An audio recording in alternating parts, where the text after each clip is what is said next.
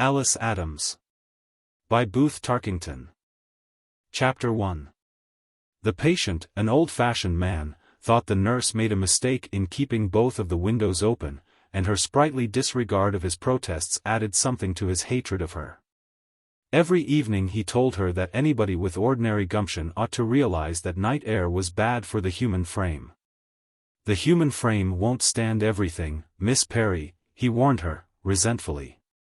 Even a child, if it had just ordinary gumption, ought to know enough not to let the night air blow on sick people, yes, nor well people either. Keep out of the night air, no matter how well you feel. That's what my mother used to tell me when I was a boy. Keep out of the night air, Virgil, she'd say. Keep out of the night air. I expect probably her mother told her the same thing, the nurse suggested. Of course she did. My grandmother. Oh, I guess your grandmother thought so, Mr. Adams. That was when all this flat central country was swampish and hadn't been drained off yet. I guess the truth must been the swamp mosquitoes bit people and gave malaria, especially before they began to put screens in their windows. Well, we got screens in these windows, and no mosquitoes are going to bite us, so just you be a good boy and rest your mind and go to sleep like you need to. Sleep, he said. Likely. He thought the night air worst of all in April. He hadn't a doubt it would kill him, he declared. It's miraculous what the human frame will survive, he admitted on the last evening of that month. But you and the doctor ought to both be taught it won't stand too dang much. You poison a man and poison him with this April night air. Can't poison you with much more of it, Miss Perry interrupted him, indulgently. Tomorrow it'll be May night air, and I expect that'll be a lot better for you, don't you? Now let's just sober down and be a good boy and get some nice sound sleep. She gave him his medicine, and, having set the glass upon the center table, returned to her cot, where, after a still interval, she snored faintly. Upon this, his expression became that of a man goaded out of overpowering weariness into irony.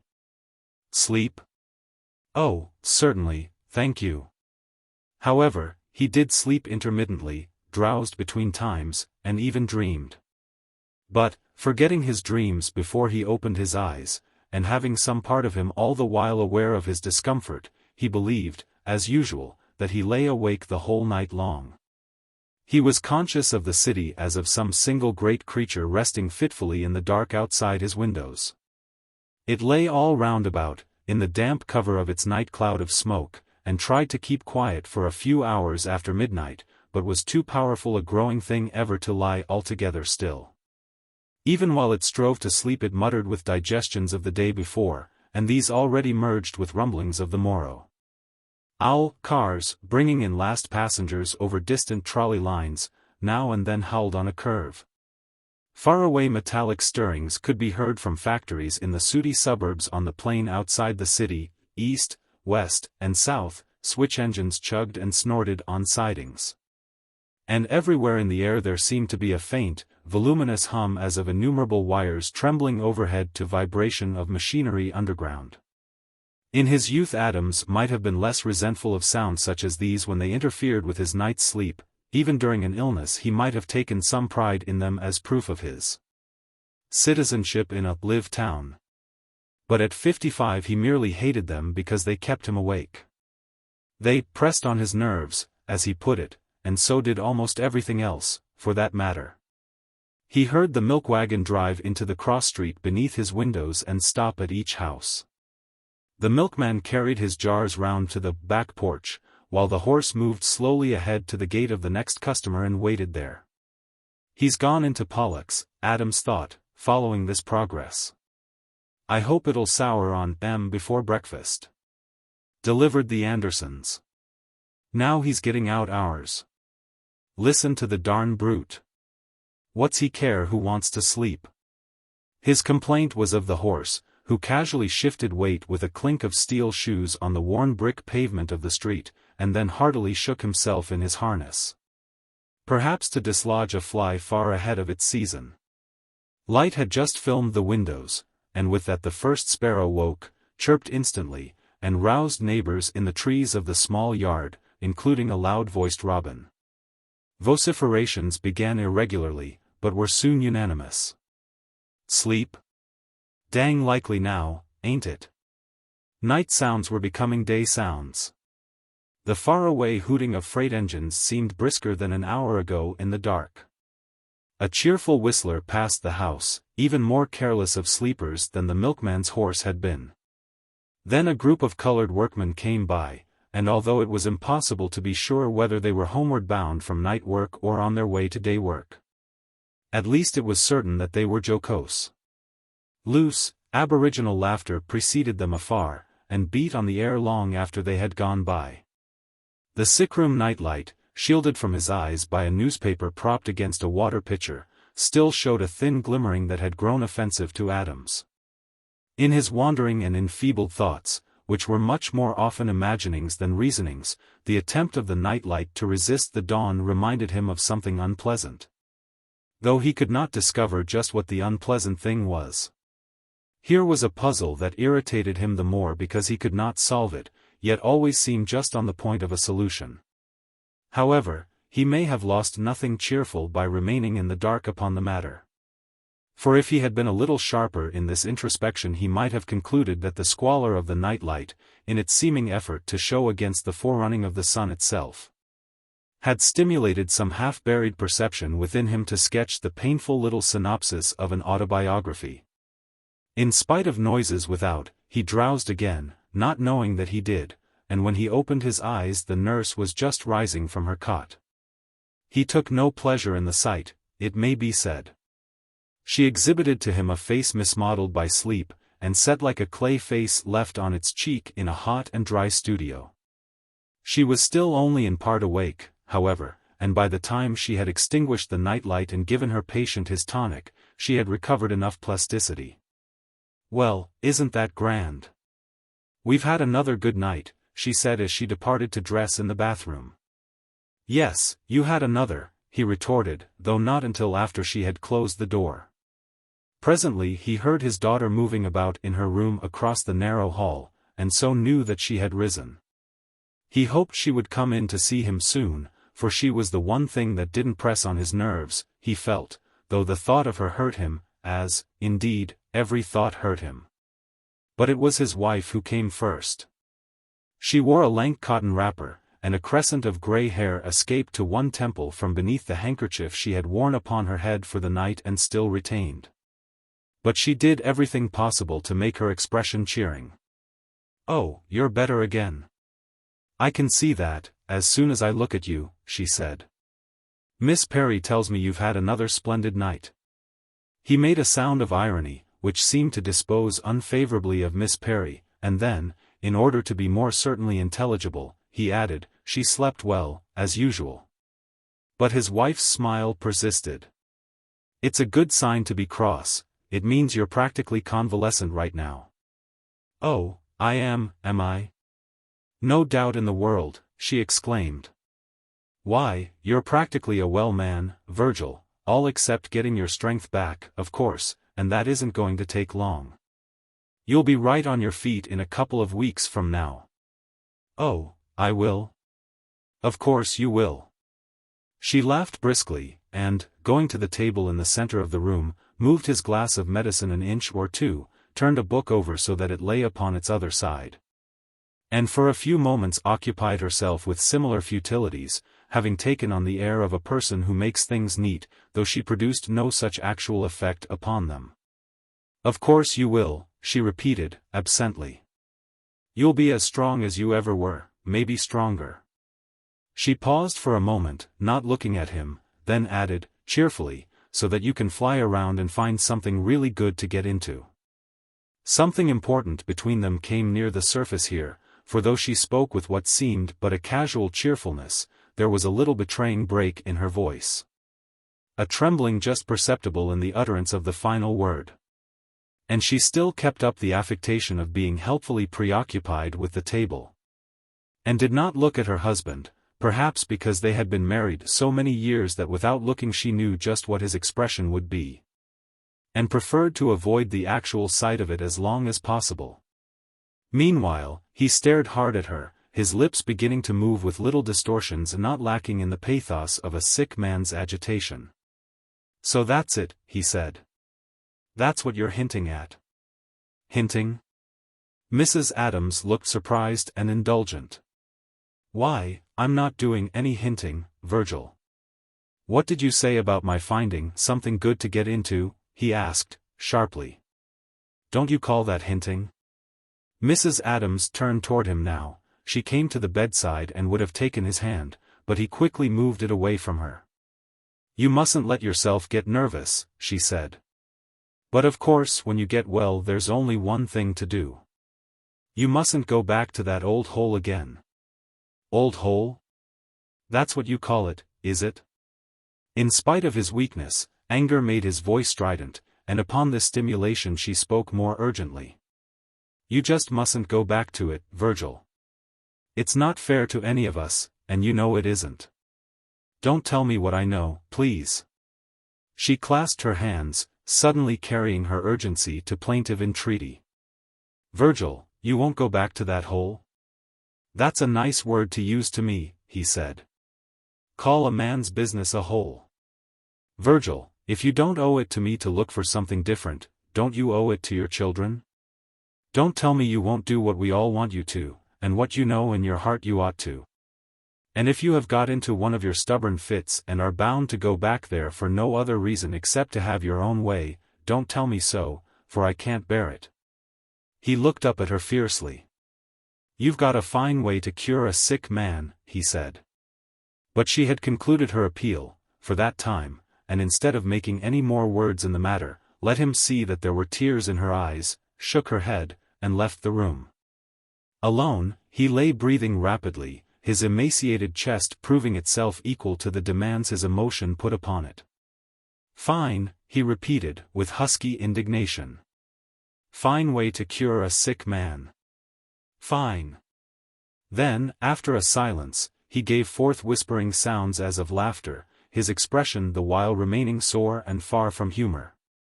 "And give us our daily bread," he added, meaning that his wife's little performance was no novelty. "How do you find this book? Any thoughts about the book or the author? Any suggestion for improvement? Please take a moment to share your thoughts in a comment. If you like it, share it with your friends who might enjoy it as well. Subscribe to keep in touch. Visit CompleteAudiobooks.com for more quality content. Chapter 2. In fact, the agitation of Mrs. Adams was genuine, but so well under her control that its traces vanished during the 3 short steps she took to cross the narrow hall between her husband's door and the one opposite. Her expression was matter of course, rather than pathetic, as she entered the pretty room where her daughter, half-dressed, sat before a dressing table and played with the reflections of a 3-leafed mirror framed in blue enamel. That is, just before the moment of her mother's entrance, Alice had been playing with the mirror's reflections, posturing her arms in her expressions, clasping her hands behind her neck, and tilting back her head to foreshorten the face in a tableau conceived to represent sauciness, then one of smiling weariness, then one of scornful toleration, and all very piquant. But as the door opened she hurriedly resumed the practical, and occupied her hands in the arrangement of her plentiful brownish hair. They were pretty hands, of a shapeliness delicate and fine. "The best things she's got," a cold-blooded girl friend said of them, and meant to include Alice's mind and character in the implied list of possessions surpassed by the notable hands. However that may have been, the rest of her was well enough. She was often called a right pretty girl, temperate praise meaning a girl rather pretty than otherwise, and this she deserved, to say the least. Even in repose she deserved it, though repose was anything but her habit, being seldom seen upon her except at home. On exhibition she led a life of gestures, the unkind said to make her lovely hands more memorable. But all of her usually accompanied the gestures of the hands, the shoulders ever giving them their impulses first, and even her feet being called upon, at the same time, for eloquence. So much liveliness took proper place as only accessory to that of the face, where her vivacity reached its climax. And it was unfortunate that an ungifted young man, new in the town, should have attempted to define the effect upon him of all this generosity of emphasis. He said that, the way she used her cute hazel eyes and the wonderful glow of her facial expression gave her a mighty spiritual quality. His actual rendition of the word was spiritual. But it was not his pronunciation that embalmed this outburst in the perennial laughter of Alice's girl friends. They made the misfortune far less his than hers. Her mother comforted her too heartily, insisting that Alice had plenty enough spiritual qualities, certainly more than possessed by the other girls who flung the phrase at her, wooden things. Jealous of everything they were incapable of themselves. And then Alice, getting more championship than she sought, grew uneasy lest Mrs. Adams should repeat such defenses outside the family, and Mrs. Adams ended by weeping because the daughter so distrusted her intelligence. Alice frequently thought it necessary to instruct her mother. Her morning greeting was an instruction today. Or, rather, it was an admonition in the style of an entreaty, the more petulant as Alice thought that Mrs. Adams might have had a glimpse of the posturings to the mirror. This was a needless worry. The mother had caught 1,000 such glimpses, with Alice unaware, and she thought nothing of the one just flitted. For heaven's sake, Mamma, come clear inside the room and shut the door. Please don't leave it open for everybody to look at me. There isn't anybody to see you, Mrs. Adams explained, obeying. Miss Perry's gone downstairs, Anne. Mamma, I heard you in Papa's room, Alice said, not dropping the note of complaint. I could hear both of you, and I don't think you ought to get poor old Papa so upset, not in his present condition, anyhow. Mrs. Adams seated herself on the edge of the bed. He's better all the time, she said, not disturbed. He's almost well. The doctor says so and Miss Perry says so, and if we don't get him into the right frame of mind now we never will. The first day he's outdoors he'll go back to that old hole, you'll see. And if he once does that, he'll settle down there and it'll be too late and we'll never get him out. Well, anyhow, I think you could use a little more tact with him. I do try to, the mother sighed. It never was much use with him. I don't think you understand him as well as I do, Alice. There's one thing I don't understand about either of you, Alice returned, crisply. Before people get married they can do anything they want to with each other. Why can't they do the same thing after they're married? When you and Papa were young people and engaged, he'd have done anything you wanted him to. That must have been because you knew how to manage him then. Why can't you go at him the same way now? Mrs. Adams sighed again, and laughed a little, making no other response, but Alice persisted. Well, why can't you? Why can't you ask him to do things the way you used to ask him when you were just in love with each other? Why don't you anyhow try it, Mamma, instead of ding-donging at him? Ding-donging at him, Alice? Mrs. Adams said, with a pathos somewhat emphasized. Is that how my trying to do what I can for you strikes you? Never mind that. It's nothing to hurt your feelings. Alice disposed of the pathos briskly. Why don't you answer my question? What's the matter with using a little more tact on Papa? Why can't you treat him the way you probably did when you were young people, before you were married? I never have understood why people can't do that. Perhaps you will understand someday, her mother said, gently. Maybe you will when you've been married 25 years. You keep evading. Why don't you answer my question right straight out? There are questions you can't answer to young people, Alice. You mean because we're too young to understand the answer? I don't see that at all. At 22 a girl's supposed to have some intelligence, isn't she? And intelligence is the ability to understand, isn't it? Why do I have to wait till I've lived with a man 25 years to understand why you can't be tactful with Papa? You may understand some things before that, Mrs. Adams said, tremulously. You may understand how you hurt me sometimes. Youth can't know everything by being intelligent, and by the time you could understand the answer you're asking for you'd know it, and wouldn't need to ask. You don't understand your father, Alice. You don't know what it takes to change him when he's made up his mind to be stubborn. Alice rose and began to get herself into a skirt. "Well, I don't think making scenes ever changes anybody," she grumbled. "I think a little jolly persuasion goes twice as far, myself." A little jolly persuasion. Her mother turned the echo of this phrase into an ironic lament. "Yes, there was a time when I thought that, too. It didn't work, that's all. Perhaps you left the jolly part of it out, Mama." For the second time that morning, it was now a little after 7 o'clock, tears seemed about to offer their solace to Mrs. Adams. "I might have expected you to say that, Alice. You never do miss a chance," she said, gently. "It seems queer you don't sometime miss just one chance." But Alice, progressing with her toilet, appeared to be little concerned. "Oh, well, I think there are better ways of managing a man than just hammering at him." Mrs. Adams uttered a little cry of pain. "Hammering, Alice? If you'd left it entirely to me," her daughter went on, briskly, "I believe Papa'd already be willing to do anything we want him to. That's it, tell me I spoil everything. Well, I won't interfere from now on, you can be sure of it." "Please don't talk like that," Alice said, quickly. "I'm old enough to realize that Papa may need pressure of all sorts. I only think it makes him more obstinate to get him cross. You probably do understand him better, but that's one thing I've found out and you haven't. There." She gave her mother a friendly tap on the shoulder and went to the door. "I'll hop in and say hello to him now." As she went, she continued the fastening of her blouse, and appeared in her father's room with one hand still thus engaged, but she patted his forehead with the other. "Poor old Papa Daddy," she said, gaily.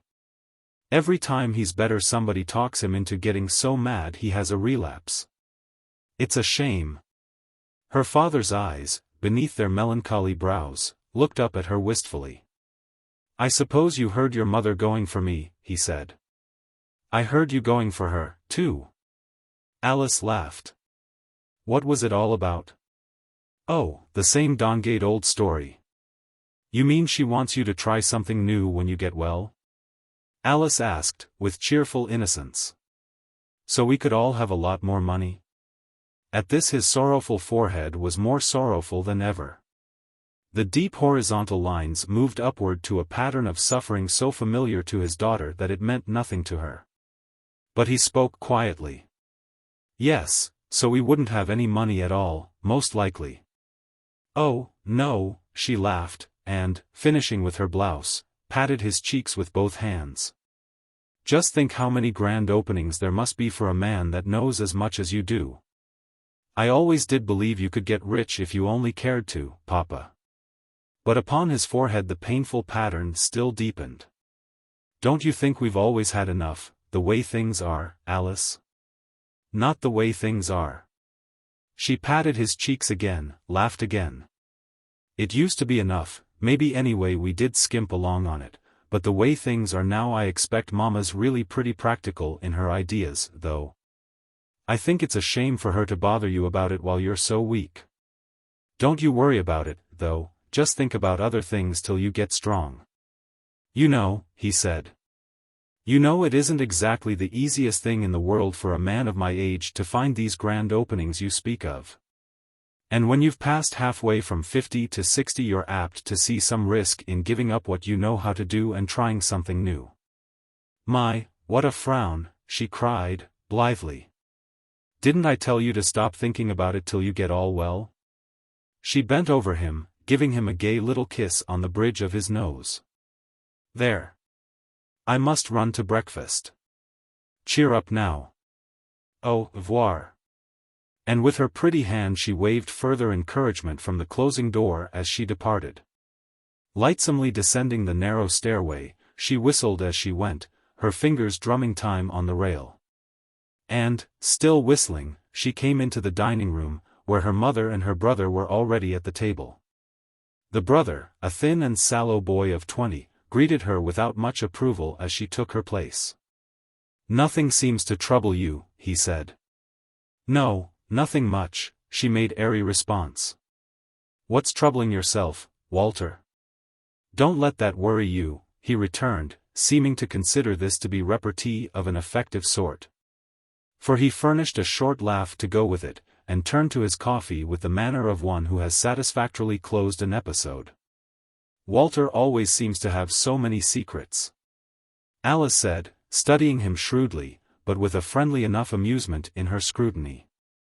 Everything he does or says seems to be acted for the benefit of some mysterious audience inside himself, and he always gets its applause.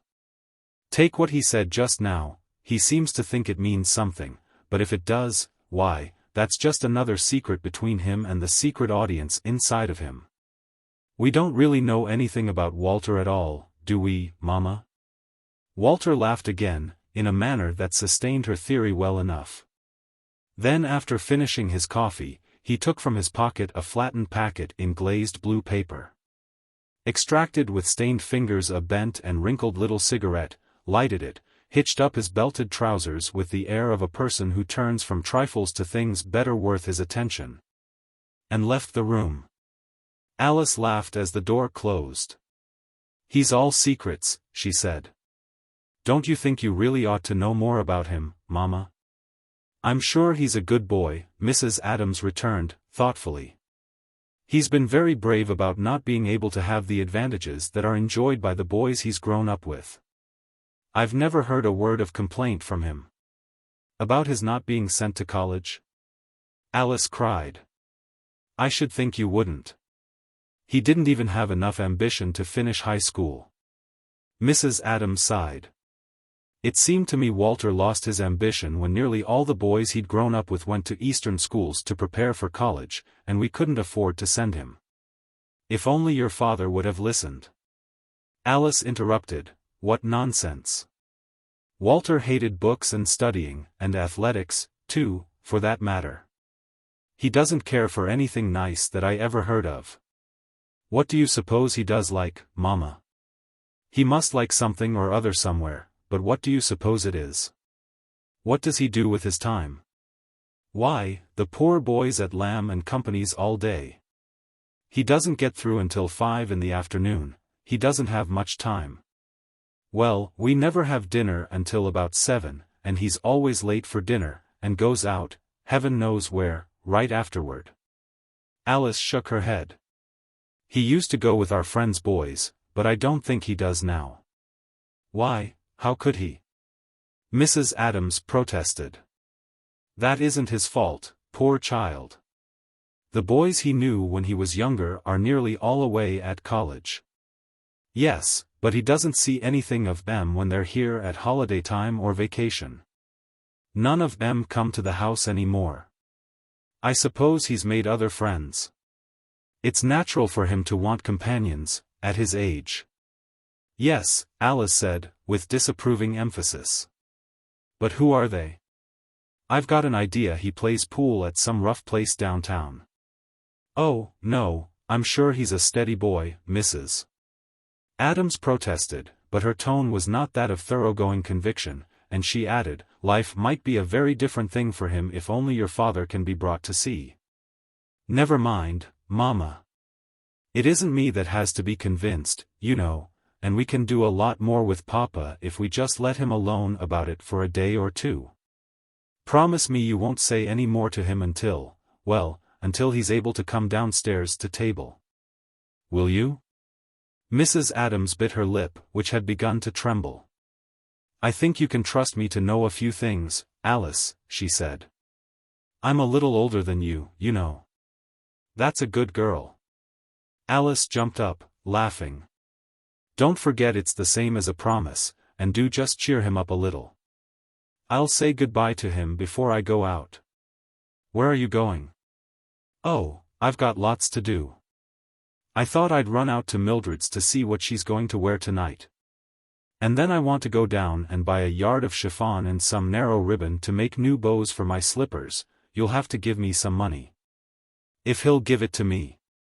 Her mother lamented, as they went toward the front stairs together, but an hour later she came into Alice's room with a bill in her hand.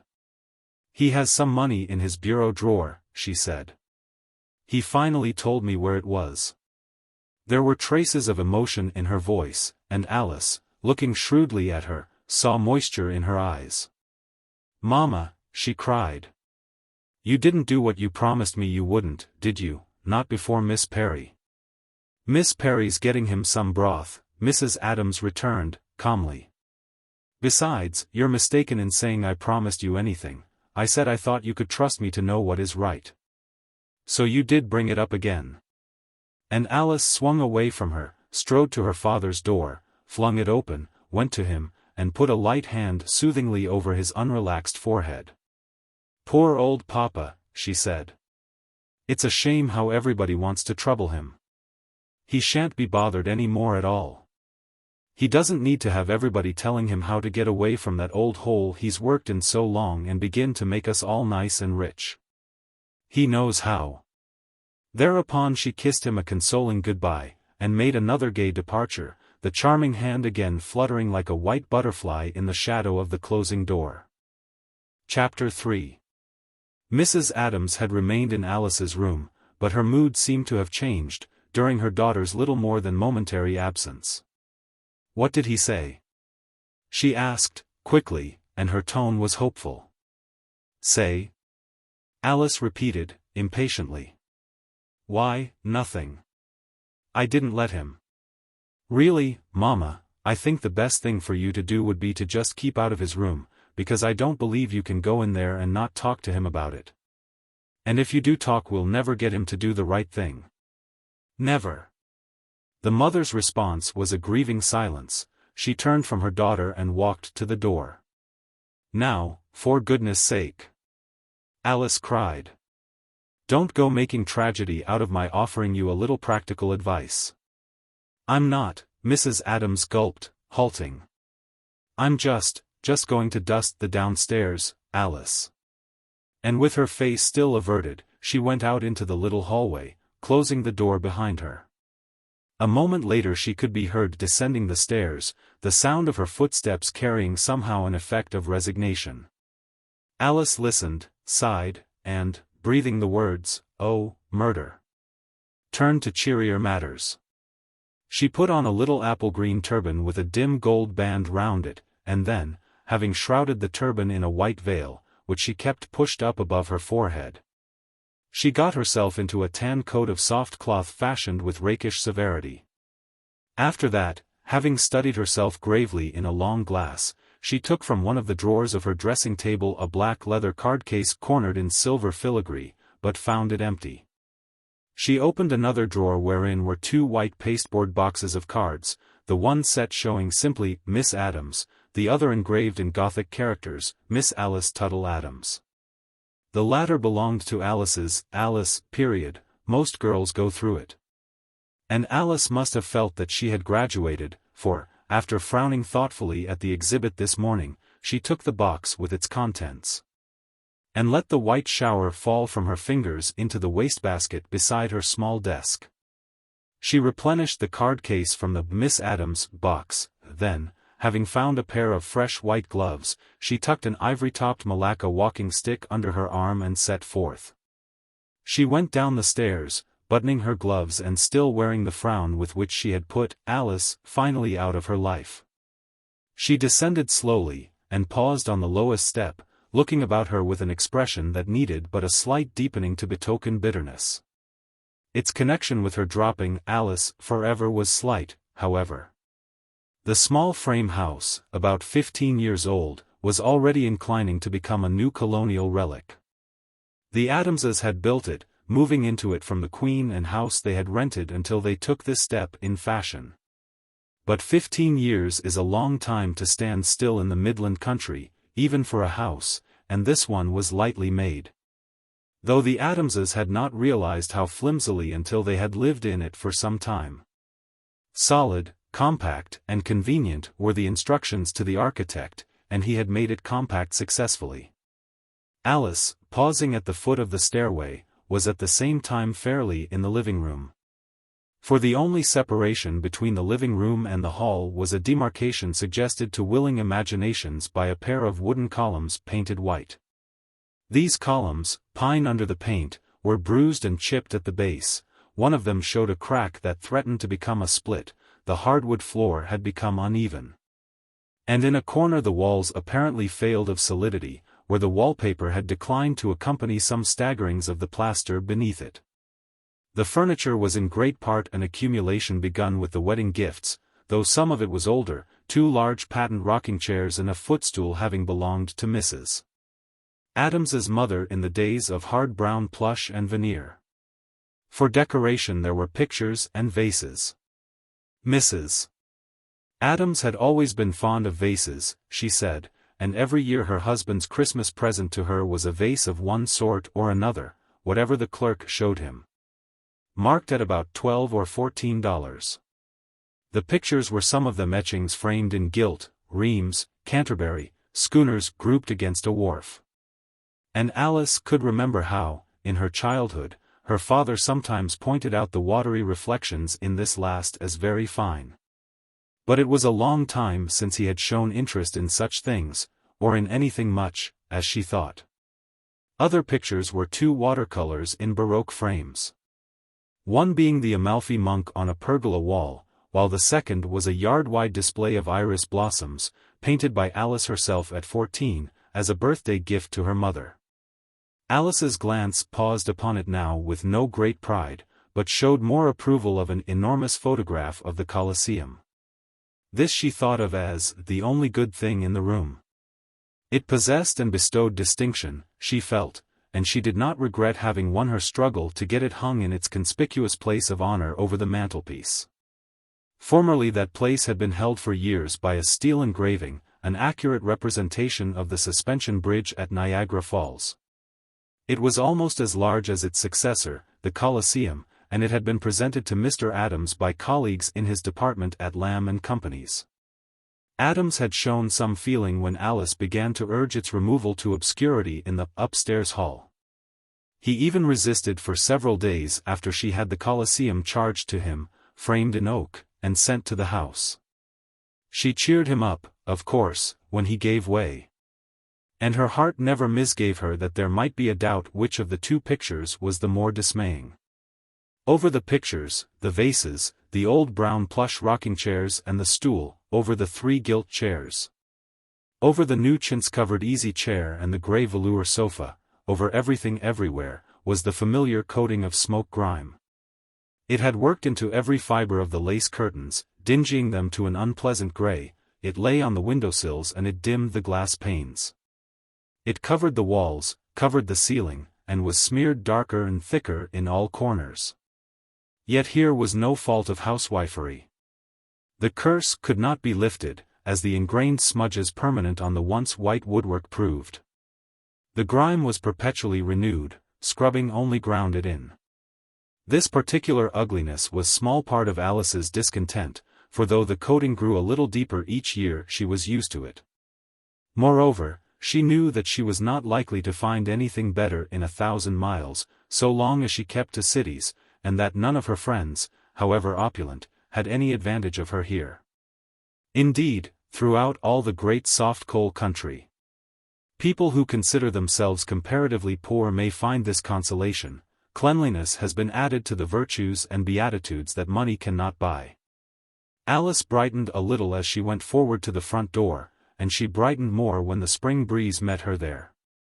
Then all depression left her as she walked down the short brick path to the sidewalk, looked up and down the street, and saw how bravely the maple shade trees, in spite of the black powder they breathed, were flinging out their thousands of young green particles overhead. She turned north, treading the new little shadows on the pavement briskly, and, having finished buttoning her gloves, swung down her malacca stick from under her arm to let it tap a more leisurely accompaniment to her quick, short step. She had to step quickly if she was to get anywhere, for the closeness of her skirt, in spite of its little length, permitted no natural stride. But she was pleased to be impeded, these brevities forming part of her show of fashion. Other pedestrians found them not without charm, though approval may have been lacking here and there, and at the first crossing Alice suffered what she might have accounted an actual injury.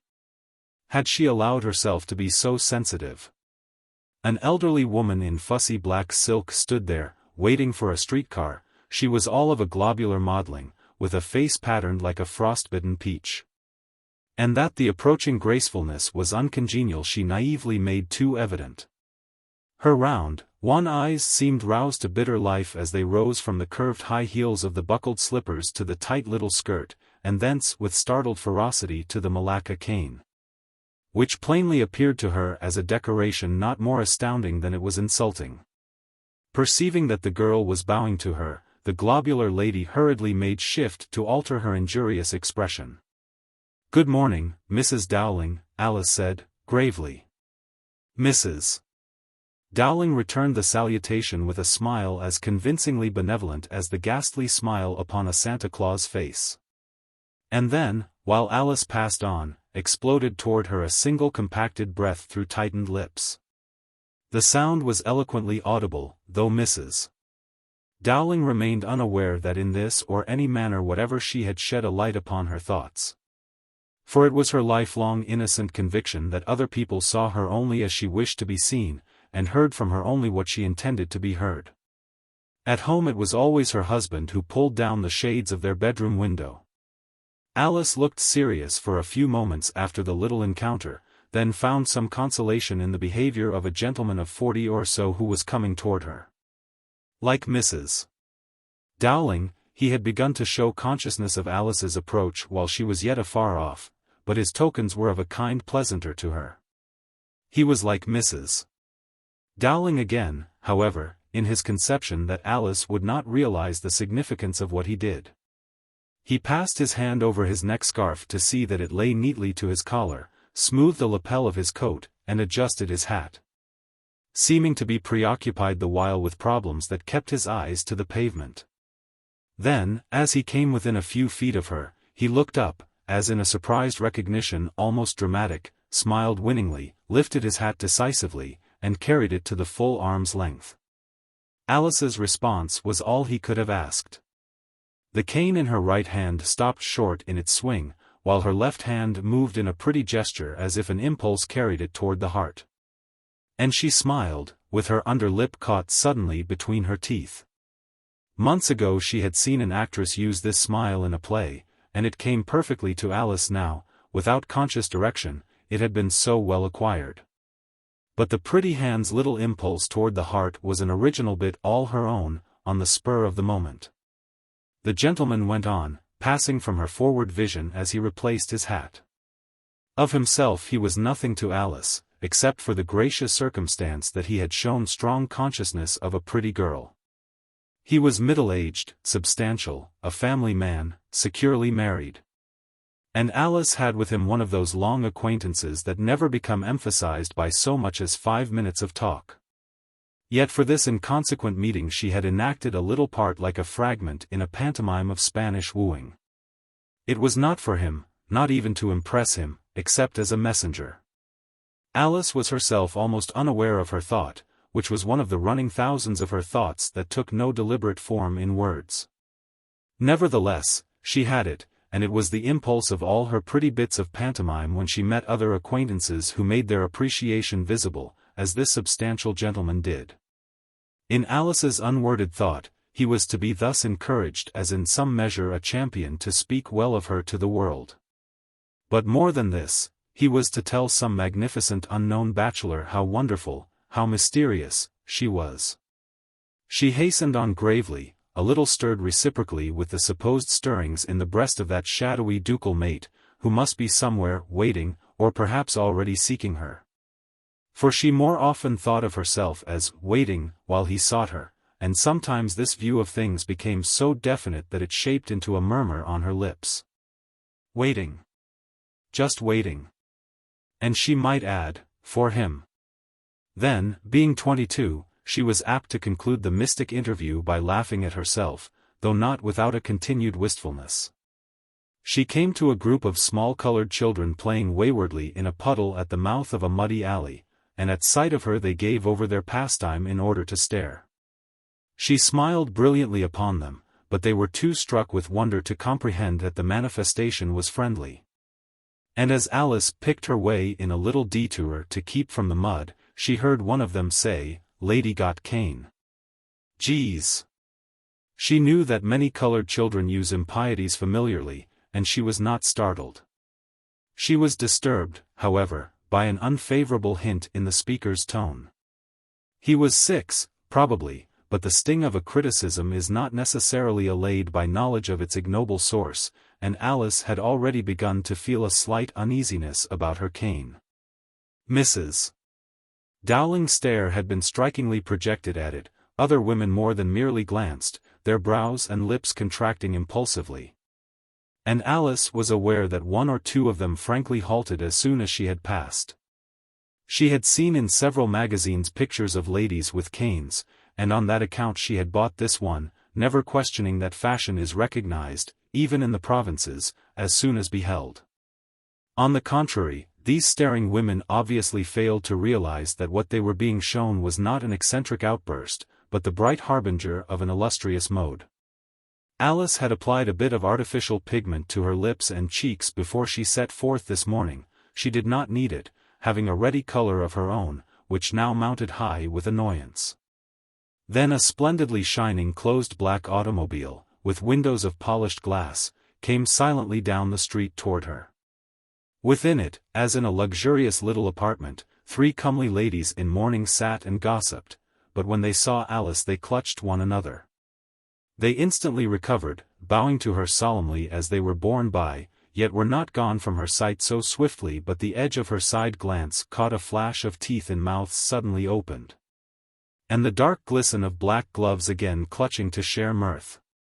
The color that outdid the rouge on Alice's cheek extended its area and grew warmer as she realized how all too cordial had been her nod and smile to these humorous ladies. But in their identity lay a significance causing her a sharper smart, for they were of the family of that Lamb, chief of Lamb and Company, who had employed her father since before she was born. And know his salary. They'd be sure to find out about that, was her thought. Coupled with another bitter one to the effect that they had probably made instantaneous financial estimates of what she wore, though certainly her walking stick had most fed their hilarity. She tucked it under her arm, not swinging it again, and her breath became quick and irregular as emotion beset her. She had been enjoying her walk, but within the space of the few blocks she had gone since she met the substantial gentleman, she found that more than the walk was spoiled. Suddenly her life seemed to be spoiled, too. Though she did not view the ruin with complaisance.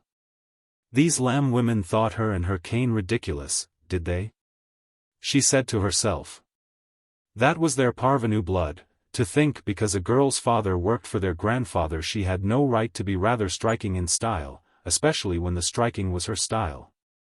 Probably all the other girls and women would agree with them and would laugh at her when they got together, and, what might be fatal, would try to make all the men think her a silly pretender. Men were just like sheep, and nothing was easier than for women to set up as shepherds and pen them in a fold. To keep out outsiders, Alice thought.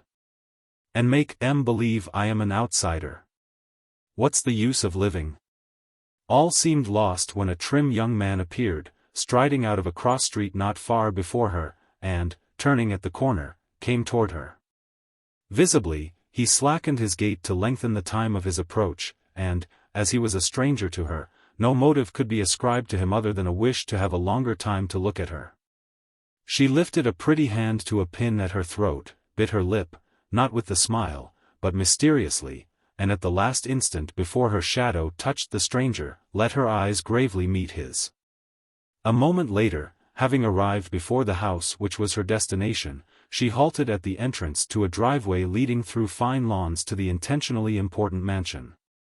It was a pleasant and impressive place to be seen entering, but Alice did not enter at once. She paused, examining a tiny bit of mortar which the masons had forgotten to scrape from a brick in one of the massive gateposts. She frowned at this tiny defacement, and with an air of annoyance scraped it away, using the ferrule of her cane, an act of fastidious proprietorship. If anyone had looked back over his shoulder he would not have doubted that she lived there. Alice did not turn to see whether anything of the sort happened or not, but she may have surmised that it did. At all events, it was with an invigorated step that she left the gateway behind her and went cheerfully up the drive to the house of her friend Mildred. Chapter 4. Adams had a restless morning, and toward noon he asked Miss Perry to call his daughter. he wished to say something to her. "I thought I heard her leaving the house a couple of hours ago, maybe longer," the nurse told him. "I'll go see." And she returned from the brief errand, her impression confirmed by information from Mrs. Adams. "Yes. She went up to Miss Mildred Palmer's to see what she's going to wear tonight." Adams looked at Miss Perry wearily, but remained passive, making no inquiries. For he was long accustomed to what seemed to him a kind of jargon among ladies, which became the more incomprehensible when they tried to explain it. A man's best course, he had found, was just to let it go as so much sound. His sorrowful eyes followed the nurse as she went back to her rocking chair by the window. And her placidity showed him that there was no mystery for her in the fact that Alice walked 2 miles to ask so simple a question when there was a telephone in the house. Obviously Miss Perry also comprehended why Alice thought it important to know what Mildred meant to wear. Adams understood why Alice should be concerned with what she herself wore, to look neat and tidy and at her best. Why, of course she'd want to. He thought, but he realized that it was forever beyond him to understand why the clothing of other people had long since become an absorbing part of her life. Her excursion this morning was no novelty. She was continually going to see what Mildred meant to wear, or what some other girl meant to wear. And when Alice came home from wherever other girls or women had been gathered, she always hurried to her mother with earnest descriptions of the clothing she had seen. At such times, if Adams was present, he might recognize organdie, or taffeta, or chiffon, as words defining certain textiles, but the rest was too technical for him. And he was like a dismal boy at a sermon, just waiting for it to get itself finished. Not the least of the mystery was his wife's interest. She was almost indifferent about her own clothes, and when she consulted Alice about them spoke hurriedly and with an air of apology. But when Alice described other people's clothes, Mrs. Adams listened as eagerly as the daughter talked. "There they go," he muttered today, a moment after he heard the front door closing, a sound recognizable throughout most of the thinly built house. Alice had just returned, and Mrs. Adams called to her from the upper hallway, not far from Adams's door. "What did she say?" "She was sort of snippy about it," Alice returned, ascending the stairs. "She gets that way sometimes," and pretended she hadn't made up her mind, "but I'm pretty sure it'll be the maize georgette with Malines flounces." "Didn't you say she wore that at the Pattersons'?" Mrs. Adams inquired, as Alice arrived at the top of the stairs. "And didn't you tell me she wore it again at the—" "Certainly not," Alice interrupted, rather petulantly. "She's never worn it but once, and of course she wouldn't want to wear anything tonight that people have seen her in a lot." Miss Perry opened the door of Adams's room and stepped out. "Your father wants to know if you'll come and see him a minute, Miss Adams." "Poor old thing." "Of course," Alice exclaimed, and went quickly into the room, Miss Perry remaining outside. "What's the matter, Papa?" "Getting awful sick of lying on his tired old back, I expect." "I've had kind of a poor morning," Adam said, as she patted his hand comfortingly. "I've been thinking." "Didn't I tell you not to?" she cried, gaily. "Of course you'll have poor times when you go and do just exactly what I say you mustn't. You stop thinking this very minute." He smiled ruefully, closing his eyes, was silent for a moment, then asked her to sit beside the bed. "I've been thinking of something I wanted to say," he added. "What like, Papa?" "Well, it's nothing much," he said, with something deprecatory in his tone, as if he felt vague impulses toward both humor and apology. "I just thought maybe I ought to have said more to you some time or other about, well, about the way things are, down at Lamb and Company's, for instance." "Now, Papa." She leaned forward in the chair she had taken, and pretended to slap his hand crossly. "Isn't that exactly what I said you couldn't think one single thing about till you get all well?" "Well," he said, and went on slowly, not looking at her, but at the ceiling. "I just thought maybe it wouldn't been any harm if some time or other I told you something about the way they sort of depend on me down there." "Why don't they show it, then?" she asked, quickly. That's just what Mama and I have been feeling so much, they don't appreciate you. Why, yes, they do, he said. Yes, they do. They began HISting my salary the second year I went in there, and they've HIsted a little every 2 years all the time I've worked for them. I've been head of the sundries department for 7 years now, and I could hardly have more authority in that department unless I was a member of the firm itself. Well, why don't they make you a member of the firm? That's what they ought to be done. Yes, and long ago. Adams laughed, but sighed with more heartiness than he had laughed. They call me their oldest standby down there. He laughed again, apologetically, as if to excuse himself for taking a little pride in this title. Yes, sir, they say I'm their oldest standby. And I guess they know they can count on my department's turning in as good a report as they look for, at the end of every month. But they don't have to take a man into the firm to get him to do my work, dearie. But you said they depended on you, Papa. So they do. But of course not, so's they couldn't get along without me. He paused, reflecting. I don't just seem to know how to put it, I mean how to put what I started out to say. I kind of wanted to tell you, well, it seems funny to me, these last few years, the way your mother's taken to feeling about it. I'd like to see a better established wholesale drug business than Lamb and Company this side the Alleghenies. I don't say bigger. I say better established, and it's kind of funny for a man that's been with a business like that as long as I have to hear it called a whole. It's kind of funny when you think, yourself, you've done pretty fairly well in a business like that, and the men at the head of it seem to think so, too. And put your salary just about as high as anybody could consider customary. Well, what I mean, Alice, it's kind of funny to have your mother think it's mostly just a failure. So to speak. His voice had become tremulous in spite of him, and this sign of weakness and emotion had sufficient effect upon Alice. She bent over him suddenly, with her arm about him and her cheek against his. Poor Papa, she murmured. Poor Papa. No, no, he said. I didn't mean anything to trouble you. I just thought, he hesitated. I just wondered, I thought maybe it wouldn't be any harm if I said something about how things are down there. I got to thinking maybe you didn't understand it's a pretty good place. They're fine people to work for, and they've always seemed to think something of me, the way they took Walter on, for instance, soon as I asked him, last year. Don't you think that looked a good deal as if they thought something of me, Alice? Yes, Papa, she said, not moving.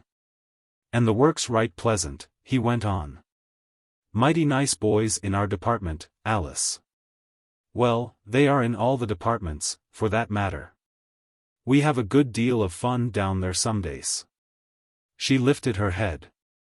More than you do at home, some days, I expect, Papa, she said. He protested feebly. Now, I didn't mean that, I didn't want to trouble you. She looked at him through winking eyelashes. I'm sorry I called it a hole, Papa. No, no, he protested, gently. It was your mother said that. No. I did, too. Well, if you did, it was only because you'd hurt her. She shook her head, then kissed him. I'm going to talk to her, she said, and rose decisively. But at this, her father's troubled voice became quickly louder. You better let her alone.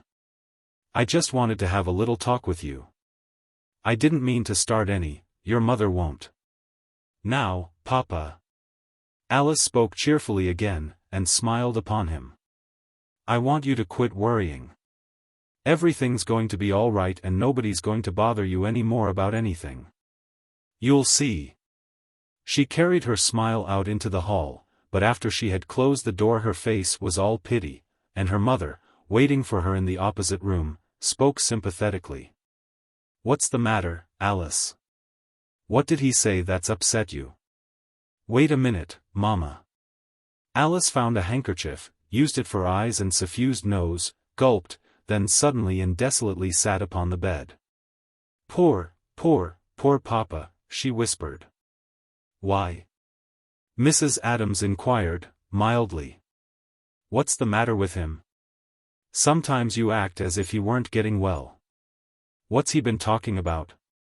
"Mama, well, I think I'm pretty selfish." "Oh, I do. Did he say you were?" "Papa?" "No, indeed. What I mean is, maybe we're both a little selfish to try to make him go out and hunt around for something new." Mrs. Adams looked thoughtful. "Oh, that's what he was up to. Mama, I think we ought to give it up. I didn't dream it had really hurt him." "Well, doesn't he hurt us?" "Never that I know of, Mama. I don't mean by saying things, Mrs. Adams explained, impatiently.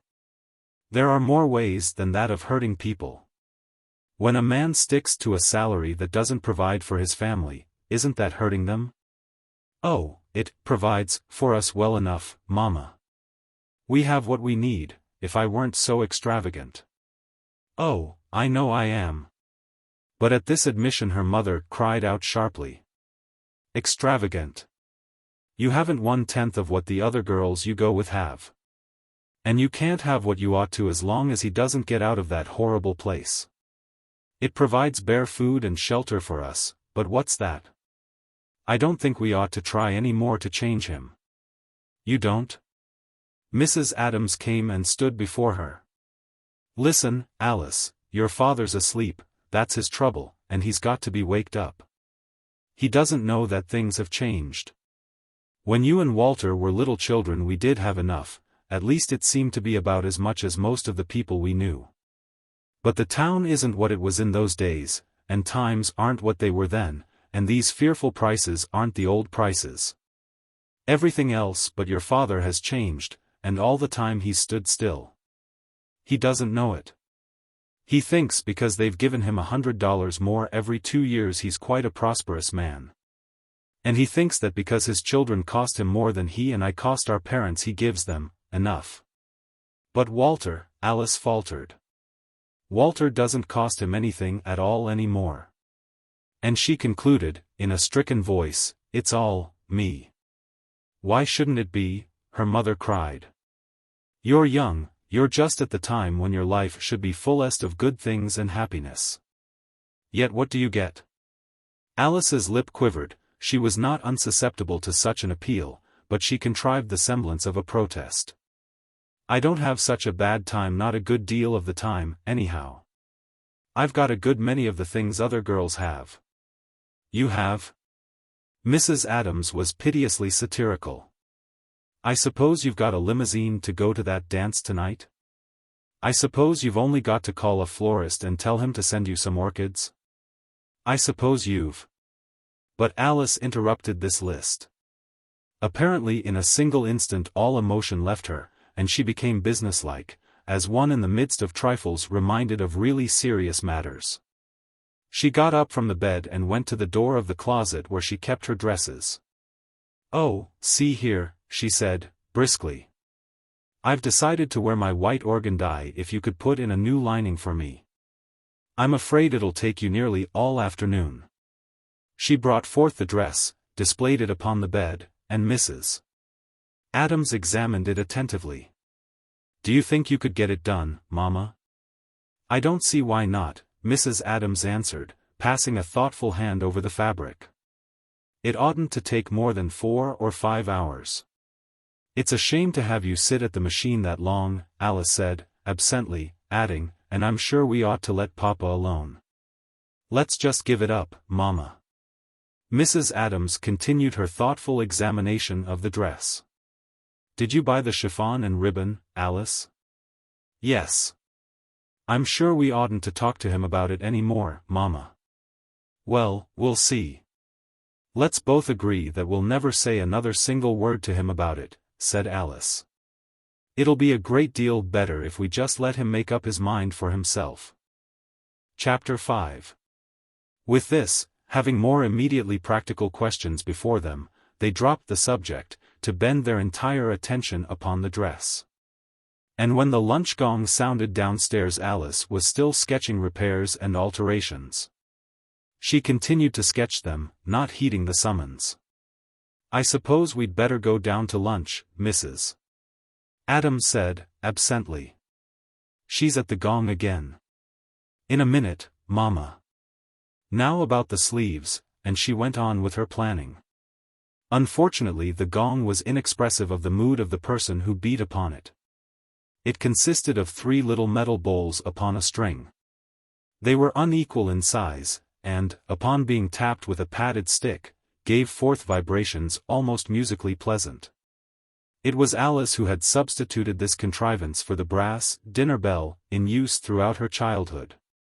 And neither she nor the others of her family realized that the substitution of sweeter sounds had made the life of that household more difficult. In spite of dismaying increases in wages, the Adamses still strove to keep a cook. And, as they were unable to pay the higher rates demanded by a good one, what they usually had was a whimsical colored woman of nomadic impulses. In the hands of such a person the old-fashioned dinner bell was satisfying. Life could instantly be made intolerable for anyone dawdling on his way to a meal. The bell was capable of every desirable profanity and left nothing bottled up in the breast of the ringer. But the chamois-covered stick might whack upon Alice's little Chinese bowls for a considerable length of time and produce no great effect of urgency upon a hearer, nor any other effect, except fury in the cook. The ironical impossibility of expressing indignation otherwise than by sounds of gentle harmony proved exasperating. The cook was apt to become surcharged, so that explosive resignations, never rare, were somewhat more frequent after the introduction of the gong. Mrs. Adams took this increased frequency to be only another manifestation of the inexplicable new difficulties that beset all housekeeping. You paid a cook double what you had paid one a few years before. And the cook knew half as much of cookery, and had no gratitude. The more you gave these people, it seemed, the worse they behaved, a condition not to be remedied by simply giving them less. Because you couldn't even get the worst unless you paid her what she demanded. Nevertheless, Mrs. Adams remained fitfully an optimist in the matter. Brought up by her mother to speak of a female cook as the girl, she had been instructed by Alice to drop that definition in favor of one not an improvement in accuracy, the maid. Almost always, during the first day or so after every cook came, Mrs. Adams would say, at intervals, with an air of triumph, "I believe, of course it's a little soon to be sure, but I do really believe this new maid is the treasure we've been looking for so long." Much in the same way that Alice dreamed of a mysterious perfect mate for whom she waited, her mother had a fairy theory that hidden somewhere in the universe there was the treasure. The perfect maid who would come and cook in the Adamses' kitchen, not 4 days or 4 weeks, but forever. The present incumbent was not she. Alice, profoundly interested herself, kept her mother likewise so preoccupied with the dress that they were but vaguely conscious of the gong's soft warnings, though these were repeated and protracted unusually. Finally the sound of a hearty voice, independent and enraged, reached the pair. It came from the hall below. "I says goodbye," it called. "Das all." Then the front door slammed. "Why, what?" Mrs. Adams began. They went down hurriedly to find out. Miss Perry informed them. "I couldn't make her listen to reason," she said. She rang the gong 4 or 5 times and got to talking to herself, and then she went up to her room and packed her bag. "I told her she had no business to go out the front door, anyhow." Mrs. Adams took the news philosophically. "I thought she had something like that in her eye when I paid her this morning, and I'm not surprised." "Well, we won't let Mr. Adams know anything's the matter till I get a new one." They lunched upon what the late incumbent had left chilling on the table, and then Mrs. Adams prepared to wash the dishes. She would have them done in a jiffy, she said, cheerfully.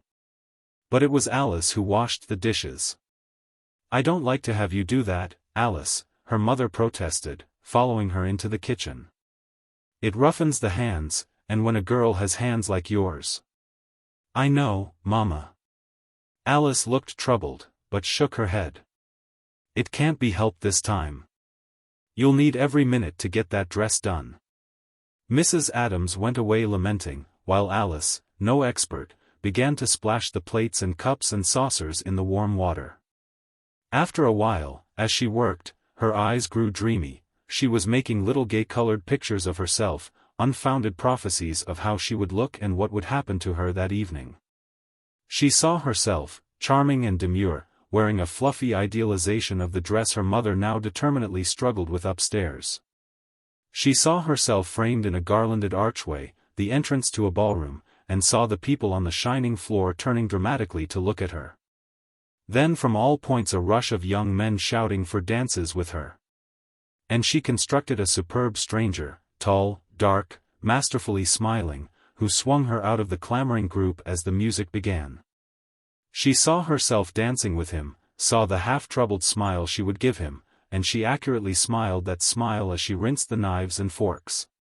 These hopeful fragments of drama were not to be realized, she knew, but she played that they were true, and went on creating them. In all of them she wore or carried flowers, her mother's sorrow for her in this detail but made it the more important, and she saw herself glamorous with orchids. Discarded these for an armful of long-stemmed, heavy roses, tossed them away for a great bouquet of white camellias. And so wandered down a lengthening hothouse gallery of floral beauty, all costly and beyond her reach except in such a wistful daydream. And upon her present whole horizon, though she searched it earnestly, she could discover no figure of a sender of flowers. Out of her fancies the desire for flowers to wear that night emerged definitely and became poignant. She began to feel that it might be particularly important to have them. This might be the night. She was still at the age to dream that the night of any dance may be the vital point in destiny. No matter how commonplace or disappointing other dance nights have been, this one may bring the great meeting. The unknown Magnifico may be there. Alice was almost unaware of her own reveries in which this being appeared, reveries often so transitory that they developed and passed in a few seconds. And in some of them the being was not wholly a stranger. There were moments when he seemed to be composed of recognizable fragments of young men she knew, a smile she had liked, from one. The figure of another, the hair of another, and sometimes she thought he might be concealed, so to say, within the person of an actual acquaintance. Someone she had never suspected of being the right seeker for her, someone who had never suspected that it was she who waited for him. Anything might reveal them to each other, a look, a turn of the head, a singular word, perhaps some flowers upon her breast or in her hand. She wiped the dishes slowly, concluding the operation by dropping a saucer upon the floor and dreamily sweeping the fragments under the stove. She sighed and replaced the broom near a window, letting her glance wander over the small yard outside. The grass, repulsively besooted to the color of coal smoke all winter, had lately come to life again and now sparkled with green, in the midst of which a tiny shot of blue suddenly fixed her absent eyes. They remained upon it for several moments, becoming less absent. It was a violet. Alice ran upstairs, put on her hat, went outdoors and began to search out the violets. She found 22, a bright omen, since the number was that of her years, but not enough violets. There were no more. She had ransacked every foot of the yard. She looked dubiously at the little bunch in her hand, glanced at the lawn next door, which offered no favorable prospect. Then went thoughtfully into the house, left her 22 violets in a bowl of water, and came quickly out again, her brow marked with a frown of decision. She went to a trolley line and took a car to the outskirts of the city where a new park had been opened. Here she resumed her search, but it was not an easily rewarded one, and for an hour after her arrival she found no violets. She walked conscientiously over the whole stretch of meadow, her eyes roving discontentedly. There was never a blue dot in the groomed expanse. But at last, as she came near the borders of an old grove of trees, left untouched by the municipal landscapers, the little flowers appeared, and she began to gather them. She picked them carefully, loosening the earth round each tiny plant, so as to bring the roots up with it, that it might live the longer.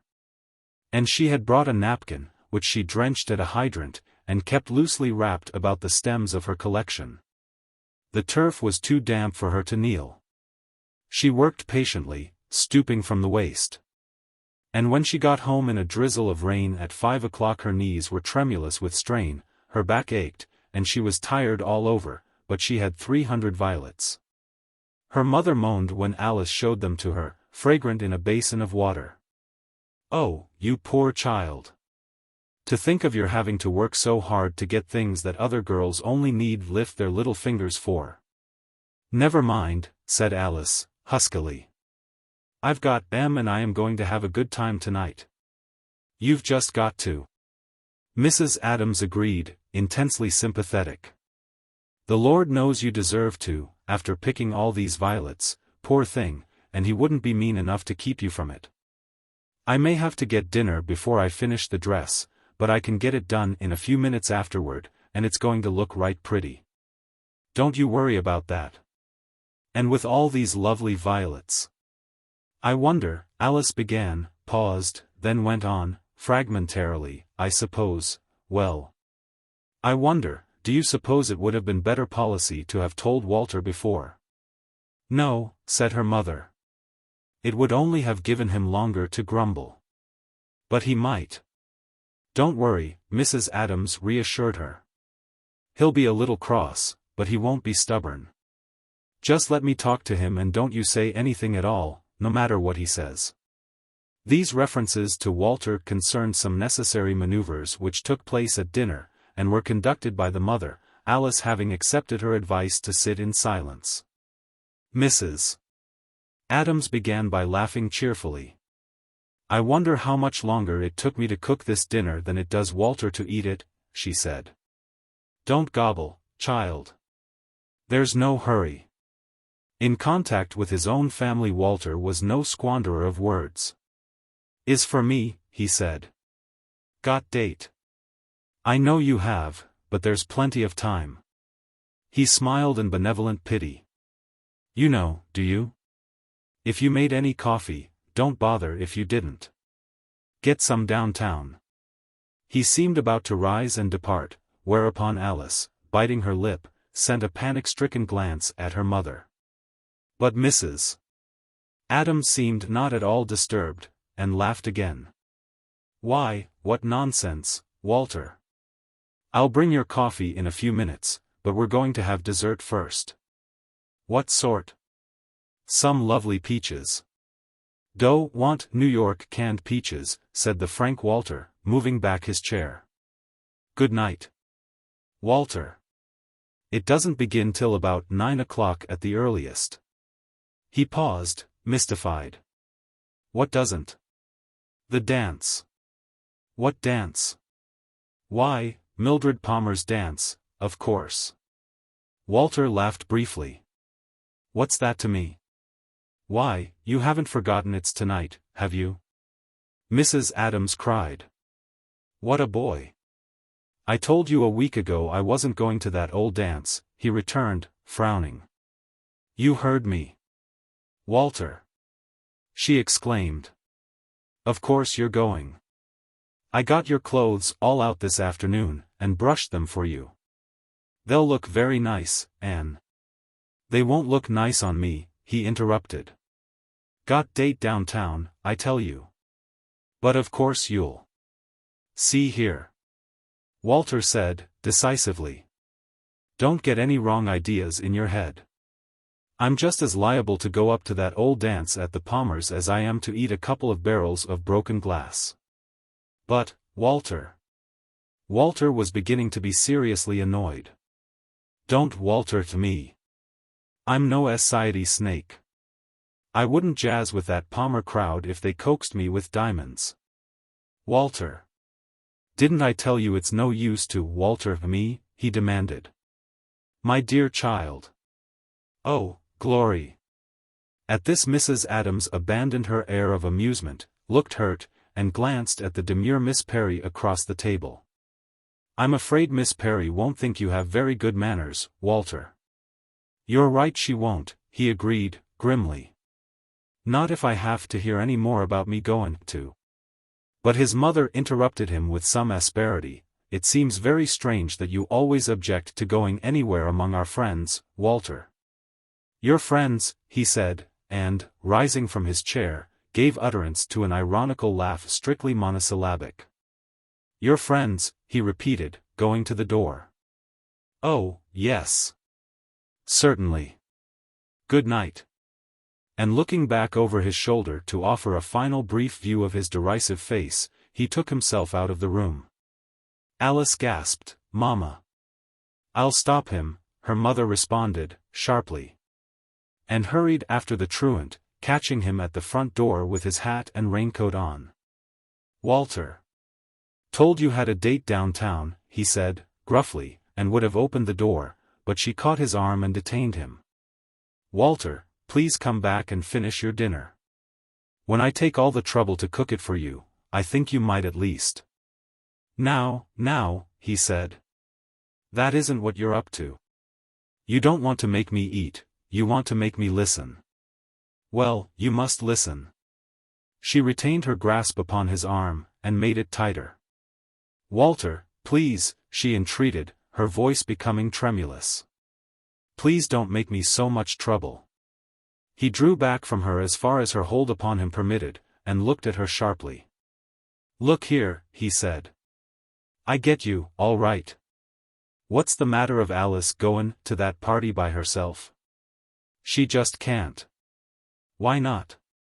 "It makes things too mean for her, Walter.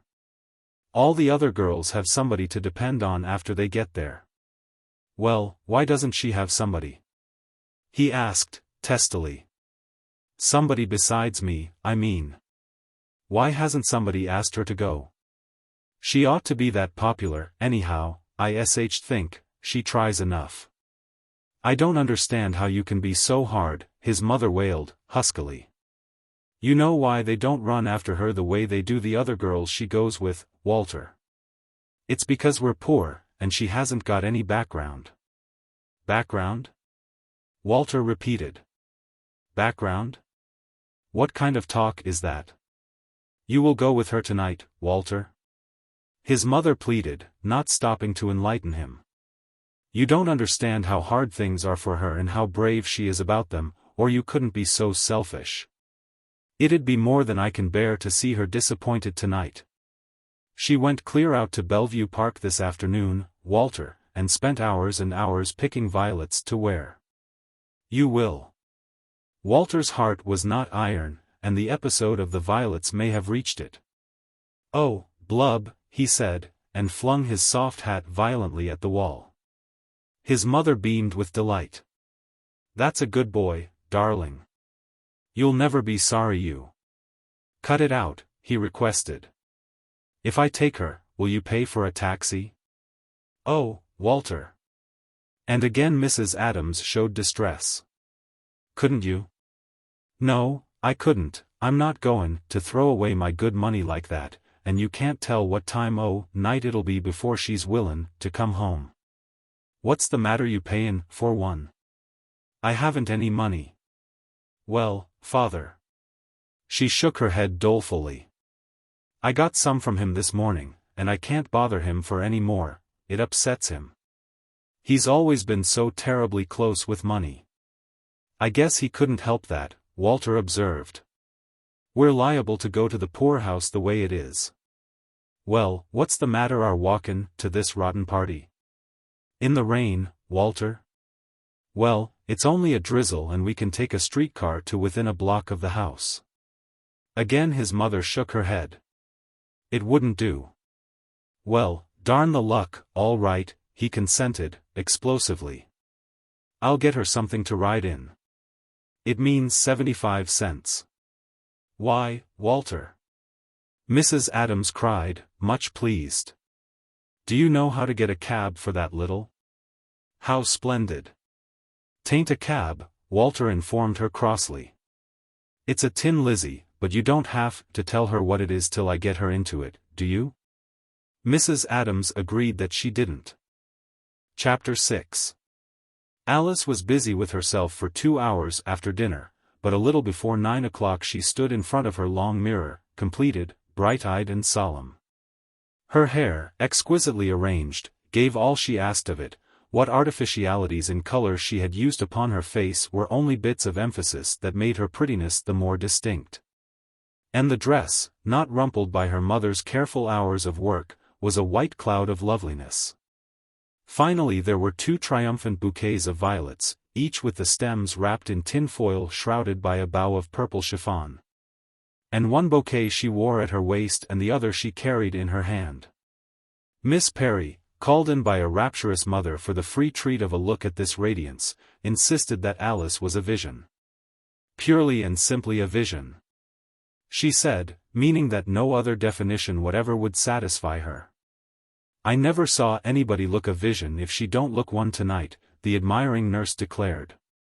Her pop'll think the same I do about it. You see if he doesn't say she's purely and simply a vision.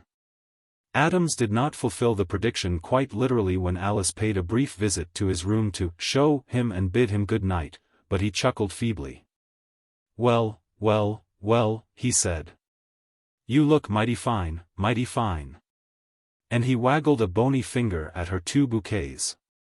Why, Alice, who's your beau? Never you mind.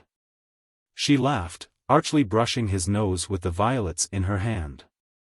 He treats me pretty well, doesn't he? Must like to throw his money around. These violets smell mighty sweet, and they ought to, if they're going to a party with you. Have a good time, dearie. I mean to, she cried. And she repeated this gaily, but with an emphasis expressing sharp determination as she left him. I mean to. What was he talking about? Her mother inquired, smoothing the rather worn and old evening wrap she had placed on Alice's bed. What were you telling him you mean to? Alice went back to her triple mirror for the last time, then stood before the long one. That I mean to have a good time tonight, she said, and as she turned from her reflection to the wrap Mrs. Adams held up for her, it looks as though I could, don't you think so? You'll just be a queen tonight, her mother whispered in fond emotion. You mustn't doubt yourself. Well, there's one thing, said Alice. I think I do look nice enough to get along without having to dance with that Frank Dowling. All I ask is for it to happen just once. And if he comes near me tonight I'm going to treat him the way the other girls do. Do you suppose Walter's got the taxi out in front? He's waiting down in the hall, Mrs. Adams answered, nervously, and she held up another garment to go over the wrap. Alice frowned at it. What's that, Mama?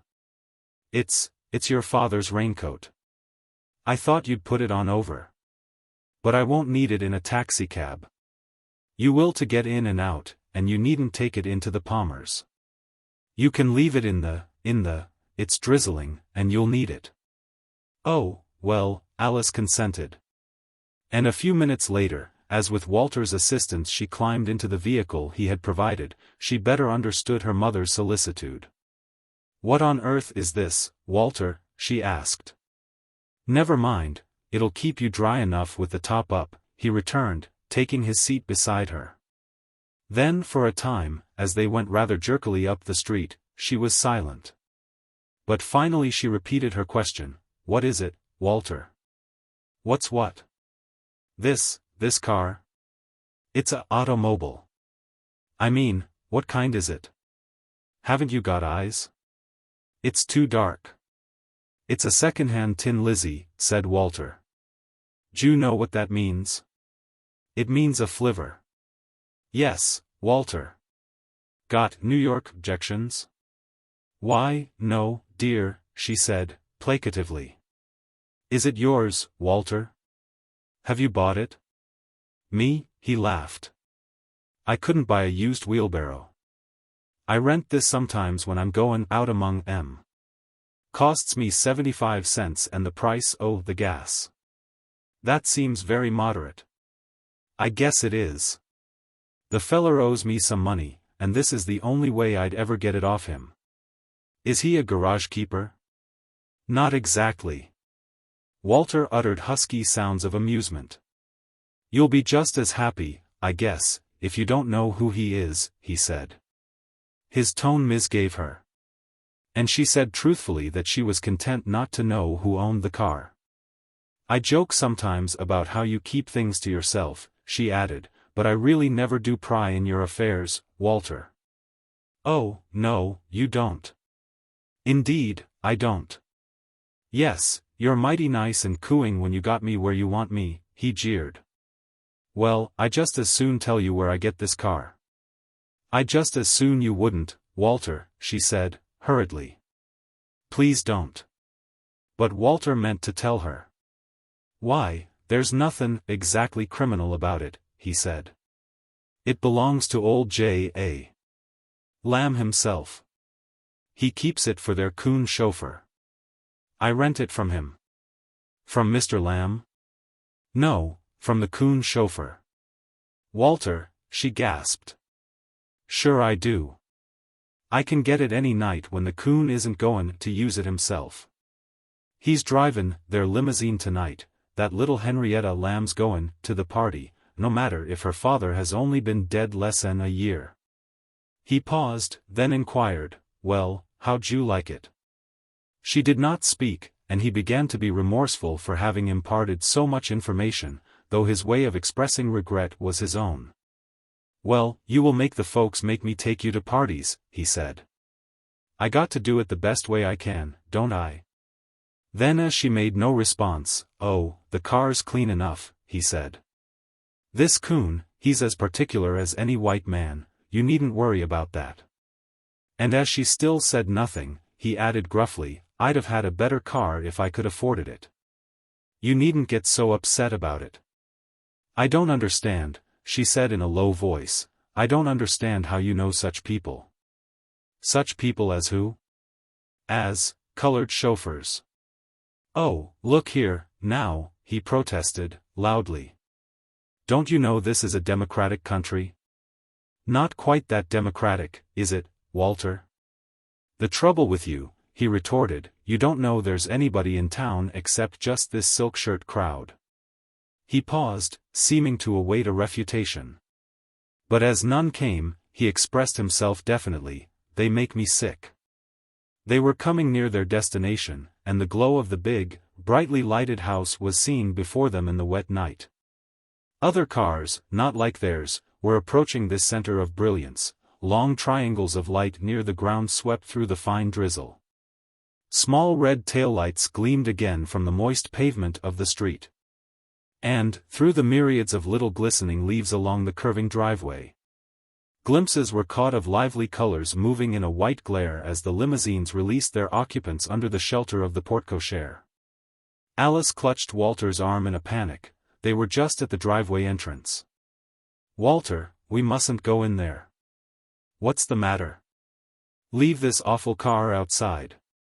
Why, Stop. She insisted, vehemently. You've got to. Go back. Oh, glory.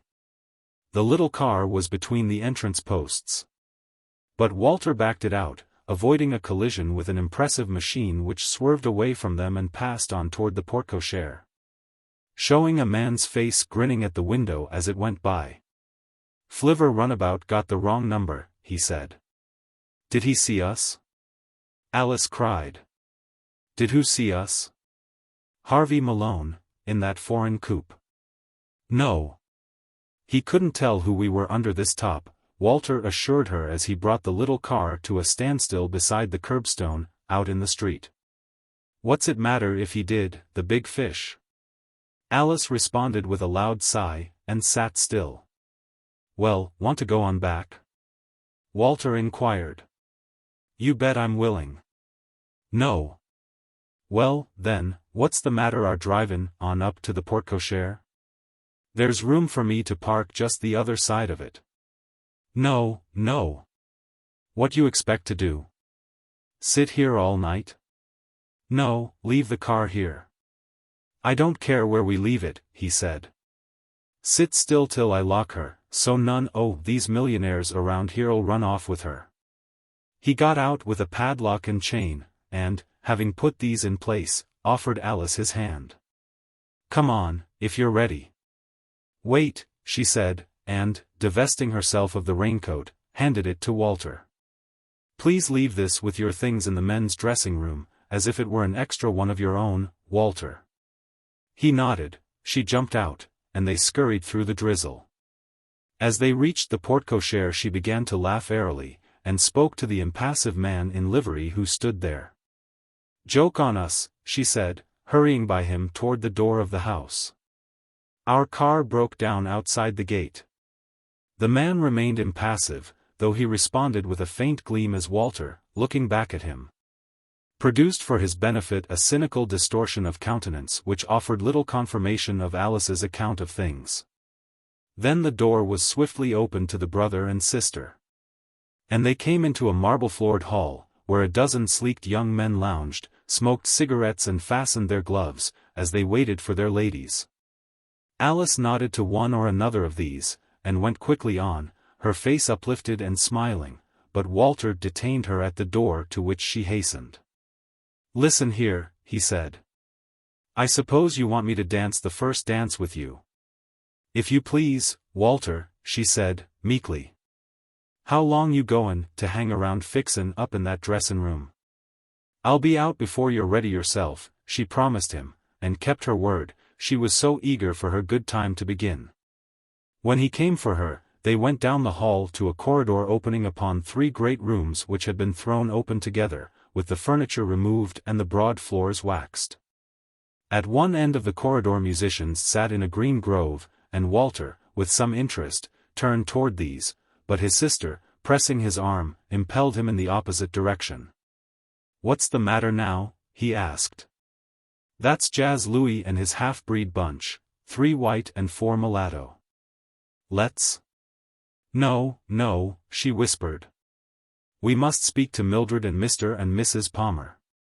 "Speak to them? I haven't got a thing to say to those berries." "Walter, won't you please behave?" He seemed to consent, for the moment, at least, and suffered her to take him down the corridor toward a floral bower where the hostess stood with her father and mother.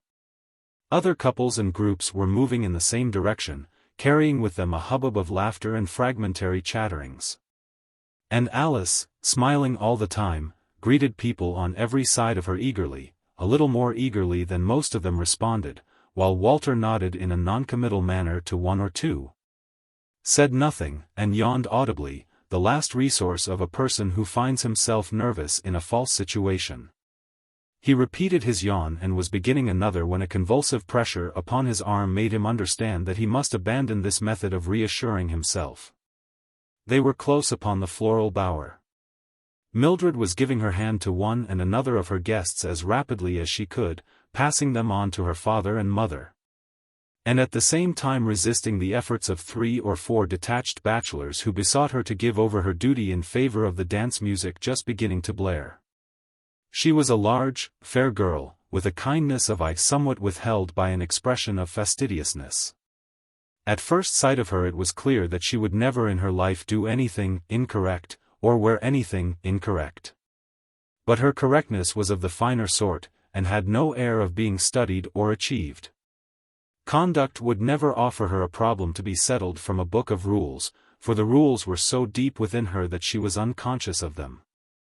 And behind this perfection there was an even ampler perfection of what Mrs. Adams called background. The big, rich, simple house was part of it, and Mildred's father and mother were part of it. They stood beside her, large, serene people, murmuring graciously and gently inclining their handsome heads as they gave their hands to the guests. And even the youngest and most ebullient of these took on a hushed mannerliness with a closer approach to the bower. When the opportunity came for Alice and Walter to pass within this precinct, Alice, going first, leaned forward and whispered in Mildred's ear. "You didn't wear the maize georgette. That's what I thought you were going to. But you look simply darling. And those pearls." Others were crowding decorously forward, anxious to be done with ceremony and get to the dancing. And Mildred did not prolong the intimacy of Alice's enthusiastic whispering. With a faint accession of color and a smile tending somewhat in the direction of rigidity, she carried Alice's hand immediately onward to Mrs. Palmer's. Alice's own color showed a little heightening as she accepted the suggestion thus implied. Nor was that emotional tint in any wise decreased, a moment later, by an impression that Walter, in concluding the brief exchange of courtesies between himself and the stately Mr. Palmer, had again reassured himself with a yawn. But she did not speak of it to Walter. She preferred not to confirm the impression and to leave in her mind a possible doubt that he had done it.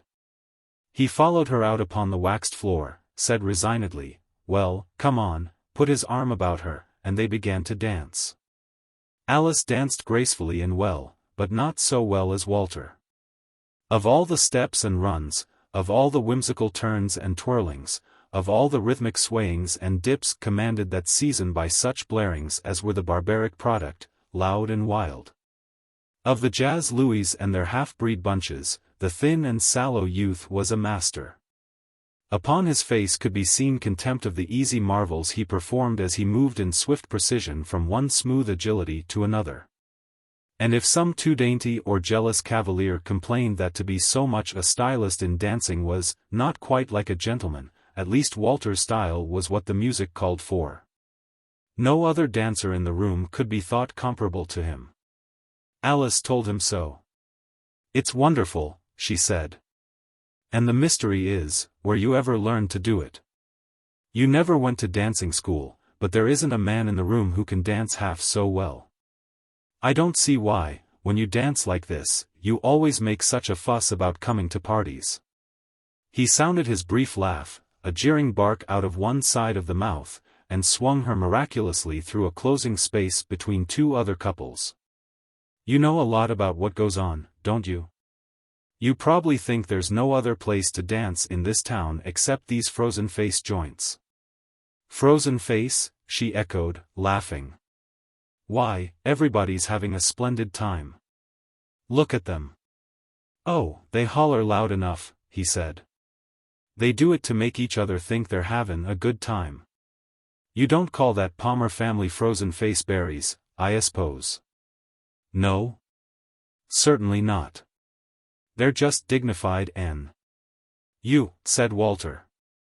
"They're dignified, specially when you tried to whisper to Mildred to show how in with her you were, and she moved you on that way. She's a hot friend, isn't she? She didn't mean anything by it. She—" "Ol' Palmer's a hearty, slap you on the back ol' berry," Walter interrupted. Adding in a casual tone, "All I'd like to hit him. Walter. By the way, you mustn't forget to ask Mildred for a dance before the evening is over." "Me?" He produced the lopsided appearance of his laugh, but without making it vocal. "You watch me do it. She probably won't have one left, but you must ask her, anyway." "Why must I?" "Because, in the first place, you're supposed to, and, in the second place, she's my most intimate friend." "You? Is she? I've heard you pull that most intimate friend stuff often enough about her. What'd she ever do to show she is?" "Never mind. You really must ask her, Walter. I want you to. And I want you to ask several other girls after while, I'll tell you who. Keep on wanting, it'll do you good." "Oh, but you really—" "Listen," he said. "I'm just as liable to dance with any of these fairies as I am to buy a bucket o' rusty tacks and eat M. Forget it. Soon as I get rid of you I'm goin' back to that room where I left my hat and overcoat and smoke myself to death."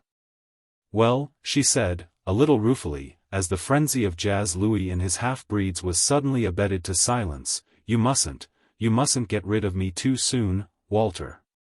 They stood near one of the wide doorways, remaining where they had stopped. Other couples, everywhere, joined one another, forming vivacious clusters, but none of these groups adopted the brother and sister.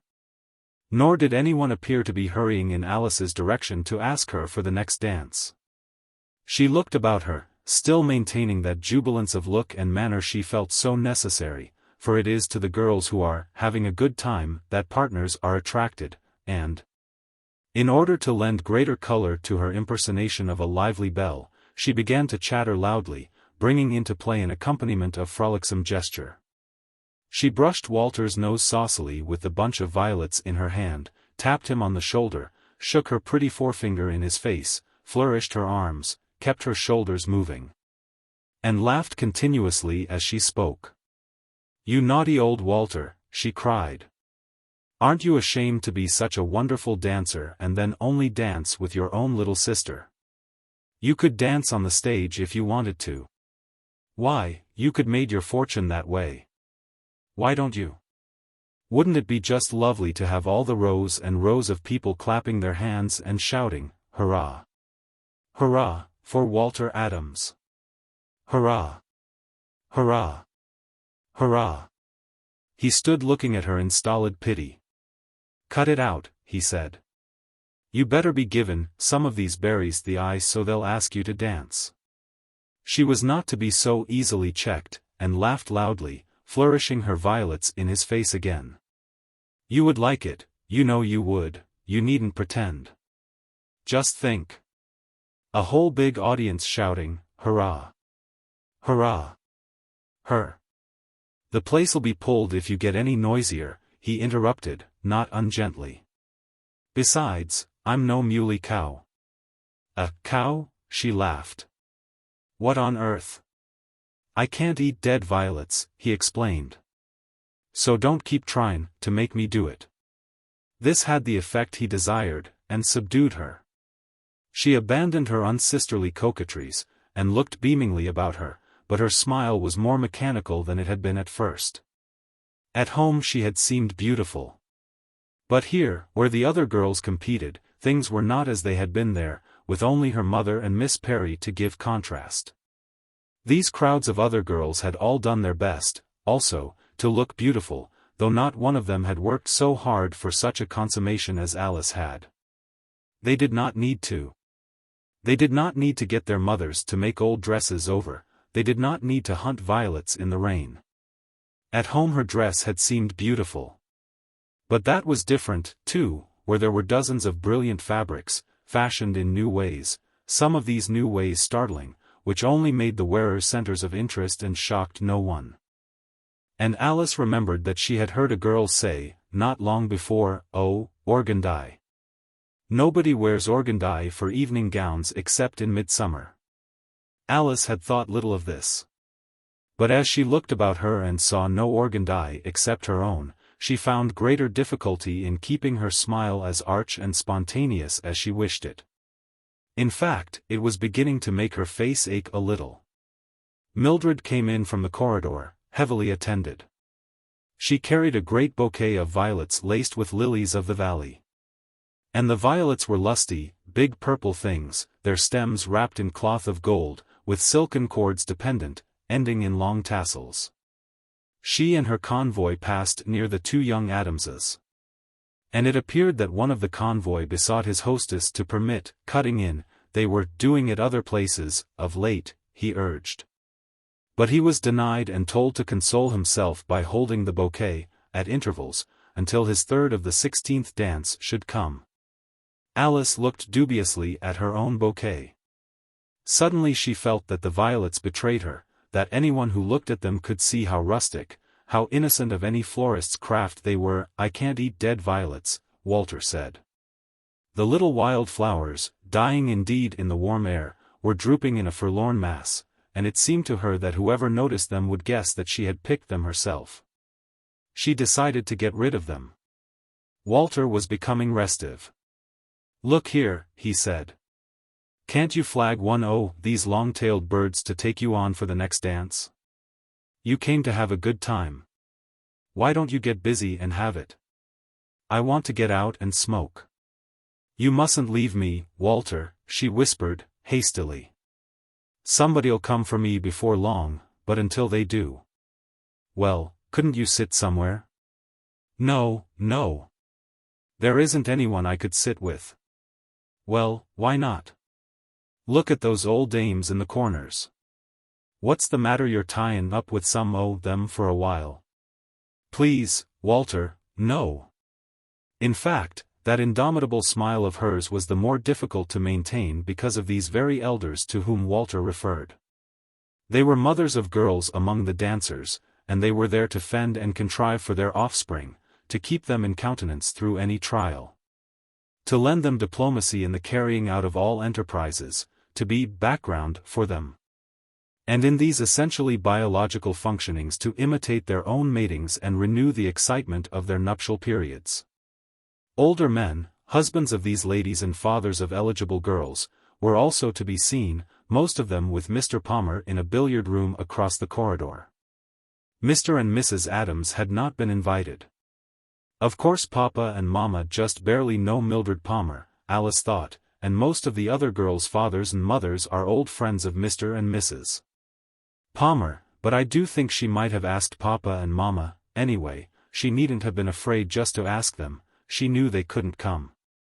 And her smiling lip twitched a little threateningly, as she concluded the silent monologue. I suppose she thinks I ought to be glad enough she asked Walter. Walter was, in fact, rather noticeable.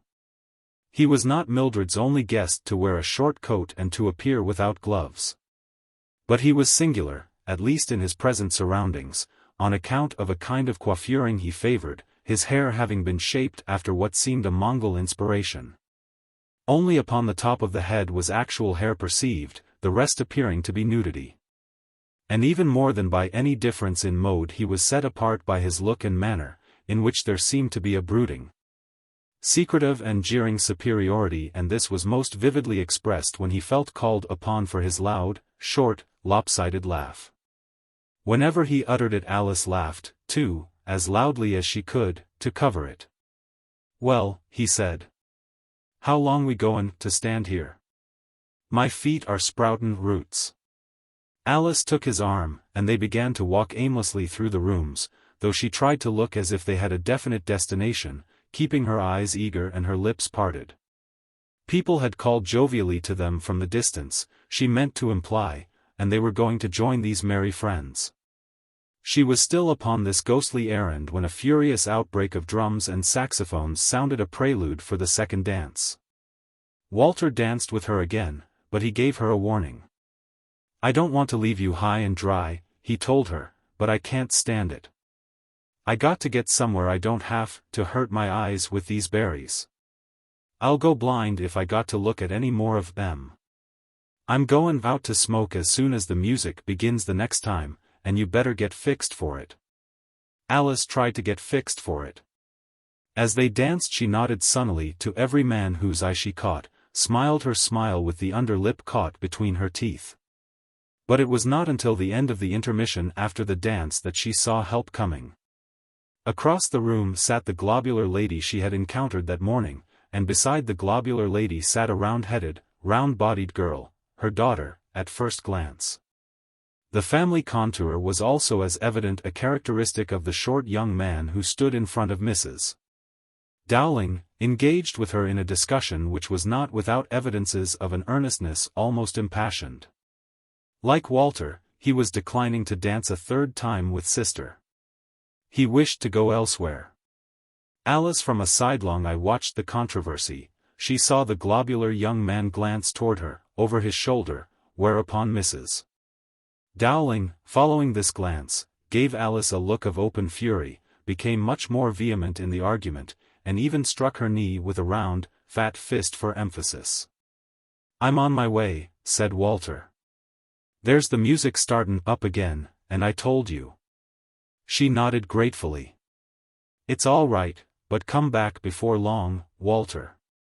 The globular young man, red with annoyance, had torn himself from his family and was hastening across the room to her. "See, and I have this dance?" "Why, you nice Frank Dowling!" Alice cried. "How lovely!" Chapter 7. They danced. Mr. Dowling should have found other forms of exercise and pastime. Nature has not designed everyone for dancing, though sometimes those she has denied are the last to discover her niggardliness. But the round young man was at least vigorous enough, too much so, when his knees collided with Alice's, and he was too sturdy to be thrown off his feet, himself. Or to allow his partner to fall when he tripped her. He held her up valiantly, and continued to beat a path through the crowd of other dancers by main force. He paid no attention to anything suggested by the efforts of the musicians, and appeared to be unaware that there should have been some connection between what they were doing and what he was doing.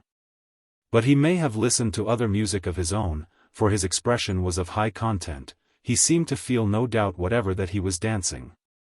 Alice kept as far away from him as under the circumstances she could. And when they stopped she glanced down, and found the execution of unseen maneuvers, within the protection of her skirt, helpful to one of her insteps and to the toes of both of her slippers. Her cheery partner was paddling his rosy brows with a fine handkerchief. "That was great," he said. "Let's go out and sit in the corridor, they've got some comfortable chairs out there." "Well, let's not," she returned. "I believe I'd rather stay in here and look at the crowd." "No, that isn't it," he said, chiding her with a waggish forefinger. "You think if you go out there you'll miss a chance of someone else asking you for the next dance, and so you'll have to give it to me. How absurd." Then, after a look about her that revealed nothing encouraging, she added graciously, "You can have the next if you want it." "Great," he exclaimed, mechanically. "Now let's get out of here, out of this room, anyhow." "Why? What's the matter with my mother?" Mr. Dowling explained. "But don't look at her. She keeps motioning me to come and see after Ella, and I'm simply not going to do it, you see." Alice laughed. "I don't believe it's so much that," she said, and consented to walk with him to a point in the next room from which Mrs. Dowling's continuous signaling could not be seen. "Your mother hates me." "Oh, no, I wouldn't say that." "No, she don't," he protested, innocently. "She don't know you more than just to speak to, you see. So how could she?" "Well, she does. I can tell." A frown appeared upon his rounded brow. "No, I'll tell you the way she feels. It's like this, Ella isn't too popular, you know, it's hard to see why, because she's a right nice girl, in her way, and mother thinks I ought to look after her, you see. She thinks I ought to dance a whole lot with her myself, and stir up other fellows to dance with her. It's simply impossible to make mother understand you can't do that, you see. And then about me, you see, if she had her way I wouldn't get to dance with anybody at all except girls like Mildred Palmer and Henrietta Lamb. Mother wants to run my whole program for me, you understand, but the trouble of it is, about girls like that, you see, well, I couldn't do what she wants, even if I wanted to myself.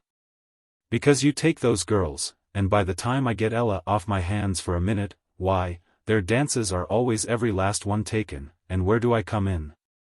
Alice nodded, her amiability undamaged. "I see. So that's why you dance with me." "No, I like to," he protested. "I rather dance with you than I do with those girls." And he added with a retrospective determination which showed that he had been through quite an experience with Mrs. Dowling in this matter. "I told mother I would, too." "Did it take all your courage, Frank?" He looked at her shrewdly. "Now you're trying to tease me," he said. "I don't care, I would rather dance with you. In the first place, you're a perfectly beautiful dancer, you see, and in the second, a man feels a lot more comfortable with you than he does with them. Of course I know almost all the other fellows get along with those girls all right, but I don't waste any time on them. I don't have to.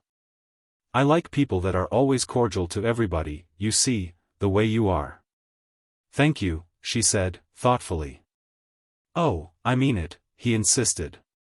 "There goes the band again. Shall we? Suppose we sit it out," she suggested. "I believe I'd like to go out in the corridor, after all, it's pretty warm in here." Assenting cheerfully, Dowling conducted her to a pair of easy chairs within a secluding grove of box trees, and when they came to this retreat they found Mildred Palmer just departing, under escort of a well-favored gentleman about 30. As these two walked slowly away, in the direction of the dancing floor, they left it not to be doubted that they were on excellent terms with each other. Mildred was evidently willing to make their progress even slower, for she halted momentarily, once or twice. And her upward glances to her tall companion's face were of a gentle, almost blushing deference. Never before had Alice seen anything like this in her friend's manner. "How queer," she murmured. "What's queer?" Dowling inquired as they sat down. "Who was that man? Haven't you met him?" "I never saw him before." "Who is he?" "Why, it's this Arthur Russell." "What Arthur Russell? I never heard of him." Mr. Dowling was puzzled. "Why, that's funny. Only the last time I saw you, you were telling me how awfully well you knew Mildred Palmer." "Why, certainly I do," Alice informed him. "She's my most intimate friend." "That's what makes it seem so funny you haven't heard anything about this Russell, because everybody says even if she isn't engaged to him right now, she most likely will be before very long. I must say it looks a good deal that way to me, myself." "What nonsense!" Alice exclaimed. "She's never even mentioned him to me." The young man glanced at her dubiously and passed a finger over the tiny prong that dashingly composed the whole substance of his mustache. "Well, you see, Mildred is pretty reserved," he remarked. "This Russell is some kind of cousin of the Palmer family, I understand." "He is?" "Yes, second or third or something, the girls say. You see, my sister Ella hasn't got much to do at home, and don't read anything, or sew, or play solitaire, you see, and she hears about pretty much everything that goes on, you see. Well, Ella says a lot of the girls have been talking about Mildred and this Arthur Russell for quite a while back, you see. They were all wondering what he was going to look like, you see. Because he only got here yesterday. And that proves she must have been talking to some of them, or else how?" Alice laughed airily, but the pretty sound ended abruptly with an audible intake of breath. "Of course, while Mildred is my most intimate friend," she said, "I don't mean she tells me everything, and naturally she has other friends besides." "What else did your sister say she told them about this Mr. Russell?" "Well, it seems he's very well off, at least Henrietta Lamb told Ella he was." "Ella says—" Alice interrupted again, with an increased irritability. "Oh, never mind what Ella says. Let's find something better to talk about than Mr. Russell." "Well, I'm willing, Mr. Dowling assented, ruefully. "What you want to talk about?" But this liberal offer found her unresponsive. She sat leaning back, silent, her arms along the arms of her chair, and her eyes, moist and bright, fixed upon a wide doorway where the dancers fluctuated. She was disquieted by more than Mildred's reserve, though reserve so marked had certainly the significance of a warning that Alice's definition, "my most intimate friend," lacked sanction. Indirect notice to this effect could not well have been more emphatic, but the sting of it was left for a later moment. Something else preoccupied Alice. She had just been surprised by an odd experience. At first sight of this Mr. Arthur Russell, she had said to herself instantly, in words as definite as if she spoke them aloud, though they seemed more like words spoken to her by some unknown person within her, "That's exactly the kind of looking man I'd like to marry." In the eyes of the restless and the longing, Providence often appears to be worse than inscrutable, an unreliable omnipotence given to haphazard whimsies in dealing with its own creatures, choosing at random some among them to be rent with tragic deprivations and others to be petted with blessing upon blessing. In Alice's eyes, Mildred had been blessed enough, something ought to be left over, by this time, for another girl. The final touch to the heaping perfection of Christmas in everything for Mildred was that this Mr. Arthur Russell, good-looking, kind-looking, graceful, the perfect fiancé, should be also very well off. Of course. These rich always married one another. And while the Mildreds danced with their Arthur Russells, the best an outsider could do for herself was to sit with Frank Dowling, the one last course left her that was better than dancing with him. "Well, what do you want to talk about?" he inquired. "Nothing," she said. "Suppose we just sit, Frank."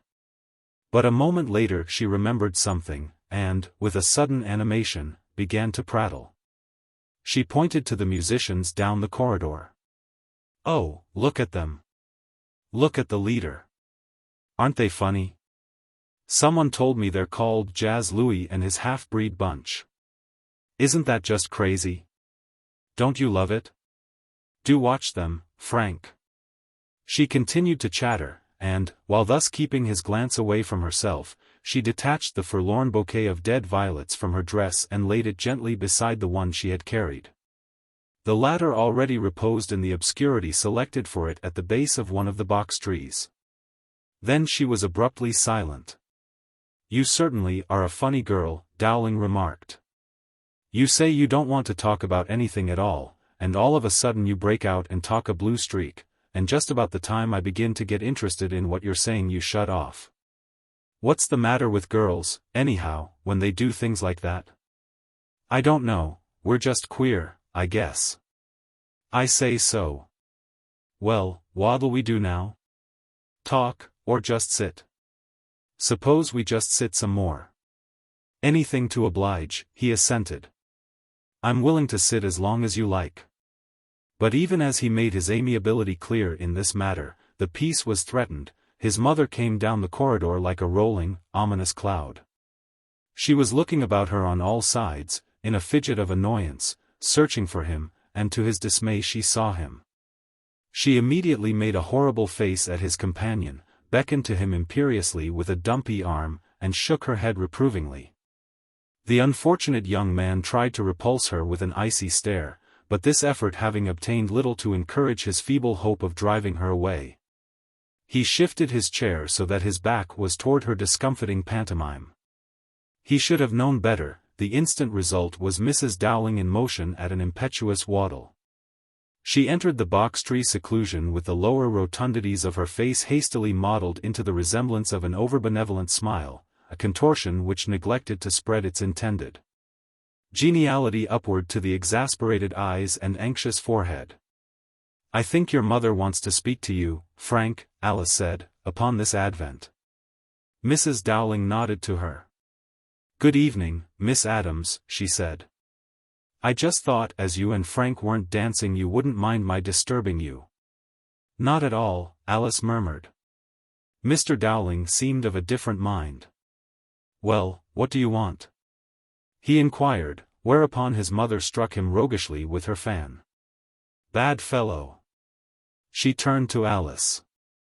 "I'm sure you won't mind excusing him to let him do something for his old mother, Miss Adams." "What do you want?" the son repeated. "Two very nice things," Mrs. Dowling informed him. "Everybody is so anxious for Henrietta Lamb to have a pleasant evening, because it's the very first time she's been anywhere since her father's death. And of course her dear grandfather's an old friend of ours, and—" "Well, well," her son interrupted. "Miss Adams isn't interested in all this, mother. But Henrietta came to speak to Ella and me, and I told her you were so anxious to dance with her." "Here," he cried. "Look here. I'd rather do my own." "Yes, that's just it," Mrs. Dowling explained. "I just thought it was such a good opportunity. And Henrietta said she had most of her dances taken, but she'd give you one if you asked her before they were all gone. So I thought you'd better see her as soon as possible." Dowling's face had become rosy. "I refuse to do anything of the kind." "Bad fellow," said his mother, gaily. "I thought this would be the best time for you to see Henrietta, because it won't be long till all her dances are gone, and you've promised on your word to dance the next with Ella. And you mightn't have a chance to do it then. I'm sure Miss Adams won't mind if you—" "Not at all," Alice said. "Well, I mind," he said. "I wish you could understand that when I want to dance with any girl I don't need my mother to ask her for me. I really am more than 6 years old." He spoke with too much vehemence, and Mrs. Dowling at once saw how to have her way. As with husbands and wives, so with many fathers and daughters, and so with some sons and mothers, the man will himself be cross in public and think nothing of it. Nor will he greatly mind a little crossness on the part of the woman. But let her show agitation before any spectator, he is instantly reduced to a coward slavery. Women understand that ancient weakness, of course. For it is one of their most important means of defense, but can be used ignobly. Mrs. Dowling permitted a tremulousness to become audible in her voice. It isn't very, very pleasant, to be talked to like that by your own son, before strangers. Oh, my. Look here, the stricken Dowling protested. I didn't say anything, Mother. I was just joking about how you never get over thinking I'm a little boy. I only. Mrs. Dowling continued, I just thought I was doing you a little favor. I didn't think it would make you so angry. Mother, for goodness sake. Miss Adams'll think. I suppose, Mrs. Dowling interrupted, piteously, I suppose it doesn't matter what I think.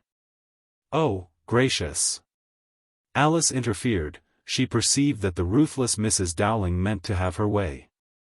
I think you'd better go, Frank. Really? There, his mother cried. Miss Adams says so, herself. What more do you want? Oh, gracious, he lamented again, and, with a sick look over his shoulder at Alice, permitted his mother to take his arm and propel him away. Mrs. Dowling's spirits had strikingly recovered even before the pair passed from the corridor. She moved almost bouncingly beside her embittered son. And her eyes and all the convolutions of her abundant face were blithe. Alice went in search of Walter, but without much hope of finding him. What he did with himself at frozen-face dances was one of his most successful mysteries, and her present excursion gave her no clue leading to its solution. When the musicians again lowered their instruments for an interval she had returned, alone, to her former seat within the partial shelter of the box trees. She had now to practice an art that affords but a limited variety of methods, even to the expert, the art of seeming to have an escort or partner when there is none. The practitioner must imply, merely by expression and attitude, that the supposed companion has left her for only a few moments, that she herself has sent him upon an errand. And, if possible, the minds of observers must be directed toward a conclusion that this errand of her devising is an amusing one. At all events, she is alone temporarily and of choice, not deserted. She awaits a devoted man who may return at any instant. Other people desired to sit in Alice's nook, but discovered her in occupancy. She had moved the vacant chair closer to her own, and she sat with her arm extended so that her hand, holding her lace kerchief, rested upon the back of this second chair, claiming it. Such a preemption, like that of a traveler's bag in the rack, was unquestionable. And, for additional evidence, sitting with her knees crossed, she kept one foot continuously moving a little, in cadence with the other, which tapped the floor. Moreover, she added a fine detail, her half-smile, with the under lip caught, seemed to struggle against repression. As if she found the service engaging her absent companion even more amusing than she would let him see when he returned, there was jovial intrigue of some sort afoot, evidently. Her eyes, beaming with secret fun, were averted from intruders, but sometimes, when couples approached, seeking possession of the nook, her thoughts about the absentee appeared to threaten her with outright laughter. And though one or two girls looked at her skeptically, as they turned away, their escorts felt no such doubts, and merely wondered what importantly funny affair Alice Adams was engaged in. She had learned to do it perfectly. She had learned it during the last 2 years. She was 20 when for the first time she had the shock of finding herself without an applicant for one of her dances. When she was 16, all the nice boys in town, as her mother said, crowded the Adamses' small veranda and steps, or sat nearby, cross-legged on the lawn, on summer evenings. And at 18 she had replaced the boys with the older men.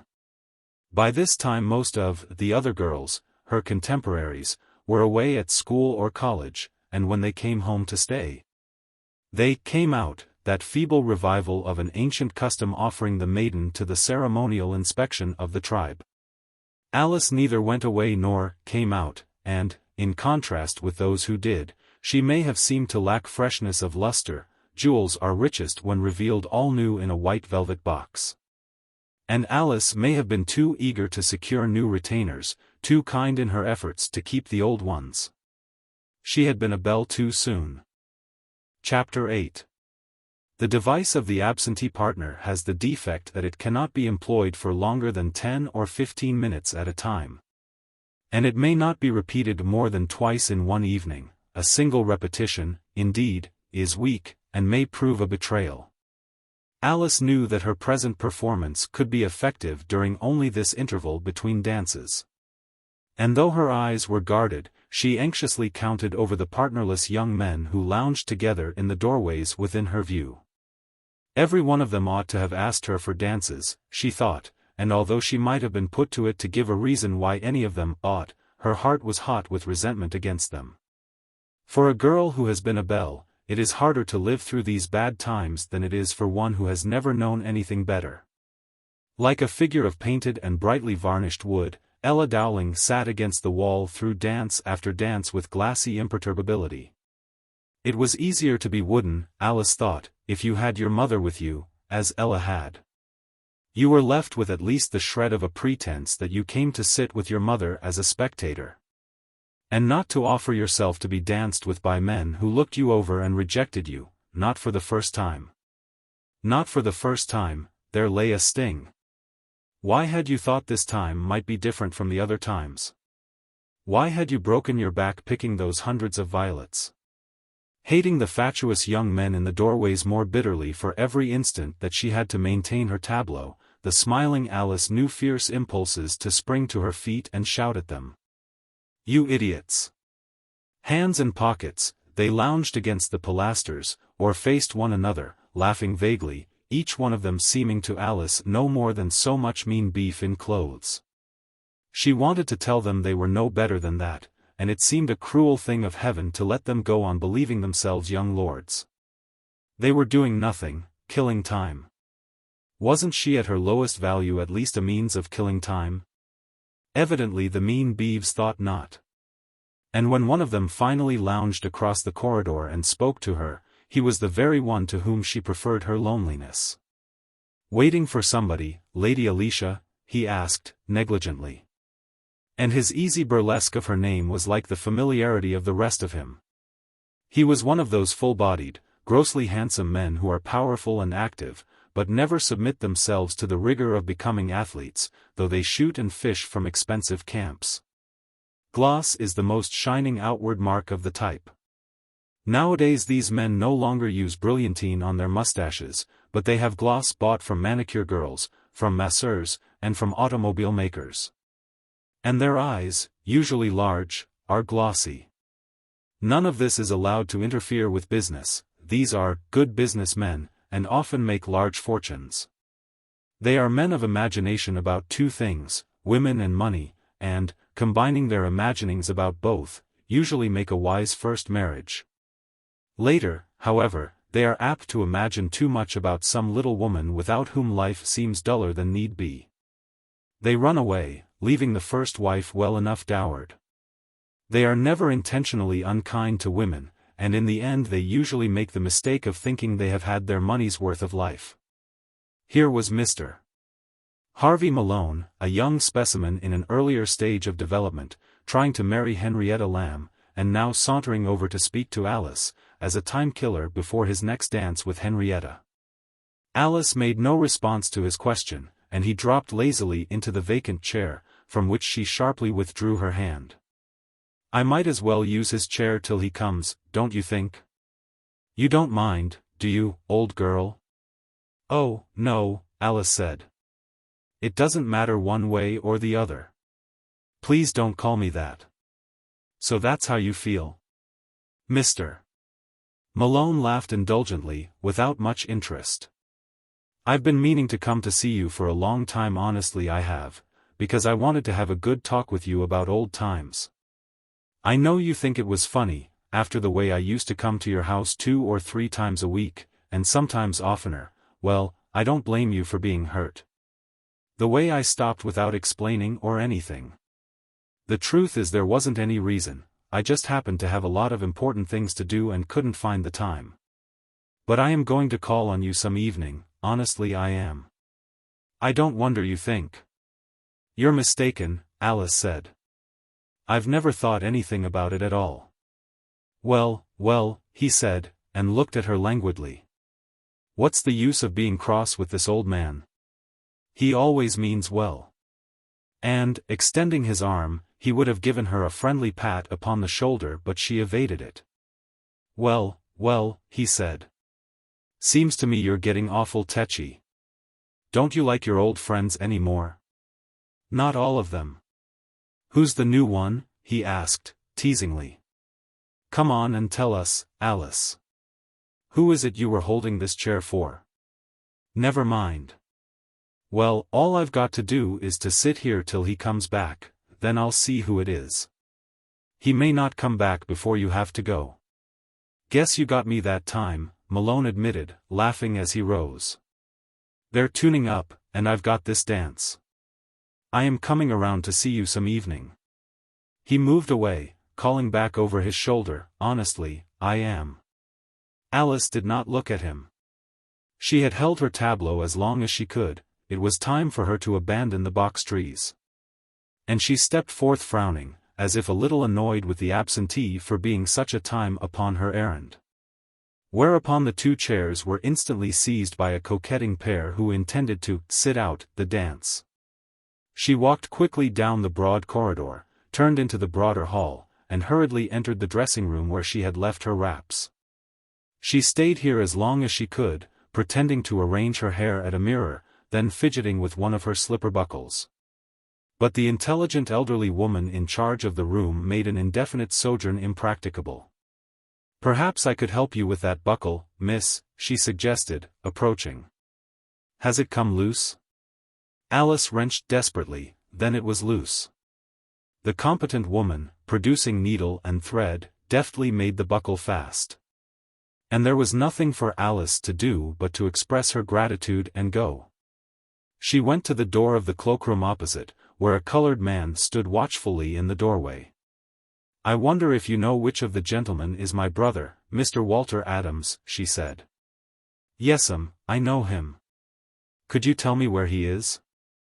No'm, I couldn't say.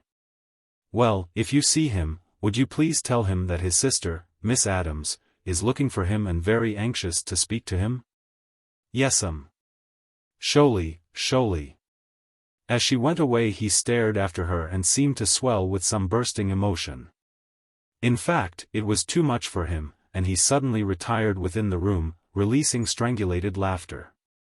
Walter remonstrated. Behind an excellent screen of coats and hats, in a remote part of the room, he was kneeling on the floor, engaged in a game of chance with a second colored attendant. And the laughter became so vehement that it not only interfered with the pastime in hand, but threatened to attract frozen-face attention. I cane he it, man, the laughter explained. I cane he it. Usutny the beaten white boy, n, is city. The dancers were swinging into an encore as Alice halted for an irresolute moment in a doorway. Across the room, a cluster of matrons sat chatting absently, their eyes on their dancing daughters. And Alice, finding a refugee's courage, dodged through the scurrying couples, seated herself in a chair on the outskirts of this colony of elders, and began to talk eagerly to the matron nearest her. The matron seemed unaccustomed to so much vivacity, and responded but dryly, whereupon Alice was more vivacious than ever. For she meant now to present the picture of a jolly girl too much interested in these wise older women to bother about every foolish young man who asked her for a dance. Her matron was constrained to go so far as to supply a tolerant nod, now and then, in compliment to the girl's animation, and Alice was grateful for the nods. In this fashion she supplemented the exhausted resources of the dressing room and the box-tree nook, and lived through 2 more dances, when again Mr. Frank Dowling presented himself as a partner. She needed no pretense to seek the dressing room for repairs after that number, this time they were necessary and genuine. Dowling waited for her, and when she came out he explained for the 4th or 5th time how the accident had happened. It was entirely those other people's fault, he said. They got me in a kind of a corner, because neither of those fellows knows the least thing about guiding, they just jam ahead and expect everybody to get out of their way. It was Charlotte Tom's diamond crescent pin that got caught on your dress in the back and made such a... Never mind, Alice said in a tired voice. The maid fixed it so that she says it isn't very noticeable. Well, it isn't, he returned. You could hardly tell there'd been anything the matter. Where do you want to go? Mother's been interfering in my affairs some more and I've got the next taken. I was sitting with Mrs. George Dresser. You might take me back there. He left her with the matron, and Alice returned to her picture-making, so that once more, while 2 numbers passed, whoever cared to look was offered the sketch of a jolly, clever girl preoccupied with her elders. Then she found her friend Mildred standing before her, presenting Mr. Arthur Russell, who asked her to dance with him. Alice looked uncertain, as though not sure what her engagements were. But her perplexity cleared, she nodded, and swung rhythmically away with the tall applicant. She was not grateful to her hostess for this alms. What a young hostess does with a fiancé, Alice thought, is to make him dance with the unpopular girls. She supposed that Mr. Arthur Russell had already danced with Ella Dowling. The loan of a lover, under these circumstances, may be painful to the lessee, and Alice, smiling never more brightly, found nothing to say to Mr. Russell, though she thought he might have found something to say to her. I wonder what Mildred told him, she thought. Probably she said, "Dearest, there's one more girl you've got to help me out with. You wouldn't like her much, but she dances well enough and she's having a rotten time. Nobody ever goes near her any more." When the music stopped, Russell added his applause to the hand-clapping that encouraged the uproarious instruments to continue, and as they renewed the tumult, he said heartily, "That's splendid." Alice gave him a glance, necessarily at short range, and found his eyes kindly and pleased. Here was a friendly soul, it appeared, who probably liked everybody. No doubt he had applauded for an encore when he danced with Ella Dowling, gave Ella the same genial look, and said, "That's splendid." When the encore was over, Alice spoke to him for the first time. "Mildred will be looking for you," she said. "I think you'd better take me back to where you found me." He looked surprised. "Oh, if you—" "I'm sure Mildred will be needing you," Alice said, and as she took his arm and they walked toward Mrs. Dresser, she thought it might be just possible to make a further use of the loan. "Oh, I wonder if you—" she began. "Yes," he said, quickly. "You don't know my brother, Walter Adams," she said. "But he's somewhere. I think possibly he's in a smoking room or some place where girls aren't expected, and if you wouldn't think it too much trouble to inquire." "I'll find him," Russell said promptly. "Thank you so much for that dance. I'll bring your brother in a moment." It was to be a long moment, Alice decided, presently. Mrs. Dresser had grown restive. And her nods and vague responses to her young dependent's gaieties were as meager as they could well be. Evidently the matron had no intention of appearing to her world in the light of a chaperone for Alice Adams, and she finally made this clear. With a word or two of excuse, breaking into something Alice was saying, she rose and went to sit next to Mildred's mother, who had become the nucleus of the cluster. So Alice was left very much against the wall, with short stretches of vacant chairs on each side of her. She had come to the end of her picture-making, and could only pretend that there was something amusing the matter with the arm of her chair. She supposed that Mildred's Mr. Russell had forgotten Walter by this time. "I'm not even an intimate enough friend of Mildred's for him to have thought he ought to bother to tell me he couldn't find him," she thought. And then she saw Russell coming across the room toward her, with Walter beside him. She jumped up gaily. "Oh, thank you," she cried. "I know this naughty boy must have been terribly hard to find. Mildred'll never forgive me. I've put you to so much."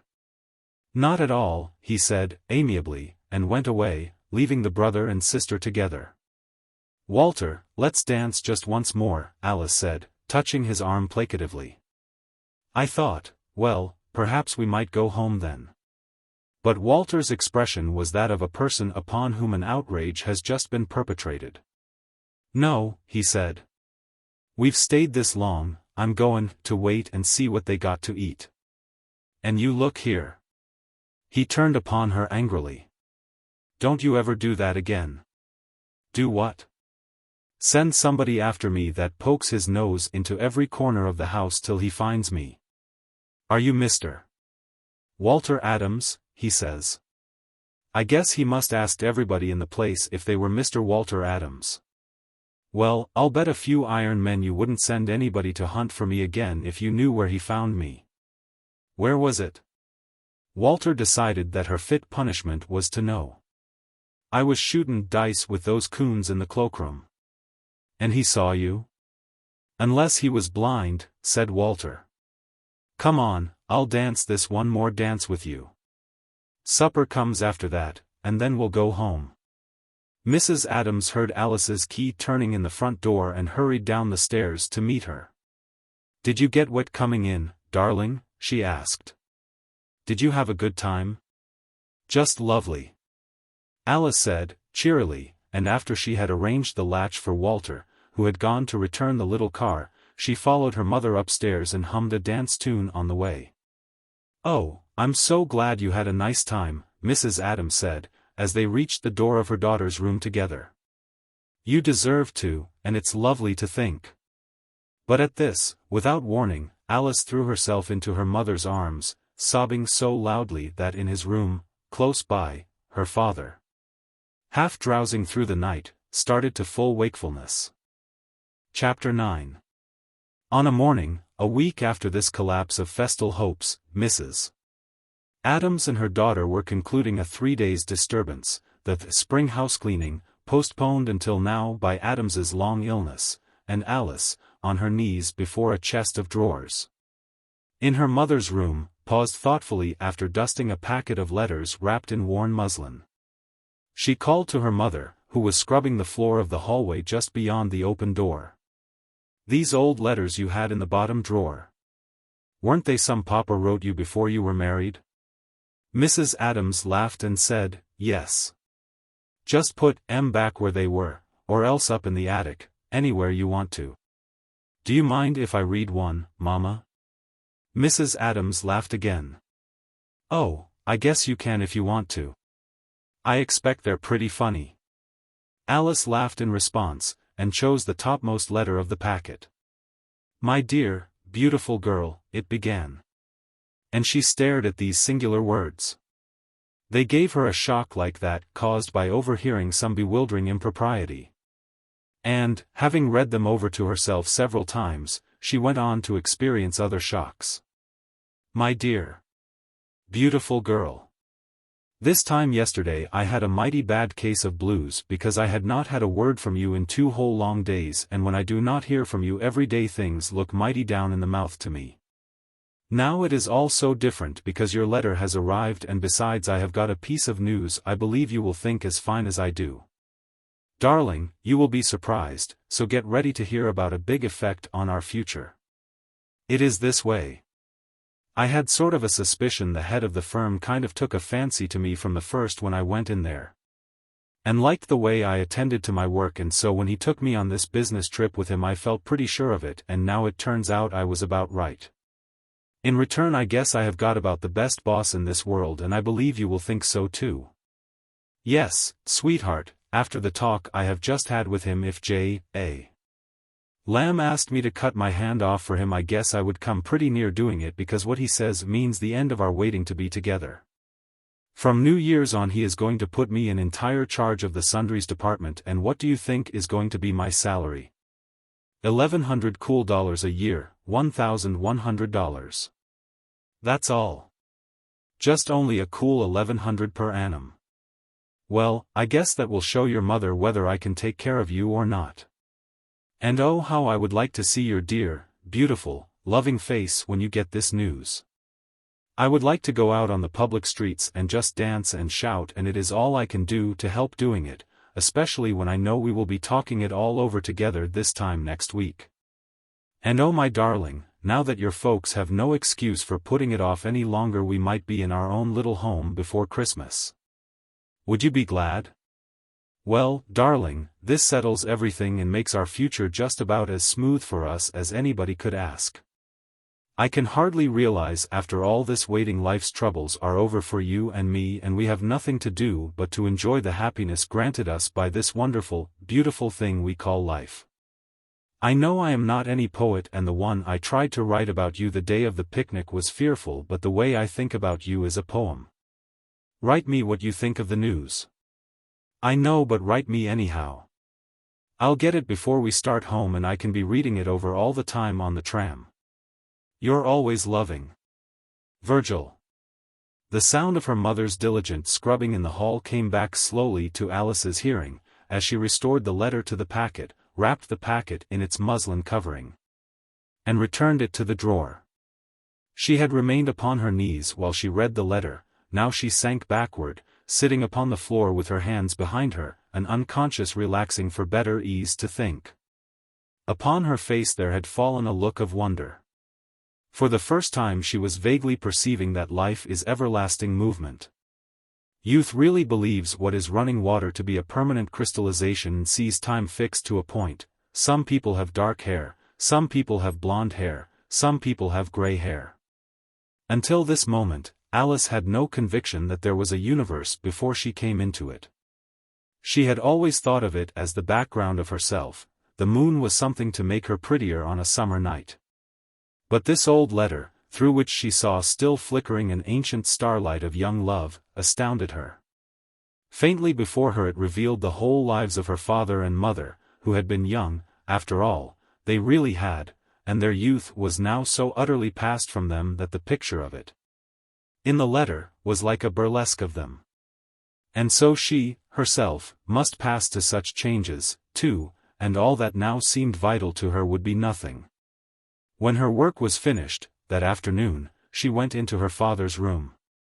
His recovery had progressed well enough to permit the departure of Miss Perry, and Adams, wearing one of Mrs. Adams's wrappers over his nightgown, sat in a high-backed chair by a closed window. The weather was warm, but the closed window and the flannel wrapper had not sufficed him. Round his shoulders he had an old crocheted scarf of Alice's, his legs were wrapped in a heavy comfort.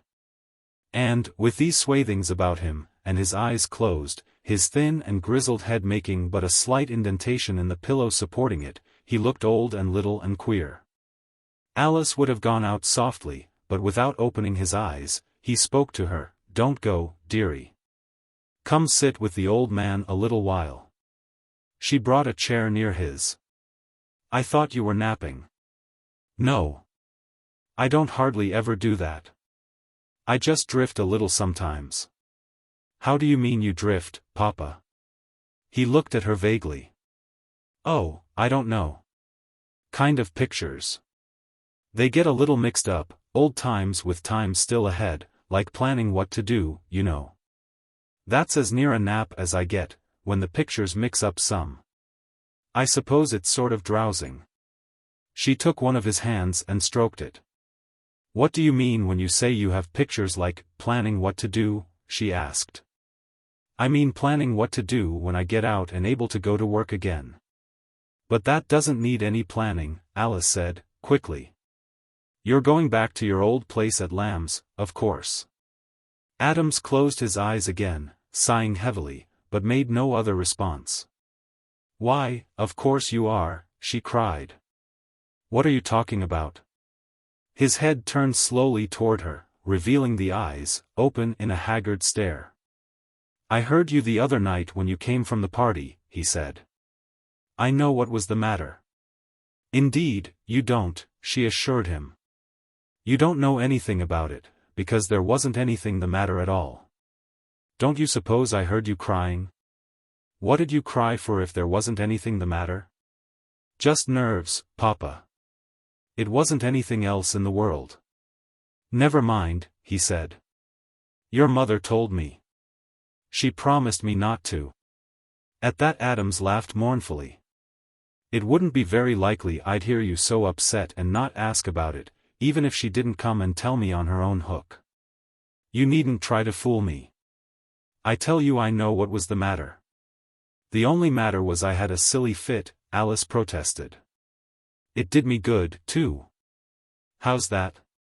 "Because I've decided to do something about it, Papa." "That isn't the way your mother looks at it," Adams said, ruefully. She thinks it's our place to do something about it. Well, I don't know, everything seems so changed these days. You've always been a good daughter, Alice, and you ought to have as much as any of these girls you go with. She's convinced me she's right about that. The trouble is, he faltered, apologetically, then went on, I mean the question is, how to get it for you. No, she cried. I had no business to make such a fuss just because a lot of idiots didn't break their necks to get dances with me and because I got mortified about Walter. Walter was pretty terrible. Oh, me. My. Adams lamented. I guess that's something we just have to leave work out itself. What you going to do with a boy 19 or 20 years old that makes his own living? Can't whip him. Can't keep him locked up in the house. Just got to hope he'll learn better, I suppose. Of course he didn't want to go to the Palmers, Alice explained, tolerantly, and his mama and I made him take me, and he thought that was pretty selfish in me. Why? He felt he had a right to amuse himself any way he could. Of course it was awful that this Mr. Russell should, in spite of her, the recollection choked her. Yes, it was awful, Adams agreed. Just awful. Oh, me, my. But Alice recovered herself at once, and showed him a cheerful face. Well, just a few years from now I probably won't even remember it. I believe hardly anything amounts to as much as we think it does at the time. Well, sometimes it don't. What I've been thinking, Papa, it seems to me I ought to do something. What like?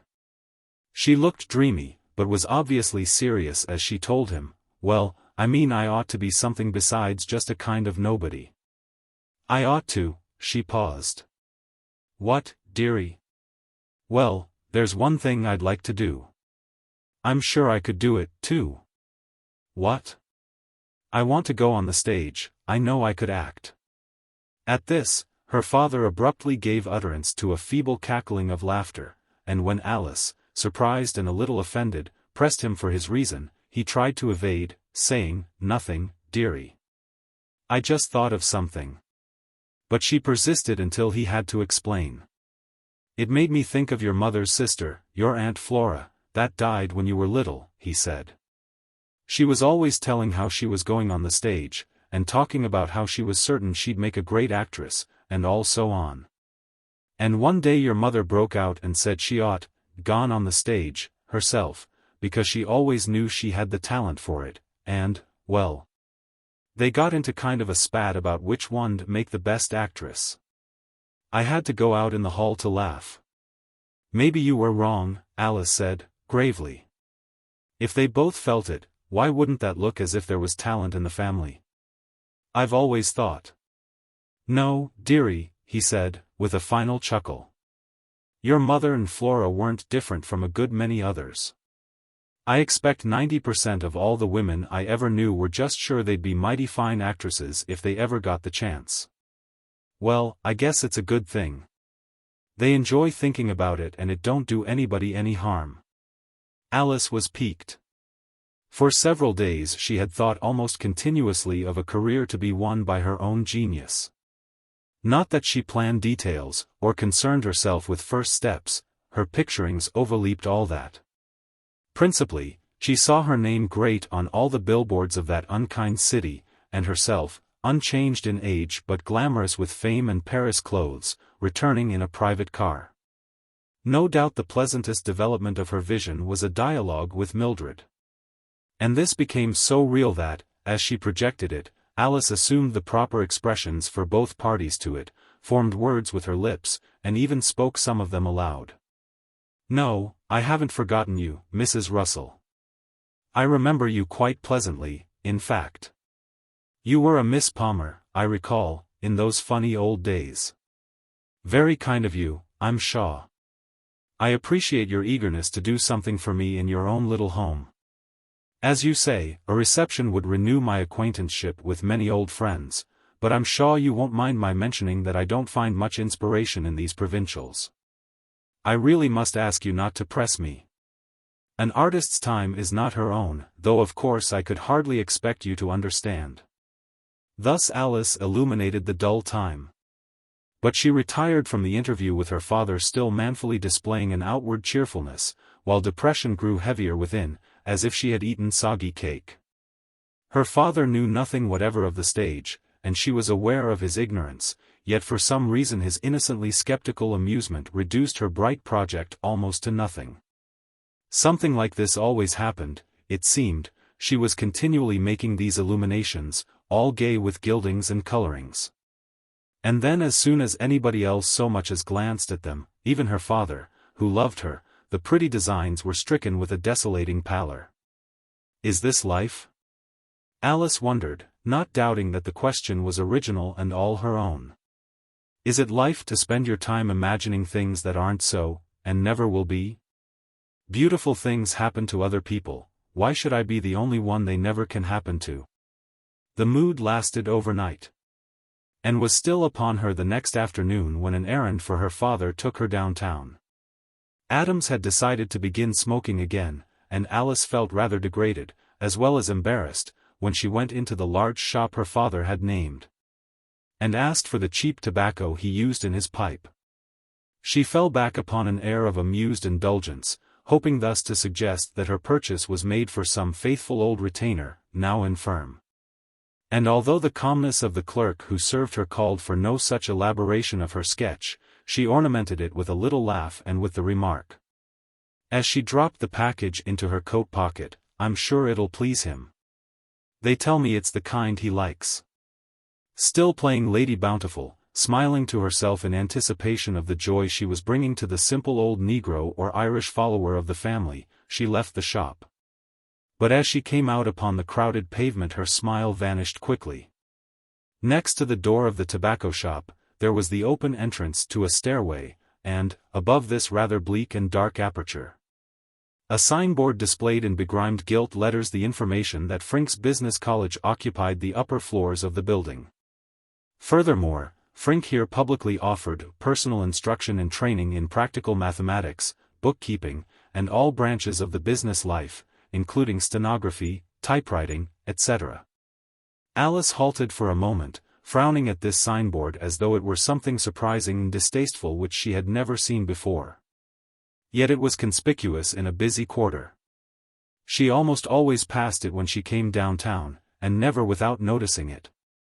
Nor was this the first time she had paused to lift toward it that same glance of vague misgiving. The building was not what the changeful city defined as a modern one, and the dusty wooden stairway, as seen from the pavement, disappeared upward into a smoky darkness.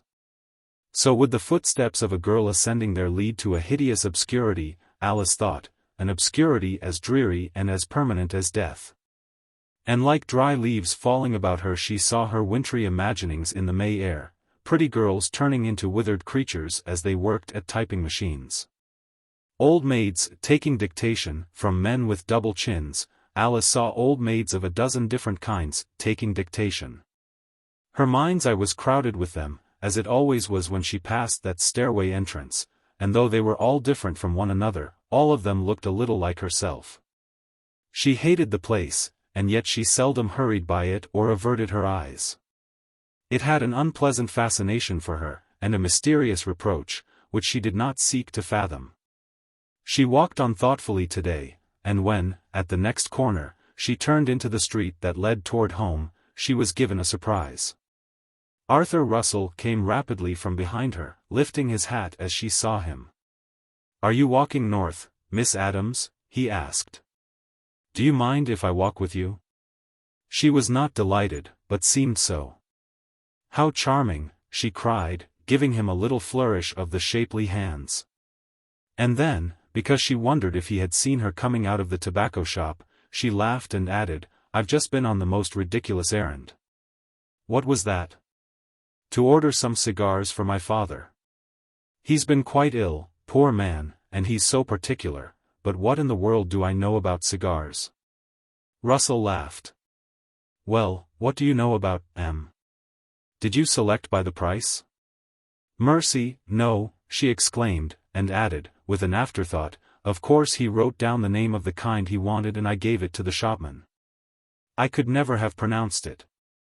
Chapter 10. In her pocket as she spoke her hand rested upon the little sack of tobacco, which responded accusingly to the touch of her restless fingers. And she found time to wonder why she was building up this fiction for Mr. Arthur Russell. His discovery of Walter's device for whiling away the dull evening had shamed and distressed her. But she would have suffered no less if almost any other had been the discoverer. In this gentleman, after hearing that he was Mildred's Mr. Arthur Russell, Alice felt not the slightest personal interest, and there was yet to develop in her life such a thing as an interest not personal. At 22 this state of affairs is not unique. So far as Alice was concerned Russell might have worn a placard, engaged. She looked upon him as diners entering a restaurant look upon tables marked, reserved, the glance, slightly discontented, passes on at once. Or so the eye of a prospector wanders querulously over staked and established claims on the mountainside, and seeks the virgin land beyond, unless, indeed, the prospector be dishonest. But Alice was no claim jumper, so long as the notice of ownership was plainly posted. Though she was indifferent now, habit ruled her, and, at the very time she wondered why she created fictitious cigars for her father. She was also regretting that she had not boldly carried her Malacca stick downtown with her. Her vivacity increased automatically. "Perhaps the clerk thought you wanted the cigars for yourself," Russell suggested. "He may have taken you for a Spanish countess." "I'm sure he did." Alice agreed, gaily, and she hummed a bar or two of La Paloma, snapping her fingers as castanets, and swaying her body a little, to suggest the accepted stencil of a Spanish dancer. "Would you have taken me for one, Mr. Russell?" she asked, as she concluded the impersonation. "Why, yes," he said. "I'd take you for anything you wanted me to." "Why, what a speech!" she cried, and, laughing, gave him a quick glance in which there glimmered some real surprise. He was looking at her quizzically, but with the liveliest appreciation. Her surprise increased. And she was glad that he had joined her.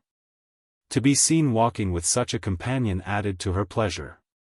She would have described him as, altogether quite stunning looking. And she liked his tall, dark thinness, his grey clothes, his soft hat, and his clean brown shoes. She liked his easy swing of the stick he carried. "Shouldn't I have said it?" he asked. "Would you rather not be taken for a Spanish countess?" "That isn't it," she explained. "You said." "I said I'd take you for whatever you wanted me to. Isn't that all right?" "It would all depend, wouldn't it?" "Of course it would depend on what you wanted." "Oh, no," she laughed. "It might depend on a lot of things." "Such as?" Well, she hesitated, having the mischievous impulse to say, "such as Mildred." But she decided to omit this reference, and became serious, remembering Russell's service to her at Mildred's house. "Speaking of what I want to be taken for," she said, "I've been wondering ever since the other night what you did take me for. You must have taken me for the sister of a professional gambler, I'm afraid." Russell's look of kindness was the truth about him, she was to discover. And he reassured her now by the promptness of his friendly chuckle. "Then your young brother told you where I found him, did he?" "I kept my face straight at the time, but I laughed afterward, to myself. It struck me as original, to say the least, his amusing himself with those darkies." "Walter is original," Alice said. And, having adopted this new view of her brother's eccentricities, she impulsively went on to make it more plausible. "He's a very odd boy, and I was afraid you'd misunderstand. He tells wonderful, darkish stories, and he'll do anything to draw colored people out and make them talk. And that's what he was doing at Mildred's when you found him for me. He says he wins their confidence by playing dice with them. In the family we think he'll probably write about them someday. He's rather literary." "Are you?" Russell asked, smiling. "Oh," she paused, lifting both hands in a charming gesture of helplessness. "Oh, I'm just, me." His glance followed the lightly waved hands with keen approval, then rose to the lively and colorful face, with its hazel eyes, its small and pretty nose. And the lip-caught smile which seemed the climax of her decorative transition. Never had he seen a creature so plastic or so wistful. Here was a contrast to his cousin Mildred, who was not wistful, and controlled any impulses toward plasticity, if she had them. "By George!" he said. "But you are different." With that, there leaped in her such an impulse of roguish gallantry as she could never resist. She turned her head, and, laughing and bright-eyed, looked him full in the face. "From whom?" she cried. "From everybody," he said. "Are you a mind-reader?" "Why? How did you know I was thinking you were different from my cousin, Mildred Palmer?" "What makes you think I did know it?" "Nonsense," he said. "You knew what I was thinking and I knew you knew." "Yes," she said with cool humor. "How intimate that seems to make us all at once." Russell left no doubt that he was delighted with these gaieties of hers. "By George," he exclaimed again. "I thought you were this sort of girl the first moment I saw you." "What sort of girl?" "Didn't Mildred tell you what sort of girl I am when she asked you to dance with me?" "She didn't ask me to dance with you, I'd been looking at you. You were talking to some old ladies, and I asked Mildred who you were." "Oh, so Mildred didn't," Alice checked herself. "Who did she tell you I was?"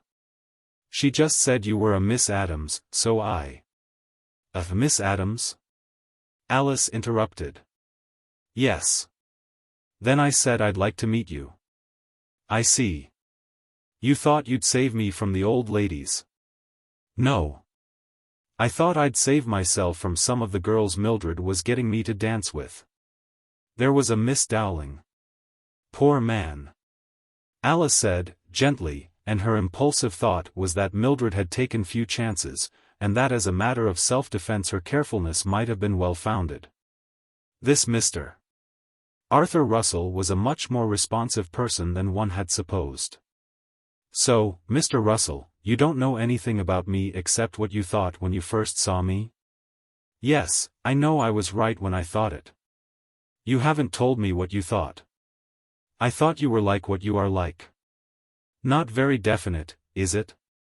"I'm afraid you shed more light a minute or so ago, when you said how different from Mildred you thought I was." "That was definite, unfortunately." "I didn't say it," Russell explained. "I thought it, and you read my mind. That's the sort of girl I thought you were, one that could read a man's mind." "Why do you say, unfortunately, you're not like Mildred?" Alice's smooth gesture seemed to sketch Mildred. "Because she's perfect. Why, she's perfectly perfect. She never makes a mistake, and everybody looks up to her. Oh, yes, we all fairly adore her. She's like some big, noble, cold statue, way above the rest of us, and she hardly ever does anything mean or treacherous. Of all the girls I know I believe she's played the fewest really petty tricks." "She's—" Russell interrupted, he looked perplexed. "You say she's perfectly perfect, but that she does play some." Alice laughed, as if at his sweet innocence. "Men are so funny," she informed him. "Of course girls all do mean things sometimes. My own career's just one long brazen smirch of them. What I mean is, Mildred's perfectly perfect compared to the rest of us." "I see," he said, and seemed to need a moment or two of thoughtfulness. Then he inquired, "What sort of treacherous things do you do?" "Oh, the very worst kind. Most people bore me, particularly the men in this town, and I show it. But I shouldn't call that treacherous, exactly." "Well, they do," Alice laughed. "It's made me a terribly unpopular character. I do a lot of things they hate. For instance, at a dance I'd a lot rather find some clever old woman and talk to her than dance with 9/10 of these nonentities. I usually do it, too. But you danced as if you liked it. You danced better than any other girl I—" "This flattery of yours doesn't quite turn my head, Mr. Russell," Alice interrupted. "Particularly since Mildred only gave you Ella Dowling to compare with me." "Oh, no, he insisted. There were others, and of course Mildred, herself. Oh, of course, yes. I forgot that. Well, she paused, then added, I certainly ought to dance well. Why is it so much a duty? When I think of the dancing teachers and the expense to Papa. All sorts of fancy instructors, I suppose that's what daughters have fathers for, though, isn't it? To throw money away on them? You don't, Russell began, and his look was one of alarm. You haven't taken up. She understood his apprehension and responded merrily, oh, murder, no. You mean you're afraid I break out sometimes in a piece of cheesecloth and run around a fountain 30 times, and then, for an encore, show how much like snakes I can make my arms look. I said you were a mind reader, he exclaimed. That's exactly what I was pretending to be afraid you might do. Pretending? That's nicer of you. No, it's not my mania. What is? Oh, nothing in particular that I know of just now. Of course I've had the usual one, the one that every girl goes through. What's that? Good heavens, Mr. Russell, you can't expect me to believe you're really a man of the world if you don't know that every girl has a time in her life when she's positive she's divinely talented for the stage. It's the only universal rule about women that hasn't got an exception. I don't mean we all want to go on the stage, but we all think we'd be wonderful if we did. Even Mildred. Oh, she wouldn't confess it to you, you'd have to know her a great deal better than any man can ever know her to find out. I see, he said. Girls are always telling us we can't know them. I wonder if you... She took up his thought before he expressed it, and again he was fascinated by her quickness, which indeed seemed to him almost telepathic. Oh, but don't we know one another, though, she cried. Such things we have to keep secret, things that go on right before your eyes. Why don't some of you tell us, he asked. We can't tell you. Too much honor? No. Not even too much honor among thieves, Mr. Russell. We don't tell you about our tricks against one another because we know it wouldn't make any impression on you. The tricks aren't played against you, and you have a soft side for cats with lovely manners. What about your tricks against us? Oh, those. Alice laughed. We think they're rather cute. Bravo, he cried, and hammered the ferrule of his stick upon the pavement. What's the applause for? For you. What you said was like running up the black flag to the masthead. Oh, no. It was just a modest little sign in a pretty flower bed, gentlemen, beware. I see I must, he said, gallantly. Thanks. But I mean, beware of the whole bloomin' garden.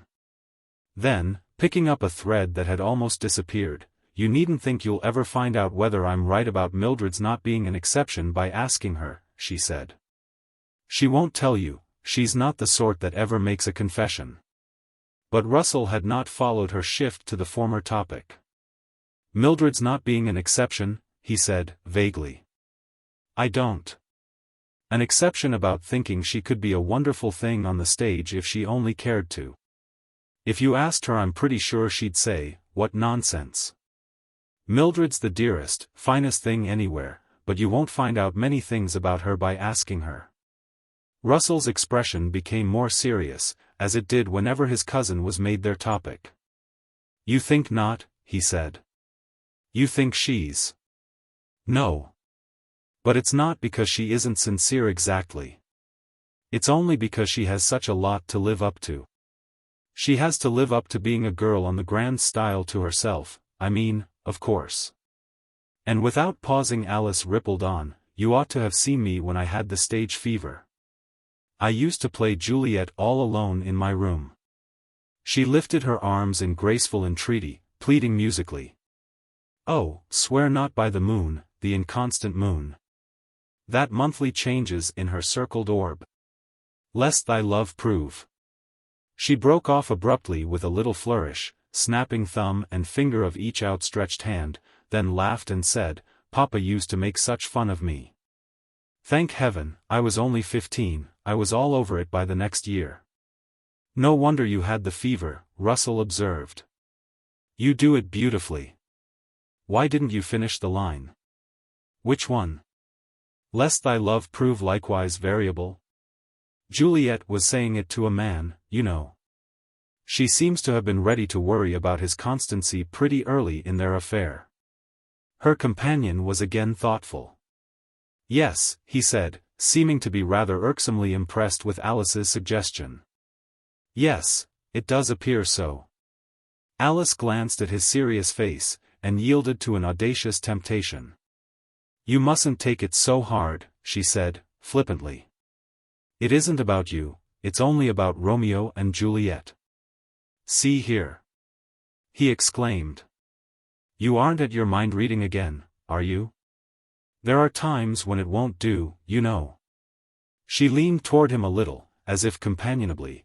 They were walking slowly, and this geniality of hers brought her shoulder in light contact with his for a moment. Do you dislike my mind reading? She asked, and, across their two just touching shoulders, gave him her sudden look of smiling wistfulness. Do you hate it? He shook his head. No, I don't, he said, gravely. It's quite pleasant. But I think it says, gentlemen, beware. She instantly moved away from him, with the lawless and frank laugh of one who is delighted to be caught in a piece of hypocrisy. How lovely, she cried. Then she pointed ahead. Our walk is nearly over. We're coming to the foolish little house where I live. It's a queer little place, but my father's so attached to it the family have about given up hope of getting him to build a real house farther out. He doesn't mind our being extravagant about anything else, but he won't let us alter one single thing about his precious little old house. Well. She halted, and gave him her hand. Adieu. I couldn't, he began, hesitated, then asked, I couldn't come in with you for a little while? Not now, she said, quickly. You can come, she paused. When? Almost any time. She turned and walked slowly up the path, but he waited. You can come in the evening if you like, she called back to him over her shoulder. Soon? As soon as you like. She waved her hand. Then ran indoors and watched him from a window as he went up the street. He walked rapidly, a fine, easy figure, swinging his stick in a way that suggested exhilaration. Alice, staring after him through the irregular apertures of a lace curtain, showed no similar buoyancy. Upon the instant she closed the door all sparkle left her, she had become at once the simple and sometimes troubled girl her family knew. What is going on out there? Her mother asked, approaching from the dining room. Oh, nothing, Alice said, indifferently, as she turned away. That Mr. Russell met me downtown and walked up with me. Mr. Russell? Oh, the one that's engaged to Mildred? Well, I don't know for certain. He didn't seem so much like an engaged man to me. And she added, in the tone of thoughtful preoccupation, anyhow, not so terribly. Then she ran upstairs, gave her father his tobacco, filled his pipe for him, and petted him as he lighted it. Chapter 11. After that, she went to her room and sat down before her three-leaved mirror. There was where she nearly always sat when she came into her room, if she had nothing in mind to do. She went to that chair as naturally as a dog goes to his corner. She leaned forward, observing her profile. Gravity seemed to be her mood. But after a long, almost motionless scrutiny, she began to produce dramatic sketches upon that ever-ready stage. Her countenance, she showed gaiety, satire, doubt, gentleness. Appreciation of a companion and love in hiding, all studied in profile first, then repeated for a three-quarter view. Subsequently she ran through them, facing herself in full. In this manner she outlined a playful scenario for her next interview with Arthur Russell. But grew solemn again, thinking of the impression she had already sought to give him. She had no twinges for any underminings of her most intimate friend. In fact, she felt that her work on a new portrait of Mildred for Mr. Russell had been honest and accurate. But why had it been her instinct to show him an Alice Adams who didn't exist? Almost everything she had said to him was upon spontaneous impulse, springing to her lips on the instant. Yet it all seemed to have been founded upon a careful design, as if some hidden self kept such designs in stock and handed them up to her, ready-made, to be used for its own purpose. What appeared to be the desired result was a false-colored image in Russell's mind, but if he liked that image he wouldn't be liking Alice Adams. Nor would anything he thought about the image be a thought about her. Nevertheless, she knew she would go on with her false, fancy colorings of this nothing as soon as she saw him again. She had just been practicing them. What's the idea, she wondered. What makes me tell such lies? Why shouldn't I be just myself? And then she thought, but which one is myself? Her eyes dwelt on the solemn eyes in the mirror, and her lips, disquieted by a deepening wonder, parted to whisper. Who in the world are you? The apparition before her had obeyed her like an alert slave, but now, as she subsided to a complete stillness, that aspect changed to the old mockery with which mirrors avenge their wrongs. The nucleus of some queer thing seemed to gather and shape itself behind the nothingness of the reflected eyes until it became almost an actual strange presence. If it could be identified, perhaps the presence was that of the hidden designer who handed up the false, ready-made pictures, and, for unknown purposes, made Alice exhibit them. But whatever it was, she suddenly found it monkey-like and terrifying. In a flutter she jumped up and went to another part of the room. A moment or two later she was whistling softly as she hung her light coat over a wooden triangle in her closet, and her musing now was quainter than the experience that led to it. For what she thought was this: I certainly am a queer girl. She took a little pride in so much originality, believing herself probably the only person in the world to have such thoughts as had been hers since she entered the room. And the first to be disturbed by a strange presence in the mirror. In fact, the effect of the tiny episode became apparent in that look of preoccupied complacency to be seen for a time upon any girl who has found reason to suspect that she is a being without counterpart. This slight glow, still faintly radiant, was observed across the dinner table by Walter, but he misinterpreted it. "What you lookin' so self-satisfied about?" he inquired, and added in his knowing way, "I saw you, all right, cutie." "Where'd you see me?" "Downtown." "This afternoon, you mean, Walter?" "Yes, this afternoon, I mean, Walter," he returned, burlesquing her voice at least happily enough to please himself, for he laughed applausively. "Oh, you never saw me. I passed you close enough to pull a tooth, but you were awful busy." "I never did see anybody as busy as you get, Alice, when you're towin' a barge. My, but you keep your hands goin'. Looked like the air was full of them. That's why I'm onto why you look so tickled this evening. I saw you with that big fish." Mrs. Adams laughed benevolently. She was not displeased with this rallying. "Well, what of it, Walter?" she asked. "If you happen to see your sister on the street when some nice young man is being attentive to her." Walter barked and then cackled. "Whoa, Sal," he said. "You got the parts mixed. It's little Alice that was being attentive. I know the big fish she was attentive to, all right, too." "Yes," his sister retorted, quietly. "I should think you might have recognized him, Walter." Walter looked annoyed. "Still harpin' on that," he complained.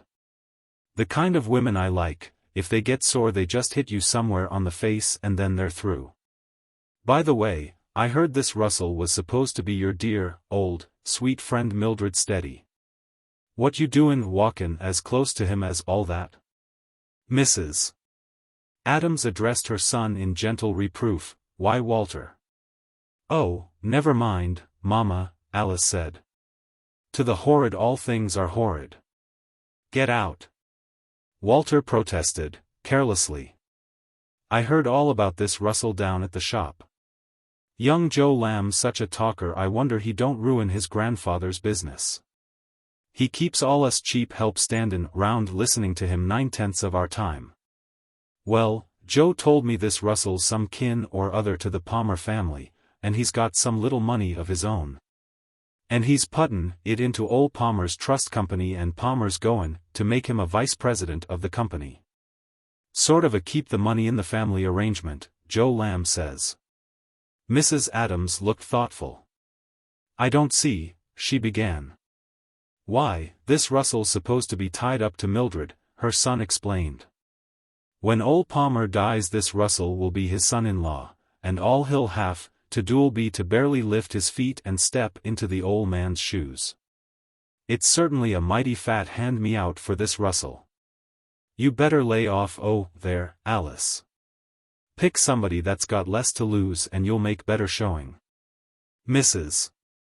Adams's air of thoughtfulness had not departed. But you say this Mr. Russell is well off on his own account, Walter. Oh, Joe Lamb says he's got some little of his own. Didn't know how much. Well, then. Walter laughed his laugh. Cut it out, he bade her. Alice wouldn't run in fourth place. Alice had been looking at him in a detached way, as though estimating the value of a specimen in a collection not her own. Yes, she said, indifferently. You really are vulgar, Walter. He had finished his meal, and, rising, he came round the table to her and patted her good-naturedly on the shoulder. Good ol' Allie, he said. Honest, you wouldn't run in fourth place. If I was you I'd never even start in the class. That frozen-face gang will rule you off the track soon as they see your colors. Walter, his mother said again. Well, ain't I her brother? He returned, seeming to be entirely serious and direct, for the moment, at least. I like the old girl all right. Fact is, sometimes I'm kind of sorry for her. But what's it all about? Alice cried. Simply because you met me downtown with a man I never saw but once before and just barely know. Why all this palaver? Why, he repeated, grinning. Well, I've seen you start before, you know. He went to the door, and paused. I got no date tonight. Take you to the movies, you care to go? She declined crisply. No, thanks. Come on, he said, as pleasantly as he knew how. Give me a chance to show you a better time than we had up at that frozen-face joint. I'll get you some chop suey afterward. No, thanks. All right, he responded and waved a flippant adieu. As the barber says, the better the advice, the worse it's wasted. Good night. Alice shrugged her shoulders. But a moment or two later, as the jar of the carelessly slammed front door went through the house, she shook her head, reconsidering. Perhaps I ought to have gone with him. It might have kept him away from whatever dreadful people are his friends, at least for one night. Oh, I'm sure Walter's a good boy, Mrs. Adams said, soothingly. And this was what she almost always said when either her husband or Alice expressed such misgivings. He's odd, and he's picked up right queer manners. But that's only because we haven't given him advantages like the other young men. But I'm sure he's a good boy.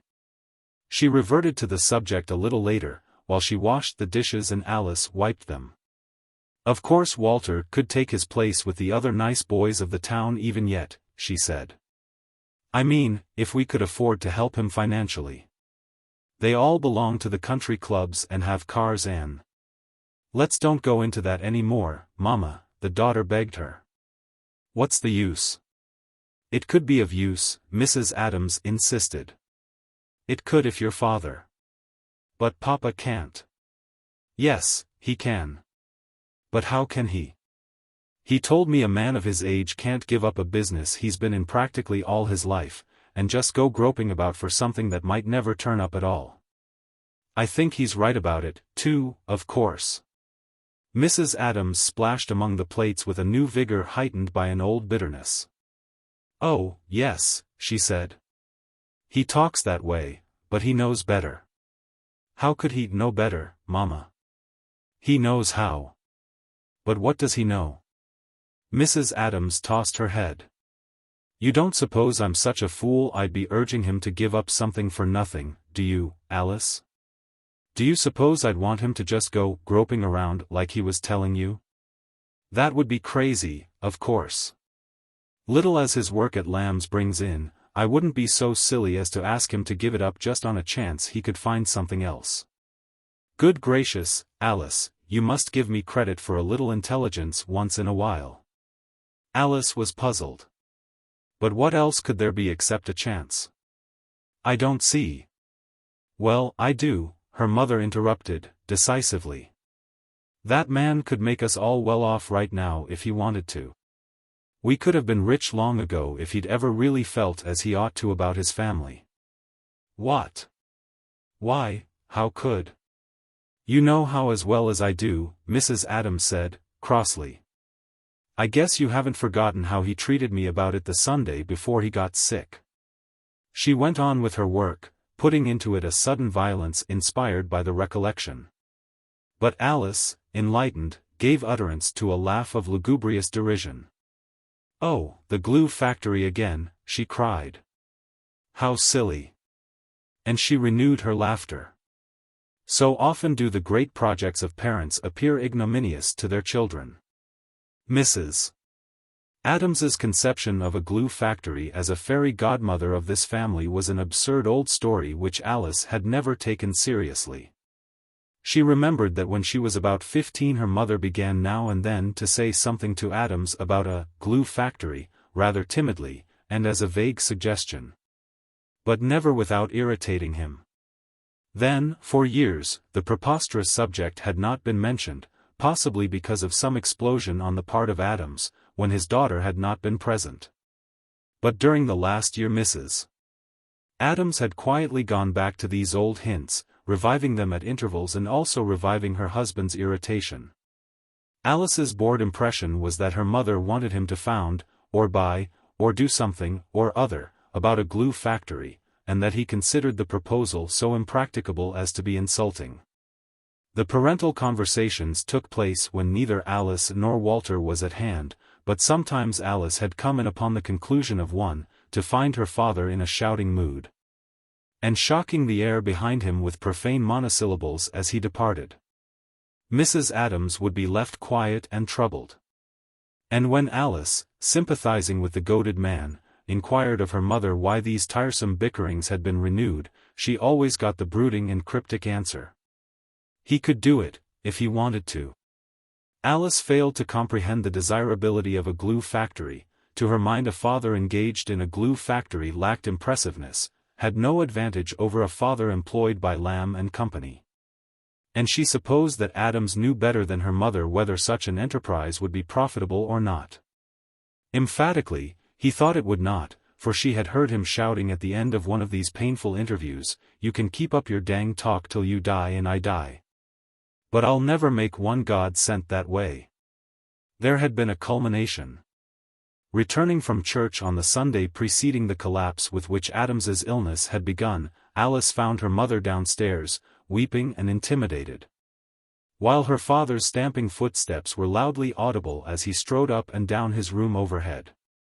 So were his endless repetitions of invective loudly audible, "That woman. Oh, that woman, oh, that dongade woman." Mrs. Adams admitted to her daughter that it was at the old glue factory, and that her husband's wildness had frightened her into a solemn promise never to mention the subject again so long as she had breath. Alice laughed. The glue factory idea was not only a bore, but ridiculous, and her mother's evident seriousness about it one of those inexplicable vagaries we sometimes discover in the people we know best. But this Sunday rampage appeared to be the end of it, and when Adams came down to dinner, an hour later, he was unusually cheerful. Alice was glad he had gone wild enough to settle the glue factory once and for all. And she had ceased to think of the episode long before Friday of that week, when Adams was brought home in the middle of the afternoon by his old employer, the great J.A. Lamb, in the latter's car. During the long illness the glue factory was completely forgotten, by Alice at least. And her laugh was rueful as well as derisive now, in the kitchen, when she realized that her mother's mind again dwelt upon this abandoned nuisance. I thought you'd got over all that nonsense, Mama, she said. Mrs. Adams smiled, pathetically. Of course you think it's nonsense, dearie. Young people think everything's nonsense that they don't know anything about. Good gracious! Alice cried. I should think I used to hear enough about that horrible old glue factory to know something about it. No, her mother returned patiently. You've never heard anything about it at all. I haven't. No. Your father and I didn't discuss it before you children. All you ever heard was when he'd get in such a rage, after we'd been speaking of it, that he couldn't control himself when you came in. Wasn't I always quiet? Did I ever go on talking about it? No, perhaps not. But you're talking about it now, Mama, after you promised never to mention it again. I promised not to mention it to your father, said Mrs. Adams, gently. I haven't mentioned it to him, have I? Ah, but if you mention it to me I'm afraid you will mention it to him. You always do speak of things that you have on your mind, and you might get Papa all stirred up again about. Alice paused, a light of divination flickering in her eyes. Oh, she cried. I see. What do you see? You have been at him about it. Not one single word. No. Alice cried. Not a word, but that's what you've meant all along. You haven't spoken the words to him, but all this urging him to change. To find something better to go into, it's all been about nothing on earth but your foolish old glue factory that you know upsets him. And you gave your solemn word never to speak to him about again. You didn't say it, but you meant it, and he knows that's what you meant. Oh, Mama. Mrs. Adams, with her hand still automatically at work in the flooded dishpan, turned to face her daughter. Alice, she said, tremulously, what do I ask for myself? What? I say, what do I ask for myself? Do you suppose I want anything? Don't you know I'd be perfectly content on your father's present income if I were the only person to be considered? What do I care about any pleasure for myself? I'd be willing never to have a maid again, I don't mind doing the work. If we didn't have any children I'd be glad to do your father's cooking and the housework and the washing and ironing, too, for the rest of my life. I wouldn't care. I'm a poor cook and a poor housekeeper, I don't do anything well, but it would be good enough for just him and me. I wouldn't ever utter one word of calm. Oh, goodness! Alice lamented. What is it all about? It's about this, said Mrs. Adams, swallowing. You and Walter are a new generation and you ought to have the same as the rest of the new generation get. Poor Walter, asking you to go to the movies and a Chinese restaurant, the best he had to offer. Don't you suppose I see how the poor boy is deteriorating? Don't you suppose I know what you have to go through, Alice? And when I think of that man upstairs, the agitated voice grew louder. When I think of him and know that nothing in the world but his stubbornness keeps my children from having all they want and what they ought to have. Do you suppose I'm going to hold myself bound to keep to the absolute letter of a silly promise he got from me by behaving like a crazy man? I can't. I can't do it. No mother could sit by and see him lock up a horn of plenty like that in his closet when the children were starving. Oh, goodness, goodness me! Alice protested. We aren't precisely starving, are we? Mrs. Adams began to weep. It's just the same. Didn't I see how flushed and pretty you looked, this afternoon, after you'd been walking with this young man that's come here? Do you suppose he'd look at a girl like Mildred Palmer if you had what you ought to have?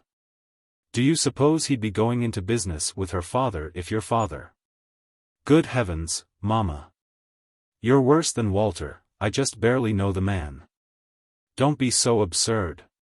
Yes, I'm always absurd, Mrs. Adams moaned. All I can do is cry, while your father sits upstairs, and his horn of plenty.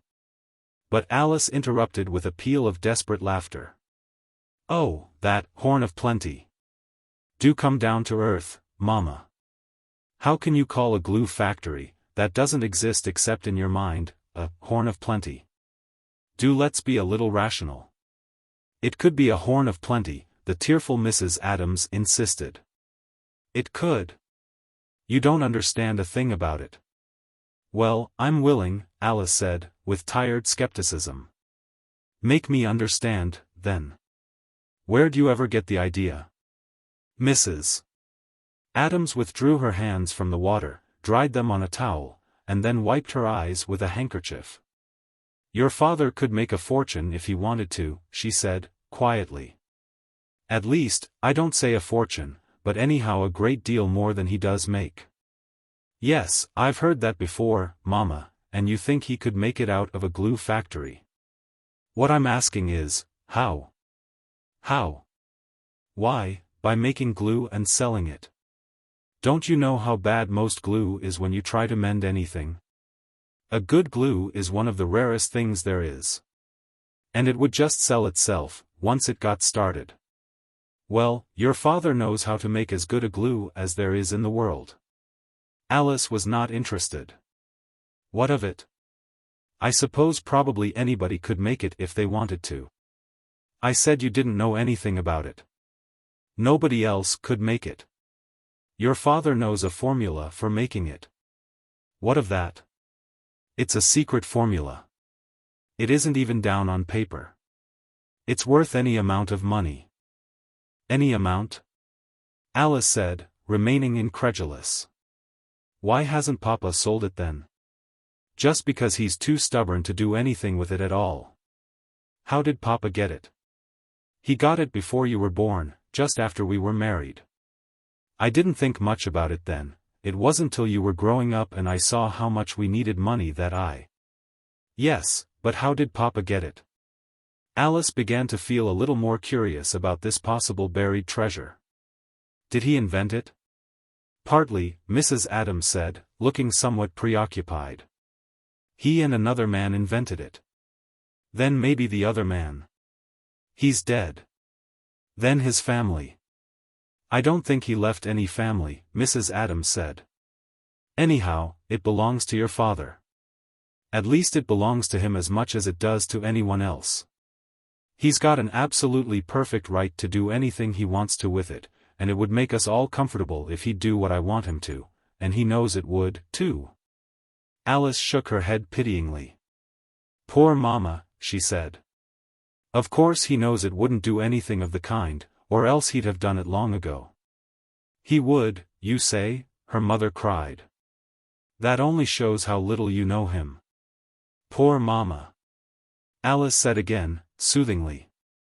If Papa were like what you say he is, he'd be crazy. Mrs. Adams agreed with a vehemence near passion. You're right about him for once, that's just what he is. He sits up there in his stubbornness and lets us slave here in the kitchen when if he wanted to, if he'd so much as lift his little finger. Oh, come, now. Alice laughed. You can't build even a glue factory with just one little finger. Mrs. Adams seemed about to reply that finding fault with a figure of speech was beside the point. But a ringing of the front door bell forestalled the retort. Now, who do you suppose that is? She wondered aloud, then her face brightened. Ah, did Mr. Russell ask if he could? No, he wouldn't be coming this evening, Alice said. Probably it's the great XXIII. Lamb. He usually stops for a minute on Thursdays to ask how Papa's getting along. I'll go. She tossed her apron off, and as she went through the house her expression was thoughtful. She was thinking vaguely about the glue factory and wondering if there might be something in it, after all. If her mother was right about the rich possibilities of Adams's secret, but that was as far as Alice's speculations upon the matter went at this time, they were checked. Partly by the thought that her father probably hadn't enough money for such an enterprise, and partly by the fact that she had arrived at the front door. Chapter 12. The fine old gentleman revealed when she opened the door was probably the last great merchant in America to wear the chin beard. White as white frost, it was trimmed short with exquisite precision, while his upper lip and the lower expanses of his cheeks were clean and rosy from fresh shaving. With this trim white chin beard, the white waistcoat, the white tie, the suit of fine grey cloth, the broad and brilliantly polished black shoes, and the wide-brimmed grey felt hat. Here was a man who had found his style in the 70s of the last century, and thenceforth kept it. Files of old magazines of that period might show him, in woodcut, as type of Boston merchant. Nast might have drawn him as an honest statesman. He was 80, hale and sturdy, not aged. And his quick blue eyes, still unflecked, and as brisk as a boy's, saw everything. "Well, well, well," he said, heartily. "You haven't lost any of your good looks since last week, I see, Miss Alice, so I guess I'm to take it you haven't been worrying over your daddy.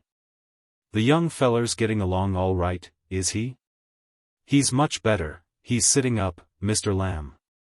"Won't you come in?" "Well, I don't know but I might." He turned to call toward twin discs of light at the curb, "Be out in a minute, Billy." And the silhouette of a chauffeur standing beside a car could be seen to salute in response, as the old gentleman stepped into the hall.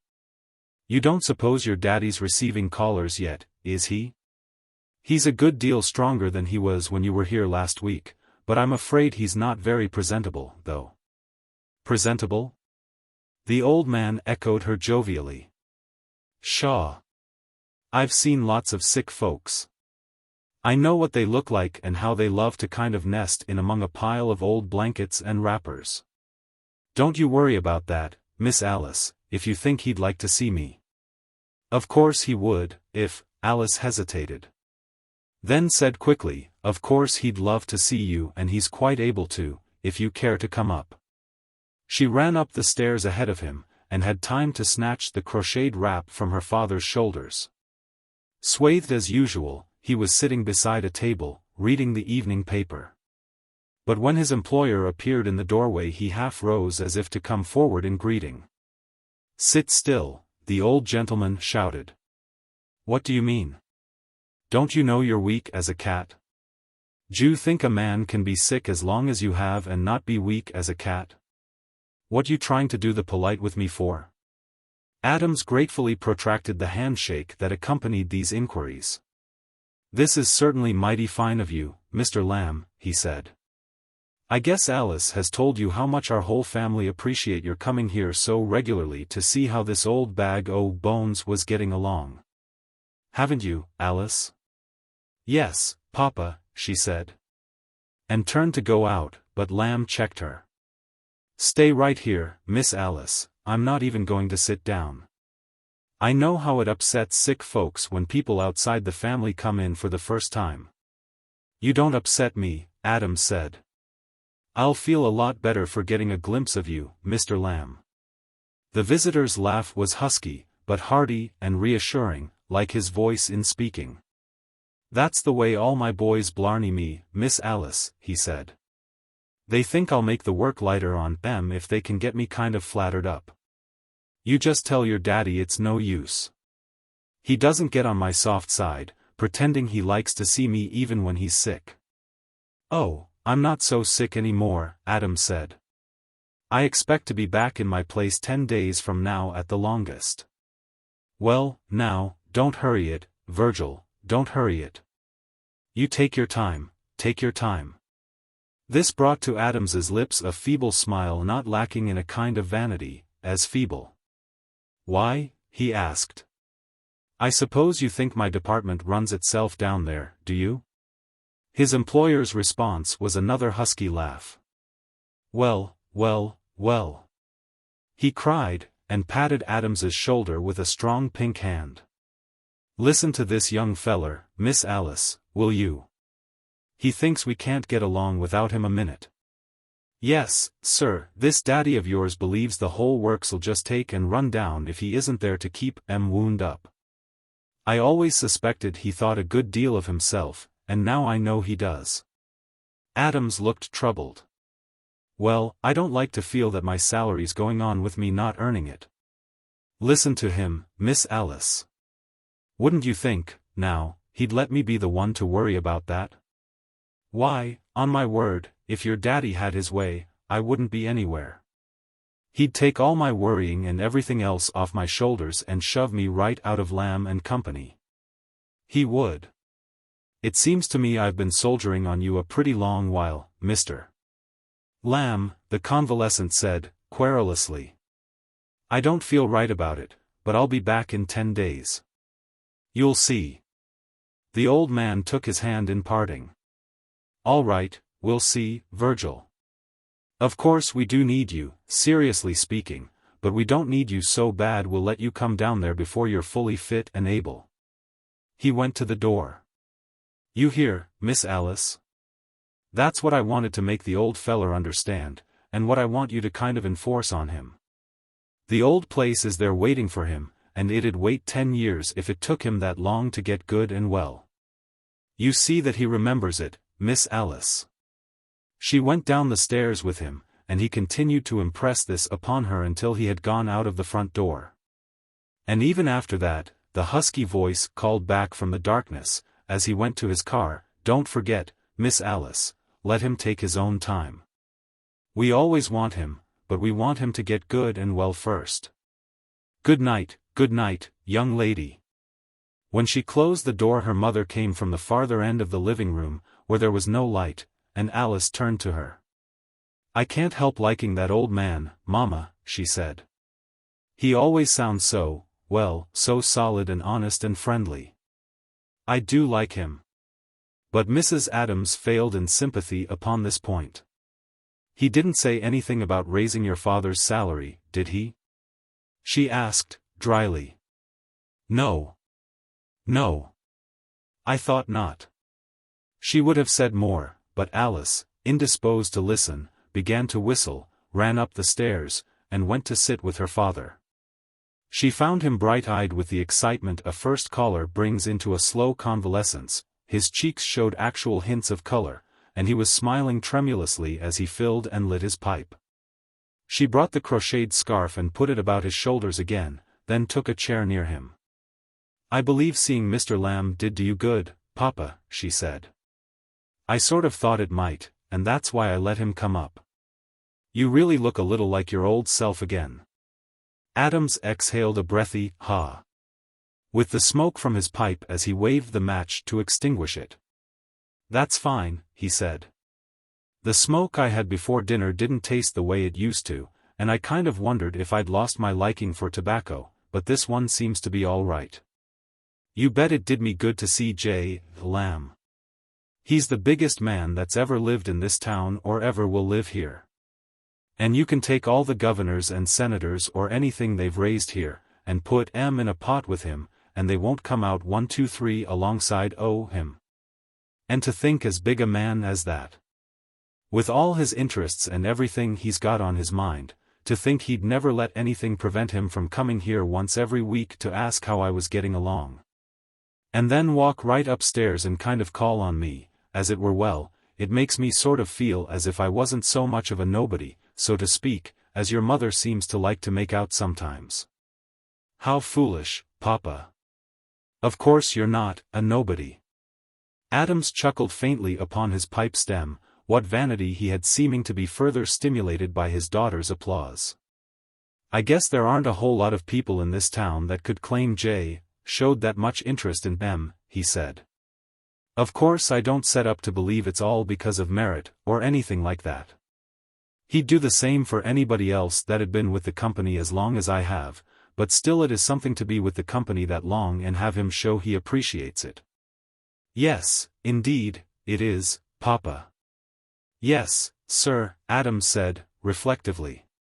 "Yes, sir, I guess that's so. And besides, it all goes to show the kind of a man he is. Simon Pure, that's what that man is, Alice.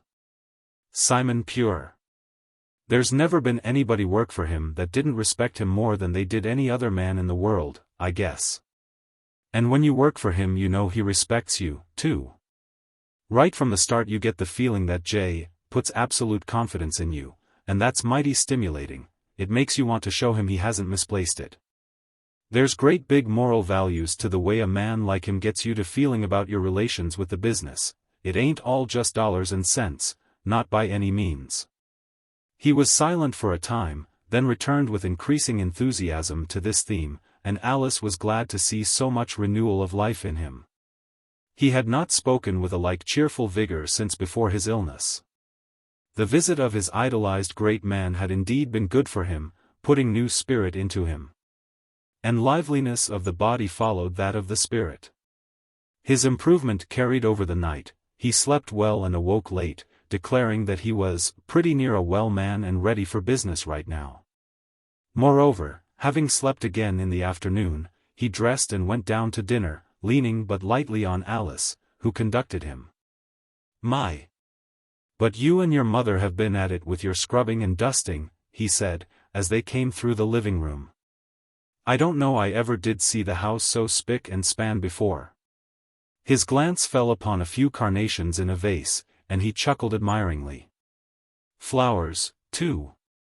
So that's what you coaxed that $1.50 out o' me for, this morning."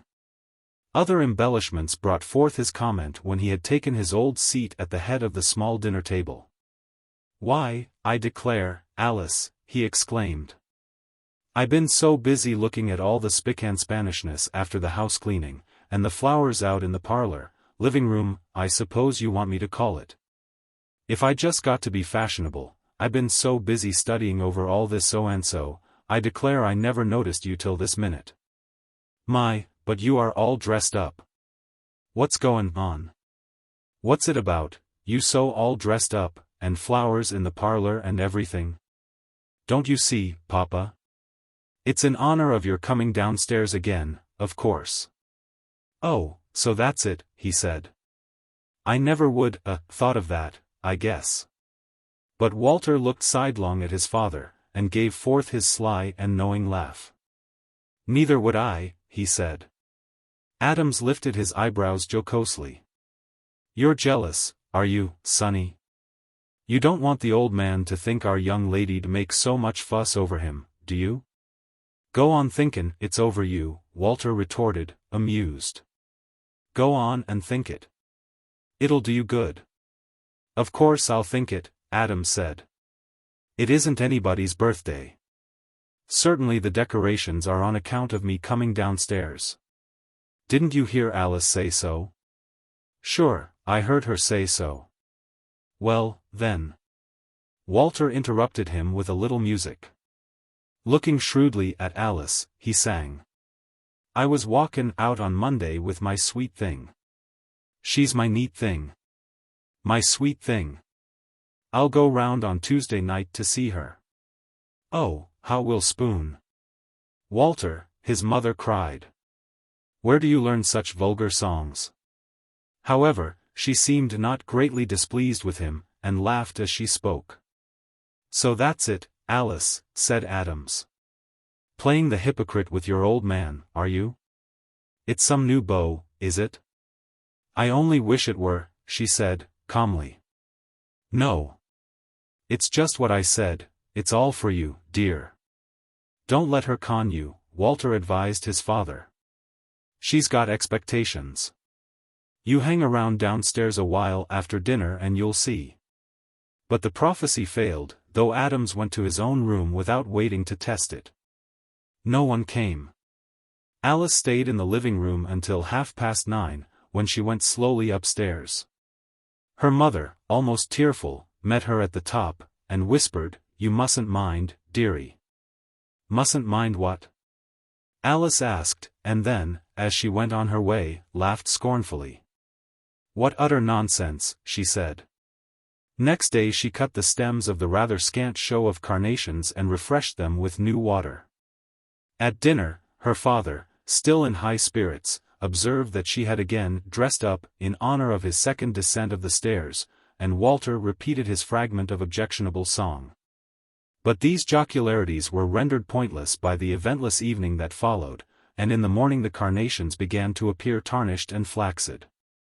Alice gave them a long look, then threw them away, and neither Walter nor her father was inspired to any rallying by her plain costume for that evening. Mrs. Adams was visibly depressed. When Alice finished helping her mother with the dishes, she went outdoors and sat upon the steps of the little front veranda. The night, gentle with warm air from the south, surrounded her pleasantly, and the perpetual smoke was thinner. Now that the furnaces of dwelling houses were no longer fired, life in that city had begun to be less like life in a railway tunnel. People were aware of summer in the air, and in the thickened foliage of the shade trees, and in the sky.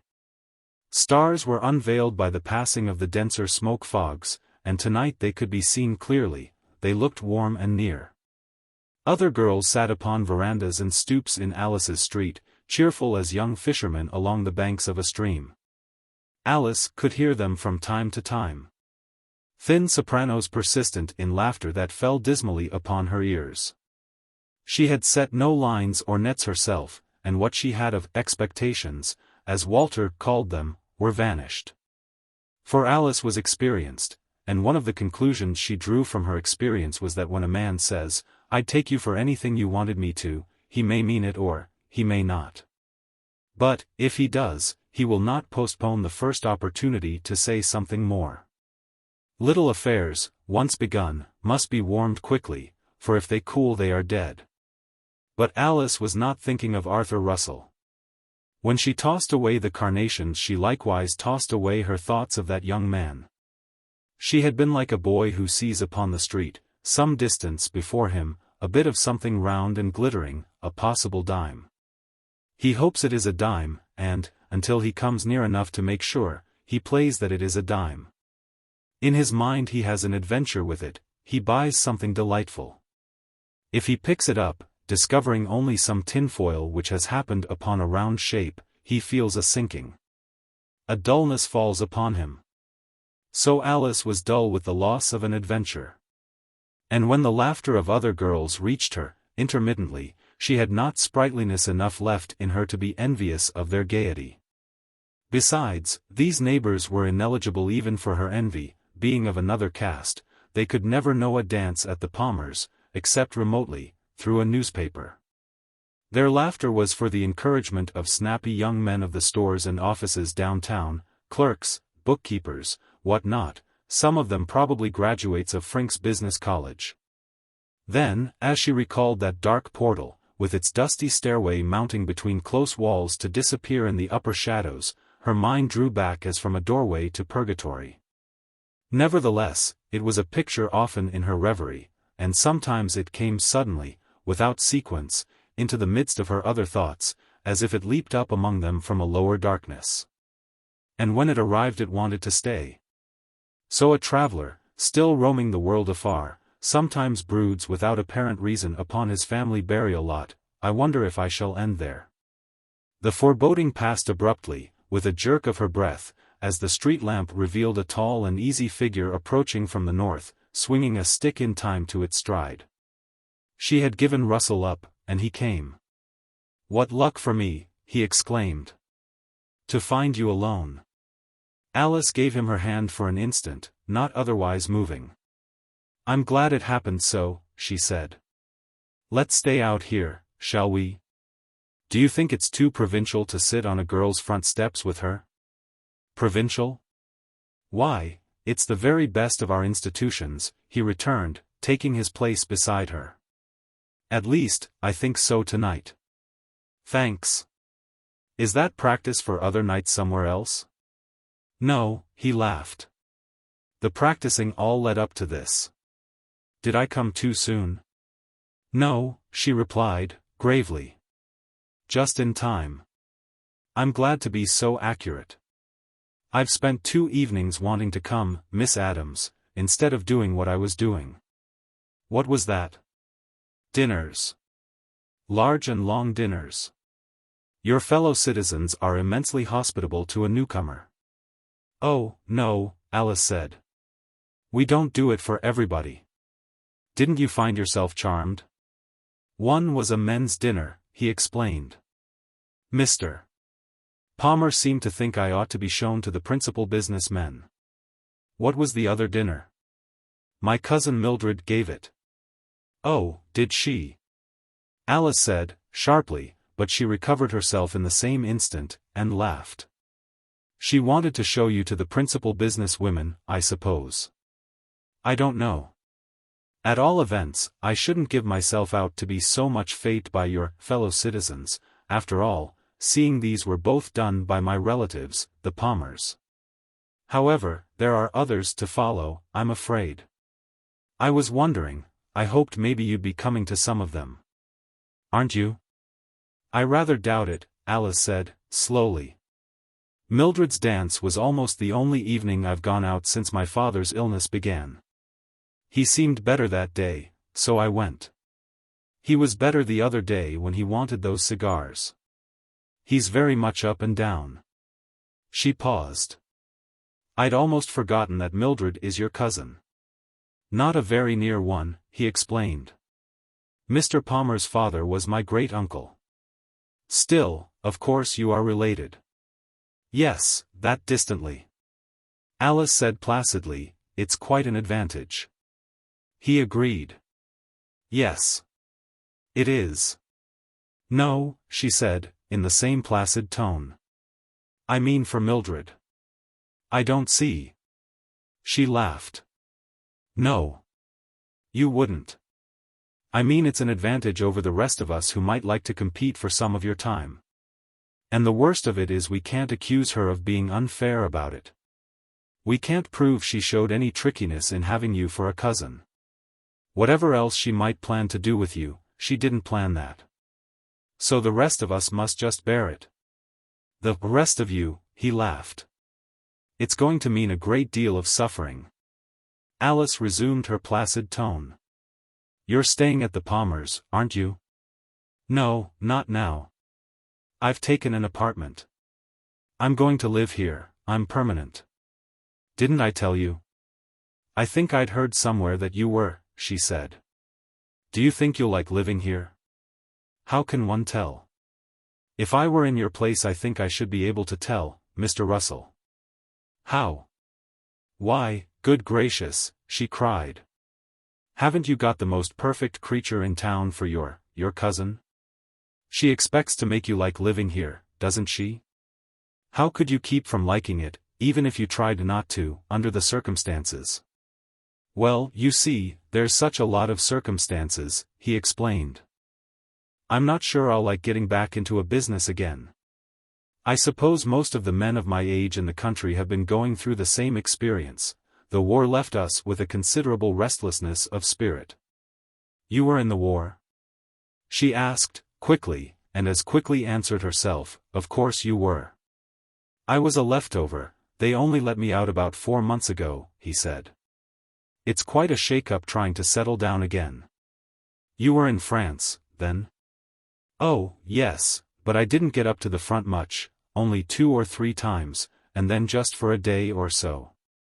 I was in the transportation service. You were an officer, of course. Yes, he said. They let me play I was a major. I guessed a major, she said. You'd always be pretty grand, of course. Russell was amused. Well, you see, he informed her, as it happened, we had at least several other majors in our army. Why would I always be something pretty grand? You're related to the Palmers. Don't you notice they always affect the pretty grand? Then you think I'm only one of their affectations, I take it. Yes, you seem to be the most successful one they've got. Alice said, lightly. You certainly do belong to them. And she laughed as if at something hidden from him. Don't you? But you've just excused me for that, he protested. You said nobody could be blamed for my being their third cousin. What a contradictory girl you are. Alice shook her head. Let's keep away from the kind of girl I am. No, he said. That's just what I came here to talk about. She shook her head again. Let's keep first to the kind of man you are. I'm glad you were in the war. Why? Oh, I don't know. She was quiet a moment, for she was thinking that here she spoke the truth. His service put about him a little glamour that helped to please her with him.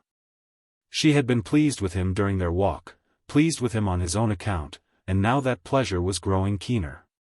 She looked at him, and though the light in which she saw him was little more than starlight, she saw that he was looking steadily at her with a kindly and smiling seriousness. All at once it seemed to her that the night air was sweeter to breathe, as if a distant fragrance of new blossoms had been blown to her. She smiled back to him, and said, "Well, what kind of man are you?" "I don't know, I've often wondered," he replied. "What kind of girl are you? Don't you remember? I told you the other day. I'm just me." "But who is that?" "You forget everything," said Alice. "You told me what kind of a girl I am. You seem to think you'd taken quite a fancy to me from the very first." "So I did," he agreed, heartily. "But how quickly you forgot it." "Oh, no. I only want you to say what kind of a girl you are." She mocked him. "I don't know, I've often wondered." "What kind of a girl does Mildred tell you I am? What has she said about me since she told you I was a Miss Adams?" "I don't know, I haven't asked her." "Then don't ask her," Alice said, quickly. "Why?" "Because she's such a perfect creature and I'm such an imperfect one. Perfect creatures have the most perfect way of ruining the imperfect ones. But then they wouldn't be perfect. Not if they—" "Oh, yes, they remain perfectly perfect," she assured him. "That's because they never go into details. They're not so vulgar as to come right out and tell that you've been in jail for stealing chickens. They just look absent-minded and say in a low voice, 'Oh, very. But I scarcely think you'd like her particularly,' and then begin to talk of something else right away." His smile had disappeared. "Yes," he said, somewhat ruefully. "That does sound like Mildred. You certainly do seem to know her. Do you know everybody as well as that?" "Not myself," Alice said. "I don't know myself at all. I got to wondering about that, about who I was, the other day after you walked home with me." He uttered an exclamation, and added, explaining it, "You do give a man a chance to be fatuous, though. As if it were walking home with me that made you wonder about yourself." "It was," Alice informed him, coolly. "I was wondering what I wanted to make you think of me, in case I should ever happen to see you again." This audacity appeared to take his breath. "By George," he cried. "You mustn't be astonished," she said. "What I decided then was that I would probably never dare to be just myself with you, not if I cared to have you want to see me again, and yet here I am, just being myself after all." "You are the cheeriest series of shocks," Russell exclaimed, whereupon Alice added to the series. "Tell me, is it a good policy for me to follow with you?" she asked, and he found the mockery in her voice delightful. "Would you advise me to offer you shocks as a sort of vacation from suavity?" Suavity was yet another sketch of Mildred. A recognizable one, or it would not have been humorous. In Alice's hands, so dexterous in this work, her statuesque friend was becoming as ridiculous as a fine figure of wax left to the mercies of a satirist. But the lively young sculptress knew better than to overdo. What she did must appear to spring all from mirth, so she laughed as if unwillingly, and said, "I mustn't laugh at Mildred. In the first place, she's your cousin. And in the second place, she's not meant to be funny. It isn't right to laugh at really splendid people who take themselves seriously. In the third place, you won't come again if I do." "Don't be sure of that," Russell said, "whatever you do." "Whatever I do?" she echoed. "That sounds as if you thought I could be terrific." "Be careful, there's one thing I could do that would keep you away." "What's that?" "I could tell you not to come," she said. "I wonder if I ought to." "Why do you wonder if you ought to? Don't you guess?" "No." "Then let's both be mysteries to each other," she suggested. "I mystify you because I wonder, and you mystify me because you don't guess why I wonder. We'll let it go at that, shall we?" "Very well, so long as it's certain that you don't tell me not to come again." "I'll not tell you that, yet," she said. In fact, she paused, reflecting, with her head to one side. "In fact, I won't tell you not to come, probably, until I see that's what you want me to tell you. I'll let you out easily, and I'll be sure to see it. Even before you do, perhaps." "That arrangement suits me," Russell returned, and his voice held no trace of jocularity. He had become serious. "It suits me better if you're enough in earnest to mean that I can come. Oh, not whenever I want to. I don't expect so much, but if you mean that I can see you pretty often." "Of course I'm in earnest," she said. "But before I say you can come pretty often, I'd like to know how much of my time you'd need if you did come whenever you want to. And of course you wouldn't dare make any answer to that question except one. Wouldn't you let me have Thursdays out?" "No, no," he protested. "I want to know. Will you let me come pretty often?" "Lean toward me a little," Alice said. "I want you to understand." And as he obediently bent his head near hers, she inclined toward him as if to whisper, then, in a half-shout, she cried, "Yes." He clapped his hands. "By George," he said. "What a girl you are." "Why?" "Well, for the first reason, because you have such gaieties as that one. I should think your father would actually like being ill, just to be in the house with you all the time." "You mean by that," Alice inquired, "I keep my family cheerful with my amusing little ways?" "Yes. Don't you? There were only boys in your family, weren't there, Mr. Russell?"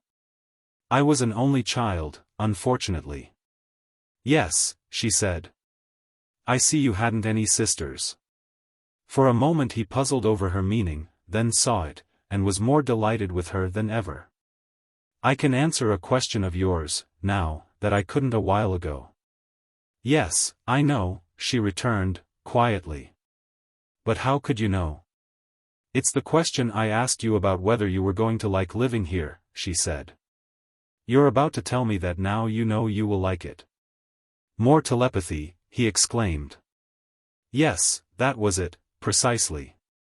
I suppose the same thing's been said to you so many times that you—" "No, it hasn't," Alice said, a little confused for the moment. "Not at all. I meant," she paused, then asked in a gentle voice, "would you really like to know?" "Yes." "Well, then, I was only afraid you didn't mean it." "See here," he said. "I did mean it. I told you it was being pretty difficult for me to settle down to things again. Well, it's more difficult than you know, but I think I can pull through in fair spirits if I can see a girl like you pretty often." "All right," she said, in a businesslike tone. "I've told you that you can if you want to." "I do want to," he assured her. "I do, indeed." "How often is pretty often, Mr. Russell? Would you walk with me sometimes?" "Tomorrow?" "Sometimes." "Not tomorrow. The day after." "That's splendid," he said. "You'll walk with me day after tomorrow, and the night after that I'll see you at Miss Lamb's dance, won't I?" But this fell rather chillingly upon Alice. "Miss Lamb's dance? Which Miss Lamb?" she asked. "I don't know, it's the one that's just coming out of mourning." "Oh, Henrietta, yes. Is her dance so soon? I'd forgotten." "You'll be there, won't you?" he asked. "Please say you're going." Alice did not respond at once, and he urged her again, "Please do promise you'll be there." "No, I can't promise anything," she said, slowly. "You see, for one thing, Papa might not be well enough." "But if he is?" said Russell. "If he is you'll surely come, won't you? Or, perhaps," he hesitated, then went on quickly, "I don't know the rules in this place yet, and different places have different rules. But do you have to have a chaperone, or don't girls just go to dances with the men sometimes? If they do, would you let me take you?" Alice was startled. "Good gracious! What's the matter? Don't you think your relatives, aren't you expected to go with Mildred, and Mrs. Palmer?" "Not necessarily. It doesn't matter what I might be expected to do," he said. "Will you go with me?" No, I couldn't." "Why not?" "I can't. I'm not going." "But why?" "Papa's not really any better," Alice said, huskily. "I'm too worried about him to go to a dance." Her voice sounded emotional, genuinely enough, there was something almost like a sob in it. "Let's talk of other things, please." He acquiesced gently, but Mrs. Adams, who had been listening to the conversation at the open window, just overhead, did not hear him. She had correctly interpreted the sob in Alice's voice, and, trembling with sudden anger, she rose from her knees, and went fiercely to her husband's room. Chapter 13. He had not undressed, and he sat beside the table, smoking his pipe and reading his newspaper. Upon his forehead the lines in that old pattern, the historical map of his troubles, had grown a little vaguer lately. Relaxed by the complacency of a man who not only finds his health restored, but sees the days before him promising once more a familiar routine that he has always liked to follow. As his wife came in, closing the door behind her, he looked up cheerfully. "Well, mother," he said, "what's the news downstairs?" "That's what I came to tell you," she informed him, grimly. Adams lowered his newspaper to his knee and peered over his spectacles at her. She had remained by the door, standing, and the great greenish shadow of the small lampshade upon his table revealed her but dubiously. "Isn't everything all right?" he asked. "What's the matter?" "Don't worry, I'm going to tell you," she said, her grimness not relaxed. "There's matter enough, Virgil Adams. Matter enough to make me sick of being alive." With that, the markings on his brows began to emerge again in all their sharpness, the old pattern reappeared. "Oh, my, he lamented. "I thought maybe we were all going to settle down to a little peace for a while." "What's it about now?" "It's about Alice." "Did you think it was about me or anything for myself?" Like some ready old machine, always in order, his irritability responded immediately and automatically to her emotion. "How in thunder could I think what it's about, or who it's for?" "Say it, and get it over." "Oh, I'll say it," she promised, ominously. "What I've come to ask you is, how much longer do you expect me to put up with that old man and his doings?" "Whose doings?" "What old man?" She came at him, fiercely accusing.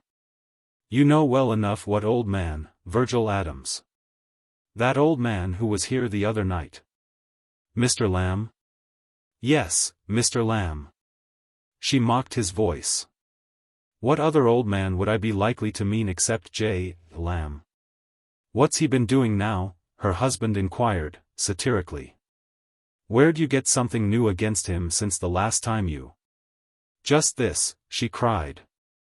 "The other night when that man was here, if I'd known how he was going to make my child suffer, I'd never have let him set his foot in my house." Adams leaned back in his chair as though her absurdity had eased his mind. "Oh, I see," he said. "You've just gone plain crazy. That's the only explanation of such talk, and it suits the case." "Hasn't that man made us all suffer every day of our lives?" she demanded. "I'd like to know why it is that my life and my children's lives have to be sacrificed to him." "How are they sacrificed to him?"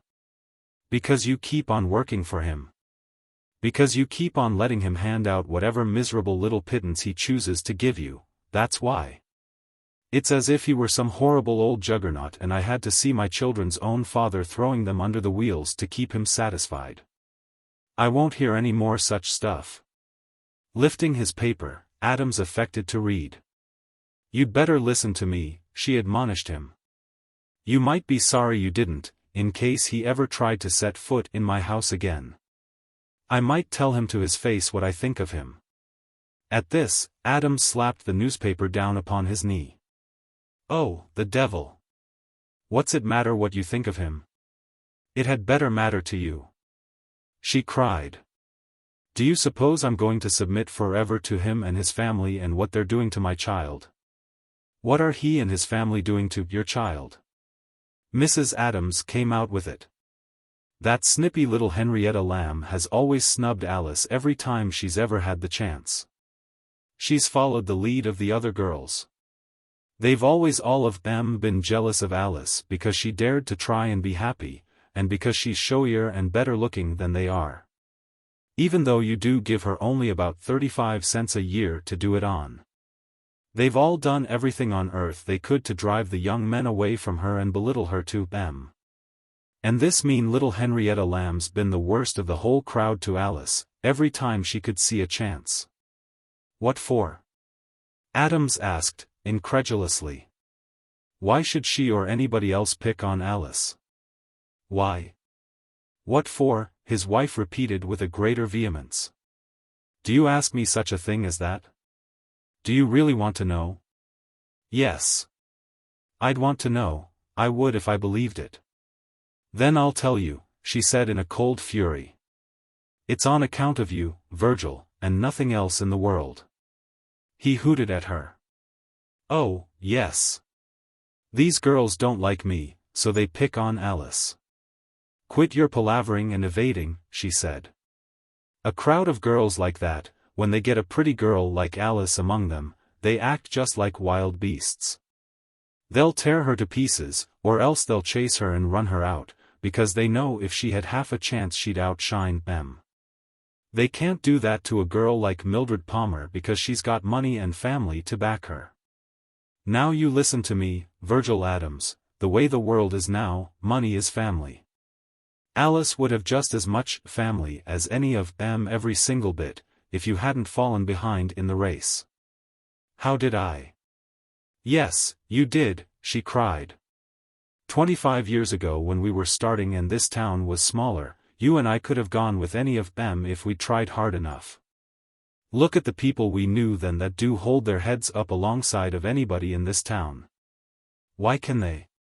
Because the men of those families made money and gave their children everything that makes life worth living. Why can't we hold our heads up?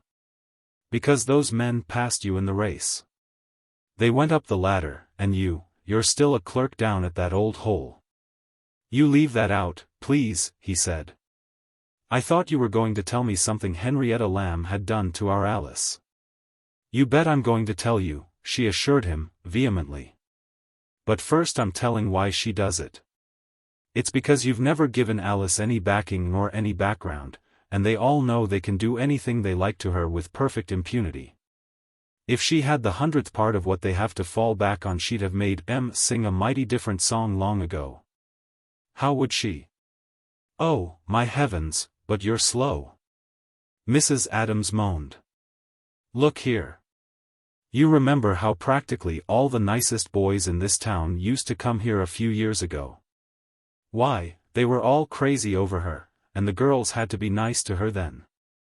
Look at the difference now. There'll be a whole month go by and not a young man come to call on her, let alone send her candy or flowers. Or ever think of taking her any place, and yet she's prettier and brighter than she was when they used to come. It isn't the child's fault she couldn't hold them, is it? Poor thing, she tried hard enough. I suppose you'd say it was her fault though. No, I wouldn't. Then whose fault is it? Oh, mine, he said, wearily. I drove the young men away, of course. You might as well have driven Virgil. It amounts to just the same thing. How does it? Because as they got older a good many of them began to think more about money, that's one thing. Money's at the bottom of it all, for that matter. Look at these country clubs and all such things, the other girls' families belong and we don't, and Alice don't, and she can't go unless somebody takes her, and nobody does any more. Look at the other girls' houses, and then look at our house, so shabby and old-fashioned she'd be pretty near ashamed to ask anybody to come in and sit down nowadays. Look at her clothes, oh, yes. You think you shelled out a lot for that little coat of hers and the hat and skirt she got last March, but it's nothing. Some of these girls nowadays spend more than your whole salary on their clothes. And what jewelry has she got? A plated watch and 2 or 3 little pins and rings of the kind people's maids wouldn't wear now. Good Lord, Virgil Adams, wake up. Don't sit there and tell me you don't know things like this mean suffering for the child. He had begun to rub his hands wretchedly back and forth over his bony knees, as if in that way he somewhat alleviated the tedium caused by her racking voice. "Oh, my," he muttered. "Oh, my. Yes, I should think you would say, oh, my," she took him up, loudly. "That doesn't help things much. If you ever wanted to do anything about it, the poor child might see some gleam of hope in her life. You don't care for her, that's the trouble, you don't care a single thing about her." "I don't?" "No, you don't. Why, even with your miserable little salary you could have given her more than you have. You're the closest man I ever knew, it's like pulling teeth to get $1 out of you for her, now and then, and yet you hide some away, every month or so. In some wretched little investment or other. You." "Look here, now," he interrupted, angrily. "You look here. If I didn't put a little by whenever I could, in a bond or something, where would you be if anything happened to me? The insurance doctors never passed me, you know that. Haven't we got to have something to fall back on?" "Yes, we have," she cried. "We ought to have something to go on with right now, too, when we need it. Do you suppose these snippets would treat Alice the way they do if she could afford to entertain? They leave her out of their dinners and dances simply because they know she can't give any dinners and dances to leave them out of. They know she can't get even, and that's the whole story. That's why Henrietta Lamb's done this thing to her now." Adams had gone back to his rubbing of his knees. "Oh, my, he said. "What thing?" She told him. "Your dear, grand, old Mr. Lamb's Henrietta has sent out invitations for a large party, a large one. Everybody that is anybody in this town is asked, you can be sure.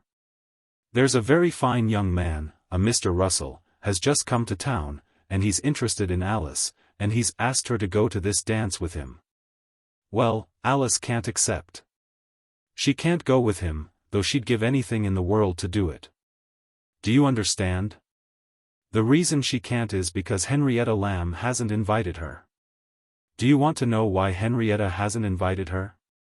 It's because she knows Alice can't get even, and because she thinks Alice ought to be snubbed like this on account of only being the daughter of one of her grandfather's clerks. I hope you understand." "Oh, my, he said. "Oh, my. That's your sweet old employer," his wife cried, tauntingly. "That's your dear, kind, grand old Mr. Lamb. Alice has been left out of a good many smaller things, like big dinners and little dances, but this is just the same as serving her notice that she's out of everything. And it's all done by your dear, grand old—" "Look here!" Adams exclaimed. "I don't want to hear any more of that. You can't hold him responsible for everything his grandchildren do, I guess. He probably doesn't know a thing about it. You don't suppose he's troubling his head over—" But she burst out at him passionately. "Suppose you trouble your head about it. You'd better, Virgil Adams. You'd better, unless you want to see your child just dry up into a miserable old maid. She's still young and she has a chance for happiness, if she had a father that didn't bring a millstone to hang around her neck, instead of what he ought to give her. You just wait till you die and God asks you what you had in your breast instead of a heart." "Oh, my, he groaned. "What's my heart got to do with it?" "Nothing. You haven't got one or you'd give her what she needed. Am I asking anything you can't do? You know better, you know I'm not." At this he sat suddenly rigid, his troubled hands ceasing to rub his knees, and he looked at her fixedly. "Now, tell me," he said, slowly. "Just what are you asking?" "You know," she sobbed. "You mean you've broken your word never to speak of that to me again?" "What do I care for my word?" she cried, and, sinking to the floor at his feet, rocked herself back and forth there. "Do you suppose I'll let my word keep me from struggling for a little happiness for my children? It won't, I tell you, it won't. I'll struggle for that till I die.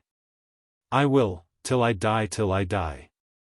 He rubbed his head now instead of his knees, and, shaking all over, he got up and began with uncertain steps to pace the floor. Hell, he said. I've got to go through that again. Yes, you have, she sobbed. Till I die. Yes, that's what you've been after all the time I was getting well. Yes, I have, and I'll keep on till I die. A fine wife for a man, he said. Beggin' a man to be a dirty dog. No. To be a man, and I'll keep on till I die. Adams again fell back upon his last solace. He walked, half staggering, up and down the room, swearing in a rhythmic repetition.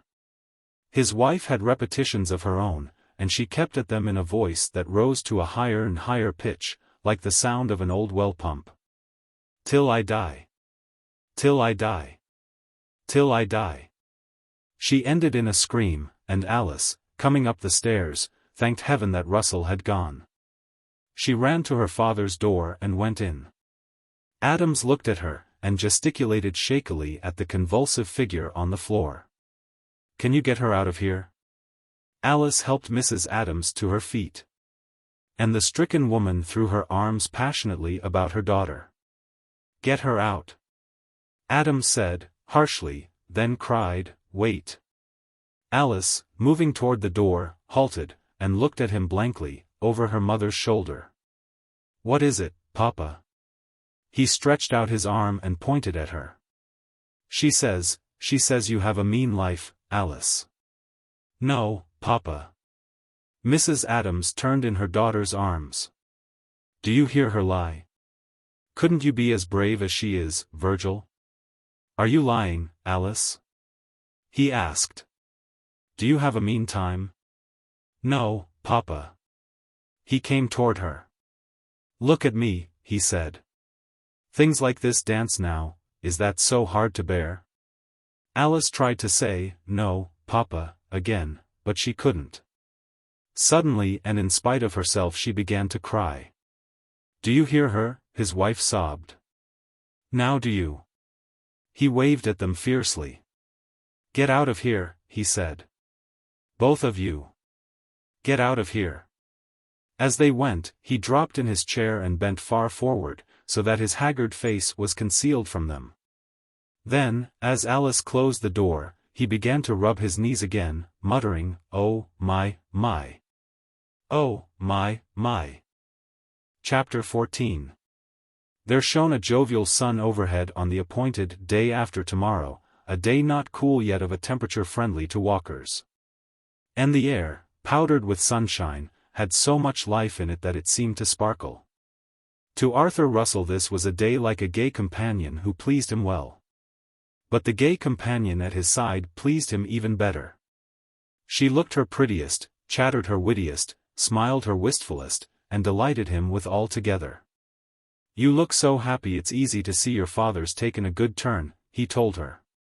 Yes, he has this afternoon, at least, she said. I might have other reasons for looking cheerful, though. For instance? Exactly, she said, giving him a sweet look just enough mocked by her laughter. For instance. Well, go on, he begged. Isn't it expected? She asked.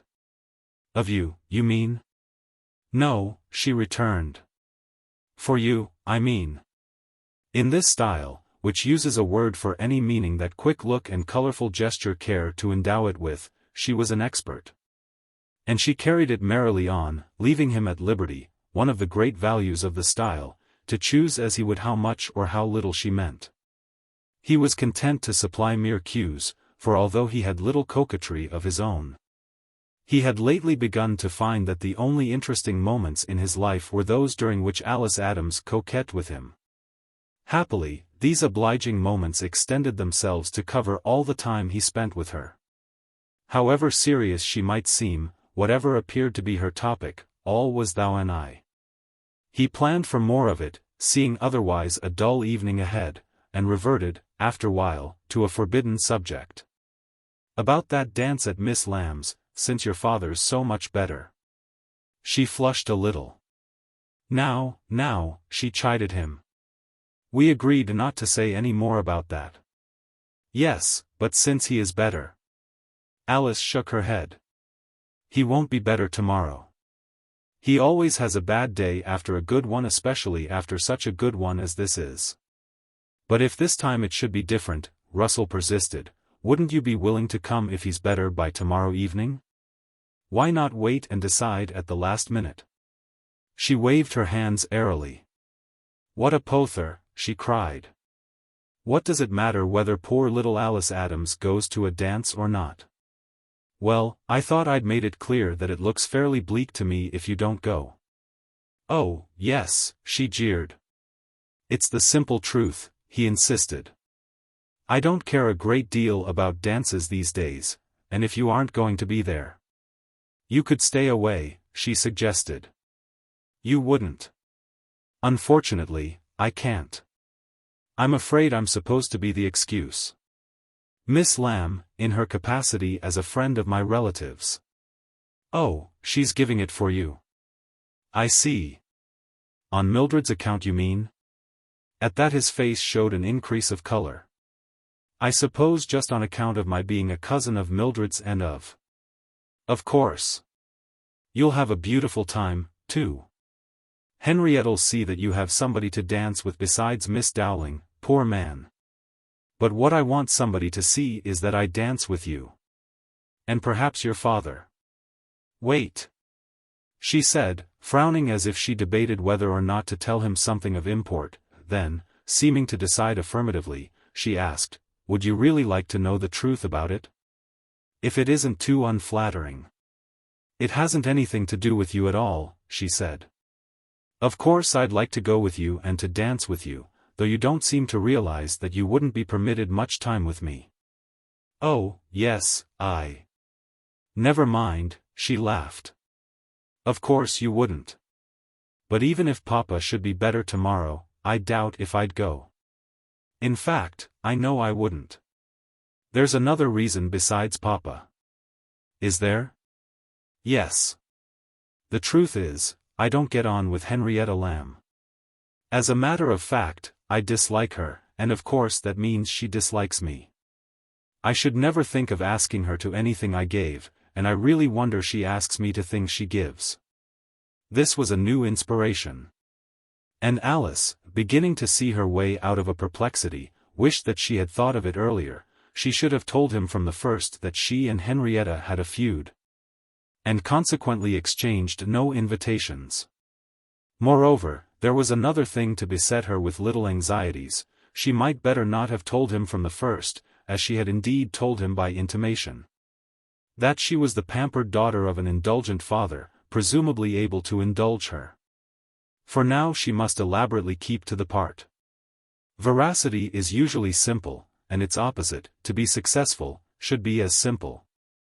But practitioners of the opposite are most often impulsive, like Alice, and, like her, they become enmeshed in elaborations. It wouldn't be very nice for me to go to her house, Alice went on, when I wouldn't want her in mine. I've never admired her. I've always thought she was lacking in some things most people are supposed to be equipped with, for instance, a certain feeling about the death of a father who was always pretty decent to his daughter. Henrietta's father died just 11 months and 27 days before your cousin's dance, but she couldn't stick out those few last days and make it a year. She was there. Alice stopped, then laughed ruefully, exclaiming, "But this is dreadful of me." "Is it? Blackguarding her to you when she's giving a big party for you. Just the way Henrietta would blackguard me to you. Heaven knows what she wouldn't say if she talked about me to you. It would be fair, of course, but, well, I'd rather she didn't." And with that, Alice let her pretty hand, in its white glove, rest upon his arm for a moment, and he looked down at it, not unmoved to see it there. "I want to be unfair about just this," she said, letting a troubled laughter tremble through her appealing voice as she spoke. "I won't take advantage of her with anybody, except just you. I'd a little rather you didn't hear anybody blackguard me, and, if you don't mind, could you promise not to give Henrietta the chance?" It was charmingly done, with a humorous, faint pathos altogether genuine, and Russell found himself suddenly wanting to shout at her, "Oh, you dear." Nothing else seemed adequate. But he controlled the impulse in favor of something more conservative. Imagine anyone speaking unkindly of you, not praising you. Who has praised me to you? She asked, quickly. I haven't talked about you with anyone, but if I did, I know they'd. No, no, she cried, and went on, again accompanying her words with little tremulous runs of laughter. You don't understand this town yet. You'll be surprised when you do. We're different. We talk about one another fearfully. Haven't I just proved it, the way I've been going for Henrietta? Of course I didn't say anything really very terrible about her, but that's only because I don't follow that practice the way most of the others do. They don't stop with the worst of the truth they can find, they make up things, yes, they really do. And, oh, I'd rather they didn't make up things about me, to you. What difference would it make if they did? He inquired, cheerfully. I'd know they weren't true. Even if you did know that, they'd make a difference, she said. Oh, yes, they would. It's too bad, but we don't like anything quite so well that's had specks on it, even if we've wiped the specks off. It's just that much spoiled, and some things are all spoiled the instant they're the least bit spoiled. What a man thinks about a girl, for instance. Do you want to have what you think about me spoiled, Mr. Russell? Oh, but that's already far beyond reach, he said, lightly. But it can't be, she protested. Why not? Because it never can be. Men don't change their minds about one another often, they make it quite an event when they do, and talk about it as if something important had happened. But a girl only has to go downtown with a shoestring unfastened, and every man who sees her will change his mind about her. Don't you know that's true? Not of myself, I think. There. She cried. That's precisely what every man in the world would say. So you wouldn't trust me? Well, I'll be awfully worried if you give them a chance to tell you that I'm too lazy to tie my shoestrings. He laughed delightedly.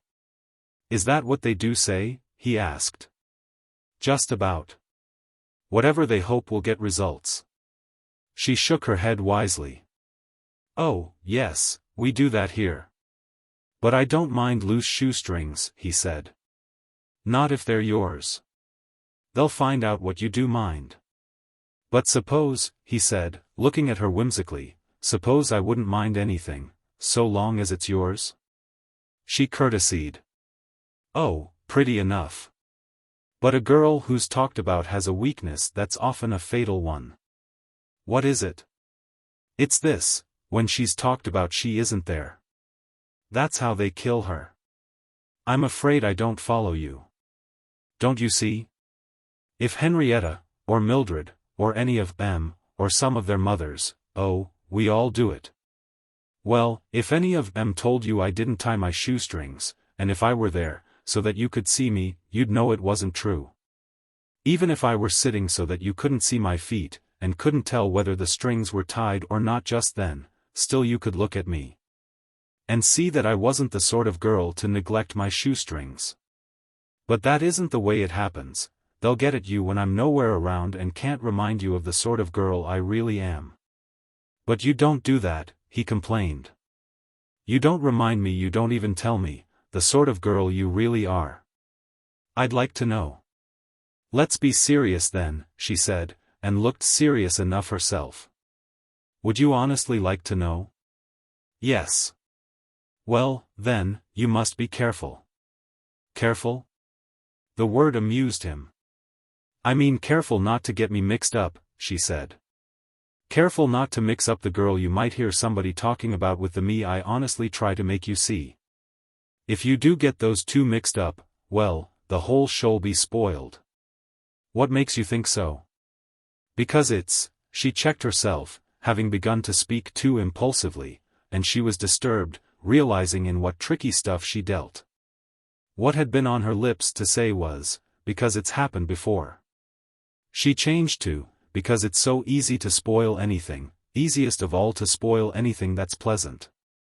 That might depend. No, it's so. And if you care at all about knowing a girl who'd like someone to know her. Just someone? That's disappointing. Well, she said. Tell me how careful you want me to be, then. Well, don't you think it would be nice if you didn't give anybody the chance to talk about me the way I've just been talking about Henrietta Lamb? With that they laughed together, and he said, You may be cutting me off from a great deal of information, you know.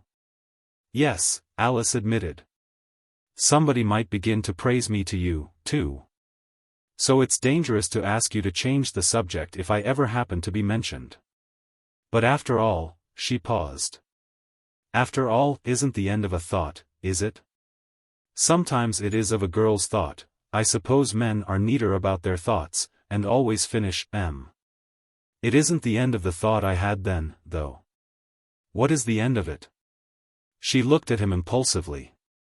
Oh, it's foolish, she said, and she laughed as laughs one who proposes something probably impossible. But, wouldn't it be pleasant if two people could ever just keep themselves to themselves, so far as they two were concerned? I mean, if they could just manage to be friends without people talking about it, or talking to them about it? I suppose that might be rather difficult, he said, more amused than impressed by her idea. I don't know, it might be done, she returned, hopefully. Especially in a town of this size. It's grown so it's quite a huge place these days. People can keep themselves to themselves in a big place better, you know. For instance, nobody knows that you and I are taking a walk together today. How absurd, when here we are on exhibition. No, we aren't. We aren't? Not a bit of it, she laughed. We were the other day, when you walked home with me, but anybody could tell that had just happened by chance, on account of your overtaking me. People can always see things like that. But we're not on exhibition now. Look where I've led you. Amused and a little bewildered, he looked up and down the street, which was one of gaunt-faced apartment houses, old, sooty, frame boarding houses, small groceries and drugstores. Laundries and one-room plumbers' shops, with the sign of a clairvoyant here and there. You see, she said. I've been leading you without your knowing it. Of course that's because you're new to the town, and you give yourself up to the guidance of an old citizen. I'm not so sure, Miss Adams. It might mean that I don't care where I follow so long as I follow you. Very well, she said. I'd like you to keep on following me at least long enough for me to show you that there's something nicer ahead of us than this dingy street. Is that figurative? He asked. Might be. She returned, gaily. There's a pretty little park at the end, but it's very proletarian, and nobody you and I know will be more likely to see us there than on this street. What an imagination you have, he exclaimed. You turn our proper little walk into a Parisian adventure. She looked at him in what seemed to be a momentary grave puzzlement. Perhaps you feel that a Parisian adventure mightn't please your relatives? Why, no, he returned. You seem to think of them oftener than I do. This appeared to amuse Alice, or at least to please her, for she laughed. Then I can afford to quit thinking of them, I suppose. It's only that I used to be quite a friend of Mildred's, but there. We needn't to go into that. I've never been a friend of Henrietta Lamb's, though, and I almost wish she weren't taking such pains to be a friend of yours. Oh, but she's not. It's all on account of. On Mildred's account, Alice finished this for him, coolly. Yes, of course. It's on account of the two families, he was at pains to explain, a little awkwardly. It's because I'm a relative of the Palmers, and the Palmers and the Lambs seem to be old family friends. Something the Adamses certainly are not, Alice said. Not with either of them. Particularly not with the Lambs. And here, scarce aware of what impelled her, she returned to her former elaborations and colorings. You see, the differences between Henrietta and me aren't entirely personal. I couldn't go to her house even if I liked her. The Lambs and Adamses don't get on with each other, and we've just about come to the breaking point as it happens. I hope it's nothing to bother you. Why? A lot of things bother me. I'm sorry they do, he said, and seemed simply to mean it. She nodded gratefully. That's nice of you, Mr. Russell. It helps. The break between the Adamses and the Lambs is a pretty bothersome thing. It's been coming on a long time. She sighed deeply, and the sigh was half genuine. This half being for her father, but the other half probably belonged to her instinctive rendering of Juliet Capulet, daughter to a warring house. I hate it all so, she added. Of course you must. I suppose most quarrels between families are on account of business, she said. That's why they're so sordid. Certainly the Lambs seem a sordid lot to me, though of course I'm biased. And with that she began to sketch a history of the commercial antagonism that had risen between the Adamses and the Lambs. The sketching was spontaneous and dramatic. Mathematics had no part in it. Nor was there accurate definition of Mr. Adams's relation to the institution of Lamb and Company. The point was clouded, in fact. Though that might easily be set down to the general haziness of young ladies confronted with the mysteries of trade or commerce. Mr. Adams either had been a vague sort of junior member of the firm, it appeared, or else he should have been made some such thing. At all events, he was an old mainstay of the business. And he, as much as any Lamb, had helped to build up the prosperity of the company. But at last, tired of providing so much intelligence and energy for which other people took profit greater than his own, he had decided to leave the company and found a business entirely for himself. The Lambs were going to be enraged when they learned what was afoot. Such was the impression, a little misted, wrought by Alice's quick narrative. But there was dolorous fact behind it. Adams had succumbed. His wife, grave and nervous, rather than triumphant, in success, had told their daughter that the great J.A. would be furious and possibly vindictive. Adams was afraid of him, she said. But what for, Mama? Alice asked, since this seemed a turn of affairs out of reason. What in the world has Mr. Lamb to do with Papa's leaving the company to set up for himself? What right has he to be angry about it? If he's such a friend as he claims to be, I should think he'd be glad, that is, if the glue factory turns out well. What will he be angry for? Mrs. Adams gave Alice an uneasy glance, hesitated, and then explained that a resignation from Lamb's had always been looked upon, especially by that old man, as treachery. You were supposed to die in the service, she said bitterly, and her daughter, a little mystified, accepted this explanation. Adams had not spoken to her of his surrender. He seemed not inclined to speak to her at all, or to anyone. Alice was not serious too long, and she began to laugh as she came to the end of her decorative sketch. After all, the whole thing is perfectly ridiculous, she said. In fact, it's funny. That's on account of what Papa's going to throw over the Lamb business for. To save your life you couldn't imagine what he's going to do. I won't try, then, Russell assented. It takes all the romance out of me, she laughed. You'll never go for a Parisian walk with me again, after I tell you what I'll be heiress to. They had come to the entrance of the little park. And, as Alice had said, it was a pretty place, especially on a day so radiant. Trees of the oldest forest stood there, hale and serene over the trim, bright grass. And the proletarians had not come from their factories at this hour, only a few mothers and their babies were to be seen, here and there, in the shade. I think I'll postpone telling you about it till we get nearly home again, Alice said, as they began to saunter down one of the gravelled paths. There's a bench beside a spring farther on. We can sit there and talk about a lot of things not so sticky as my dowry's going to be. Sticky, he echoed. What in the world? She laughed despairingly. A glue factory. Then he laughed, too, as much from friendliness as from amusement, and she remembered to tell him that the project of a glue factory was still an Adams secret. It would be known soon, however, she added, and the whole Lamb connection would probably begin saying all sorts of things, heaven knew what.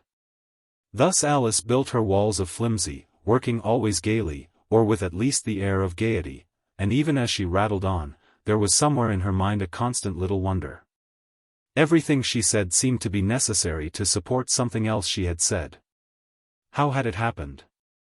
She found herself telling him that since her father had decided on making so great a change in his ways, she and her mother hoped at last to persuade him to give up that foolish little house he had been so obstinate about. And she checked herself abruptly on this declivity just as she was about to slide into a remark concerning her own preference for a country place. Discretion caught her in time. And something else, in company with discretion, caught her, for she stopped short in her talk and blushed. They had taken possession of the bench beside the spring, by this time. And Russell, his elbow on the back of the bench and his chin on his hand, the better to look at her, had no guess at the cause of the blush, but was content to find it lovely. At his first sight of Alice she had seemed pretty in the particular way of being pretty that he happened to like best, and, with every moment he spent with her, this prettiness appeared to increase. He felt that he could not look at her enough. His gaze followed the fluttering of the graceful hands in almost continual gesture as she talked, then lifted happily to the vivacious face again. She charmed him. After her abrupt pause, she sighed, then looked at him with her eyebrows lifted in a comedy appeal. "You haven't said you wouldn't give Henrietta the chance," she said, in the softest voice that can still have a little laugh running in it. He was puzzled. Give Henrietta the chance? You know. You'll let me keep on being unfair, won't you? Not give the other girls a chance to get even? He promised, heartily. Chapter 15. Alice had said that no one who knew either Russell or herself would be likely to see them in the park or upon the dingy street.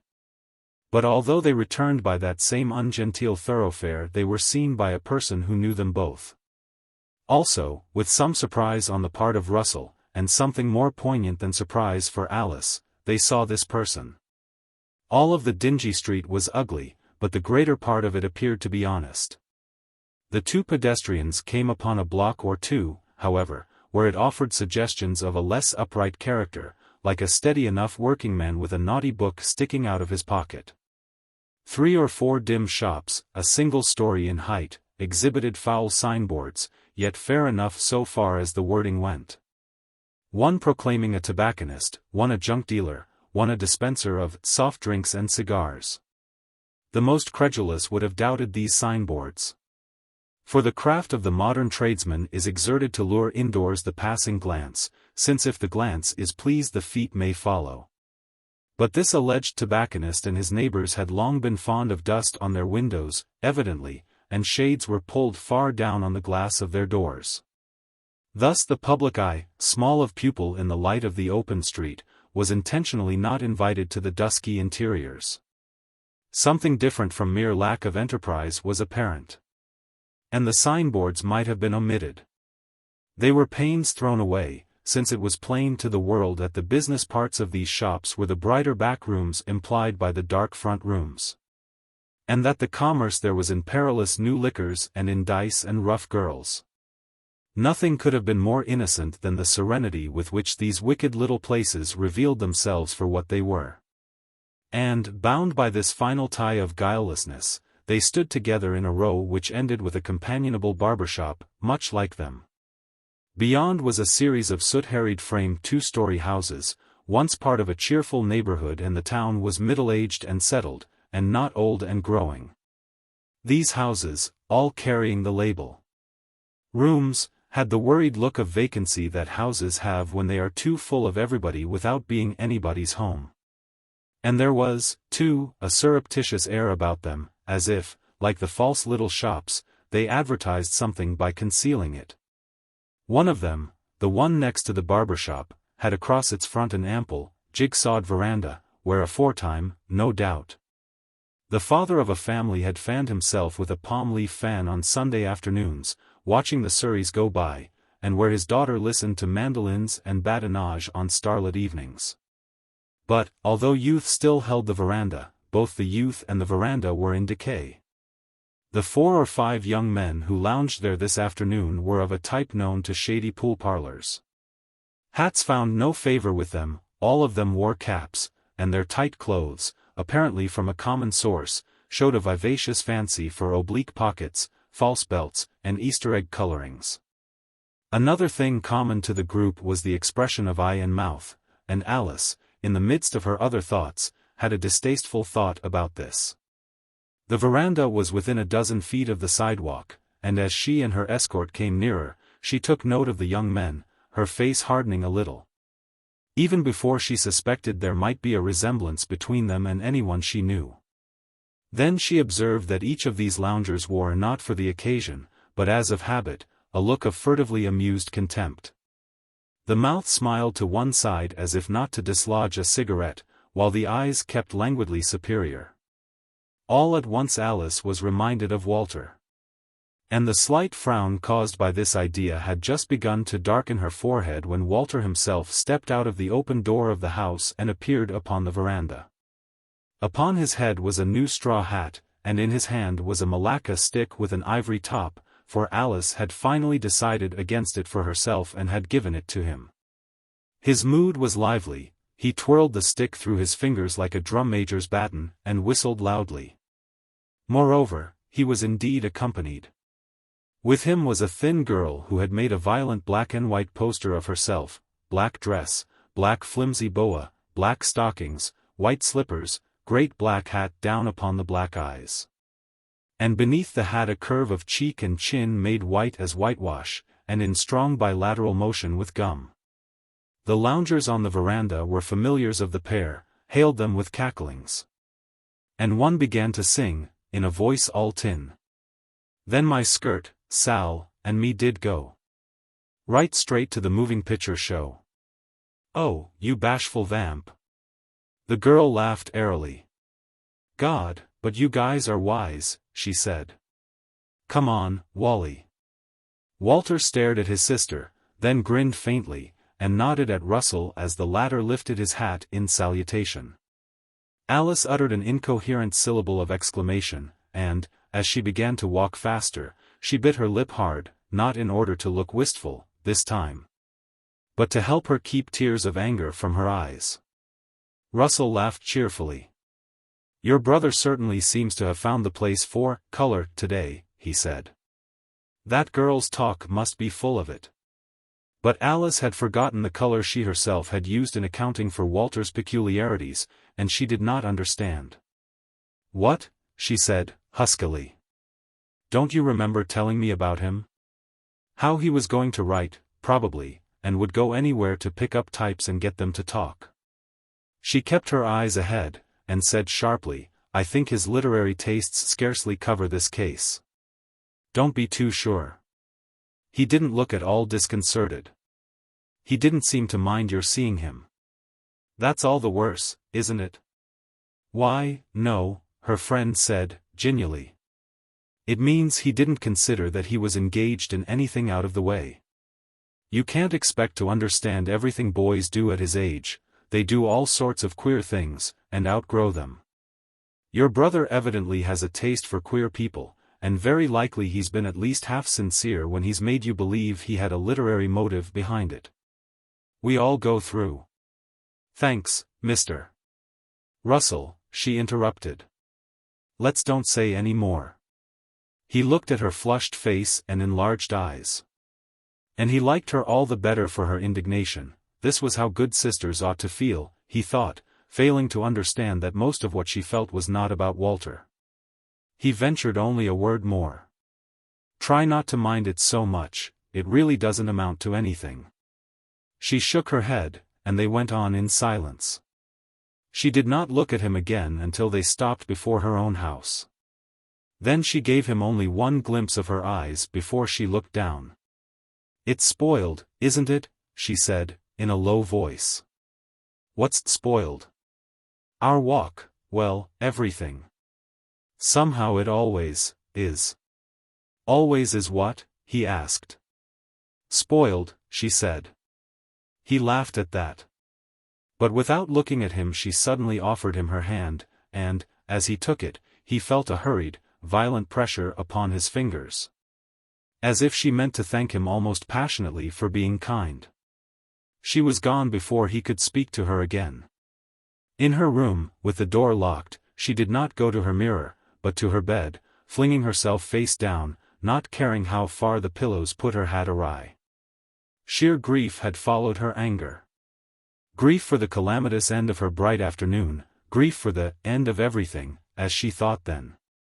Nevertheless, she gradually grew more composed, and, when her mother tapped on the door presently, let her in.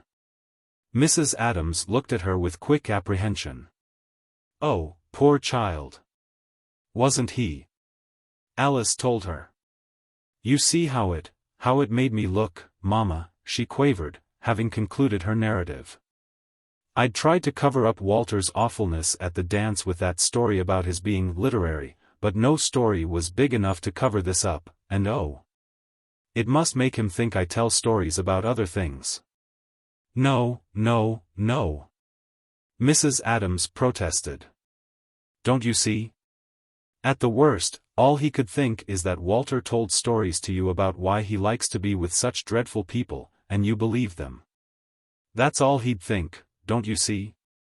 Alice's wet eyes began to show a little hopefulness.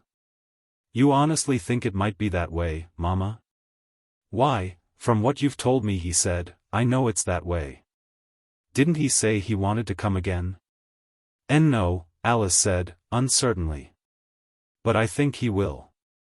At least I begin to think so now." She stopped.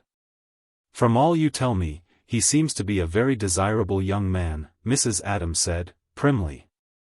Her daughter was silent for several moments, then new tears gathered upon her downcast lashes. "He's just, dear," she faltered. Mrs. Adams nodded. "He's told you he isn't engaged, hasn't he?" "No. But I know he isn't. Maybe when he first came here he was near it, but I know he's not. I guess Mildred Palmer would like him to be, all right." Mrs. Adams was frank enough to say, rather triumphantly, and Alice, with a lowered head, murmured, "Anybody would." The words were all but inaudible. "Don't you worry," her mother said, and patted her on the shoulder. "Everything will come out all right, don't you fear, Alice. Can't you see that beside any other girl in town you're just a perfect queen? Do you think any young man that wasn't prejudiced, or something, would need more than just one look to?" But Alice moved away from the caressing hand. "Never mind, Mama. I wonder he looks at me at all. And if he does again, after seeing my brother with those horrible people." Now. Mrs. Adams interrupted, expostulating mournfully. "I'm sure Walter's a good boy." "You are?" Alice cried, with a sudden vigor. "You are?" "I'm sure he's good, yes, and if he isn't, it's not his fault. It's mine." "What nonsense." "No, it's true," Mrs. Adams lamented. "I tried to bring him up to be good, God knows, and when he was little he was the best boy I ever saw. When he came from Sunday school he'd always run to me and we'd go over the lesson together, and he let me come in his room at night to hear his prayers almost until he was 16. Most boys won't do that with their mothers, not nearly that long. I tried so hard to bring him up right, but if anything's gone wrong it's my fault." "How could it be?" "You've just said. It's because I didn't make your father this new step earlier. Then Walter might have had all the advantages that other—" "Oh, Mama, please," Alice begged her. "Let's don't go over all that again. Isn't it more important to think what's to be done about him? Is he going to be allowed to go on disgracing us as he does?" Mrs. Adams sighed profoundly. "I don't know what to do," she confessed, unhappily. "Your father's so upset about this new step he's taking, I don't feel as if we ought to." No, Alice cried. "Papa mustn't be distressed with this, on top of everything else. But something's got to be done about Walter." "What can be?" her mother asked, helplessly. "What can be?" Alice admitted that she didn't know. At dinner, an hour later, Walter's habitually veiled glance lifted, now and then, to touch her furtively. He was waiting, as he would have said, for her to spring it. And he had prepared a brief and sincere defense to the effect that he made his own living, and would like to inquire whose business it was to offer intrusive comment upon his private conduct. But she said nothing, while his father and mother were as silent as she. Walter concluded that there was to be no attack, but changed his mind when his father, who ate only a little, and broodingly at that, rose to leave the table and spoke to him. "Walter," he said, "when you've finished I wish you'd come up to my room. I got something I want to say to you." Walter shot a hard look at his apathetic sister, then turned to his father. "Make it tomorrow," he said. "This is Saturday night and I got a date." "No," Adams said, frowning. "You come up before you go out. It's important." "All right. I've had all I want to eat," Walter returned. "I got a few minutes. Make it quick." He followed his father upstairs, and when they were in the room together Adams shut the door, sat down, and began to rub his knees. "Rheumatism?" the boy inquired, slyly. "That what you want to talk to me about?" "No," but Adams did not go on. He seemed to be in difficulties for words, and Walter decided to help him. "Hop ahead and spring it," he said. "Get it off your mind. I'll tell the world I should worry. You aren't going to bother me any, so why bother yourself? Alice hopped home and told you she saw me playin' around with some pretty gay-lookin' berries and you." "Alice?" his father said, obviously surprised. "It's nothing about Alice." "Didn't she tell you?" "I haven't talked with her all day." "Oh, I see," Walter said. "She told Mother and Mother told you." "No, neither of them have told me anything." "What was there to tell?" Walter laughed. "Oh, it's nothin'," he said. "I was just startin' out to buy a girl friend mine a rhinestone buckle I lost to her on a bet, this afternoon, and Alice came along with that big Russell fish, and I thought she looked sore. She expects me to like the kind she likes, and I don't like 'em. I thought she'd probably got you all stirred up about it." "No, no," his father said, peevishly. "I don't know anything about it, and I don't care to know anything about it. I want to talk to you about something important." Then, as he was again silent, Walter said, "Well, talk about it. I'm listening." "It's this," Adams began, heavily. "It's about me going into this glue business. Your mother's told you, hasn't she? She said you were goin' to leave the old place downtown and start a glue factory. That's all I know about it. I got my own affairs to tend to." "Well, this is your affair," his father said, frowning. "You can't stay with Lamb and Company." Walter looked a little startled. "What you mean, I can't?" "Why not?" "You've got to help me," Adams explained slowly, and he frowned more deeply, as if the interview were growing increasingly laborious for him. "It's going to be a big pull to get this business on its feet." "Yes," Walter exclaimed with a sharp skepticism. "I should say it was." He stared at his father incredulously. "Look here. Aren't you just a little bit sudden, the way you're goin' about things? You've let Mother shove you a little too fast, haven't you? Do you know anything about what it means to set up a new business these days?" "Yes, I know all about it," Adams said. "About this business, I do." "How do you?" "Because I made a long study of it.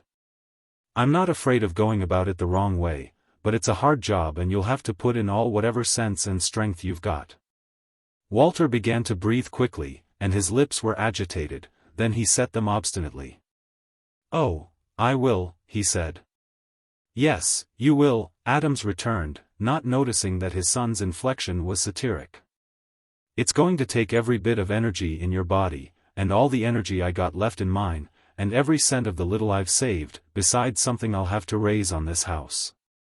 I'm going right at it, now I've got to, and you'll have to quit Lamb's by the end of next week."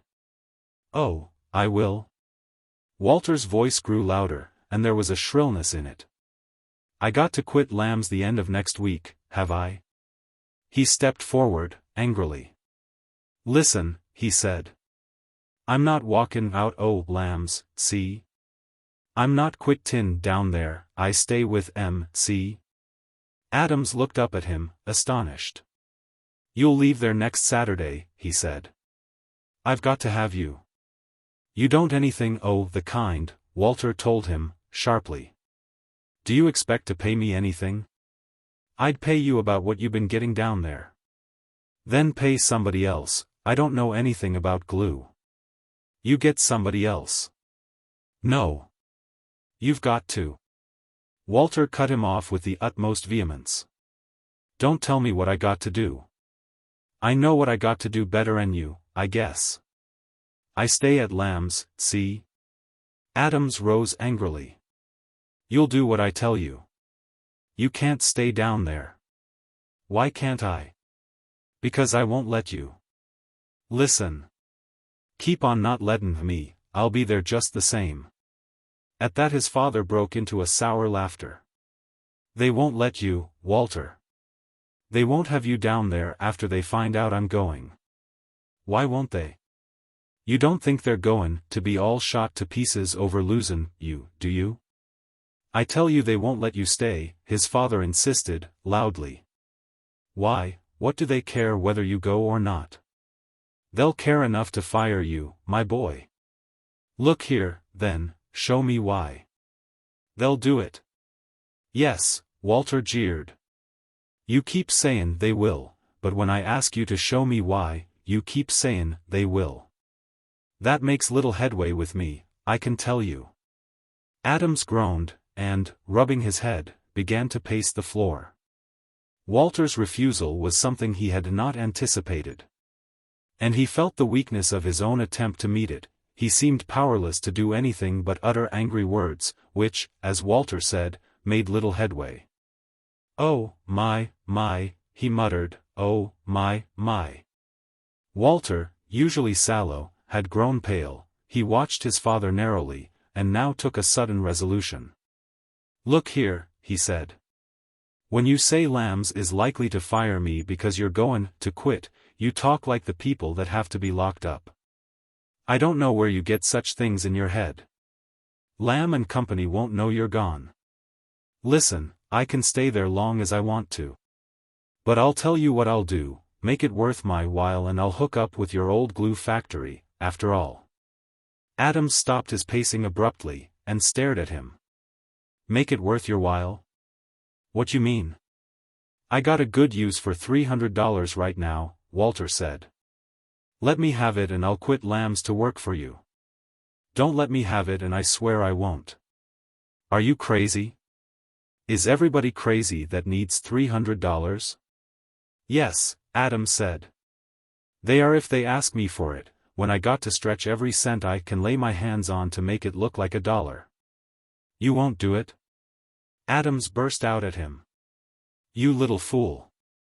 If I had $300 to throw away, besides the pay I expected to give you, haven't you got sense enough to see I could hire a man worth $300 more to me than you'd be?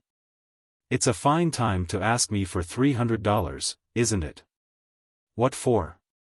Rhinestone buckles to throw around on your girlfriends? Shame on you. Ask me to bribe you to help yourself and your own family. I'll give you a last chance, Walter said. Either you do what I want, or I won't do what you want. Don't ask me again after this, because... Adams interrupted him fiercely. Ask you again. Don't worry about that, my boy. All I ask you is to get out my room. Look here, Walter said, quietly, and his lopsided smile distorted his livid cheek. Look here, I expect you wouldn't give me $300 to save my life, would you? You make me sick, Adams said, in his bitterness. Get out of here. Walter went out, whistling, and Adams drooped into his old chair again as the door closed. Oh, my, he groaned. Oh, lordy. The way of the transgressor. Chapter 16. He meant his own transgression and his own way. For Walter's stubborn refusal appeared to Adams just then as one of the inexplicable but righteous besettings he must encounter in following that way. "Oh, lordy, Lord!" he groaned, and then, as resentment moved him, "That dang boy. Dang idiot." Yet he knew himself for a greater idiot because he had not been able to tell Walter the truth. He could not bring himself to do it, nor even to state his case in its best terms, and that was because he felt that even in its best terms the case was a bad one. Of all his regrets the greatest was that in a moment of vanity and tenderness, 25 years ago, he had told his young wife a business secret. He had wanted to show how important her husband was becoming, and how much the head of the universe, J. Lamb, trusted to his integrity and ability. The great man had an idea. He thought of branching out a little, he told Adams confidentially, and there were possibilities of profit in glue. What he wanted was a liquid glue to be put into little bottles and sold cheaply. The kind of thing that sells itself, he said. The kind of thing that pays its own small way as it goes along, until it has profits enough to begin advertising it right. Everybody has to use glue, and if I make mine convenient and cheap, everybody'll buy mine. But it's got to be glue that'll stick, it's got to be the best. And if we find how to make it we've got to keep it a big secret, of course, or anybody can steal it from us. There was a man here last month, he knew a formula he wanted to sell me, sight unseen. But he was in such a hurry I got suspicious, and I found he'd managed to steal it, working for the big packers in their glue works. We've got to find a better glue than that, anyhow. I'm going to set you and Campbell at it. You're a practical, wide-awake young feller, and Campbell's a mighty good chemist. I guess you two boys ought to make something happen. His guess was shrewd enough. Working in a shed a little way outside the town, where their cheery employer visited them sometimes to study their malodorous stews, the two young men found what Lamb had set them to find. But Campbell was thoughtful over the discovery. "Look here," he said. "Why ain't this just about yours and mine? After all, it may be Lamb's money that's paid for the stuff we've used, but it hasn't cost much." "But he pays us," Adams remonstrated, horrified by his companion's idea. "He paid us to do it. It belongs absolutely to him."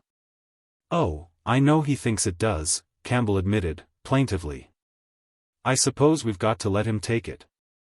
It's not patentable, and he'll have to do pretty well by us when he starts his factory, because he's got to depend on us to run the making of the stuff so that the workmen can't get onto the process.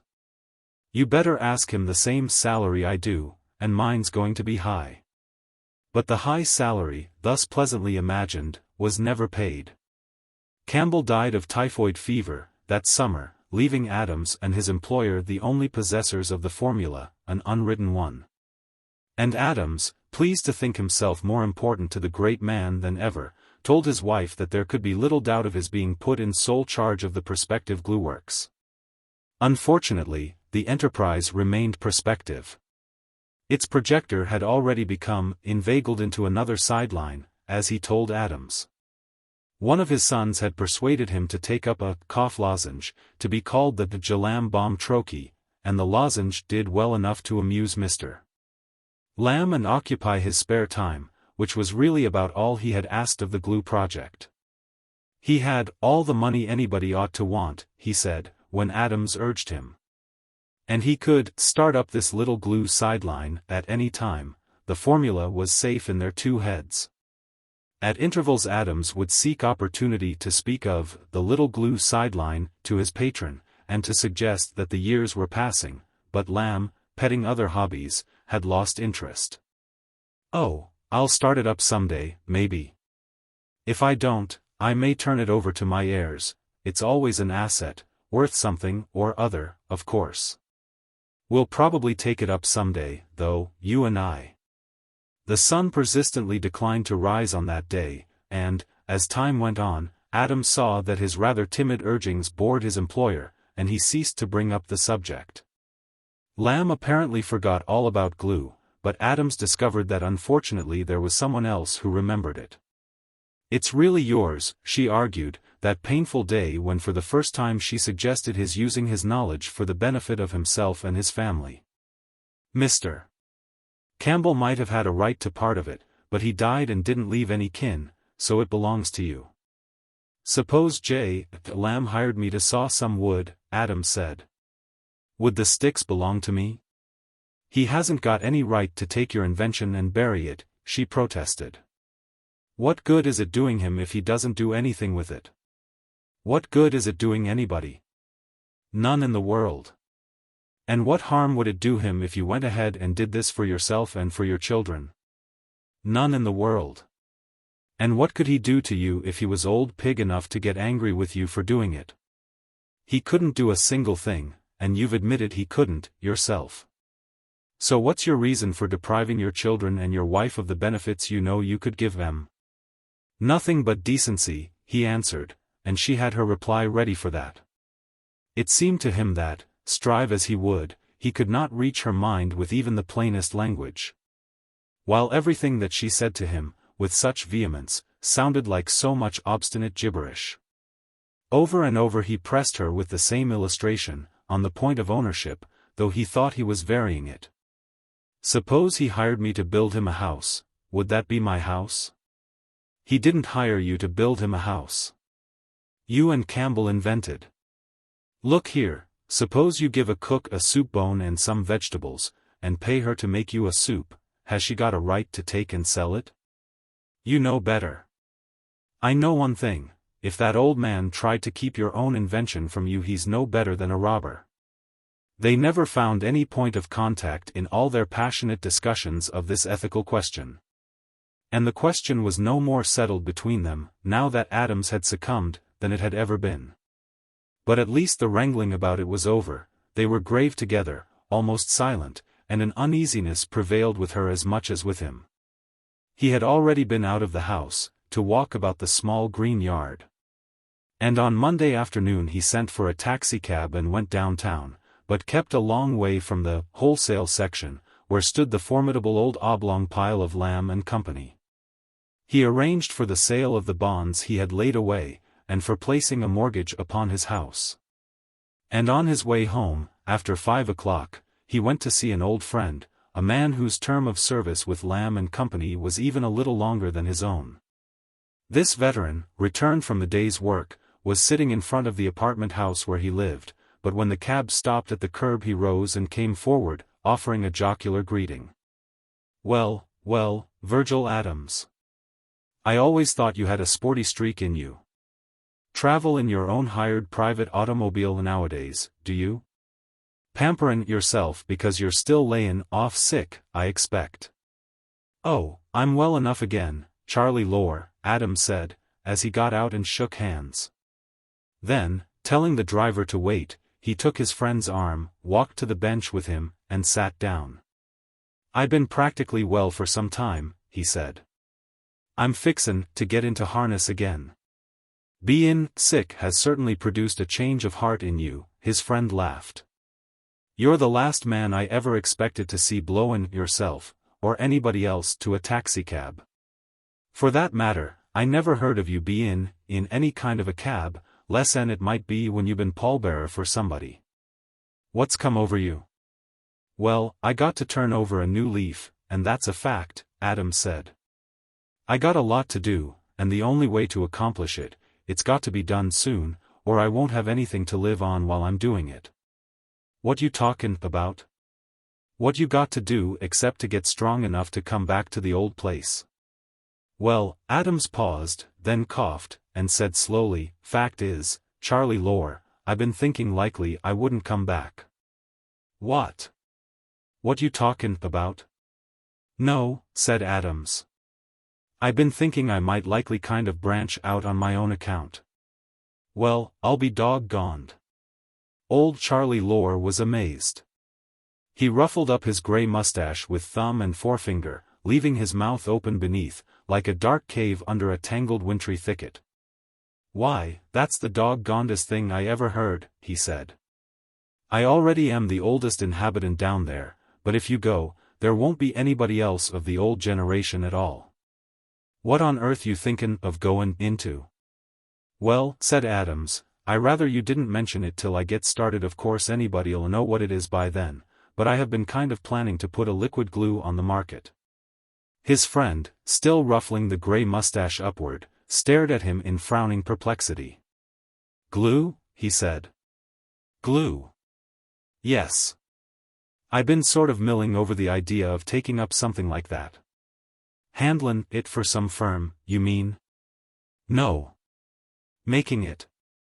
Sort of a glueworks likely." Lore continued to frown. "Let me think," he said.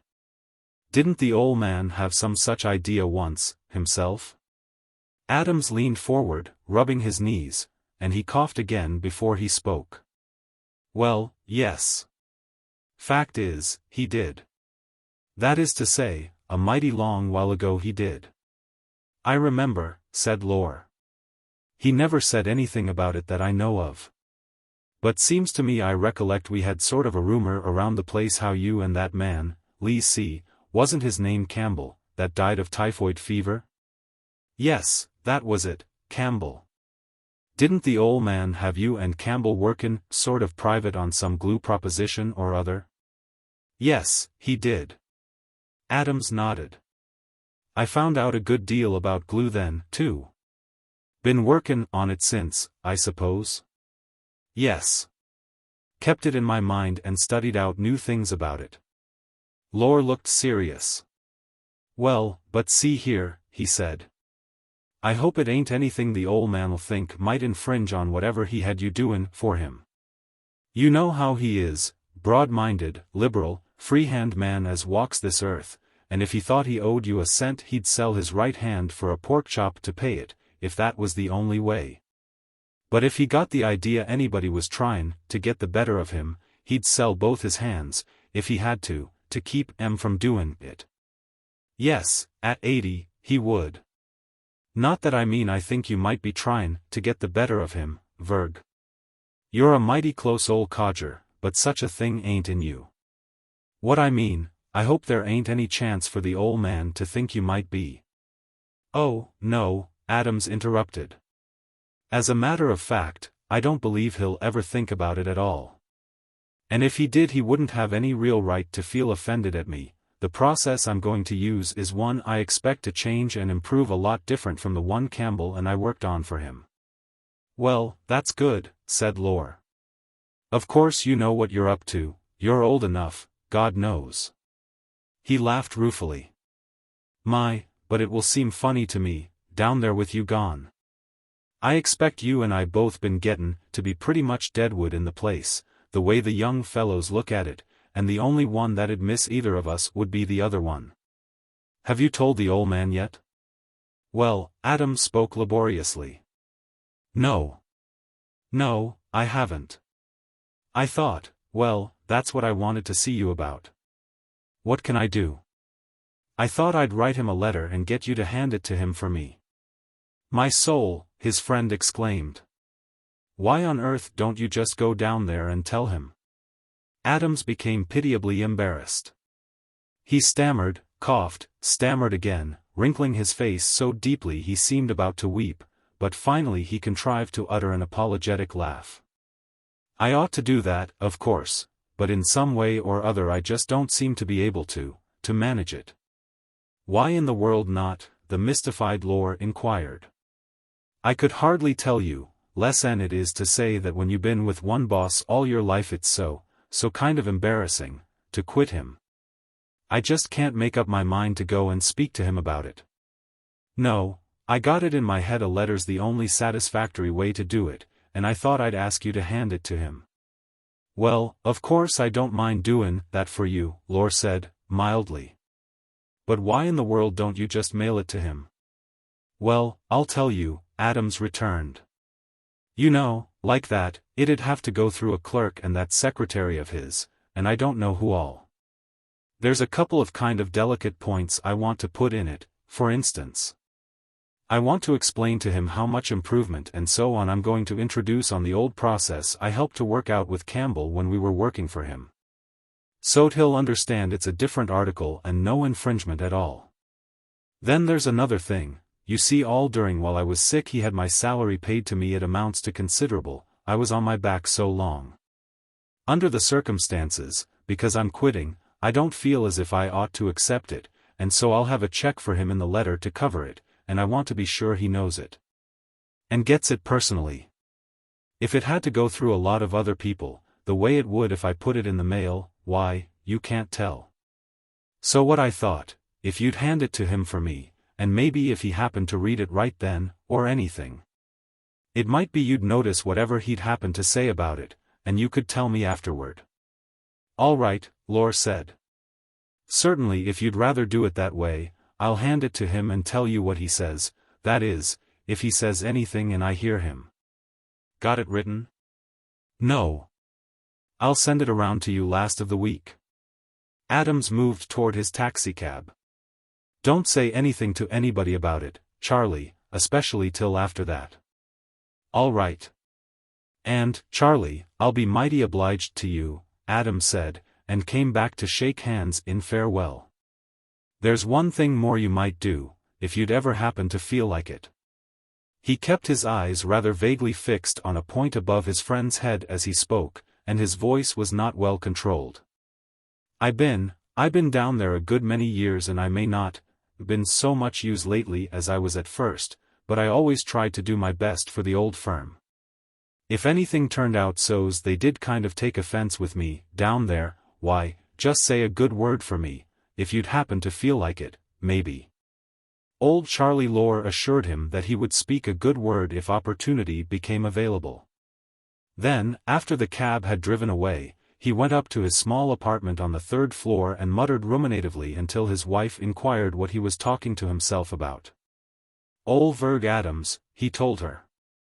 He's out again after his long spell of sickness, and the way it looks to me he'd better stayed in bed. You mean he still looks too bad to be out? Oh, I expect he's gettin' his health back, Lore said, frowning. Then what's the matter with him? You mean he's lost his mind?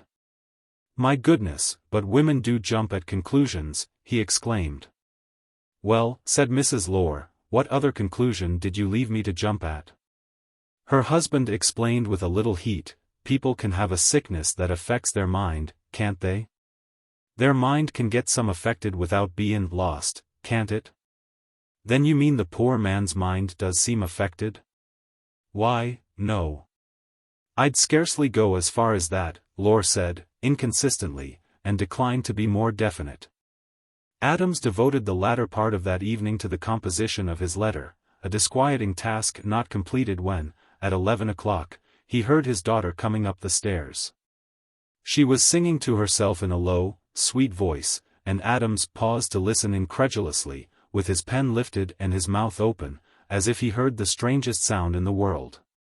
Then he set down the pen upon a blotter, went to his door, and opened it, looking out at her as she came. Well, dearie, you seem to be feeling pretty good, he said. What you been doing? Just sitting out on the front steps, Papa. All alone, I suppose. No. Mr. Russell called. Oh, he did? Adams pretended to be surprised. What all could you and he find to talk about till this hour o' the night? She laughed gaily. You don't know me, Papa. How's that? You've never found out that I always do all the talking. Didn't you let him get a word in all evening? Oh, yes, every now and then. Adams took her hand and petted it. Well, what did he say? Alice gave him a radiant look and kissed him. Not what you think, she laughed, then slapped his cheek with saucy affection, pirouetted across the narrow hall and into her own room, and curtsied to him as she closed her door. Adams went back to his writing with a lighter heart, for since Alice was born she had been to him the apple of his eye, his own phrase in thinking of her, and what he was doing now was for her. He smiled as he picked up his pen to begin a new draft of the painful letter, but presently he looked puzzled. After all, she could be happy just as things were, it seemed. Then why had he taken what his wife called this new step, which he had so long resisted? He could only sigh and wonder. Life works out pretty peculiarly, he thought. For he couldn't go back now, though the reason he couldn't was not clearly apparent. He had to go ahead. Chapter 17. He was out in his taxicab again the next morning, and by noon he had secured what he wanted. It was curiously significant that he worked so quickly. All the years during which his wife had pressed him toward his present shift he had sworn to himself, as well as to her, that he would never yield. And yet when he did yield he had no plans to make, because he found them already prepared and worked out in detail in his mind. As if he had long contemplated the step he believed himself incapable of taking. Sometimes he had thought of improving his income by exchanging his little collection of bonds for a small rental property, if he could find a good buy. And he had spent many of his spare hours rambling over the enormously spreading city and its produce, looking for the ideal buy. It remained unattainable, so far as he was concerned. But he found other things. Not twice a crow's mile from his own house there was a dismal and slummish quarter, a decayed, industrial district, of earlier days. Most of the industries were small. Some of them died, perishing of bankruptcy or fire, and a few had moved, leaving their shells. Of the relics, the best was a brick building which had been the largest and most important factory in the quarter. It had been injured by a long vacancy almost as serious as a fire, in effect. And Adams had often guessed at the sum needed to put it in repair. When he passed it, he would look at it with an interest which he supposed detached and idly speculative. That'd be just the thing, he thought. If a fellow had money enough, and took a notion to set up some new business on a big scale, this would be a pretty good place, to make glue, for instance, if that wasn't out of the question. Of course. It would take a lot of money, though, a great deal too much for me to expect to handle, even if I'd ever dream of doing such a thing. Opposite the dismantled factory was a muddy, open lot of 2 acres or so, and near the middle of the lot, a long brick shed stood in a desolate abandonment. Not happily decorated by old coatings of theatrical and medicinal advertisements. But the brick shed had 2 wooden ells, and, though both shed and ells were of a single story, here was empty space enough for a modest enterprise, space enough for almost anything, to start with. Adams thought, as he walked through the low buildings, one day, when he was prospecting in that section. Yes, I suppose I could swing this, he thought. If the process belonged to me, say, instead of being out of the question because it isn't my property, or if I was the kind of man to do such a thing anyhow. Here would be something I could probably get hold of pretty cheap.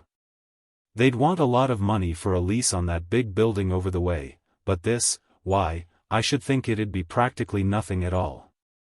Then, by chance, meeting an agent he knew, he made inquiries, merely to satisfy a casual curiosity, he thought, and he found matters much as he had supposed. Except that the owners of the big building did not wish to let, but to sell it, and this at a price so exorbitant that Adams laughed. But the long brick shed in the great muddy lot was for sale or to let, or pretty near to be given away, he learned, if anybody would take it.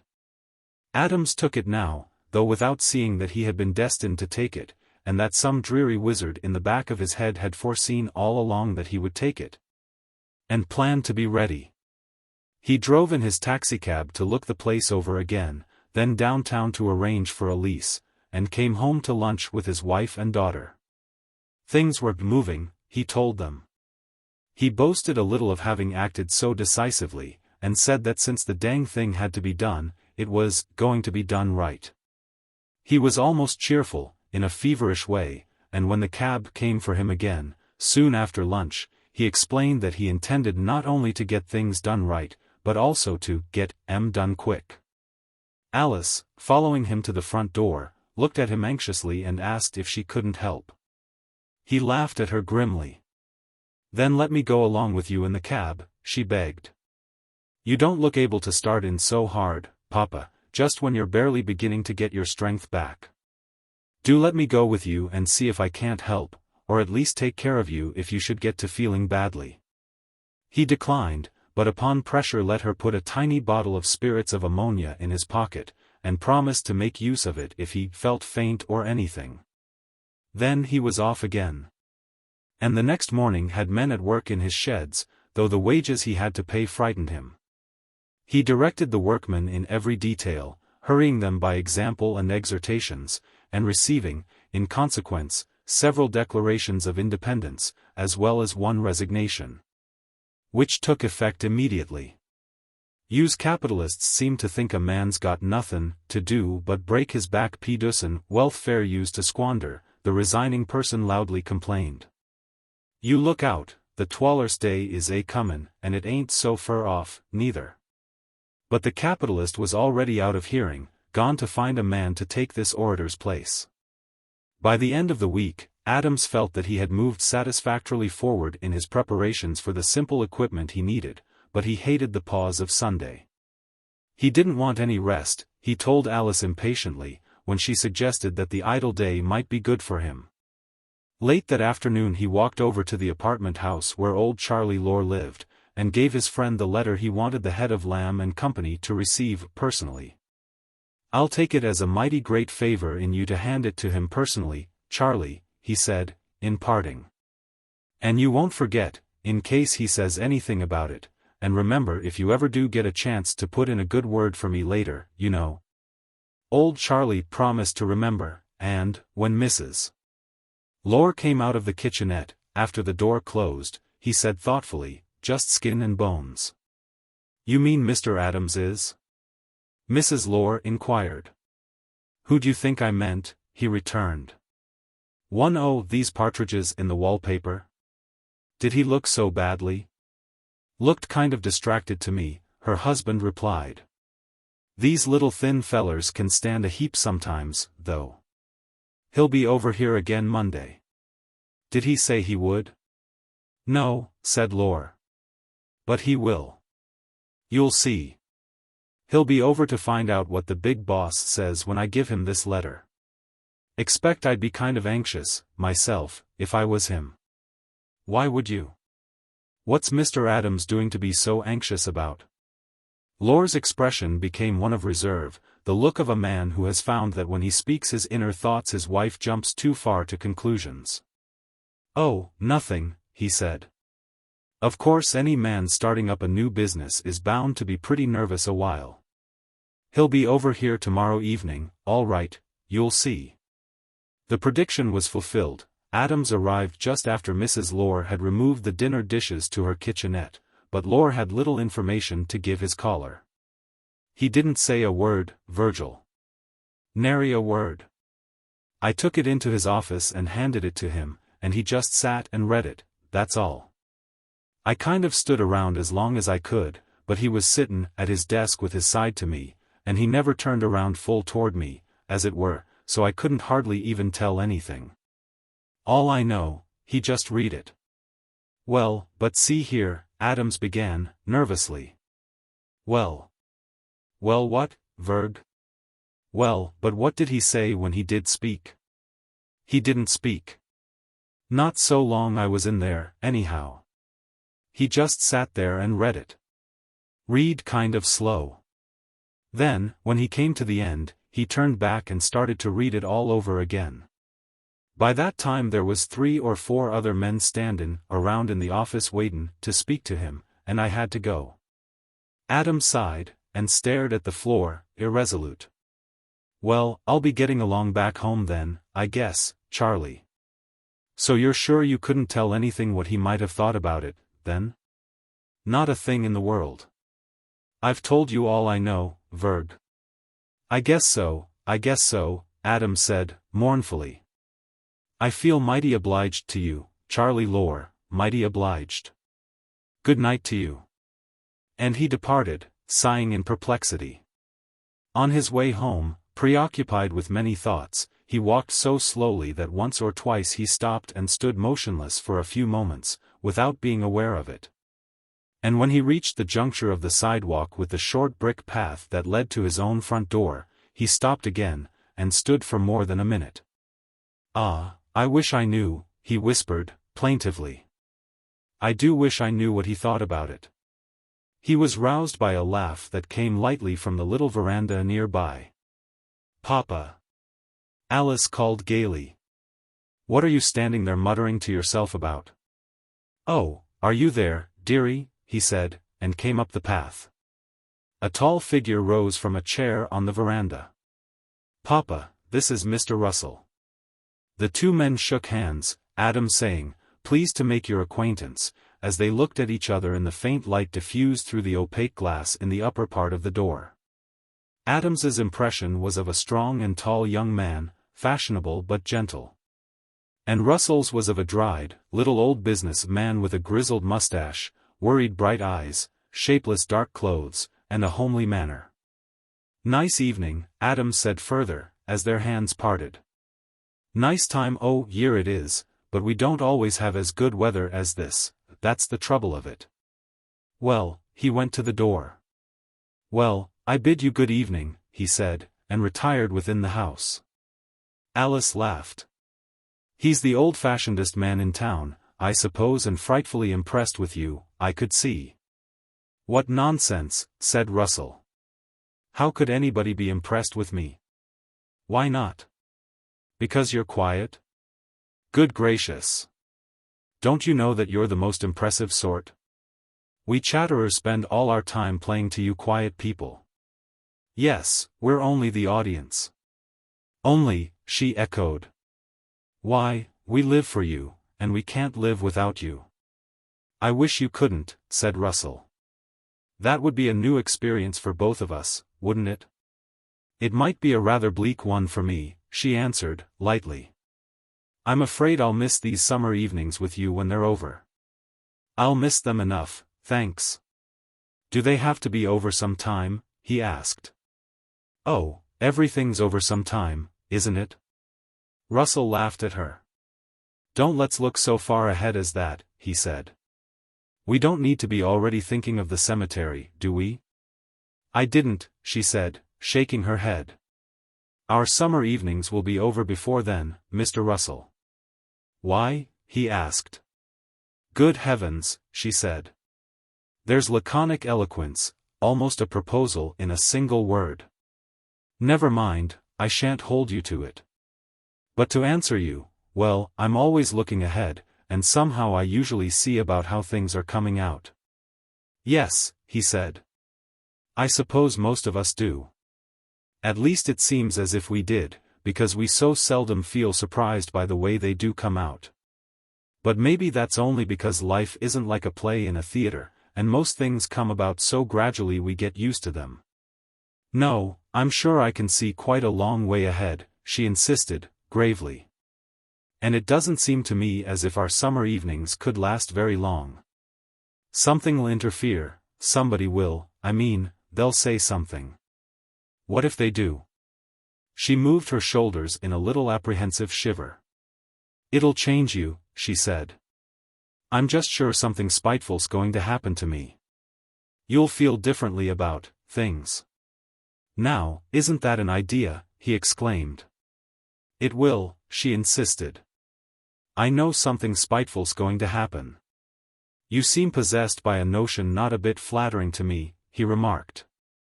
"Oh, but isn't it? That's just what it is." "Why isn't it?" "Because it implies that I'm made of such soft material the slightest breeze will mess me all up. I'm not so like that as I evidently appear. And if it's true that we're afraid other people will do the things we'd be most likely to do ourselves, it seems to me that I ought to be the one to be afraid. I ought to be afraid that somebody may say something about me to you that will make you believe I'm a professional forger." "No. We both know they won't," she said. "We both know you're the sort of person everybody in the world says nice things about." She lifted her hand to silence him as he laughed at this. "Oh, of course you are. I think perhaps you're a little flirtatious. Most quiet men have that one sly way with them. Oh, yes, they do. But you happen to be the kind of man everybody loves to praise. And if you weren't, I shouldn't hear anything terrible about you. I told you I was unpopular. I don't see anybody at all anymore. The only man except you who's been to see me in a month is that fearful little fat Frank Dowling, and I sent word to him I wasn't home. Nobody'd tell me of your wickedness, you see." "Then let me break some news to you," Russell said. "Nobody would tell me of yours, either. Nobody's even mentioned you to me." She burlesqued a cry of anguish. "That is obscurity. I suppose I'm too apt to forget that they say the population's about 500,000 nowadays. There are other people to talk about, you feel, then? None that I want to, he said. But I should think the size of the place might relieve your mind of what seems to insist on burdening it. Besides, I'd rather you thought me a better man than you do. What kind of a man do I think you are? The kind affected by what's said about people instead of by what they do themselves. Aren't you? No, I'm not, he said. If you want our summer evenings to be over, you'll have to drive me away yourself. Nobody else could? No. She was silent, leaning forward, with her elbows on her knees and her clasped hands against her lips. Then, not moving, she said softly, "Well, I won't." She was silent again, and he said nothing, but looked at her, seeming to be content with looking. Her attitude was one only a graceful person should assume, but she was graceful. And, in the wan light, which made a prettily shaped mist of her, she had beauty. Perhaps it was beauty of the hour, and of the love scene almost made into form by what they had both just said, but she had it. And though beauty of the hour passes, he who sees it will long remember it and the hour when it came. "What are you thinking of?" he asked. She leaned back in her chair and did not answer at once. Then she said, "I don't know, I doubt if I was thinking of anything. It seems to me I wasn't. I think I was just being sort of sadly happy just then." "Were you? Was it sadly, too?" "Don't you know?" she said. "It seems to me that only little children can be just happily happy. I think when we get older our happiest moments are like the one I had just then. It's as if we heard strains of minor music running through them, oh, so sweet, but oh, so sad." "But what makes it sad for you?" "I don't know," she said, in a lighter tone. "Perhaps it's a kind of useless foreboding I seem to have pretty often. It may be that, or it may be poor Papa. You are a funny, delightful girl, though." Russell laughed. "When your father's so well again that he goes out walking in the evenings." "He does too much walking," Alice said. "Too much altogether, over at his new plant. But there isn't any stopping him." She laughed and shook her head. "When a man gets an ambition to be a multimillionaire his family don't appear to have much weight with him. He'll walk all he wants to, in spite of them." "I suppose so," Russell said, absently. Then he leaned forward. "I wish I could understand better why you were sadly happy." Meanwhile, as Alice shed what further light she could on this point, the man ambitious to be a multimillionaire was indeed walking too much for his own good. He had gone to bed, hoping to sleep well and rise early for a long day's work, but he could not rest, and now, in his nightgown and slippers, he was pacing the floor of his room. "I wish I did know," he thought, over and over. "I do wish I knew how he feels about it." Chapter 18. That was a thought almost continuously in his mind, even when he was hardest at work, and, as the days went on and he could not free himself, he became querulous about it. "I guess I'm the biggest dang fool alive," he told his wife as they sat together one evening. "I got plenty else to bother me, without worrying my head off about what he thinks. I can't help what he thinks, it's too late for that. So why should I keep pestering myself about it?" "It'll wear off, Virgil," Mrs. Adams said, reassuringly. She was gentle and sympathetic with him, and for the first time in many years he would come to sit with her and talk, when he had finished his day's work. He had told her, evading her eye, "Oh, I don't blame you. You didn't get after me to do this on your own account, you couldn't help it." "Yes, but it don't wear off," he complained.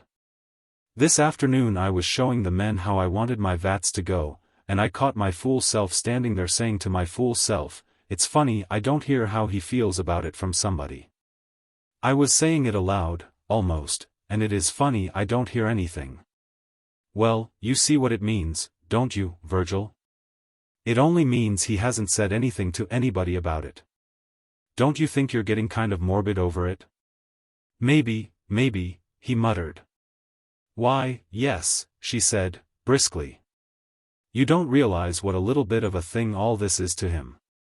It's been a long, long while since the last time you even mentioned glue to him, and he's probably forgotten everything about it.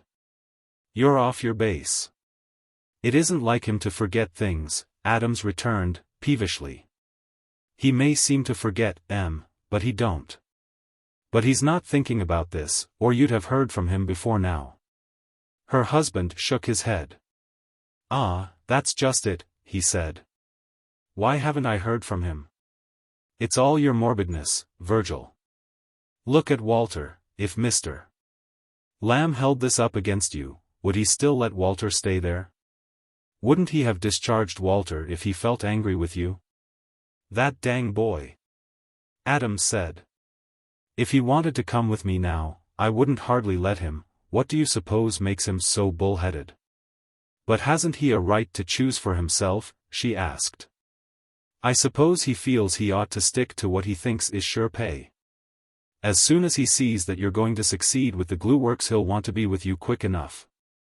Well, he better get a little sense in his head, Adams returned, crossly. He wanted me to pay him a $300 bonus in advance, when anybody with a grain of common sense knows I need every penny I can lay my hands on.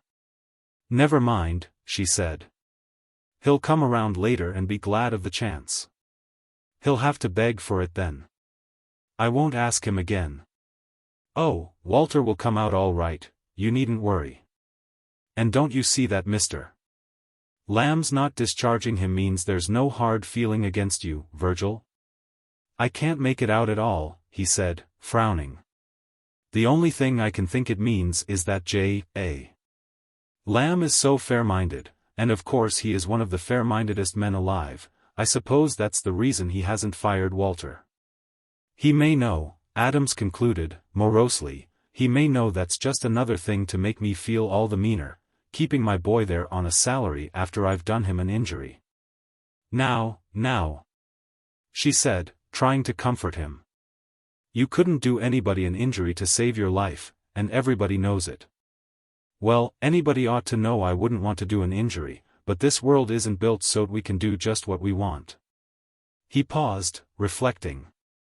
Of course there may be one explanation of why Walter's still there, maybe hasn't noticed that he is there. There's so many I expect he hardly knows him by sight. Well, just do quit thinking about it, she urged him. It only bothers you without doing any good. Don't you know that? Don't I, though, he laughed, feebly. I know it better'n anybody. How funny that is, when you know thinking about a thing only pesters you without helping anything at all, and yet you keep right on pestering yourself with it. But why? She said. What's the use when you know you haven't done anything wrong, Virgil? You said yourself you were going to improve the process so much it would be different from the old one, and you'd really have a right to it. Adams had persuaded himself of this when he yielded. He had found it necessary to persuade himself of it, though there was a part of him, of course, that remained unpersuaded, and this discomfiting part of him was what made his present trouble. Yes, I know, he said. That's true, but I can't quite seem to get away from the fact that the principle of the process is a good deal the same. Well, it's more'n that. It's just about the same as the one he hired Campbell and me to work out for him. Truth is, nobody could tell the difference, and I don't know as there is any difference except in these improvements I'm making. Of course, the improvements do give me pretty near a perfect right to it, as a person might say, and that's one of the things I thought of putting in my letter to him. But I was afraid he'd just think I was trying to make up excuses, so I left it out. I kind of worried all the time I was writing that letter, because if he thought I was just making up excuses, why, it might set him just so much more against me. Ever since Mrs. Adams had found that she was to have her way, the depths of her eyes had been troubled by a continuous uneasiness. And, although she knew it was there, and sometimes veiled it by keeping the revealing eyes averted from her husband and children, she could not always cover it under that assumption of absent-mindedness. The uneasy look became vivid, and her voice was slightly tremulous now, as she said, "But what if he should be against you, although I don't believe he is? Of course, you told me he couldn't do anything to you, Virgil." "No," he said, slowly. "I can't see how he could do anything. It was just a secret, not a patent. The thing ain't patentable. I've tried to think what he could do, supposing he was to want to, but I can't figure out anything at all that would be any harm to me. There isn't any way in the world it could be made a question of law. Only thing he could do'd be to tell people his side of it, and set 'em against me. I been kind of waiting for that to happen, all along." She looked somewhat relieved. "So did I expect it," she said. "I was dreading it most on Alice's account. It might have, well, young men are so easily influenced and all. But so far as the business is concerned, what if Mr. Lamb did talk? That wouldn't amount to much. It wouldn't affect the business, not to hurt. And, besides, he isn't even doing that. No, anyhow not yet, it seems." And Adams sighed again, wistfully. "But I would give a good deal to know what he thinks."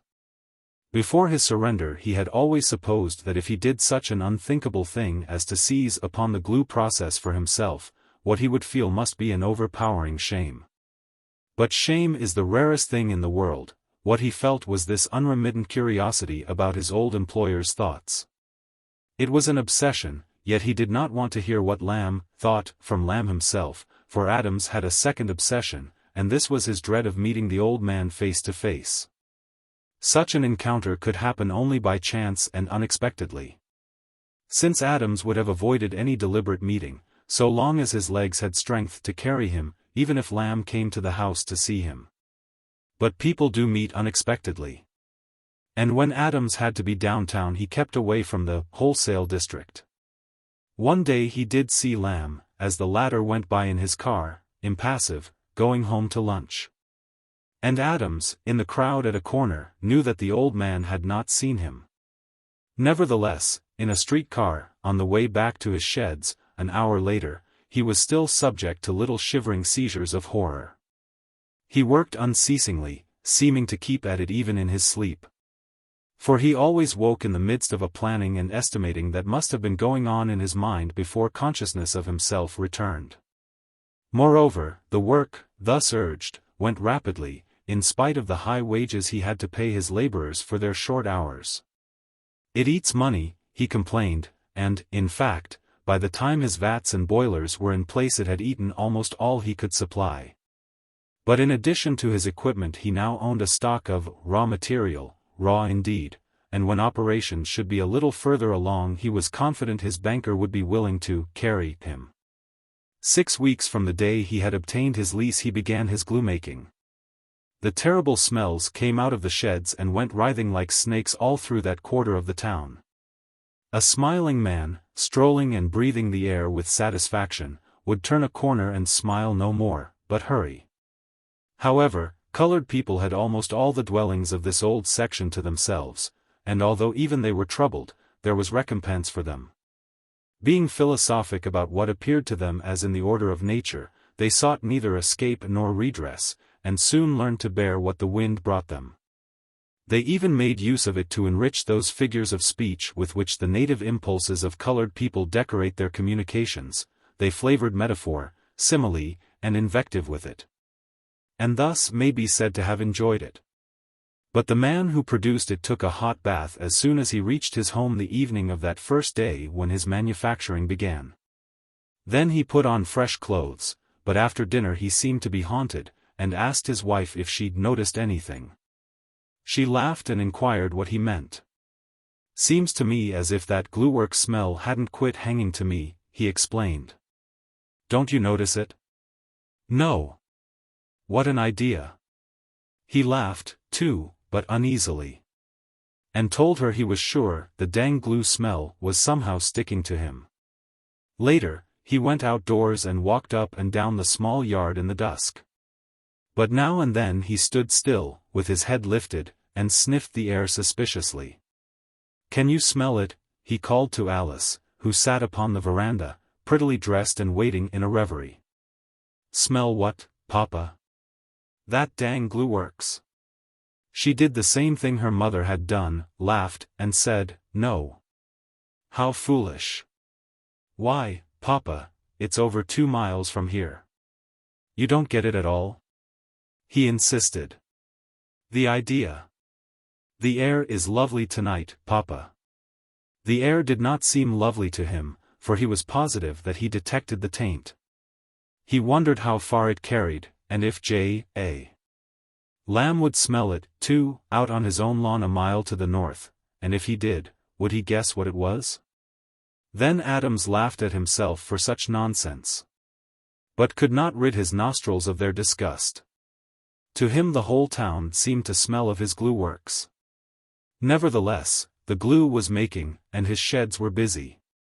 Guess we're stirrin' up this ole neighborhood with more than the smell, his foreman remarked one morning. How's that? Adams inquired. That great big, enormous old dead butterine factory across the street from our lot, the man said. Nothin' like settin' an example to bring real estate to life. That place is full o' carpenters startin' in to make a regular buildin' of it again. Guess you ought to have the credit of it, because you was the first man in 10 years to see any possibilities in this neighborhood. Adams was pleased, and, going out to see for himself, heard a great hammering and sawing from within the building, while carpenters were just emerging gingerly upon the dangerous roof. He walked out over the dried mud of his deep lot, crossed the street, and spoke genially to a workman who was removing the broken glass of a window on the ground floor. Here. What's all this howdy-do over here? Goin' to fix her all up, I guess, the workman said. Big job it is, too. Think it would be. Yes, sir, a pretty big job, a pretty big job. Got men at it on all 4 floors and on the roof. They're doin' it right. Who's doing it? Lord. I know. Some o' these here big manufacturing corporations, I guess. What's it going to be? They tell me, the workman answered, they tell me she's goin' to be a butterine factory again. Anyways, I hope she won't be anything to smell like that glue works you got over there not while I'm workin' around her, anyways. That smells all right, Adams said. You soon get used to it. You do? The man appeared incredulous. Listen. I was over in France, it's a good thing them Dutchmen never thought of it, we'd have had to quit. Adams laughed, and went back to his sheds. I guess my foreman was right, he told his wife, that evening, with a little satisfaction. As soon as one man shows enterprise enough to found an industry in a broken-down neighborhood, somebody else is sure to follow. I kind of like the look of it, it'll help make our place seem sort of more busy and prosperous when it comes to getting a loan from the bank, and I got to get one mighty soon, too. I did think some that if things go as well as there's every reason to think they ought to, I might want to spread out and maybe get hold of that old factory myself. But I hardly expected to be able to handle a proposition of that size before 2 or 3 years from now, and anyhow there's room enough on the lot I got, if we need more building someday. Things are going about as fine as I could ask. I hired some girls today to do the bottling, colored girls along about 16 to 20 years old. After while, I expect to get a machine to put the stuff in the little bottles, when we begin to get good returns, but half a dozen of these colored girls can do it all right now, by hand. We're getting to have really quite a little plant over there, yes, sir, quite a regular little plant. He chuckled, and at this cheerful sound, of a kind his wife had almost forgotten he was capable of producing, she ventured to put her hand upon his arm. They had gone outdoors, after dinner, taking 2 chairs with them, and were sitting through the late twilight together, keeping well away from the front porch, which was not yet occupied, however. Alice was in her room changing her dress. Well, honey, Mrs. Adams said, taking confidence not only to put her hand upon his arm, but to revive this disused endearment. It's grand to have you so optimistic. Maybe sometime you'll admit I was right, after all. Everything's going so well, it seems a pity you didn't take this step, long ago. Don't you think maybe so, Virgil? Well, if I was ever going to, I don't know, but I might as well have. I got to admit the proposition begins to look pretty good, I know the stuff'll sell, and I can't see a thing in the world to stop it. It does look good, and if, he paused. If what? She said, suddenly anxious. He laughed plaintively, as if confessing a superstition. It's funny, well, it's mighty funny about that smell. I've got so used to it at the plant I never seem to notice it at all over there. It's only when I get away. Honestly, can't you notice?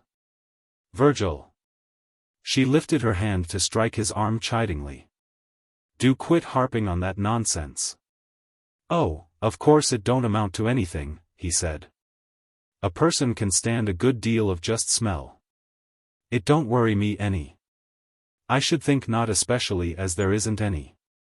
Well, he said, I feel pretty fair over the whole thing, a lot better'n I ever expected to, anyhow. I don't know as there's any reason I shouldn't tell you so. She was deeply pleased with this acknowledgment, and her voice had tenderness in it as she responded, There, honey. Didn't I always say you'd be glad if you did it? Embarrassed, he coughed loudly, then filled his pipe and lit it. Well, he said, slowly, it's a puzzle. Yes, sir, it's a puzzle. What is? Pretty much everything, I guess. As he spoke, a song came to them from a lighted window over their heads. Then the window darkened abruptly, but the song continued as Alice went down through the house to wait on the little veranda. Mi ci amo Mimi, she sang, and in her voice throbbed something almost startling in its sweetness. Her father and mother listened, not speaking until the song stopped with the click of the wire screen at the front door as Alice came out. My, said her father. How sweet she does sing. I don't know as I ever heard her voice sound nicer than it did just then. There's something that makes it sound that way, his wife told him. I suppose so, he said, sighing. I suppose so. You think? She's just terribly in love with him. I expect that's the way it ought to be, he said, then drew upon his pipe for reflection, and became murmurous with the symptoms of melancholy laughter. It don't make things less of a puzzle, though, does it? In what way, Virgil? Why, here, he said, here we go through all this muck and moil to help fix things nicer for her at home, and what's it all amount to? Seems like she's just gone ahead the way she'd gone anyhow, and now, I suppose, getting ready to up and leave us. Ain't that a puzzle to you? It is to me. Oh, but things haven't gone that far yet. Why, you just said. She gave a little cry of protest. Oh, they aren't engaged yet. Of course they will be. He's just as much interested in her as she is in him, but... Well, what's the trouble then? You are a simple old fellow, his wife exclaimed, and then rose from her chair. That reminds me, she said. What of? He asked. What's my being simple remind you of? Nothing, she laughed. It wasn't you that reminded me. It was just something that's been on my mind. I don't believe he's actually ever been inside our house. Hasn't he? I actually don't believe he ever has, she said. Of course we must, she paused, debating. We must what? I guess I better talk to Alice about it right now, she said. He don't usually come for about half an hour yet, I guess I've got time. And with that she walked away, leaving him to his puzzles. Chapter 19. Alice was softly crooning to herself as her mother turned the corner of the house and approached through the dusk. Isn't it the most beautiful evening? The daughter said. Why can't summer last all year? Did you ever know a lovelier twilight than this, Mama? Mrs. Adams laughed, and answered, Not since I was your age, I expect. Alice was wistful at once. Don't they stay beautiful after my age? Well, it's not the same thing. Isn't it? Not ever. You may have a different kind from mine, the mother said, a little sadly. I think you will, Alice. You deserve. No, I don't. I don't deserve anything, and I know it. But I'm getting a great deal these days, more than I ever dreamed could come to me. I'm pretty happy, Mama. Dearie. Her mother would have kissed her, but Alice drew away. Oh, I don't mean, she laughed nervously. I wasn't meaning to tell you I'm engaged, Mama. We're not. I mean, oh. Things seem pretty beautiful in spite of all I've done to spoil them. You? Mrs. Adams cried, incredulously. What have you done to spoil anything? Little things, Alice said. 1,000 little silly, oh, what's the use? He's so honestly what he is, just simple and good and intelligent, I feel a tricky mess beside him.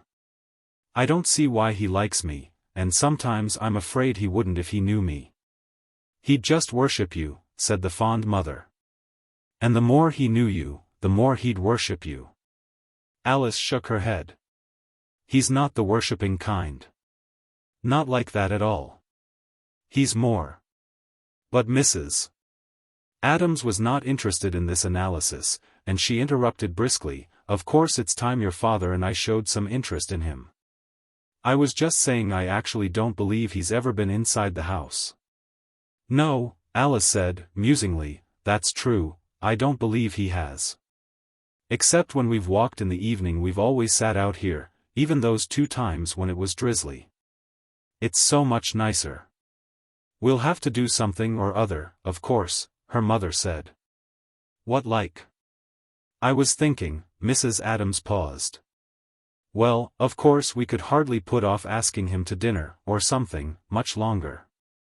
Alice was not enthusiastic. So far from it, indeed, that there was a melancholy alarm in her voice. Oh, Mama, must we? Do you think so? Yes, I do. I really do. Couldn't we wait? It looks queer, Mrs. Adams said. It isn't the thing at all for a young man to come as much as he does, and never more than just barely meet your father and mother. No. We ought to do something. But a dinner. Alice objected. In the first place, there isn't anybody I want to ask. There isn't anybody I would ask. I didn't mean trying to give a big dinner, her mother explained. I just mean having him to dinner. That mulatto woman, Melina Burns, goes out by the day, and she could bring a waitress. We can get some flowers for the table and some to put in the living room. We might just as well go ahead and do it tomorrow as any other time, because your father's in a fine mood, and I saw Melina this afternoon and told her I might want her soon. She said she didn't have any engagements this week, and I can let her know tonight. Suppose when he comes you ask him for tomorrow, Alice. Everything'll be very nice, I'm sure. Don't worry about it. Well, but, Alice was uncertain. But don't you see, it looks so queer, not to do something, her mother urged. It looks so kind of poverty-stricken. We really oughtn't to wait any longer. Alice assented, though not with a good heart. Very well, I'll ask him, if you think we've got to. That matter's settled then, Mrs. Adams said. I'll go telephone Melina, and then I'll tell your father about it. But when she went back to her husband, she found him in an excited state of mind, and Walter standing before him in the darkness. Adams was almost shouting, so great was his vehemence. Hush, hush, his wife implored, as she came near them. They'll hear you out on the front porch. I don't care who hears me, Adams said, harshly, though he tempered his loudness. Do you want to know what this boy's asking me for? I thought he'd maybe come to tell me he'd got a little sense in his head at last, and a little decency about what's due his family. I thought he was going to ask me to take him into my plant. No, ma'am, that's not what he wants. No, it isn't, Walter said. In the darkness his face could not be seen, he stood motionless, in what seemed an apathetic attitude.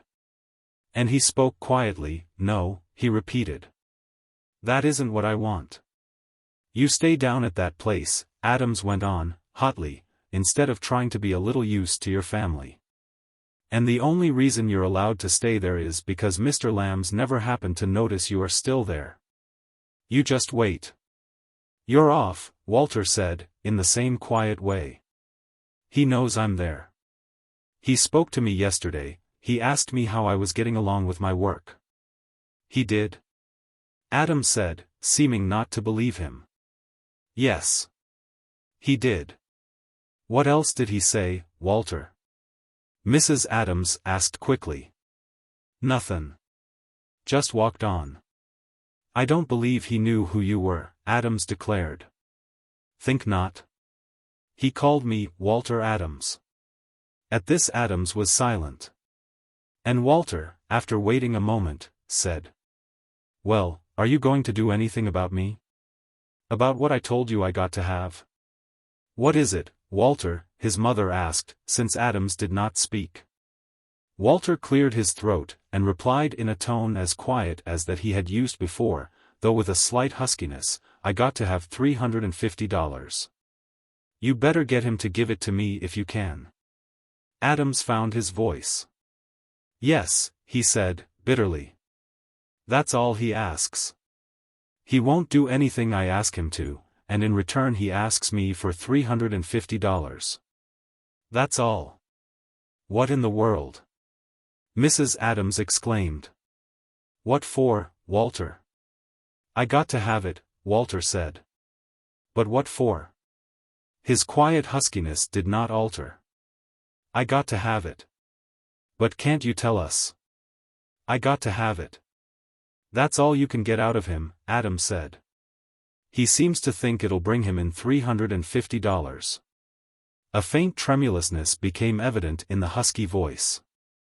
Haven't you got it? No, I haven't got it, his father answered. And I've got to go to a bank for more than my payroll next week. Do you think I'm a mint? I don't understand what you mean, Walter, Mrs. Adams interposed, perplexed and distressed. If your father had the money, of course he'd need every cent of it, especially just now, and, anyhow, you could scarcely expect him to give it to you, unless you told us what you want with it. But he hasn't got it. All right, Walter said, and after standing a moment more, in silence, he added, impersonally, I don't see as you ever did anything much for me, anyhow either of you.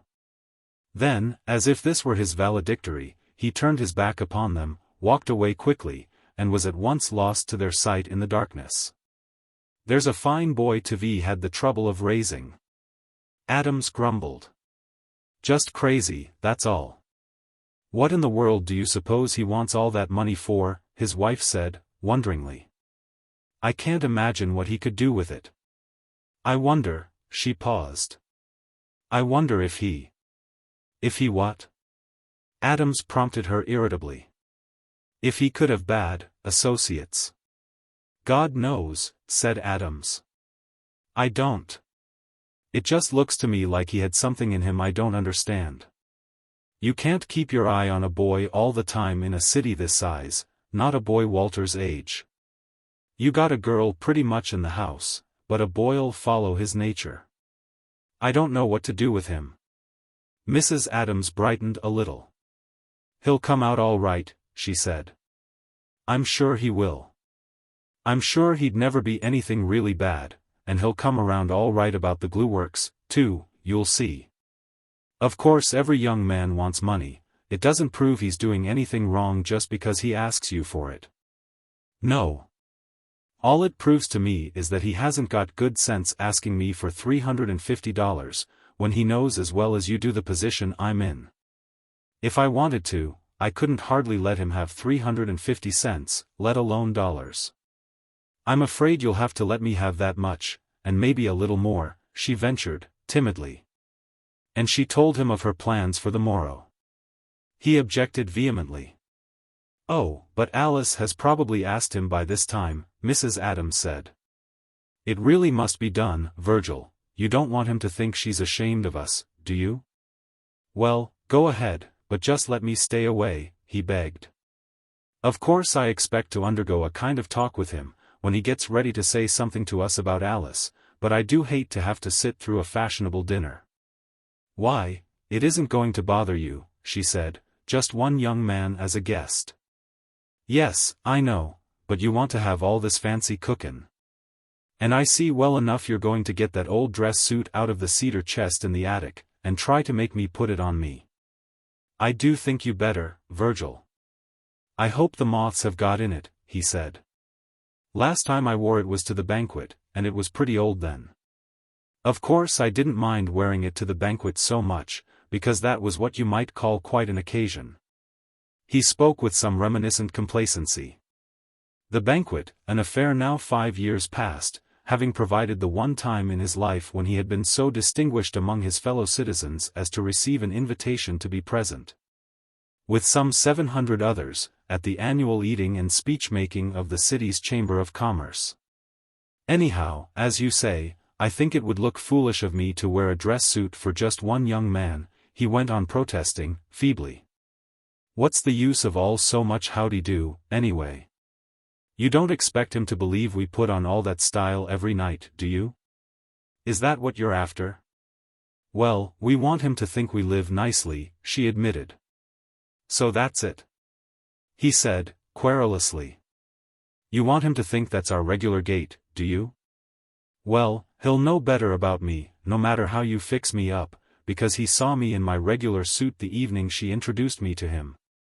And he could tell anyway I'm not one of these moving picture sporting men that's always got a dress suit on. Besides, you and Alice certainly have some idea he'll come again, haven't you? If they get things settled between them he'll be around the house and to meals most any time, won't he? You don't hardly expect to put on style all the time, I guess. Well, he'll see then that this kind of thing was all show-off, and bluff, won't he? What about it? Oh, well, by that time, she left the sentence unfinished, as if absently.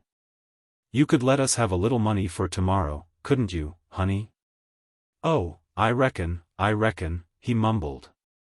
A girl like Alice is some comfort, she don't come around acting as if she'd commit suicide if she didn't get $350 in the next 5 minutes. I expect I can spare $5 or $6 for your show-off if I got to. However, she finally obtained 15 before his bedtime. And the next morning went to market after breakfast, leaving Alice to make the beds. Walter had not yet come downstairs. You had better call him, Mrs. Adams said, as she departed with a big basket on her arm. I expect he's pretty sleepy. He was out so late last night I didn't hear him come in, though I kept awake till after midnight, listening for him. Tell him he'll be late to work if he doesn't hurry.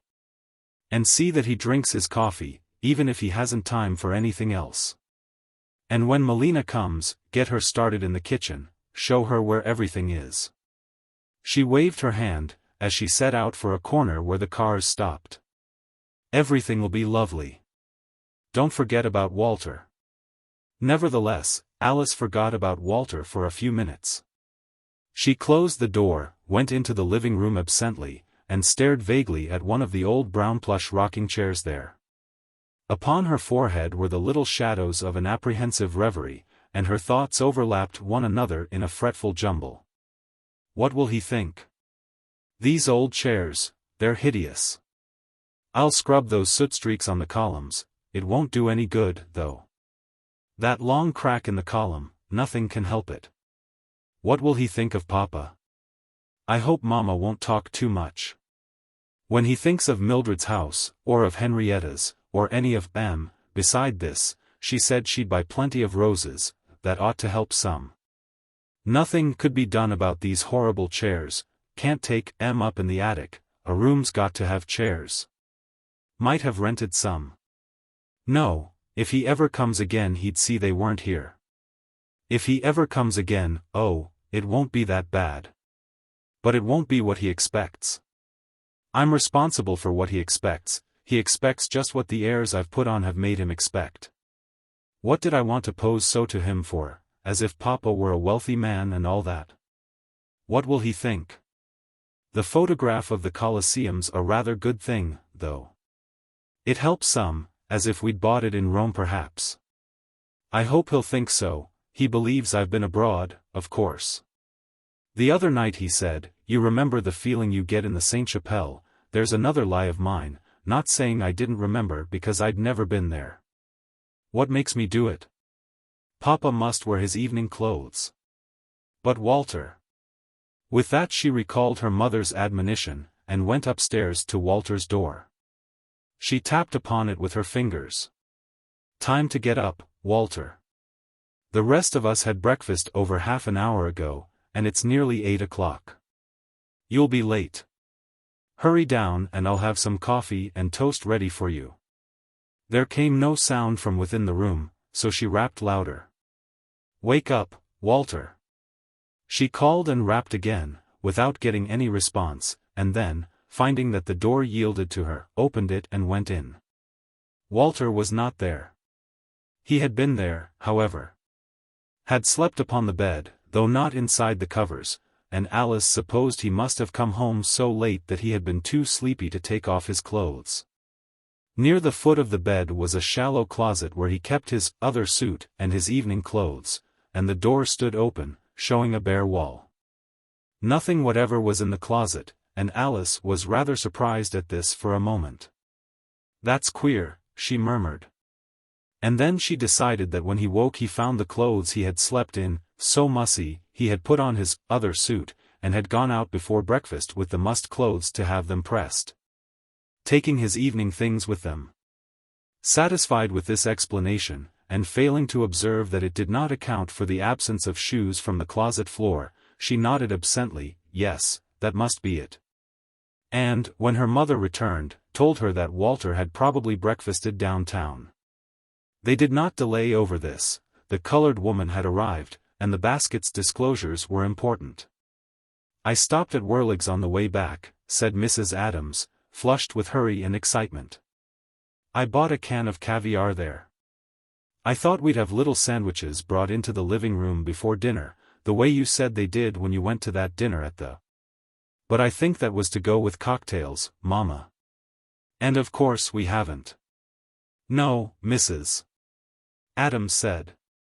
Still, I think it would be nice. We can make them look very dainty, on a tray, and the waitress can bring them in. I thought we'd have the soup already on the table. And we can walk right out as soon as we have the sandwiches, so it won't get cold. Then, after the soup, Melina says she can make sweetbread pates with mushrooms, and for the meat course we'll have larded filet. Melina's really a fancy cook, you know, and she says she can do anything like that to perfection. We'll have peas with the filet, and potato balls and Brussels sprouts. Brussels sprouts are fashionable now, they told me at market. Then will come the chicken salad, and after that the ice cream. She's going to make an angel food cake to go with it, and then coffee and crackers and a new kind of cheese I got at Whirlig's. He says is very fine. Alice was alarmed. Don't you think perhaps it's too much, Mama? It's better to have too much than too little, her mother said, cheerfully. We don't want him to think we're the kind that skimp. Lord knows we have to enough, though, most of the time. Get the flowers in water, child. I bought M at market because they're so much cheaper there, but they'll keep fresh and nice. You fix M any way you want. Hurry. It's got to be a busy day. She had bought 3 dozen little roses. Alice took them and began to arrange them in vases, keeping the stems separated as far as possible so that the clumps would look larger. She put half a dozen in each of 3 vases in the living room, placing 1 vase on the table in the center of the room, and 1 at each end of the mantelpiece. Then she took the rest of the roses to the dining room, but she postponed the arrangement of them until the table should be set, just before dinner. She was thoughtful. Planning to dry the stems and lay them on the tablecloth like a vine of roses running in a delicate design, if she found that the 1.5 she had left were enough for that. If they weren't she would arrange them in a vase. She looked a long time at the little roses in the basin of water, where she had put them. Then she sighed, and went away to heavier tasks, while her mother worked in the kitchen with Melina. Alice dusted the living room and the dining room vigorously, though all the time with a look that grew more and more pensive, and having dusted everything, she wiped the furniture, rubbed it hard. After that, she washed the floors and the woodwork. Emerging from the kitchen at noon, Mrs. Adams found her daughter on hands and knees, scrubbing the bases of the columns between the hall and the living room. "Now, dearie," she said, "you mustn't tire yourself out, and you'd better come and eat something. Your father said he'd get a bite downtown today. He was going down to the bank, and Walter eats downtown all the time lately, so I thought we wouldn't bother to set the table for lunch. Come on and we'll have something in the kitchen." "No," Alice said, dully, as she went on with the work. "I don't want anything." Her mother came closer to her.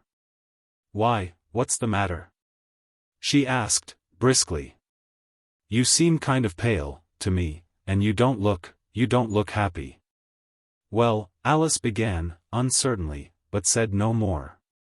"See here," Mrs. Adams exclaimed. "This is all just for you. You ought to be enjoying it. Why, it's the first time we've entertained in I don't know how long. I guess it's almost since we had that little party when you were 18. What's the matter with you?" "Nothing. I don't know. But, dearie, aren't you looking forward to this evening?" The girl looked up, showing a pallid and solemn face. "Oh, yes, of course," she said, and tried to smile. "Of course we had to do it. I do think it'll be nice. Of course I'm looking forward to it." Chapter 20. She was indeed looking forward to that evening, but in a cloud of apprehension. And, although she could never have guessed it, this was the simultaneous condition of another person, none other than the guest for whose pleasure so much cooking and scrubbing seemed to be necessary. Moreover, Mr. Arthur Russell's premonitions were no product of mere coincidence, neither had any magical sympathy produced them. His state of mind was rather the result of rougher undercurrents which had all the time been running beneath the surface of a romantic friendship. Never shrewder than when she analyzed the gentleman, Alice did not libel him when she said he was one of those quiet men who are a bit flirtatious, by which she meant that he was a bit susceptible. The same thing, and he had proved himself susceptible to Alice upon his first sight of her. "There," he said to himself. "Who's that?" And in the crowd of girls at his cousin's dance, all strangers to him, she was the one he wanted to know. Since then, his summer evenings with her had been as secluded as if, for 3 hours after the falling of dusk, they two had drawn apart from the world to some dear bower of their own. The little veranda was that glamorous nook, with a faint golden light falling through the glass of the closed door upon Alice, and darkness elsewhere. Except for the one round globe of the street lamp at the corner. The people who passed along the sidewalk, now and then, were only shadows with voices, moving vaguely under the maple trees that loomed in obscure contours against the stars. So, as the two sat together, the back of the world was the wall and closed door behind them, and Russell, when he was away from Alice, always thought of her as sitting there before the closed door. A glamour was about her thus, and a spell upon him, but he had a formless anxiety never put into words. All the pictures of her in his mind stopped at the closed door. He had another anxiety. And, for the greater part, this was of her own creating. She had too often asked him, no matter how gaily, what he heard about her, too often begged him not to hear anything. Then, hoping to forestall whatever he might hear, she had been at too great pains to account for it, to discredit and mock it. And, though he laughed at her for this, telling her truthfully he did not even hear her mentioned, the everlasting irony that deals with all such human forefendings prevailed.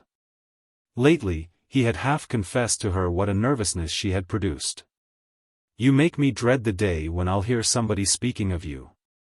You're getting me so upset about it that if I ever hear anybody so much as say the name Alice Adams, I'll run." The confession was but half of one because he laughed. And she took it for an assurance of loyalty in the form of burlesque. She misunderstood, he laughed, but his nervousness was genuine. After any stroke of events, whether a happy one or a catastrophe, we see that the materials for it were a long time gathering, and the only marvel is that the stroke was not prophesied. What bore the air of fatal coincidence may remain fatal indeed, to this later view. But, with the haphazard aspect dispelled, there is left for scrutiny the same ancient hint from the infinite to the effect that since events have never yet failed to be law-abiding, perhaps it were well for us to deduce that they will continue to be so until further notice. On the day that was to open the closed door in the background of his pictures of Alice, Russell lunched with his relatives. There were but the four people, Russell and Mildred and her mother and father, in the great, cool dining room. Arched French windows, shaded by awnings, admitted a mellow light and looked out upon a green lawn ending in a long conservatory, which revealed through its glass panes a carnival of plants in luxuriant blossom. From his seat at the table, Russell glanced out at this pretty display, and informed his cousins that he was surprised. "You have such a glorious spread of flowers all over the house," he said. "I didn't suppose you'd have any left out yonder. In fact, I didn't know there were so many splendid flowers in the world."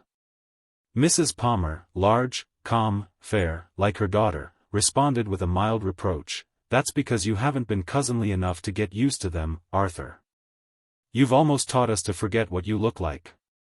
In defense, Russell waved a hand toward her husband. "You see, he's begun to keep me so hard at work." But Mr. Palmer declined the responsibility.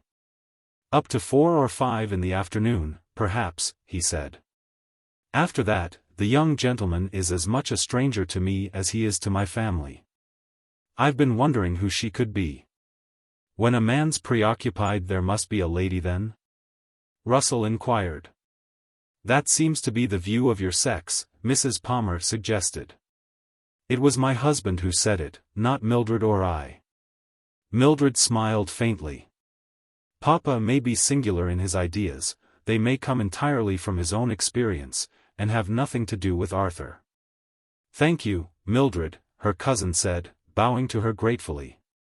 "You seem to understand my character, and your father's quite as well." However, Mildred remained grave in the face of this customary pleasantry, not because the old jest, worn round, like what preceded it, rolled in an old groove, but because of some preoccupation of her own. Her faint smile had disappeared, and, as her cousin's glance met hers, she looked down. Yet not before he had seen in her eyes the flicker of something like a question both poignant and dismayed. He may have understood it, for his own smile vanished at once in favor of a reciprocal solemnity. "You see, Arthur," Mrs. Palmer said, "Mildred is always a good cousin. She and I stand by you, even if you do stay away from us for weeks and weeks." Then, observing that he appeared to be so occupied with a bunch of iced grapes upon his plate that he had not heard her, she began to talk to her husband, asking him what was going on downtown. Arthur continued to eat his grapes, but he ventured to look again at Mildred after a few moments. She, also, appeared to be occupied with a bunch of grapes, though she ate none, and only pulled them from their stems. She sat straight, her features as composed and pure as those of a new marble saint in a cathedral niche, yet her downcast eyes seemed to conceal many thoughts. And her cousin, against his will, was more aware of what these thoughts might be than of the leisurely conversation between her father and mother. All at once, however, he heard something that startled him, and he listened, and here was the effect of all Alice's forefendings. He listened from the first with a sinking heart. Mr. Palmer, mildly amused by what he was telling his wife, had just spoken the words, "This Virgil Adams." What he had said was, "This Virgil Adams, that's the man's name. Queer case." "Who told you?" Mrs. Palmer inquired, not much interested. "Alfred Lamb," her husband answered. "He was laughing about his father, at the club.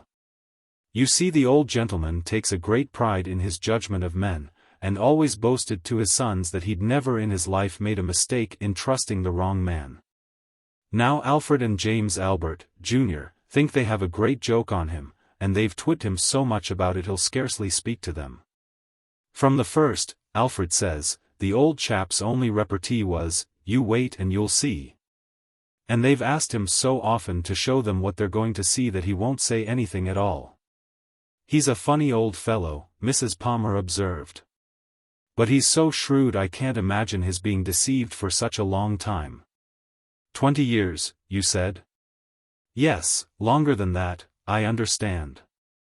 It appears when this man, this Adams, was a young clerk, the old gentleman trusted him with one of his business secrets, a glue process that Mr. Lamb had spent some money to get hold of.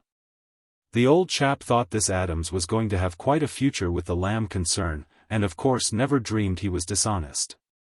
Alfred says this Adams hasn't been of any real use for years, and they should have let him go as dead wood, but the old gentleman wouldn't hear of it, and insisted on his being kept on the payroll. So they just decided to look on it as a sort of pension. Well, one morning last March the man had an attack of some sort down there, and Mr. Lamb got his own car out and went home with him, himself, and worried about him and went to see him no end, all the time he was ill. He would, Mrs. Palmer said, approvingly. He's a kind-hearted creature, that old man. Her husband laughed. Alfred says he thinks his kind-heartedness is about cured. It seems that as soon as the man got well again he deliberately walked off with the old gentleman's glue secret. Just calmly stole it. Alfred says he believes that if he had a stroke in the office now, himself, his father wouldn't lift a finger to help him. Mrs. Palmer repeated the name to herself thoughtfully. Adams, Virgil Adams. You said his name was Virgil Adams? Yes. She looked at her daughter. Why, you know who that is, Mildred, she said, casually. It's that Alice Adams's father, isn't it? Wasn't his name Virgil Adams? I think it is, Mildred said. Mrs. Palmer turned toward her husband. You've seen this Alice Adams here. Mr. Lamb's pet swindler must be her father. Mr. Palmer passed a smooth hand over his neat gray hair, which was not disturbed by this effort to stimulate recollection. Oh, yes, he said. Of course, certainly. Quite a good-looking girl, one of Mildred's friends. How queer. Mildred looked up, as if in a little alarm, but did not speak. Her mother set matters straight. Fathers are amusing, she said smilingly to Russell, who was looking at her, though how fixedly she did not notice, for she turned from him at once to enlighten her husband. Every girl who meets Mildred, and tries to push the acquaintance by coming here until the poor child has to hide, isn't a friend of hers, my dear. Mildred's eyes were downcast again, and a faint color rose in her cheeks. Oh, I shouldn't put it quite that way about Alice Adams, she said, in a low voice. I saw something of her for a time. She's not unattractive in a way. Mrs. Palmer settled the whole case of Alice carelessly. A pushing sort of girl, she said. A very pushing little person.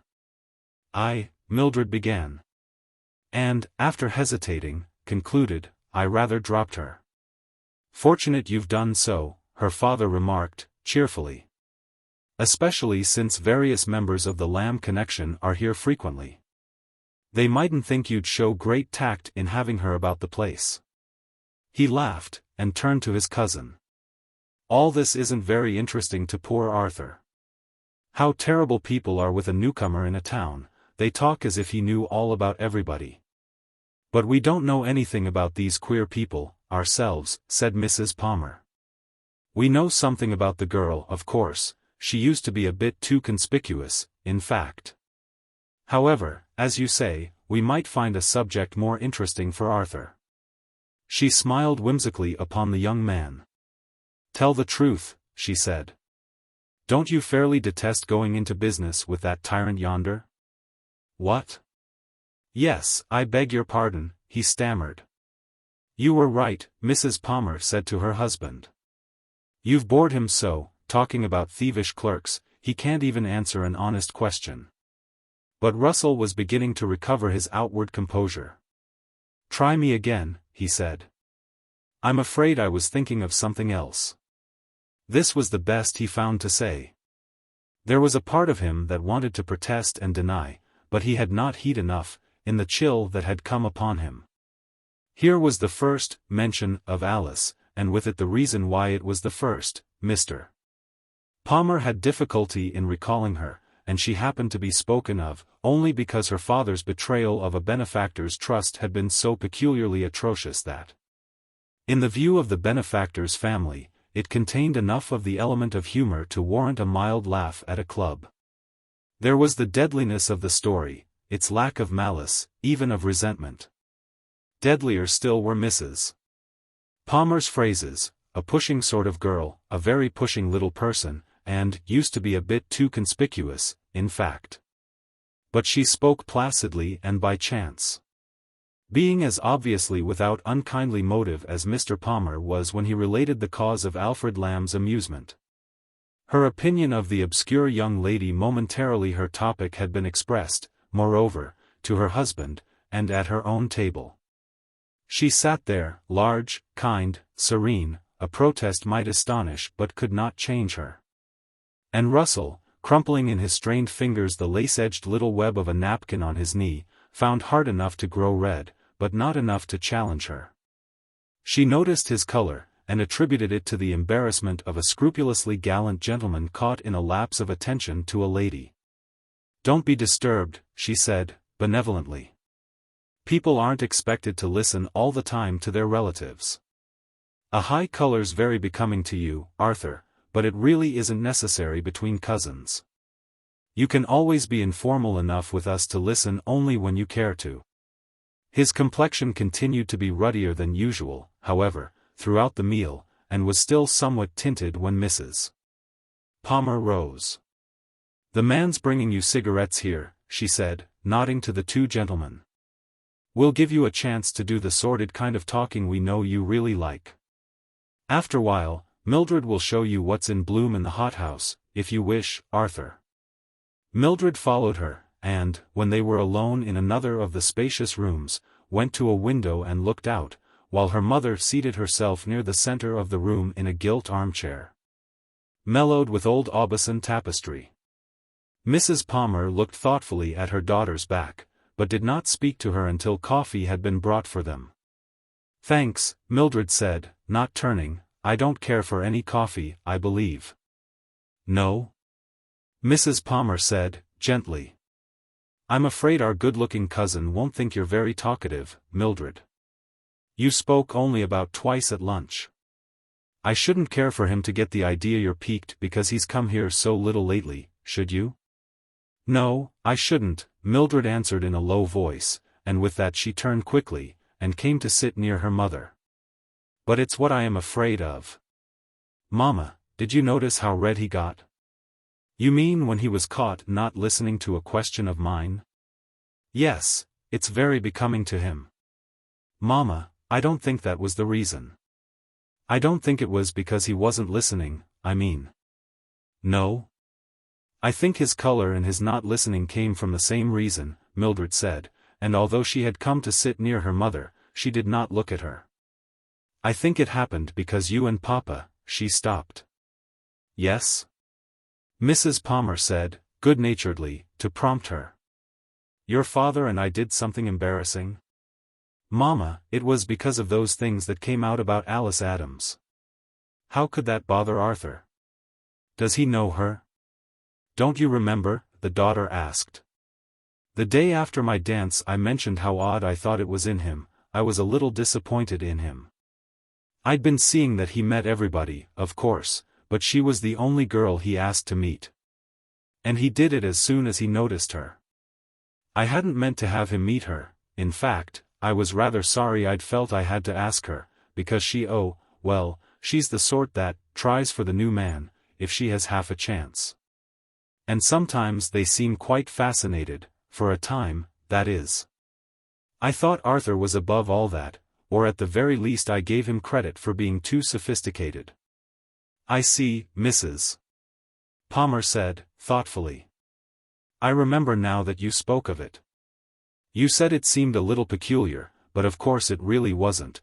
A new man has nothing to go by, except his own first impressions. You can't blame poor Arthur, she's quite a piquant-looking little person." "You think he's seen something of her since then?" Mildred nodded slowly.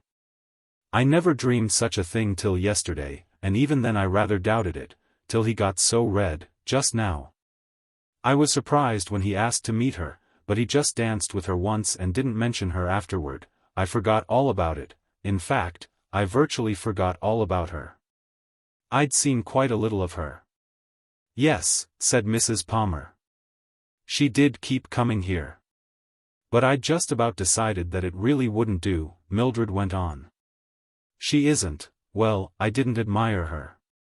No, her mother assented, and evidently followed a direct connection of thought in a speech apparently irrelevant. I understand the young Malone wants to marry Henrietta. I hope she won't, he seems rather a gross type of person. Oh, he's just one, Mildred said. I don't know that he and Alice Adams were ever engaged, she never told me so. She may not have been engaged to any of them. She was just enough among the other girls to get talked about, and one of the reasons I felt a little inclined to be nice to her was that they seemed to be rather edging her out of the circle. It wasn't long before I saw they were right, though. I happened to mention I was going to give a dance and she pretended to take it as a matter of course that I meant to invite her brother, at least, I thought she pretended. She may have really believed it. At any rate, I had to send him a card, but I didn't intend to be let in for that sort of thing again, of course. She's what you said, pushing. Though I'm awfully sorry you said it. Why shouldn't I have said it, my dear? Of course I didn't say, shouldn't. Mildred explained, gravely. I meant only that I'm sorry it happened. Yes. But why? Mama, Mildred turned to her, leaning forward and speaking in a lowered voice. Mama, at first the change was so little it seemed as if Arthur hardly knew it himself. He'd been lovely to me always, and he was still lovely to me but, oh, well, you've understood, after my dance it was more as if it was just his nature and his training to be lovely to me. As he would be to everyone a kind of politeness. He'd never said he cared for me, but after that I could see he didn't. It was clear, after that. I didn't know what had happened, I couldn't think of anything I'd done. Mama, it was Alice Adams. Mrs.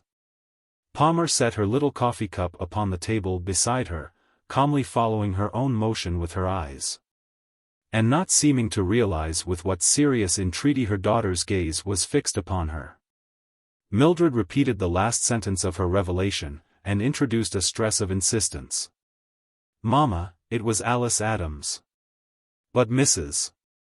Palmer declined to be greatly impressed, so far as her appearance went, at least, and to emphasize her refusal, she smiled indulgently. What makes you think so? Henrietta told me yesterday.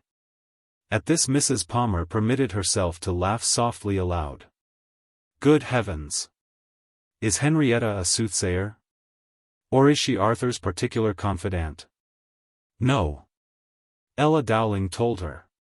Mrs. Palmer's laughter continued. Now we have it, she exclaimed.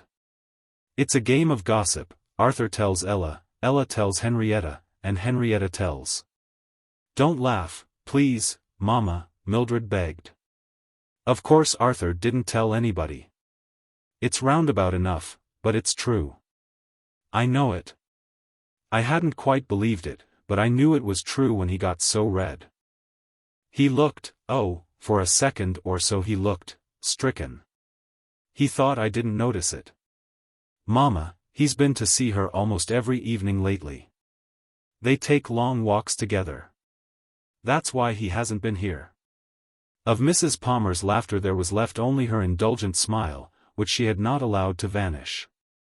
Well, what of it? She said. Mama. Yes, said Mrs. Palmer. What of it? But don't you see? Mildred's well-tutored voice, though modulated and repressed even in her present emotion, nevertheless had a tendency to quaver. It's true. Frank Dowling was going to see her one evening and he saw Arthur sitting on the stoop with her, and didn't go in. And Ella used to go to school with a girl who lives across the street from here. She told Ella. Oh, I understand, Mrs. Palmer interrupted. Suppose he does go there. My dear, I said, what of it? I don't see what you mean, Mama. I'm so afraid he might think we knew about it, and that you and Papa said those things about her and her father on that account, as if we abused them because he goes there instead of coming here. Nonsense. Mrs. Palmer rose, went to a window, and, turning there, stood with her back to it, facing her daughter and looking at her cheerfully. Nonsense, my dear. It was perfectly clear that she was mentioned by accident, and so was her father. What an extraordinary man. If Arthur makes friends with people like that, he certainly knows better than to expect to hear favorable opinions of them. Besides, it's only a little passing thing with him. Mama. When he goes there almost every. Yes, Mrs. Palmer said, dryly. It seems to me I've heard somewhere that other young men have gone there almost every. She doesn't last, apparently. Arthur's gallant, and he's impressionable, but he's fastidious, and fastidiousness is always the check on impressionableness. A girl belongs to her family, too, and this one does especially, it strikes me. Arthur's very sensible, he sees more than you'd think. Mildred looked at her hopefully. Then you don't believe he's likely to imagine we said those things of her in any meaning way? At this, Mrs. Palmer laughed again. There's one thing you seem not to have noticed, Mildred. What's that? It seems to have escaped your attention that he never said a word. Mightn't that mean? Mildred began, but she stopped. No, it mightn't, her mother replied, comprehending easily. On the contrary, it might mean that instead of his feeling it too deeply to speak, he was getting a little illumination. Mildred rose and came to her. Why do you suppose he never told us he went there? Do you think he's pleased with her, and yet ashamed of it? Why do you suppose he's never spoken of it? Ah, that, Mrs. Palmer said, that might possibly be her own doing. If it is, she's well paid by what your father and I said, because we wouldn't have said it if we'd known that Arthur. She checked herself quickly. Looking over her daughter's shoulder, she saw the two gentlemen coming from the corridor toward the wide doorway of the room, and she greeted them cheerfully. If you've finished with each other for a while, she added, Arthur may find it a relief to put his thoughts on something prettier than a trust company, and more fragrant. Arthur came to Mildred. Your mother said at lunch that perhaps you'd. I didn't say, perhaps, Arthur, Mrs. Palmer interrupted, to correct him. I said she would. If you care to see and smell those lovely things out yonder, she'll show them to you. Run along, children. Half an hour later, glancing from a window, she saw them come from the hothouses and slowly cross the lawn. Arthur had a fine rose in his buttonhole and looked profoundly thoughtful. Chapter 21. That morning and noon had been warm, though the stirrings of a feeble breeze made weather not flagrantly intemperate. But at about 3 o'clock in the afternoon there came out of the southwest a heat like an affliction sent upon an accursed people, and the air was soon dead of it. Dripping Negro ditch-diggers hooped with satires praising hell and hot weather, as the tossing shovels flickered up to the street level, where sluggish male pedestrians carried coats upon hot arms, and fanned themselves with straw hats, or, remaining covered, wore soaked handkerchiefs between scalp and straw. Clerks drooped in silent, big department stores, stenographers in offices kept as close to electric fans as the intervening bulk of their employers would let them. Guests in hotels left the lobbies and went to lie unclad upon their beds. While in hospitals the patients murmured querulously against the heat, and perhaps against some noisy motorist who strove to feel the air by splitting it, not troubled by any foreboding that he, too, that hour next week, might need quiet near a hospital. The hot spell was a true spell, one upon men's spirits. For it was so hot that, in suburban outskirts, golfers crept slowly back over the low undulations of their club lands, abandoning their matches and returning to shelter. Even on such a day, sizzling work had to be done, as in winter. There were glowing furnaces to be stoked, liquid metals to be poured, but such tasks found seasoned men standing to them. And in all the city probably no brave soul challenged the heat more gamely than Mrs. Adams did, when, in a corner of her small and fiery kitchen, where all day long her hired African immune cooked fiercely, she pressed her husband's evening clothes with a hot iron. No doubt she risked her life, but she risked it cheerfully in so good and necessary a service for him. She would have given her life for him at any time, and both his and her own for her children. Unconscious of her own heroism, she was surprised to find herself rather faint when she finished her ironing. However, she took heart to believe that the clothes looked better, in spite of 1 or 2 scorched places. And she carried them upstairs to her husband's room before increasing blindness forced her to grope for the nearest chair. Then, trying to rise and walk, without having sufficiently recovered, she had to sit down again, but after a little while she was able to get upon her feet. And, keeping her hand against the wall, moved successfully to the door of her own room. Here she wavered. Might have gone down, had she not been stimulated by the thought of how much depended upon her. She made a final great effort, and floundered across the room to her bureau, where she kept some simple restoratives. They served her need, or her faith in them did, and she returned to her work. She went down the stairs, keeping a still tremulous hand upon the rail. But she smiled brightly when Alice looked up from below, where the woodwork was again being tormented with superfluous attentions. "Alice, don't," her mother said, commiseratingly. "You did all that this morning and it looks lovely.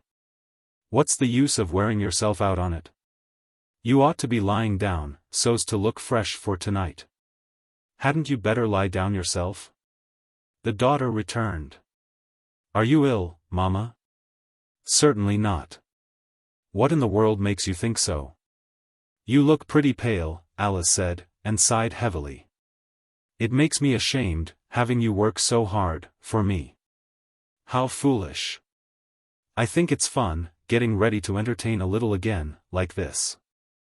I only wish it hadn't turned so hot. I'm afraid your poor father'll suffer, his things are pretty heavy, I noticed. Well, it'll do him good to bear something for style's sake this once, anyhow." She laughed, and coming to Alice, bent down and kissed her. "Dearie," she said, tenderly, "wouldn't you please slip upstairs now and take just a little teeny nap to please your mother?" But Alice responded only by moving her head slowly, in token of refusal. "Do," Mrs. Adams urged. "You don't want to look worn out, do you?" "I'll look all right," Alice said, huskily. "Do you like the way I've arranged the furniture now? I've tried all the different ways it'll go." "It's lovely," her mother said, admiringly.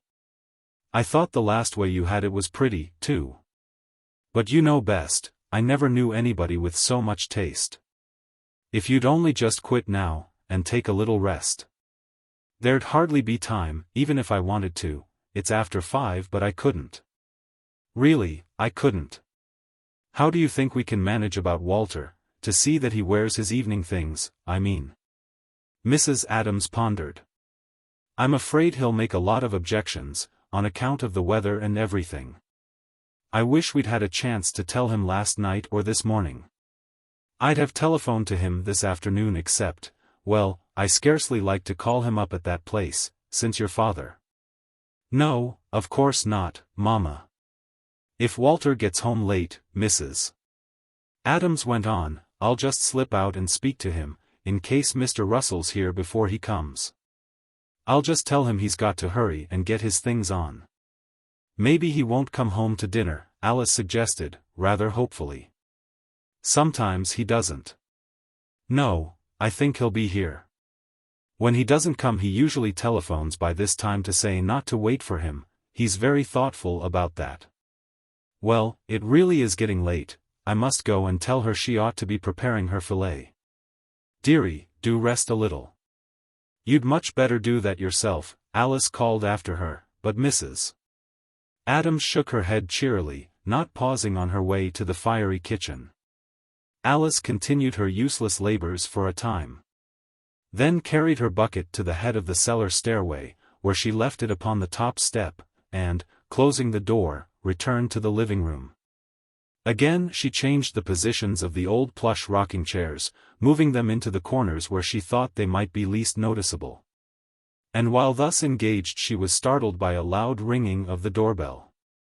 For a moment her face was panic-stricken, and she stood staring, then she realized that Russell would not arrive for another hour, at the earliest, and recovering her equipoise, went to the door. Waiting there, in a languid attitude, was a young colored woman, with a small bundle under her arm and something malleable in her mouth. "Listen," she said. "You folks expectin' a colored lady?" "No," said Alice. "Especially not at the front door." "Listen," the colored woman said again. "Listen. Say, listen. Ain't they another colored lady already here by the day? Listen. Ain't Miss Melina Burns here by the day this evenin'? Say, listen. This the number house she give me. Are you the waitress?" Alice asked, dismally. "Yes'm, if Melina here."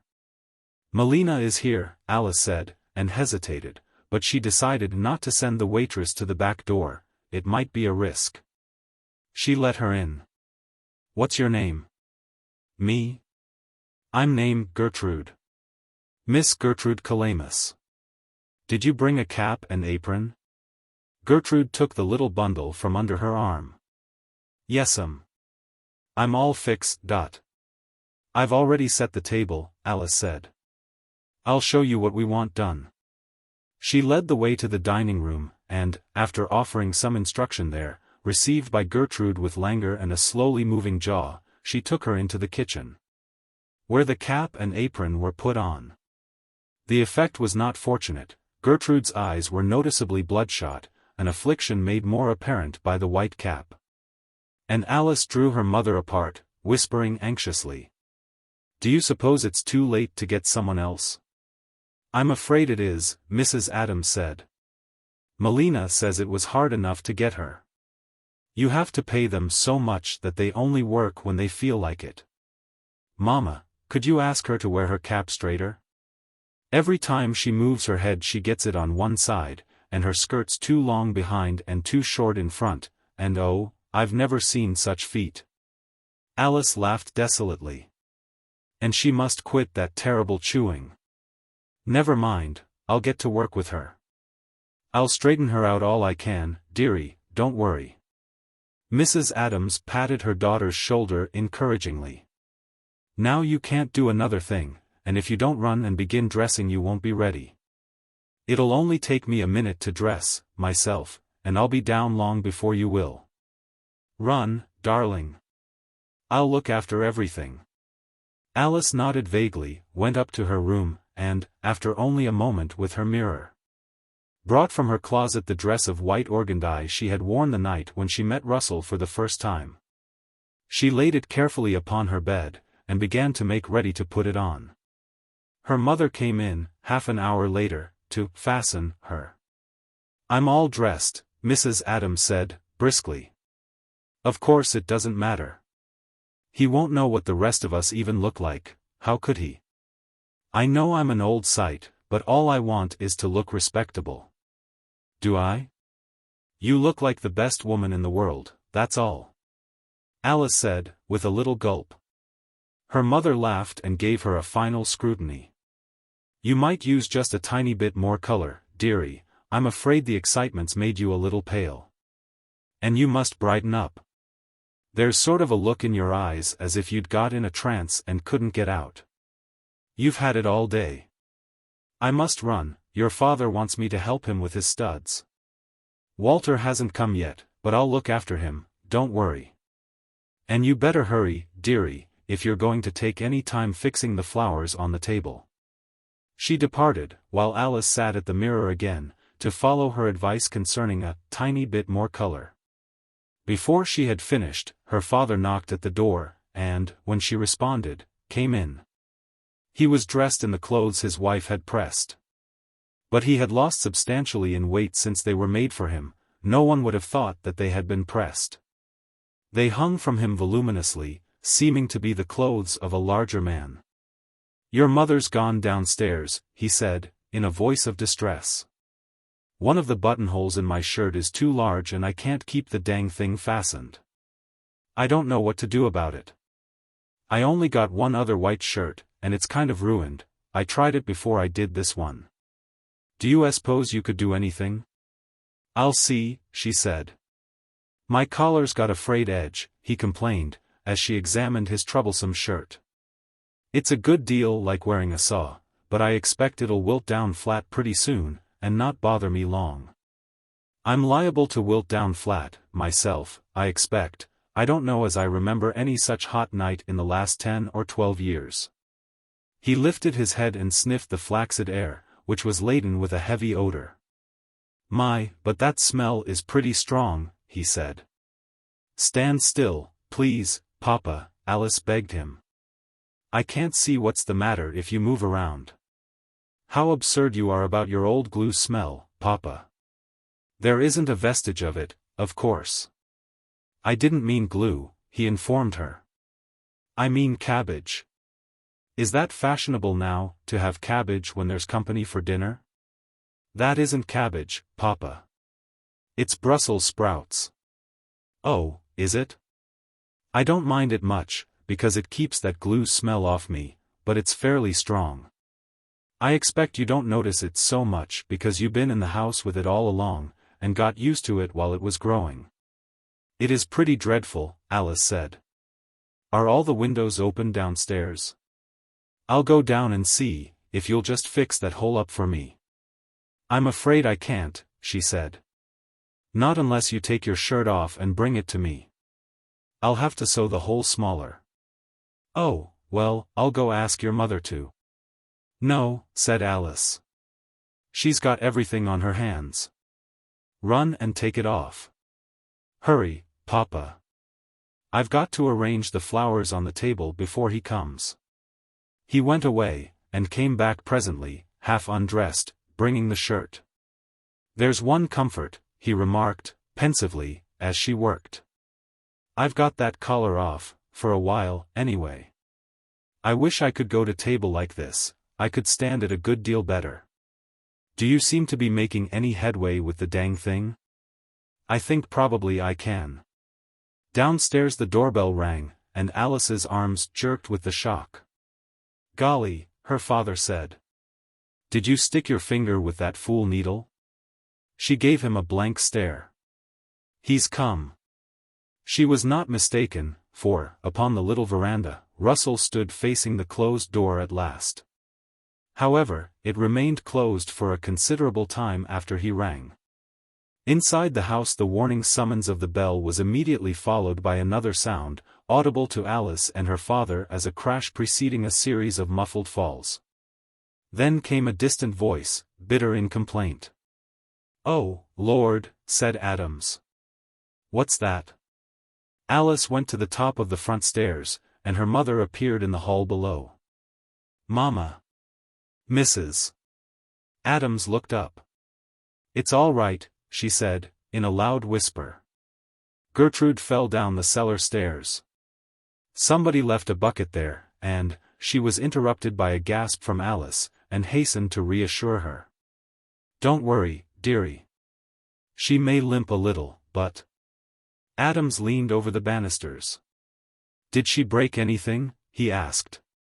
Hush, his wife whispered. No. She seems upset and angry about it, more than anything else. But she's rubbing herself, and she'll be all right in time to bring in the little sandwiches. Alice. Those flowers. I know, Mama. But. Hurry. Mrs. Adams warned her. Both of you hurry. I must let him in. She turned to the door, smiling cordially, even before she opened it. Do come right in, Mr. Russell, she said, loudly, lifting her voice for additional warning to those above. I'm so glad to receive you informally, this way, in our own little home. There's a hat rack here under the stairway, she continued, as Russell, murmuring some response, came into the hall. I'm afraid you'll think it's almost too informal, my coming to the door, but unfortunately our housemaids just had a little accident. Oh, nothing to mention. I just thought we better not keep you waiting any longer. Will you step into our living room, please?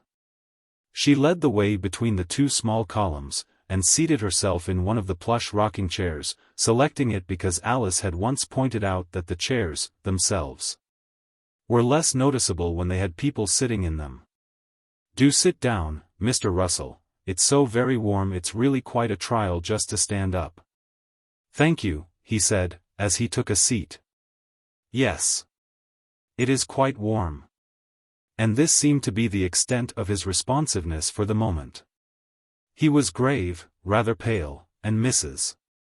Adams's impression of him, as she formed it then, was of a distinguished-looking young man, really elegant in the best sense of the word, but timid and formal when he first meets you. She beamed upon him, and used with everything she said a continuous accompaniment of laughter, meaningless except that it was meant to convey cordiality. "Of course we do have a great deal of warm weather," she informed him. "I'm glad it's so much cooler in the house than it is outdoors." "Yes," he said. "It is pleasanter indoors." And, stopping with this single untruth, he permitted himself the briefest glance about the room, then his eyes returned to his smiling hostess. "Most people make a great fuss about hot weather," she said. "The only person I know who doesn't mind the heat the way other people do is Alice. She always seems as cool as if we had a breeze blowing, no matter how hot it is. But then she's so amiable she never minds anything. It's just her character. She's always been that way since she was a little child, always the same to everybody, high and low. I think character's the most important thing in the world, after all, don't you, Mr. Russell?" "Yes," he said, solemnly, and touched his bedewed white forehead with a handkerchief. "Indeed it is," she agreed with herself, never failing to continue her murmur of laughter. "That's what I've always told Alice, but she never sees anything good in herself, and she just laughs at me when I praise her. She sees good in everybody else in the world, no matter how unworthy they are, or how they behave toward her, but she always underestimates herself. From the time she was a little child she was always that way. When some other little girl would behave selfishly or meanly toward her, do you think she'd come and tell me? Never a word to anybody. The little thing was too proud. She was the same way about school. The teachers had to tell me when she took a prize. She'd bring it home and keep it in her room without a word about it to her father and mother. Now, Walter was just the other way. Walter would, but here Mrs. Adams checked herself, though she increased the volume of her laughter. "How silly of me," she exclaimed. "I expect you know how mothers are, though, Mr. Russell. Give us a chance and we'll talk about our children forever. Alice would feel terribly if she knew how I've been going on about her to you." In this Mrs. Adams was right, though she did not herself suspect it, and upon an almost inaudible word or two from him she went on with her topic. "Of course my excuse is that few mothers have a daughter like Alice. I suppose we all think the same way about our children, but some of us must be right when we feel we've got the best. Don't you think so?" "Yes. Yes, indeed. I'm sure I am," she laughed. "I'll let the others speak for themselves." She paused reflectively. "No. I think a mother knows when she's got a treasure in her family. If she hasn't got one, she'll pretend she has, maybe, but if she has, she knows it. I certainly know I have.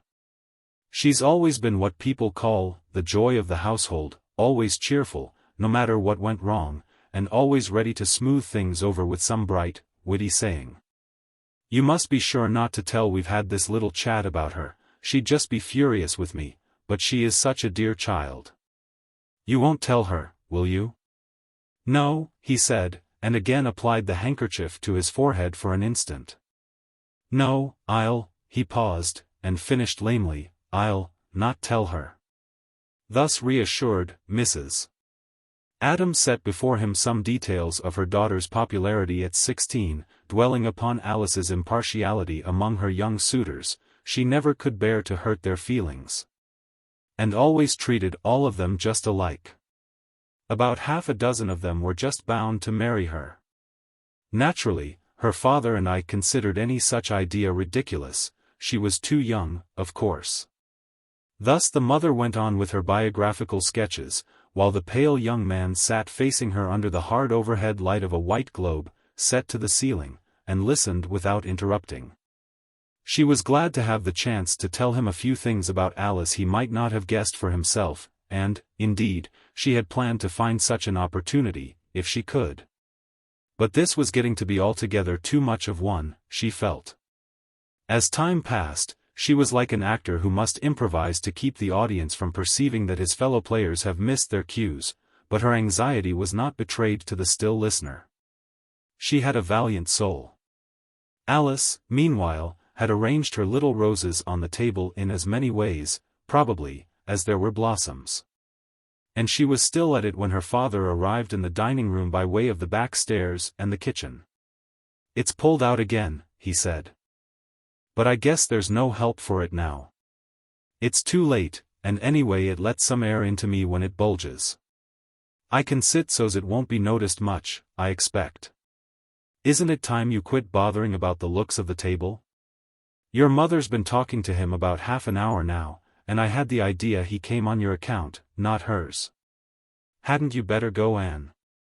"Just a minute," Alice said, piteously. "Do you think it looks all right? The flowers? Fine. Hadn't you better leave them the way they are, though?"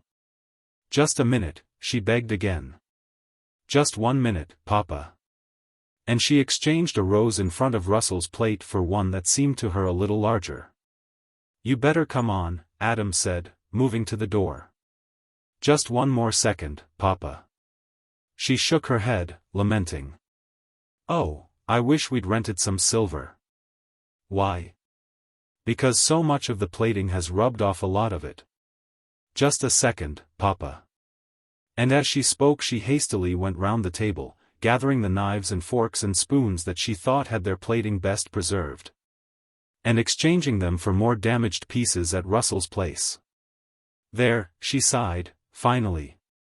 "Now I'll come." But at the door she paused to look back dubiously, over her shoulder. "What's the matter now?" "The roses. I believe after all I shouldn't have tried that vine effect. I ought to have kept them in water, in the vase.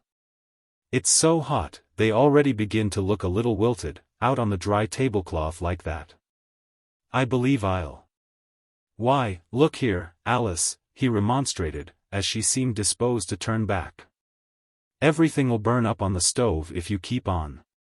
"Oh, well," she said, "the vase was terribly ugly, I can't do any better. We'll go in." But with her hand on the doorknob she paused. "No, Papa. We mustn't go in by this door. It might look as if—" "As if what?" "Never mind," she said. "Let's go the other way." "I don't see what difference it makes," he grumbled, but nevertheless followed her through the kitchen, and up the back stairs, then through the upper hallway. At the top of the front stairs she paused for a moment, drawing a deep breath, and then, before her father's puzzled eyes, a transformation came upon her. Her shoulders, like her eyelids, had been drooping, but now she threw her head back, the shoulders straightened, and the lashes lifted over sparkling eyes. Vivacity came to her whole body in a flash, and she tripped down the steps, with her pretty hands rising in time to the lilting little tune she had begun to hum. At the foot of the stairs, one of those pretty hands extended itself at full arm's length toward Russell, and continued to be extended until it reached his own hand as he came to meet her. "How terrible of me," she exclaimed. "To be so late coming down. And Papa, too, I think you know each other." Her father was advancing toward the young man, expecting to shake hands with him, but Alice stood between them, and Russell, a little flushed, bowed to him gravely over her shoulder, without looking at him. Whereupon Adams, slightly disconcerted, put his hands in his pockets and turned to his wife. "I guess dinner's more'n ready," he said. "We better go sit down." But she shook her head at him fiercely. "Wait," she whispered. "What for?" "For Walter." "No, he can't be coming," she returned, hurriedly, and again warned him by a shake of her head. "Be quiet."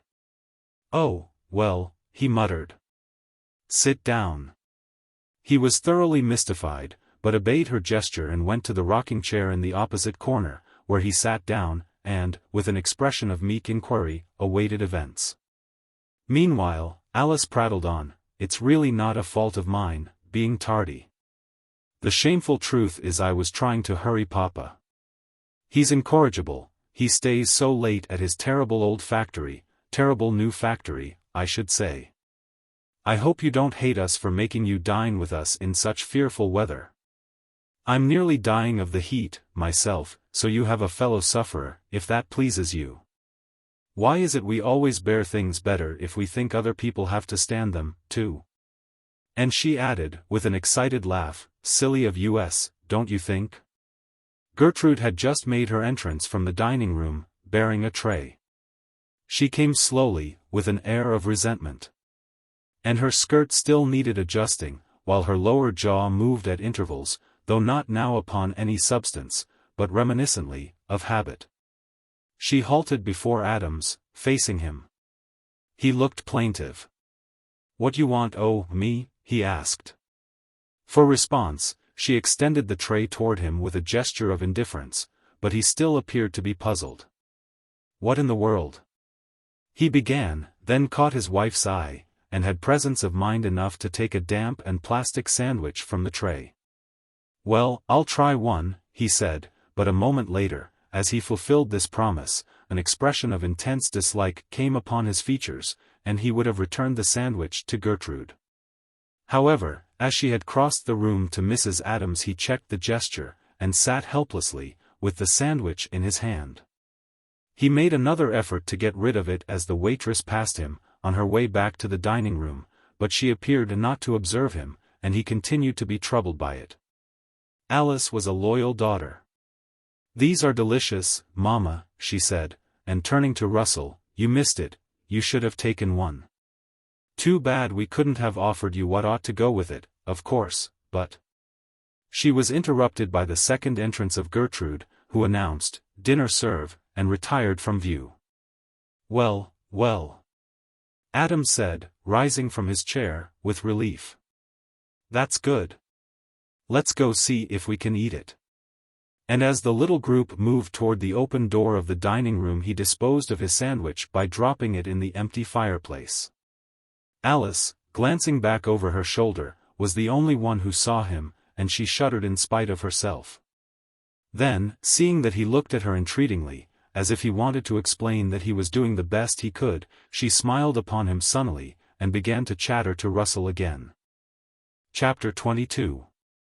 Alice kept her sprightly chatter going when they sat down, though the temperature of the room and the sight of hot soup might have discouraged a less determined gaiety. Moreover, there were details as unpropitious as the heat. The expiring roses expressed not beauty but pathos. And what faint odor they exhaled was no rival to the lusty emanations of the Brussels sprouts. At the head of the table, Adams, sitting low in his chair, appeared to be unable to flatten the uprising wave of his starched bosom. And Gertrude's manner and expression were of a recognizable hostility during the long period of vain waiting for the cups of soup to be emptied. Only Mrs. Adams made any progress in this direction. The others merely fainting, now and then lifting their spoons as if they intended to do something with them.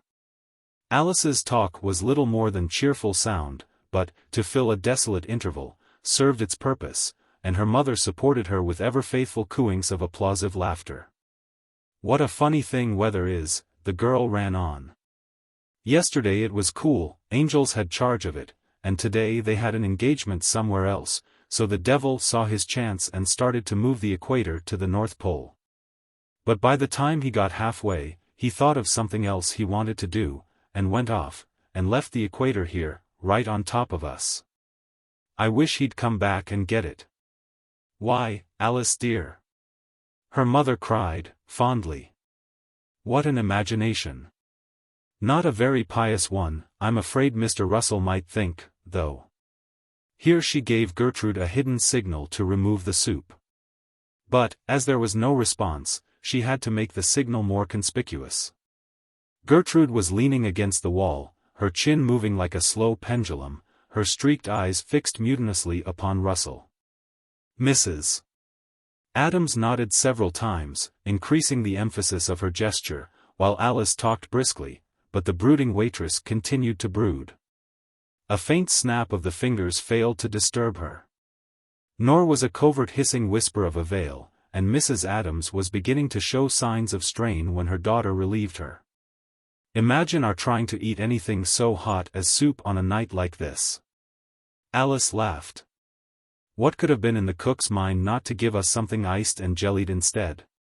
Of course it's because she's equatorial, herself, originally, and only feels at home when Mr. Satan moves it north.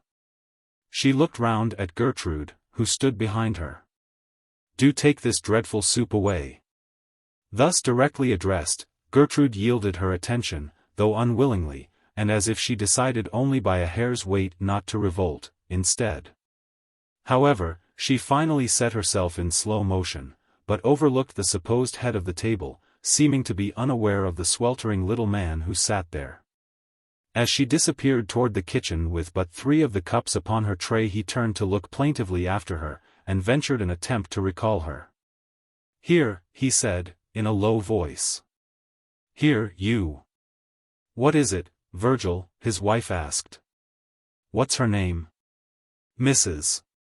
Adams." Gave him a glance of sudden panic, and, seeing that the guest of the evening was not looking at her, but down at the white cloth before him, she frowned hard, and shook her head. Unfortunately Alice was not observing her mother, and asked, innocently, "What's whose name, Papa?" "Why, this young darky woman," he explained. "She left mine." "Never mind," Alice laughed. "There's hope for you, Papa. She hasn't gone forever." "I don't know about that," he said, not content with this impulsive assurance. "She looked like she is." And his remark, considered as a prediction, had begun to seem warranted before Gertrude's return with china preliminary to the next stage of the banquet. Alice proved herself equal to the long gap, and rattled on through it with a spirit richly justifying her mother's praise of her as always ready to smooth things over. For here was more than long delay to be smoothed over. She smoothed over her father and mother for Russell. And she smoothed over him for them, though he did not know it, and remained unaware of what he owed her. With all this, throughout her prattlings, the girl's bright eyes kept seeking his with an eager gaiety, which but little veiled both interrogation and entreaty, as if she asked, "Is it too much for you? Can't you bear it? Won't you please bear it? I would for you. Won't you give me a sign that it's all right?" He looked at her but fleetingly, and seemed to suffer from the heat, in spite of every manly effort not to wipe his brow too often. His color, after rising when he greeted Alice and her father, had departed, leaving him again moistly pallid. A condition arising from discomfort, no doubt, but, considered as a decoration, almost poetically becoming to him. Not less becoming was the faint, kindly smile, which showed his wish to express amusement and approval. And yet it was a smile rather strained and plaintive, as if he, like Adams, could only do the best he could. He pleased Adams, who thought him a fine young man, and decidedly the quietest that Alice had ever shown to her family. In her father's opinion this was no small merit. And it was to Russell's credit, too, that he showed embarrassment upon this first intimate presentation. Here was an applicant with both reserve and modesty. So far, he seems to be first-rate, a mighty fine young man, Adams thought, and, prompted by no wish to part from Alice but by reminiscences of apparent candidates less pleasing, he added, at last. Alice's liveliness never flagged. Her smoothing over of things was an almost continuous performance, and had to be. Yet, while she chattered through the hot and heavy courses, the questions she asked herself were as continuous as the performance, and as poignant as what her eyes seemed to be asking Russell. Why had she not prevailed over her mother's fear of being skimpy? Had she been, indeed, as her mother said she looked, in a trance? But above all, what was the matter with him? What had happened? For she told herself with painful humor that something even worse than this dinner must be the matter with him. The small room, suffocated with the odor of boiled sprouts, grew hotter and hotter as more and more food appeared, slowly borne in, between deathly long waits, by the resentful, loud-breathing Gertrude. And while Alice still sought Russell's glance, and read the look upon his face a dozen different ways, fearing all of them. And while the straggling little flowers died upon the stained cloth, she felt her heart grow as heavy as the food, and wondered that it did not die like the roses. With the arrival of coffee, the host bestirred himself to make known a hospitable regret. "By George," he said, "I meant to buy some cigars." He addressed himself apologetically to the guest. "I don't know what I was thinking about, to forget to bring some home with me. I don't use 'em myself, unless somebody hands me one, you might say. I've always been a pipe smoker, pure and simple, but I ought to remembered for kind of an occasion like this." "Not at all," Russell said. "I'm not smoking at all lately. But when I do, I'm like you, and smoke a pipe." Alice started, remembering what she had told him when he overtook her on her way from the tobacconist's. But, after a moment, looking at him, she decided that he must have forgotten it. If he had remembered, she thought, he could not have helped glancing at her. On the contrary, he seemed more at ease, just then, than he had since they sat down. For he was favoring her father with a thoughtful attention as Adams responded to the introduction of a man's topic into the conversation at last. "Well, Mr. Russell, I guess you're right, at that. I don't say but what cigars may be all right for a man that can afford 'em, if he likes 'em better than a pipe, but you take a good old pipe now," he continued. And was getting well into the eulogium customarily provoked by this theme, when there came an interruption. The doorbell rang, and he paused inquiringly, rather surprised. Mrs. Adams spoke to Gertrude in an undertone. "Just say, not at home." "What?" "If it's callers, just say we're not at home." Gertrude spoke out freely. "You mean you astin' me to tend you, front do fare you?" She seemed both incredulous and affronted, but Mrs. Adams persisted, though somewhat apprehensively. "Yes. Hurry, please. Just say we're not at home if you please." Again Gertrude obviously hesitated between compliance and revolt, and again the meeker course fortunately prevailed with her. She gave Mrs. Adams a stare, grimly derisive, then departed. When she came back she said, "He say he wait." "But I told you to tell anybody we were not at home," Mrs. Adams returned. "Who is it?" "Say he name Mr. Law." "We don't know any Mr. Law." "Yes'm, he know you." "Say he anxious to speak Mr. Adams." "Say he wait." "Tell him Mr. Adams is engaged." "Hold on a minute," Adams intervened. "Law?" "No. I don't know any Mr. Law." "You sure you got the name right?" "Say he name Law," Gertrude replied, looking at the ceiling to express her fatigue. "Law. 'S all he tell me, 'S all I know." Adams frowned. "Law," he said. "Wasn't it maybe lore?" "Law," Gertrude repeated. "'S all he tell me, 'S all I know."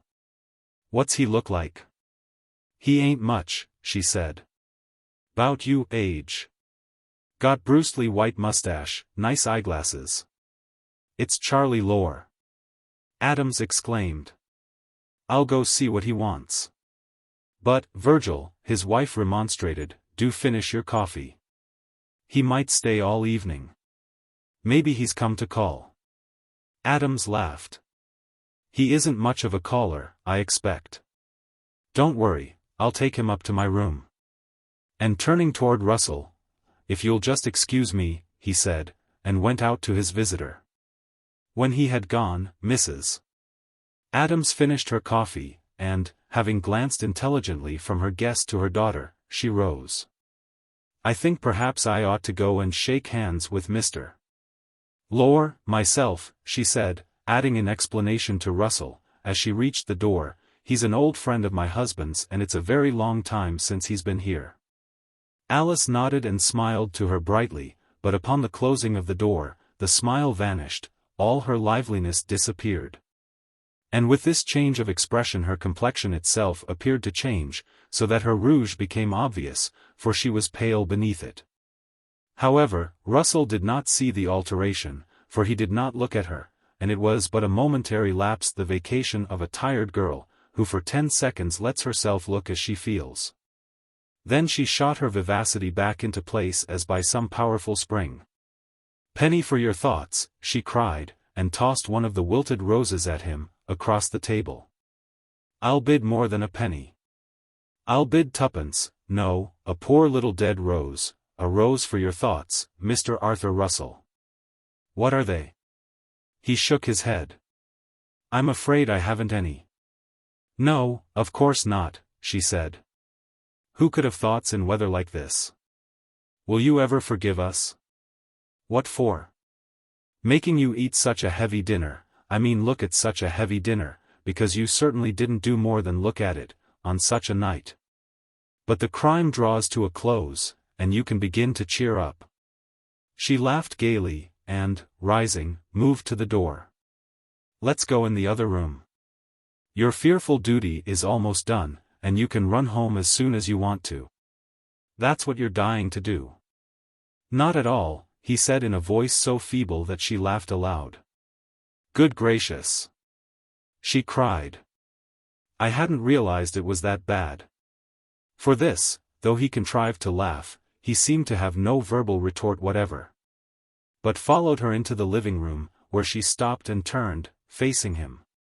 "Has it really been so frightful?" she asked. "Why, of course not." "Not at all." "Of course yes, though, you mean." "Not at all. It's been most kind of your mother and father and you. Do you know," she said, "you've never once looked at me for more than a second at a time the whole evening?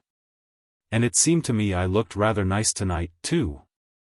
"You always do," he murmured. "I don't see how you know," she returned. And then stepping closer to him, spoke with gentle solicitude, "Tell me, you're really feeling wretchedly, aren't you? I know you've got a fearful headache, or something. Tell me." "Not at all."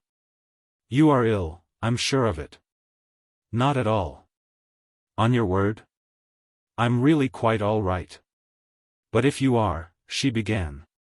And then, looking at him with a desperate sweetness, as if this were her last resource to rouse him, "What's the matter, little boy?" she said with lisping tenderness. "Tell Auntie."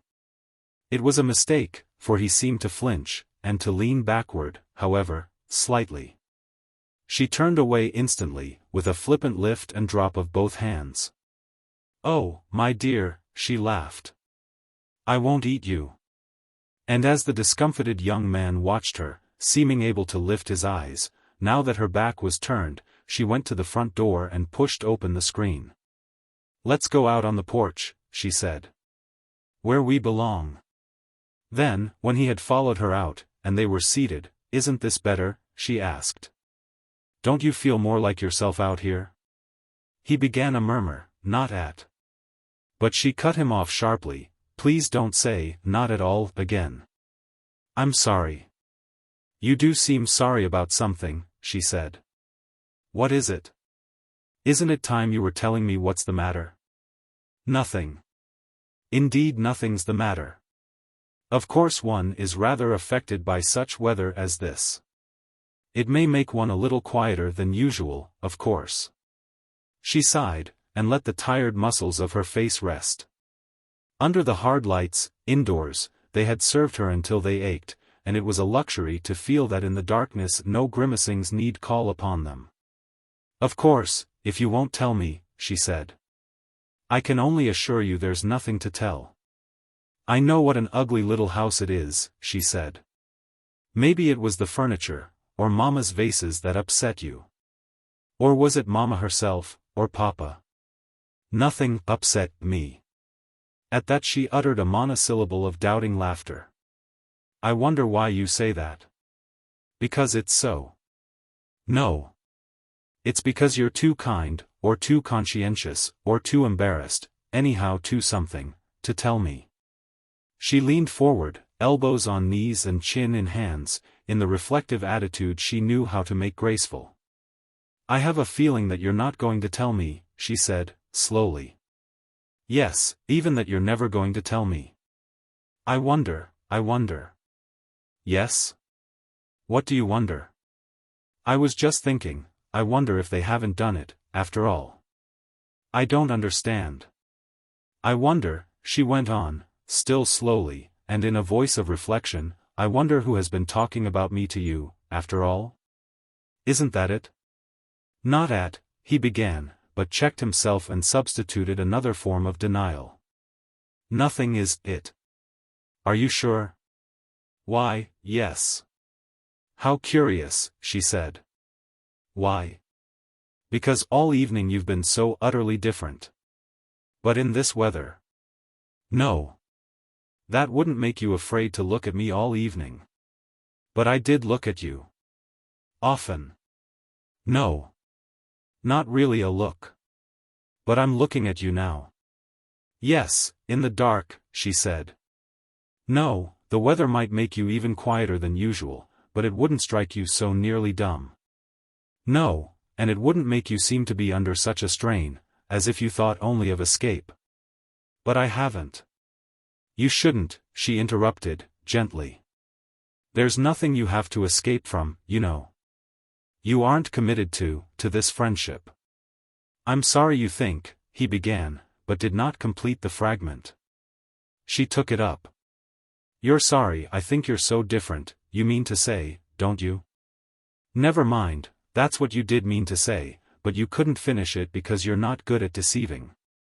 "Oh, no," he protested, feebly. "I'm not deceiving. I'm—" "Never mind," she said again. "You're sorry I think you're so different, and all in one day, since last night." "Yes, your voice sounds sorry, too." "It sounds sorrier than it would just because of my thinking something you could change my mind about in a minute, so it means you're sorry you are different." "No, But disregarding the faint denial, never mind," she said. "Do you remember one night when you told me that nothing anybody else could do would ever keep you from coming here? That if you left me it would be because I drove you away myself?" "Yes," he said, huskily. "It was true." "Are you sure?" "Indeed I am," he answered in a low voice, but with conviction. Then, she paused. "Well, but I haven't driven you away." "No. And yet you've gone," she said, quietly. "Do I seem so stupid as all that?" "You know what I mean." She leaned back in her chair again, and her hands, inactive for once, lay motionless in her lap. When she spoke it was in a rueful whisper. "I wonder if I have driven you away." "You've done nothing at all," he said. "I wonder," she said once more, but she stopped. In her mind she was going back over their time together since the first meeting, fragments of talk, moments of silence, little things of no importance, little things that might be important. Moonshine, sunshine, starlight, and her thoughts zigzagged among the jumbling memories. But, as if she made for herself a picture of all these fragments, throwing them upon the canvas haphazard, she saw them all just touched with the one tainting quality that gave them coherence. The faint, false haze she had put over this friendship by her own pretendings. And, if this terrible dinner, or anything, or everything, had shown that saffron tint in its true color to the man at her side, last night almost a lover, then she had indeed of herself driven him away, and might well feel that she was lost. "Do you know," she said, suddenly, in a clear, loud voice. "I have the strangest feeling. I feel as if I were going to be with you only about 5 minutes more in all the rest of my life." "Why, no," he said. "Of course I'm coming to see you, often." "No," she interrupted. "I've never had a feeling like this before. It's just so, that's all. You're going, why, you're never coming here again." She stood up, abruptly, beginning to tremble all over.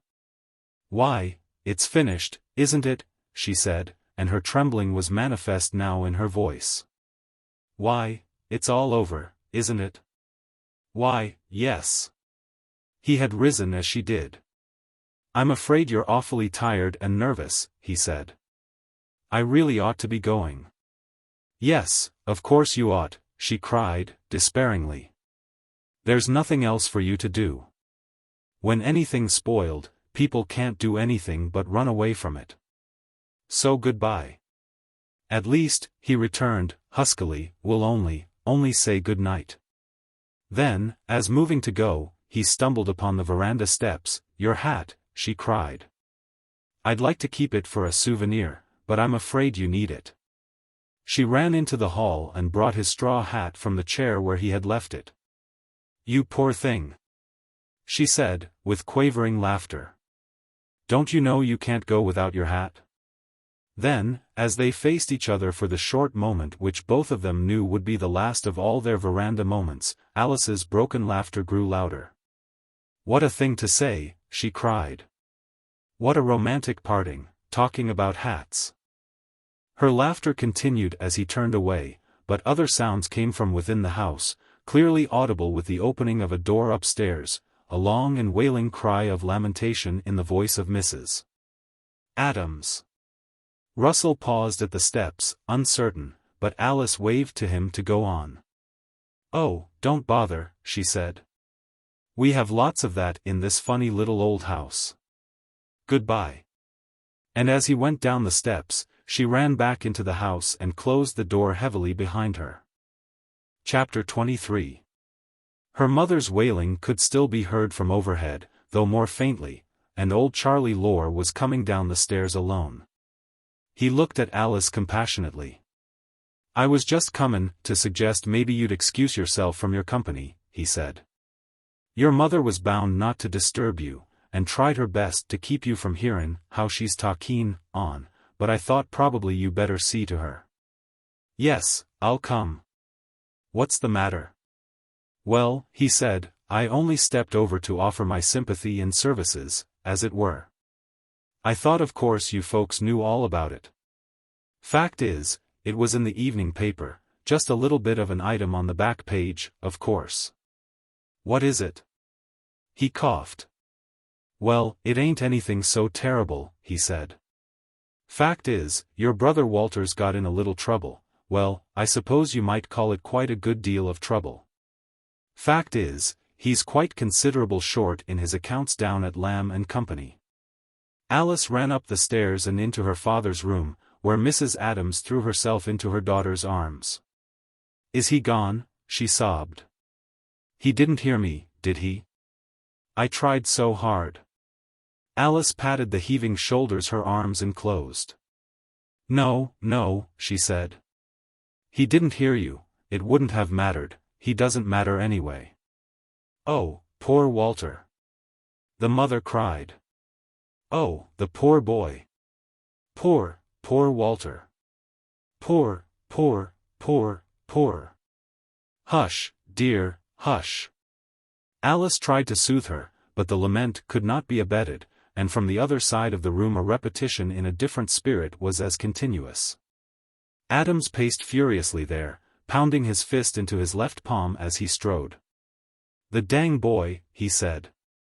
Dang little fool. Dang idiot. Dang fool. Why'n't he tell me, the dang little fool? He did. Mrs. Adams sobbed. He did tell you, and you wouldn't give it to him. He did he? Adams shouted at her. What he begged me for was money to run away with. He never dreamed of putting back what he took. What the dangnation you talking about, accusing me? He needed it, she said. He needed it to run away with. How could he expect to live, after he got away, if he didn't have a little money? Oh, poor Walter. Poor. She went back to this repetition. And Adams went back to his own, then paused, seeing his old friend standing in the hallway outside the open door. Ah, I'll just be goin', I guess, Virgil, Lore said.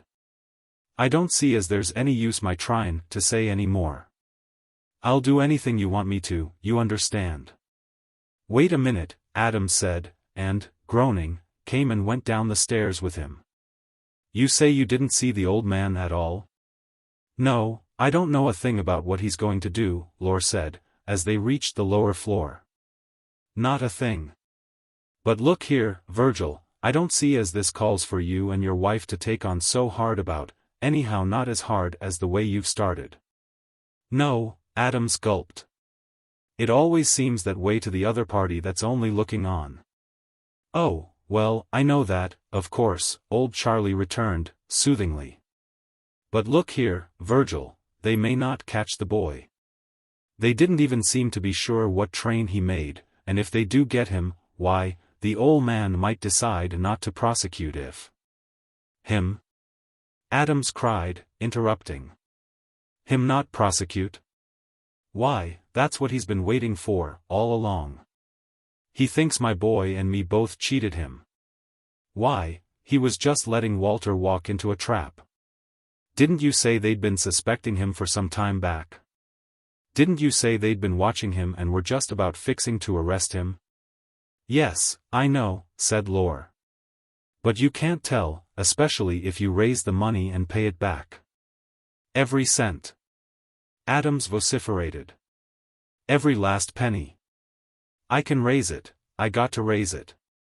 I'm going to put a loan on my factory tomorrow. Oh, I'll get it for him, you tell him. Every last penny. Well, old feller, you just try and get quieted down some now." Charlie held out his hand in parting. "You and your wife just quiet down some. You ain't the healthiest man in the world, you know, and you already been under quite some strain before this happened. You want to take care of yourself for the sake of your wife and that sweet little girl upstairs, you know. Now, good night," he finished, stepping out upon the veranda. "You send for me if there's anything I can do." "Do?" Adams echoed. "There ain't anything anybody can do." And then, as his old friend went down the path to the sidewalk, he called after him, "You tell him I'll pay him every last cent. Every last, dang, dirty penny." He slammed the door and went rapidly up the stairs, talking loudly to himself. "Every dang, last, dirty penny. Thinks everybody in this family wants to steal from him, does he? Thinks we're all yellow, does he? I'll show him." And he came into his own room vociferating, "Every last, dang, dirty penny." Mrs. Adams had collapsed, and Alice had put her upon his bed, where she lay tossing convulsively and sobbing, "Oh, poor Walter," over and over, but after a time she varied the sorry tune. "Oh, poor Alice," she moaned, clinging to her daughter's hand. "Oh, poor Alice, to have this come on the night of your dinner, just when everything seemed to be going so well, at last, oh, poor. Hush," Alice said, sharply. "Don't say, poor Alice. I'm all right." "You must be," her mother cried, clutching her. "You've just got to be. One of us has got to be all right. Surely God wouldn't mind just one of us being all right, that wouldn't hurt him." "Hush, mother. Hush." But Mrs. Adams only clutched her the more tightly. "He seemed such a nice young man, dearie. He may not see this in the paper, Mr. Lore said it was just a little bit of an item, he may not see it, dearie." Then her anguish went back to Walter again. And to his needs as a fugitive, she had meant to repair his underwear, but had postponed doing so, and her neglect now appeared to be a detail as lamentable as the calamity itself. She could neither be stilled upon it, nor herself exhaust its urgings to self-reproach, though she finally took up another theme temporarily. Upon an unusually violent outbreak of her husband's, in denunciation of the runaway, she cried out faintly that he was cruel. And further wearied her broken voice with details of Walter's beauty as a baby, and of his bedtime pieties throughout his infancy. So the hot night wore on. 3 had struck before Mrs. Adams was got to bed, and Alice, returning to her own room, could hear her father's bare feet thudding back and forth after that. "Poor papa," she whispered in helpless imitation of her mother. Poor Papa. Poor Mama. Poor Walter. Poor all of us. She fell asleep, after a time, while from across the hall the bare feet still thudded over their changeless route. And she woke at 7, hearing Adams pass her door, shod. In her wrapper she ran out into the hallway and found him descending the stairs. Papa. Hush, he said, and looked up at her with reddened eyes. Don't wake your mother. I won't, she whispered. How about you? You haven't slept any at all. Yes, I did. I got some sleep. I'm going over to the works now. I got to throw some figures together to show the bank. Don't worry, I'll get things fixed up. You go back to bed. Goodbye. Wait, she bade him sharply. What for? You've got to have some breakfast. Don't want New York. You wait, she said, imperiously, and disappeared to return almost at once. I can cook in my bedroom slippers, she explained, but I don't believe I could in my bare feet. Descending softly, she made him wait in the dining room until she brought him toast and eggs and coffee. Eat, she said. And I'm going to telephone for a taxicab to take you, if you think you've really got to go. No, I'm going to walk, I want to walk. She shook her head anxiously. You don't look able. You've walked all night. No, I didn't, he returned. I tell you I got some sleep. I got all I wanted anyhow. But, Papa. Here. He interrupted, looking up at her suddenly and setting down his cup of coffee. Look here. What about this Mr. Russell? I forgot all about him. What about him? Her lip trembled a little, but she controlled it before she spoke. Well, what about him, Papa? She asked, calmly enough. Well, we could hardly, Adams paused, frowning heavily.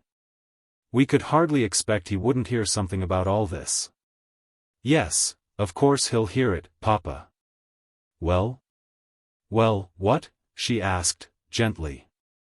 You don't think he'd be the cheap kind it'd make a difference with, of course. Oh, no, he isn't cheap. It won't make any difference with him. Adams suffered a profound sigh to escape him. Well, I'm glad of that, anyway. The difference, she explained, the difference was made without his hearing anything about Walter. He doesn't know about that yet. Well, what does he know about? Only, she said, about me. What you mean by that, Alice? He asked, helplessly. Never mind, she said. It's nothing beside the real trouble we're in, I'll tell you some time. You eat your eggs and toast, you can't keep going on just coffee. I can't eat any eggs and toast, he objected, rising. I can't. Then wait till I can bring you something else. No, he said, irritably. I won't do it. I don't want any dang food. And look here, he spoke sharply to stop her, as she went toward the telephone, I don't want any dang taxi either. You look after your mother when she wakes up. I got to be at work. And though she followed him to the front door, entreating, he could not be stayed or hindered. He went through the quiet morning streets at a rickety, rapid gait, swinging his old straw hat in his hands, and whispering angrily to himself as he went. His grizzled hair, not trimmed for a month, blew back from his damp forehead in the warm breeze, his reddened eyes stared hard at nothing from under blinking lids. And one side of his face twitched startlingly from time to time, children might have run from him, or mocked him. When he had come into that fallen quarter his industry had partly revived and wholly made odorous, a Negro woman, leaning upon her whitewashed gate, gazed after him and chuckled for the benefit of a gossiping friend in the next tiny yard. Oh, good Satan! Was a matter that old glue man? Who? Him, the neighbor inquired. What he do now? Talkin' to his ol' SEF, the first explained, joyously. Look like gone distracted, old glue man. Adams's legs had grown more uncertain with his hard walk, and he stumbled heavily as he crossed the baked mud of his broad lot, but cared little for that, was almost unaware of it, in fact. Thus his eyes saw as little as his body felt, and so he failed to observe something that would have given him additional light upon an old phrase that already meant quite enough for him. There are in the wide world people who have never learned its meaning. But most are either young or beautifully unobservant who remain wholly unaware of the inner poignancies the words convey, a rain of misfortunes. It is a boiling rain, seemingly whimsical in its choice of spots whereon to fall. And, so far as mortal eye can tell, neither the just nor the unjust may hope to avoid it, or need worry themselves by expecting it. It had selected the Adams family for its scaldings, no question. The glueworks foreman, standing in the doorway of the brick shed, observed his employer's eccentric approach, and doubtfully stroked a whiskered chin. "Well, they ain't no particular use gettin' so upset over it," he said, as Adams came up. "When a thing happens, why, it happens, and that's all there is to it. When a thing's so, why, it's so. All you can do about it is think if there's anything you can do, and that's what you better be doin' with this case." Adams halted, and seemed to gape at him. "What case?" he said, with difficulty. "Was it in the morning papers, too?" "No, it ain't in no morning papers." "My land. It don't need to be in no papers, look at the size of it." "The size of what?" "Why, great God!" the foreman exclaimed. "He ain't even seen it. Look! Look yonder." Adams stared vaguely at the man's outstretched hand and pointing forefinger, then turned and saw a great sign upon the facade of the big factory building across the street. The letters were large enough to be read 2 blocks away. "After the 15th of next month. This building will be occupied by the J. Lamb Liquid Glue Company, Inc." A gray touring car had just come to rest before the principal entrance of the building, and J. Lamb himself descended from it. He glanced over toward the humble rival of his projected great industry, saw his old clerk, and immediately walked across the street and the lot to speak to him. "Well, Adams," he said, in his husky, cheerful voice, "how's your glue works?" Adams uttered an inarticulate sound, and lifted the hand that held his hat as if to make a protective gesture, but failed to carry it out, and his arm sank limp at his side. The foreman, however, seemed to feel that something ought to be said. "Our glue works, hell," he remarked. "I guess we won't have no glue works over here not very long, if we got to compete with the size thing you got over there." Lamb chuckled. "I kind of had some such notion," he said. "You see, Virgil, I couldn't exactly let you walk off with it like swallowing a pat o' butter, now, could I? It didn't look exactly reasonable to expect me to let go like that, now, did it?" Adams found a half-choked voice somewhere in his throat. Would you step into my office a minute, Mr. Lamb?" "Why, certainly I'm willing to have a little talk with you," the old gentleman said, as he followed his former employee indoors, and he added, "I feel a lot more like it than I did before I got that up, over yonder, Virgil." Adams threw open the door of the rough room he called his office, having as justification for this title little more than the fact that he had a telephone there and a deal table that served as a desk. "Just step into the office, please," he said. Lamb glanced at the desk, at the kitchen chair before it, at the telephone, and at the partition walls built of old boards, some covered with ancient paint and some merely weather-beaten. The salvage of a house wrecker. And he smiled broadly. "So these are your offices, are they?" he asked. "You expect to do quite a business here, I guess, don't you, Virgil?" Adams turned upon him a stricken and tortured face. "Have you seen Charlie Lore since last night, Mr. Lamb?" "No, I haven't seen Charlie." "Well, I told him to tell you," Adams began. "I told him I'd pay you." "Pay me what you expect to make out glue, you mean, Virgil?" "No," Adams said, swallowing. "I mean what my boy owes you. That's what I told Charlie to tell you." I told him to tell you I'd pay you every last. Well, well, the old gentleman interrupted, testily. I don't know anything about that. I'm expecting to pay you, Adams went on, swallowing again, painfully. I was expecting to do it out of a loan I thought I could get on my glue works. The old gentleman lifted his frosted eyebrows. Oh, the glue works? You expected to raise money on the glue works, did you? At that, Adams's agitation increased prodigiously. How do you think I expected to pay you, he said. Did you think I expected to get money on my own old bones? He slapped himself harshly upon the chest and legs. Do you think a bank'll lend money on a man's ribs and his broken-down old knee bones? They won't do it. You got to have some business prospects to show, if you haven't got any property nor securities, and what business prospects have I got now, with that sign of yours up over yonder? Why, you don't need to make an ounce, glue, your signs fixed me without your doing another lick. That's all you had to do, just put your sign up. You needn't to. Just let me tell you something, Virgil Adams, the old man interrupted, harshly. I got just one right important thing to tell you before we talk any further business. And that's this, there's some few men in this town made their money in off-color ways, but there aren't many. And those there are have had to be a darn sight slicker than you know how to be, or ever will know how to be. Yes, sir, and they none of them had the little gumption to try to make it out of a man that had the spirit not to let and the strength not to let I know what you thought. Here, you said to yourself, here's this old fool Lamb, he's kind of worn out and in his second childhood like, I can put it over on him, without his ever. I did not. Adams shouted. A great deal you know about my feelings and all what I said to myself. There's one thing I want to tell you, and that's what I'm saying to myself now, and what my feelings are this minute.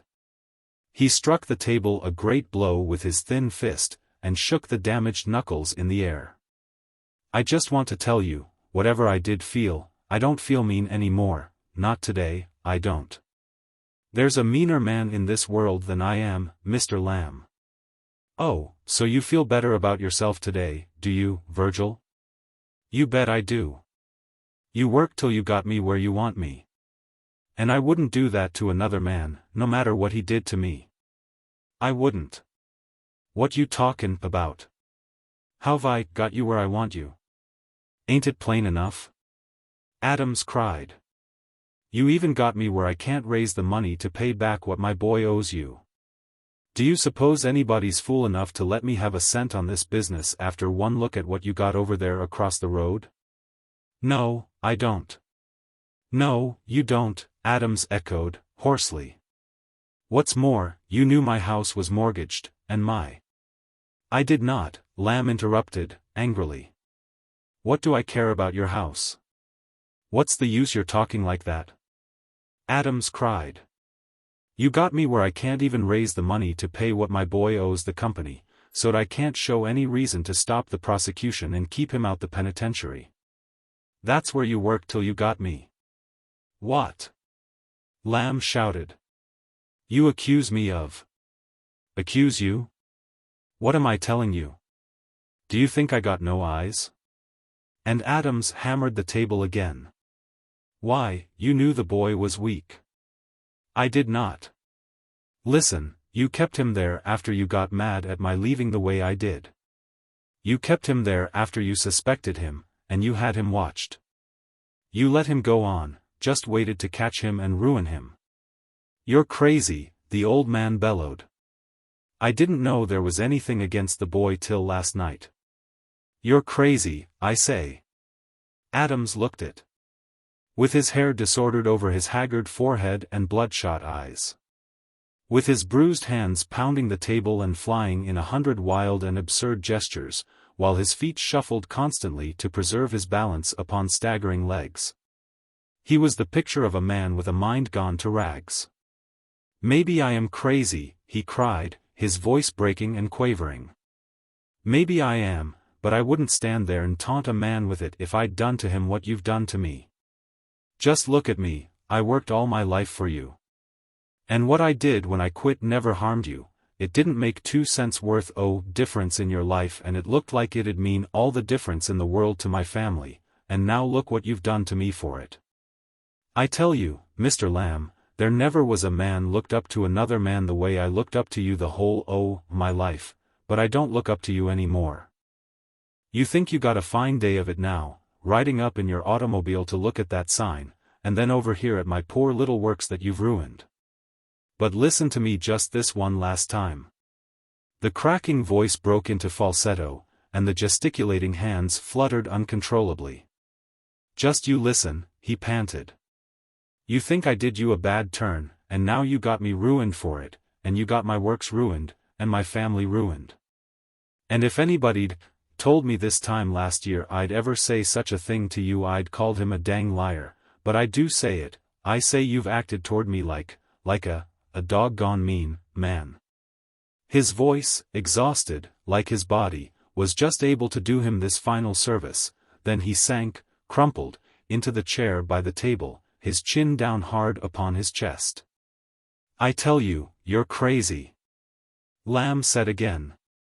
I never in the world, but he checked himself, staring in sudden perplexity at his accuser. Look here, he said. What's the matter of you? Have you got another of those? He put his hand upon Adams's shoulder, which jerked feebly under the touch. The old man went to the door and called to the foreman. Here, he said. Run and tell my chauffeur to bring my car over here. Tell him to drive right up over the sidewalk and across the lot. Tell him to hurry. So, it happened, the great J.A. Lamb a second time brought his former clerk home, stricken and almost inanimate. Chapter 24.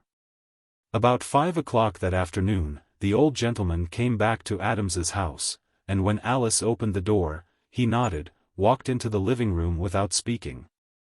Then stood frowning as if he hesitated to decide some perplexing question.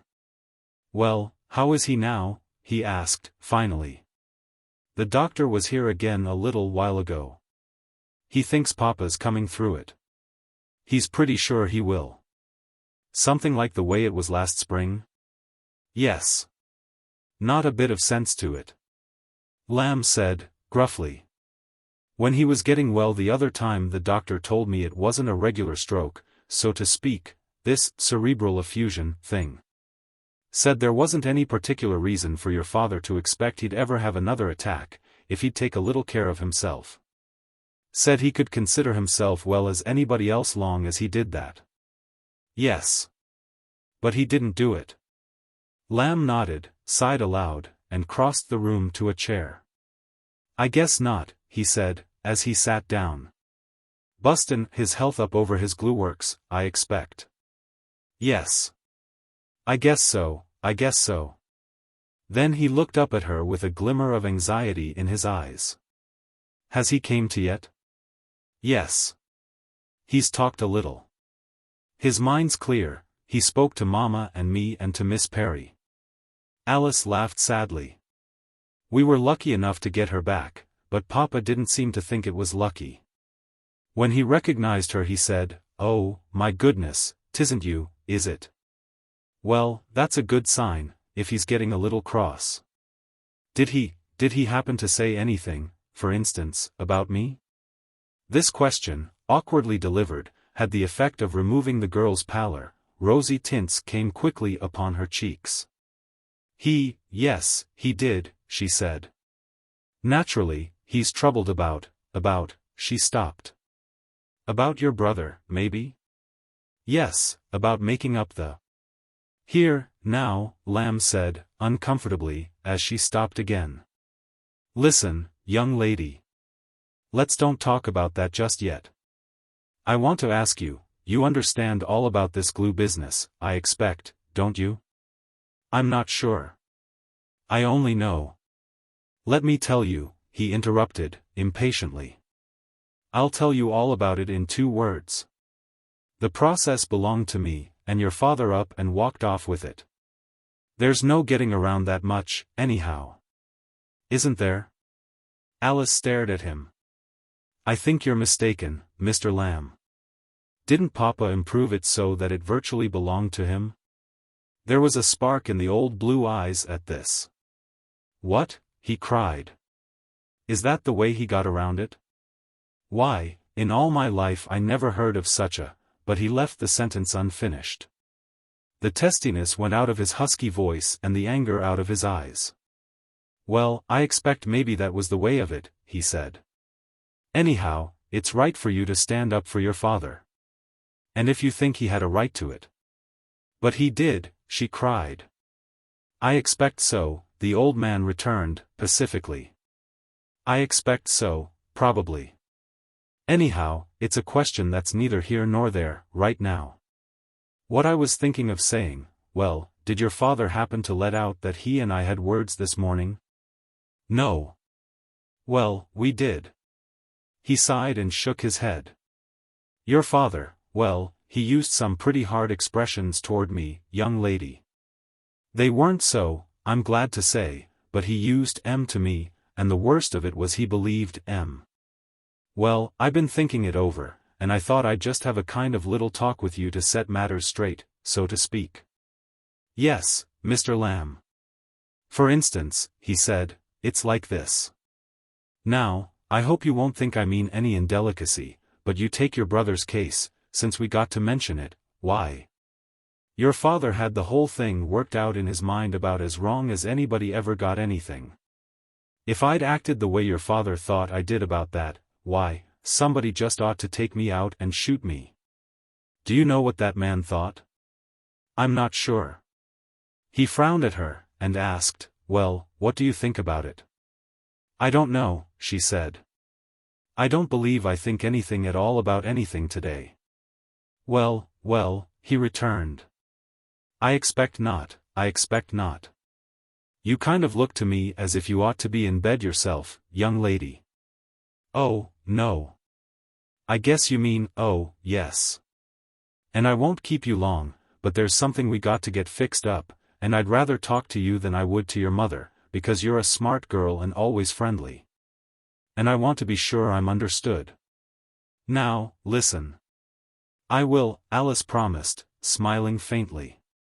I never even hardly noticed your brother was still working for me, he explained, earnestly. I never thought anything about it. My son sort of tried to tease me about the way your father, about his taking up this glue business, so to speak, and one day Albert, Jr. asked me if I felt all right about your brother's staying there after that, and I told him, well, I just asked him to shut up. If the boy wanted to stay there, I didn't consider it my business to send him away on account of any feeling I had toward his father.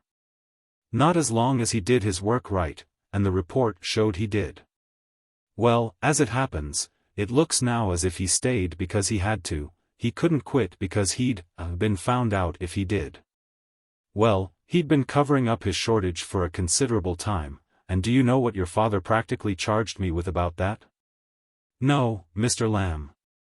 In his resentment, the old gentleman's ruddy face became ruddier and his husky voice huskier. Thinks I kept the boy there because I suspected him. Thinks I did it to get even with him. Do I look to you like a man that'd do such a thing? No, she said, gently. I don't think you would. No, he exclaimed. Nor he wouldn't think so if he was himself, he's known me too long. But he must been sort of brooding over this whole business, I mean before Walter's trouble he must been taking it to heart pretty hard for some time back. He thought I didn't think much of him any more, and I expect he maybe wondered some what I was going to do, and there's nothing worse than that state of mind to make a man suspicious of all kinds of meanness. Well, he practically stood up there and accused me to my face of fixing things so't he couldn't ever raise the money to settle for Walter and ask us not to prosecute. That's the state of mind your father's brooding got him into, young lady, charging me with a trick like that. I'm sorry, she said. I know you'd never. The old man slapped his sturdy knee, angrily. Why, that dang fool of a Virgil Adams, he exclaimed. He wouldn't even give me a chance to talk. And he got me so mad I couldn't hardly talk, anyway. He might, known from the first I wasn't going to let him walk in and beat me out of my own, that is. He might, known I wouldn't let him get ahead of me in a business matter, not with my boys twitting me about it every few minutes. But to talk to me the way he did this morning, well, he was out of his head, that's all. Now, wait just a minute, he interposed, as she seemed about to speak. In the first place, we aren't going to push this case against your brother. I believe in the law, all right, and business men got to protect themselves. But in a case like this, where restitution's made by the family, why, I expect it's just as well sometimes to use a little influence and let matters drop. Of course your brother'll have to keep out this state, that's all. But, you said, she faltered. Yes. What did I say? You said, where restitution's made by the family. That's what seemed to trouble Papa so terribly, because restitution couldn't. Why, yes, it could. That's what I'm here to talk to you about. I don't see. I'm going to tell you, ain't I? He said, gruffly. Just hold your horses a minute, please. He coughed, rose from his chair, walked up and down the room, then halted before her. It's like this, he said. After I brought your father home, this morning, there was one of the things he told me, when he was going for me, over yonder, it kind of stuck in my craw. It was something about all this glue controversy not meaning anything to me in particular, and meaning a whole heap to him and his family. Well, he was wrong about that 2 ways. The first one was, it did mean a good deal to me to have him go back on me after so many years. I don't need to say any more about it, except just to tell you it meant quite a little more to me than you'd think, maybe. The other way he was wrong is, that how much a thing means to one man and how little it means to another ain't the right way to look at a business matter. I suppose it isn't, Mr. Lamb. No, he said. It isn't. It's not the right way to look at anything. Yes, and your father knows it as well as I do, when he's in his right mind. And I expect that's one of the reasons he got so mad at me, but anyhow, I couldn't help thinking about how much all this thing had maybe meant to him. As I say, it kind of stuck in my craw. I want you to tell him something from me, and I want you to go and tell him right off, if he's able and willing to listen. You tell him I got kind of a notion he was pushed into this thing by circumstances. And tell him I've lived long enough to know that circumstances can beat the best of us. You tell him I said, the best of us. Tell him I haven't got a bit of feeling against him, not any more, and tell him I came here to ask him not to have any against me. Yes, Mr. Lamb. Tell him I said. The old man paused abruptly and Alice was surprised, in a dull and tired way, when she saw that his lips had begun to twitch and his eyelids to blink. But he recovered himself almost at once, and continued, I want him to remember, forgive us our transgressions, as we forgive those that transgress against us. And if he and I been transgressing against each other, why, tell him I think it's time we quit such foolishness. He coughed again, smiled heartily upon her, and walked toward the door. Then turned back to her with an exclamation, well, if I ain't an old fool. What is it? She asked. Why, I forgot what we were just talking about. Your father wants to settle for Walter's deficit. Tell him we'll be glad to accept it, but of course we don't expect him to clean the matter up until he's able to talk business again. Alice stared at him blankly enough for him to perceive that further explanations were necessary. It's like this, he said. You see, if your father decided to keep his works going over yonder, I don't say but he might give us some little competition for a time. Specially as he's got the start on us and about ready for the market. Then I was figuring we could use his plant. It's small, but it'd be to our benefit to have the use of it, and he's got a lease on that big lot. It may come in handy for us if we want to expand some. Well, I'd prefer to make a deal with him as quietly as possible, no good in every Tom, Dick and Harry hearing about things like this, but I figured he could sell out to me for a little something more and enough to cover the mortgage he put on this house, and Walter's deficit. 2, that don't amount to much in dollars and cents. The way I figure it, I could offer him about $9,300 as a total, or say 9,350, and if he feels like accepting, why? I'll send a confidential man up here with the papers soon's your father's able to look 'em over. You tell him, will you, and ask him if he sees his way to accepting that figure?" "Yes," Alice said. And now her own lips twitched, while her eyes filled so that she saw but a blurred image of the old man, who held out his hand in parting. "I'll tell him." "Thank you." He shook her hand hastily. "Well, let's just keep it kind of quiet," he said, at the door. "No good in every Tom, Dick and Harry knowing all what goes on in town. You telephone me when your papa's ready to go over the papers, and call me up at my house tonight, will you? Let me hear how he's feeling." "I will," she said, and through her grateful tears gave him a smile almost radiant. "He'll be better, Mr. Lamb. We all will." Chapter 25. One morning, that autumn, Mrs. Adams came into Alice's room, and found her completing a sober toilet for the street. Moreover, the expression revealed in her mirror was harmonious with the business-like severity of her attire. "What makes you look so cross, dearie?" the mother asked. "Couldn't you find anything nicer to wear than that plain old dark dress?" "I don't believe I'm cross," the girl said, absently. "I believe I'm just thinking. Isn't it about time?" "Time for what?" "Time for thinking, for me, I mean." Disregarding this, Mrs. Adams looked her over thoughtfully. "I can't see why you don't wear more color," she said. "At your age it's becoming and proper, too. Anyhow, when you're going on the street, I think you ought to look just as gay and lively as you can manage. You want to show you've got some spunk." "How do you mean, Mama?" "I mean about Walter's running away and the mess your father made of his business. It would help to show you're holding up your head just the same." "Show whom?" "All these other girls that." "Not I." Alice laughed shortly, shaking her head. "I've quit dressing at them, and if they saw me they wouldn't think what you want them to. It's funny. But we don't often make people think what we want them to, Mama. You do thus and so, and you tell yourself, now, seeing me do thus and so, people will naturally think this and that, but they don't. They think something else, usually just what you don't want them to. I suppose about the only good in pretending is the fun we get out of fooling ourselves that we fool somebody." "Well, but it wouldn't be pretending. You ought to let people see you're still holding your head up because you are. You wouldn't want that Mildred Palmer to think you're cast down about, well, you know you wouldn't want her not to think you're holding your head up, would you?" "She wouldn't know whether I am or not, Mama." Alice bit her lip, then smiled faintly as she said, "Anyhow, I'm not thinking about my head in that way, not this morning, I'm not."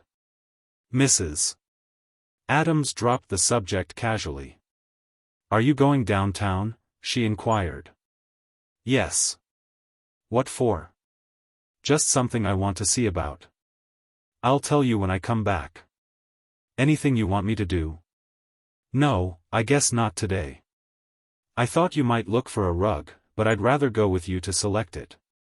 We'll have to get a new rug for your father's room, I expect." "I'm glad you think so, Mama. I don't suppose he's ever even noticed it, but that old rug of his, well, really. I didn't mean for him," her mother explained, thoughtfully. "No. He don't mind it, and he'd likely make a fuss if we changed it on his account. No, what I meant, we'll have to put your father in Walter's room. He won't mind, I don't expect, not much." "No, I suppose not," Alice agreed, rather sadly. "I heard the bell a while ago." "Was it somebody about that?" "Yes, just before I came upstairs. Mrs. Lore gave him a note to me, and he was really a very pleasant-looking young man." "A very pleasant-looking young man, Mrs. Adams repeated with increased animation and a thoughtful glance at her daughter. "He's a Mr. Will Dixon, he has a first-rate position with the gas works, Mrs.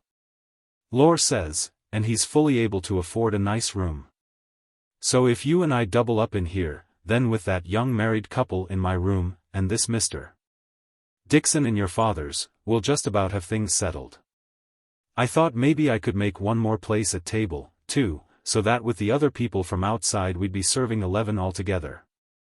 You see, if I have to pay this cook $12 a week, it can't be helped, I guess. Well, one more would certainly help toward a profit. Of course it's a terribly worrying thing to see how we will come out. Don't you suppose we could squeeze in one more? I suppose it could be managed, yes. Mrs. Adams brightened. I'm sure it'll be pleasant having that young married couple in the house, and especially this Mr. Will Dixon. He seemed very much of a gentleman, and anxious to get settled in good surroundings. I was very favorably impressed with him in every way, and he explained to me about his name. It seems it isn't William, it's just Will. His parents had him christened that way. It's curious. She paused, and then, with an effort to seem casual, which veiled nothing from her daughter, it's quite curious, she said again. But it's rather attractive and different, don't you think? Poor Mama. Alice laughed compassionately. Poor Mama. He is, though, Mrs. Adams maintained. He's very much of a gentleman, unless I'm no judge of appearances. And it'll really be nice to have him in the house. No doubt, Alice said, as she opened her door to depart. I don't suppose we'll mind having any of them as much as we thought we would. Goodbye. But her mother detained her, catching her by the arm. Alice, you do hate it, don't you? No, the girl said, quickly. There wasn't anything else to do. Mrs. Adams became emotional at once, her face cried tragedy, and her voice misfortune. There might have been something else to do. Oh, Alice, you gave your father bad advice when you upheld him in taking a miserable little 9,350 from that old wretch. If your father just had the gumption to hold out, they'd have had to pay him anything he asked. If he'd just had the gumption and a little manly courage. Hush. Alice whispered, for her mother's voice grew louder. Hush. He'll hear you, Mama. Could he hear me too often? The embittered lady asked. If he'd listened to me at the right time, would we have to be taking in boarders and sinking down in the scale at the end of our lives, instead of going up? You were both wrong. We didn't need to be so panicky, that was just what that old man wanted, to scare us and buy us out for nothing. If your father just listened to me then, or if for once in his life he'd just been half a man. Alice put her hand over her mother's mouth. You mustn't. He will hear you. But from the other side of Adams's closed door his voice came querulously. Oh, I hear her, all right. You see, Mama? Alice said, and, as Mrs. Adams turned away, weeping, the daughter sighed. Then went in to speak to her father. He was in his old chair by the table, with a pillow behind his head, but the crocheted scarf and Mrs. Adams's wrapper swathed him no more. He wore a dressing gown his wife had bought for him, and was smoking his pipe. The old story, is it? He said, as Alice came in. The same old story. Well, well. Has she gone? Yes, Papa. Got your hat on, he said. Where you going? I'm going downtown on an errand of my own. Is there anything you want, Papa? Yes, there is. He smiled at her. I wish you'd sit down a while and talk to me unless your errand. No, she said, taking a chair near him. I was just going down to see about some arrangements I was making for myself. There's no hurry. What arrangements for yourself, dearie? I'll tell you afterwards, after I find out something about myself. All right, he said, indulgently. Keep your secrets. Keep your secrets. He paused, drew musingly upon his pipe, and shook his head. Funny, the way your mother looks at things. For the matter of that, everything's pretty funny, I expect, if you stop to think about it. For instance, let her say all she likes, but we were pushed right spang to the wall, if J.A. Lamb hadn't taken it into his head to make that offer for the works, and there's one of the things I've been thinking about lately, Alice, thinking about how funny they work out. What did you think about it, Papa? Well, I've seen it happen in other people's lives, time and time again, and now it's happened in ours. You think you're going to be pushed right up against the wall, you can't see any way out, or any hope at all, you think you're gone, and then something you never counted on turns up. And, while maybe you never do get back to where you used to be, yet somehow you kind of squirm out of being right spang against the wall. You keep on going, maybe you can't go much, but you do go a little. See what I mean? Yes. I understand, dear. Yes, I'm afraid you do, he said. Too bad. You oughtn't to understand it at your age. It seems to me a good deal as if the Lord really meant for the young people to have the good times, and for the old to have the troubles. And when anybody as young as you has trouble, there's a big mistake somewhere. Oh, no, she protested. But he persisted whimsically in this view of divine error. Yes, it does look a good deal that way. But of course we can't tell, we're never certain about anything, not about anything at all. Sometimes I look at it another way, though. Sometimes it looks to me as if a body's troubles came on him mainly because he hadn't had sense enough to know how not to have any, as if his troubles were kind of like a boy's getting kept in after school by the teacher. To give him discipline, or something or other. But, my. We don't learn easy. He chuckled mournfully. Not to learn how to live till we're about ready to die, it certainly seems to me dang tough. Then I wouldn't brood on such a notion, Papa, she said. Brood? No, he returned. I just mull it over. He chuckled again, sighed, and then, not looking at her, he said, that Mr. Russell, your mother tells me he hasn't been here again, not since. No, she said, quietly, as Adams paused. He never came again. Well, but maybe. No, she said. There isn't any maybe. I told him goodbye that night, Papa. It was before he knew about Walter, I told you. Well, Adams said. Young people are entitled to their own privacy, I don't want to pry.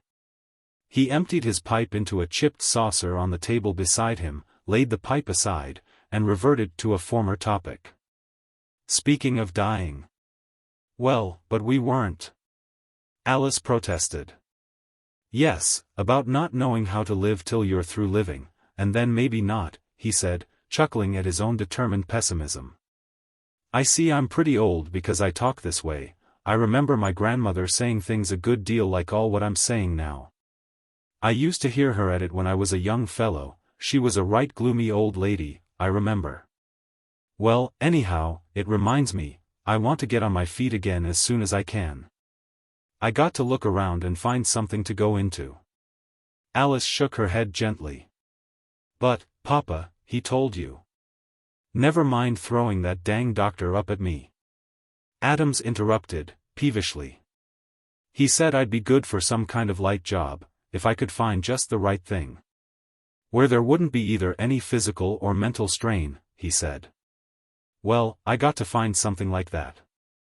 Anyway, I'll feel better if I can just get out looking for it. But, Papa, I'm afraid you won't find it, and you'll be disappointed.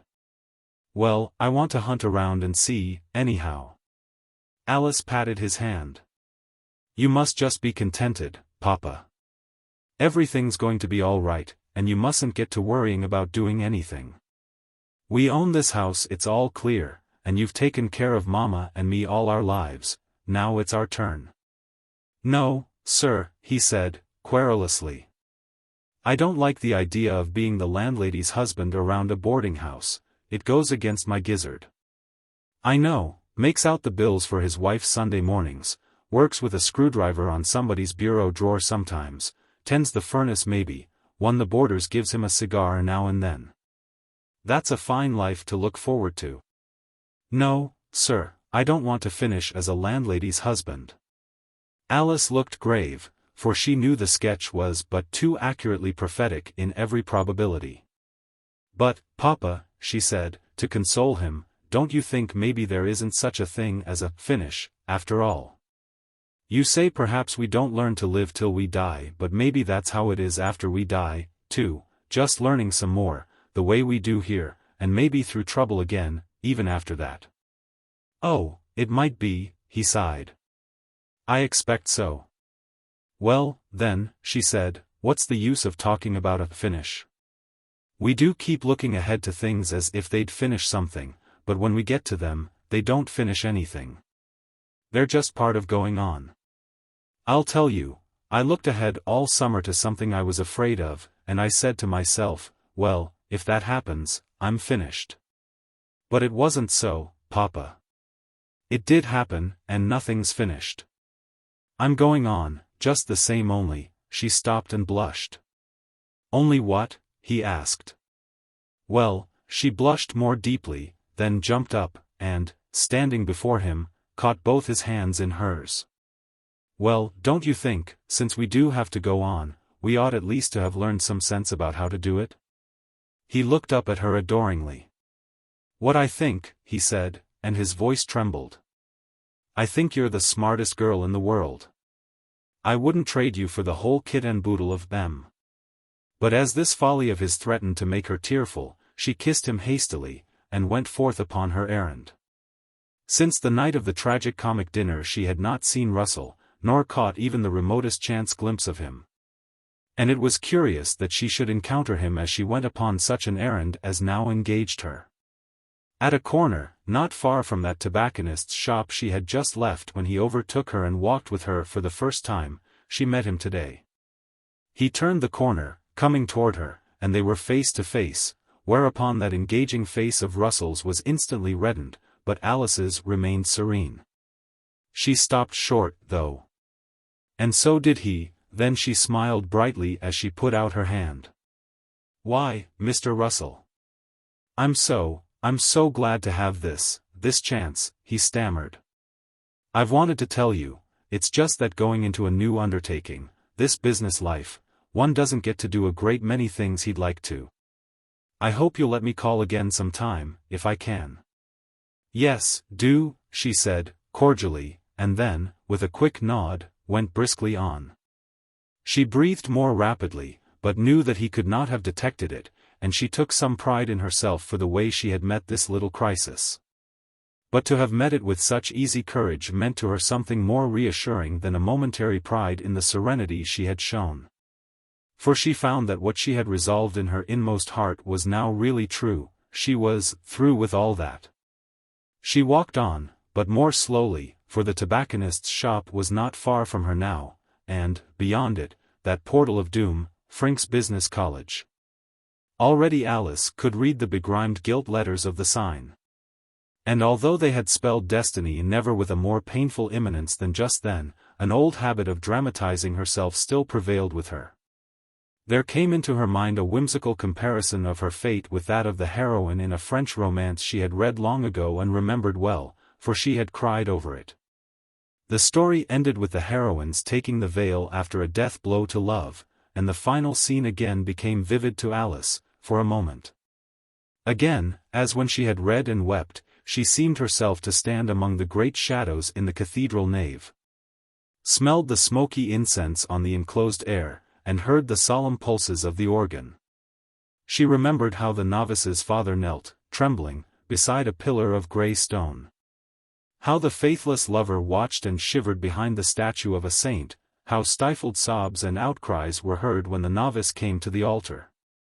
And how a shaft of light struck through the rose window, enveloping her in an amber glow.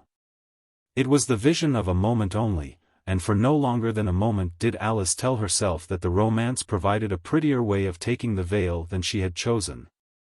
And that a faithless lover, shaking with remorse behind a saint statue, was a greater solace than one left on a street corner protesting that he'd like to call some time, if he could. Her pity for herself vanished more reluctantly, but she shook it off and tried to smile at it, and at her romantic recollections, at all of them. She had something important to think of. She passed the tobacconist's. And before her was that dark entrance to the wooden stairway leading up to Frincke's Business College, the very doorway she had always looked upon as the end of youth and the end of hope. How often she had gone by here, hating the dreary obscurity of that stairway. How often she had thought of this obscurity as something lying in wait to obliterate the footsteps of any girl who should ascend into the smoky darkness above. Never had she passed without those ominous imaginings of hers, pretty girls turning into old maids, taking dictation, old maids of a dozen different types, yet all looking a little like herself. Well, she was here at last. She looked up and down the street quickly, and then, with a little heave of the shoulders, she went bravely in, under the sign, and began to climb the wooden steps. Halfway up the shadows were heaviest, but after that the place began to seem brighter. There was an open window overhead somewhere, she found, and the steps at the top were gay with sunshine.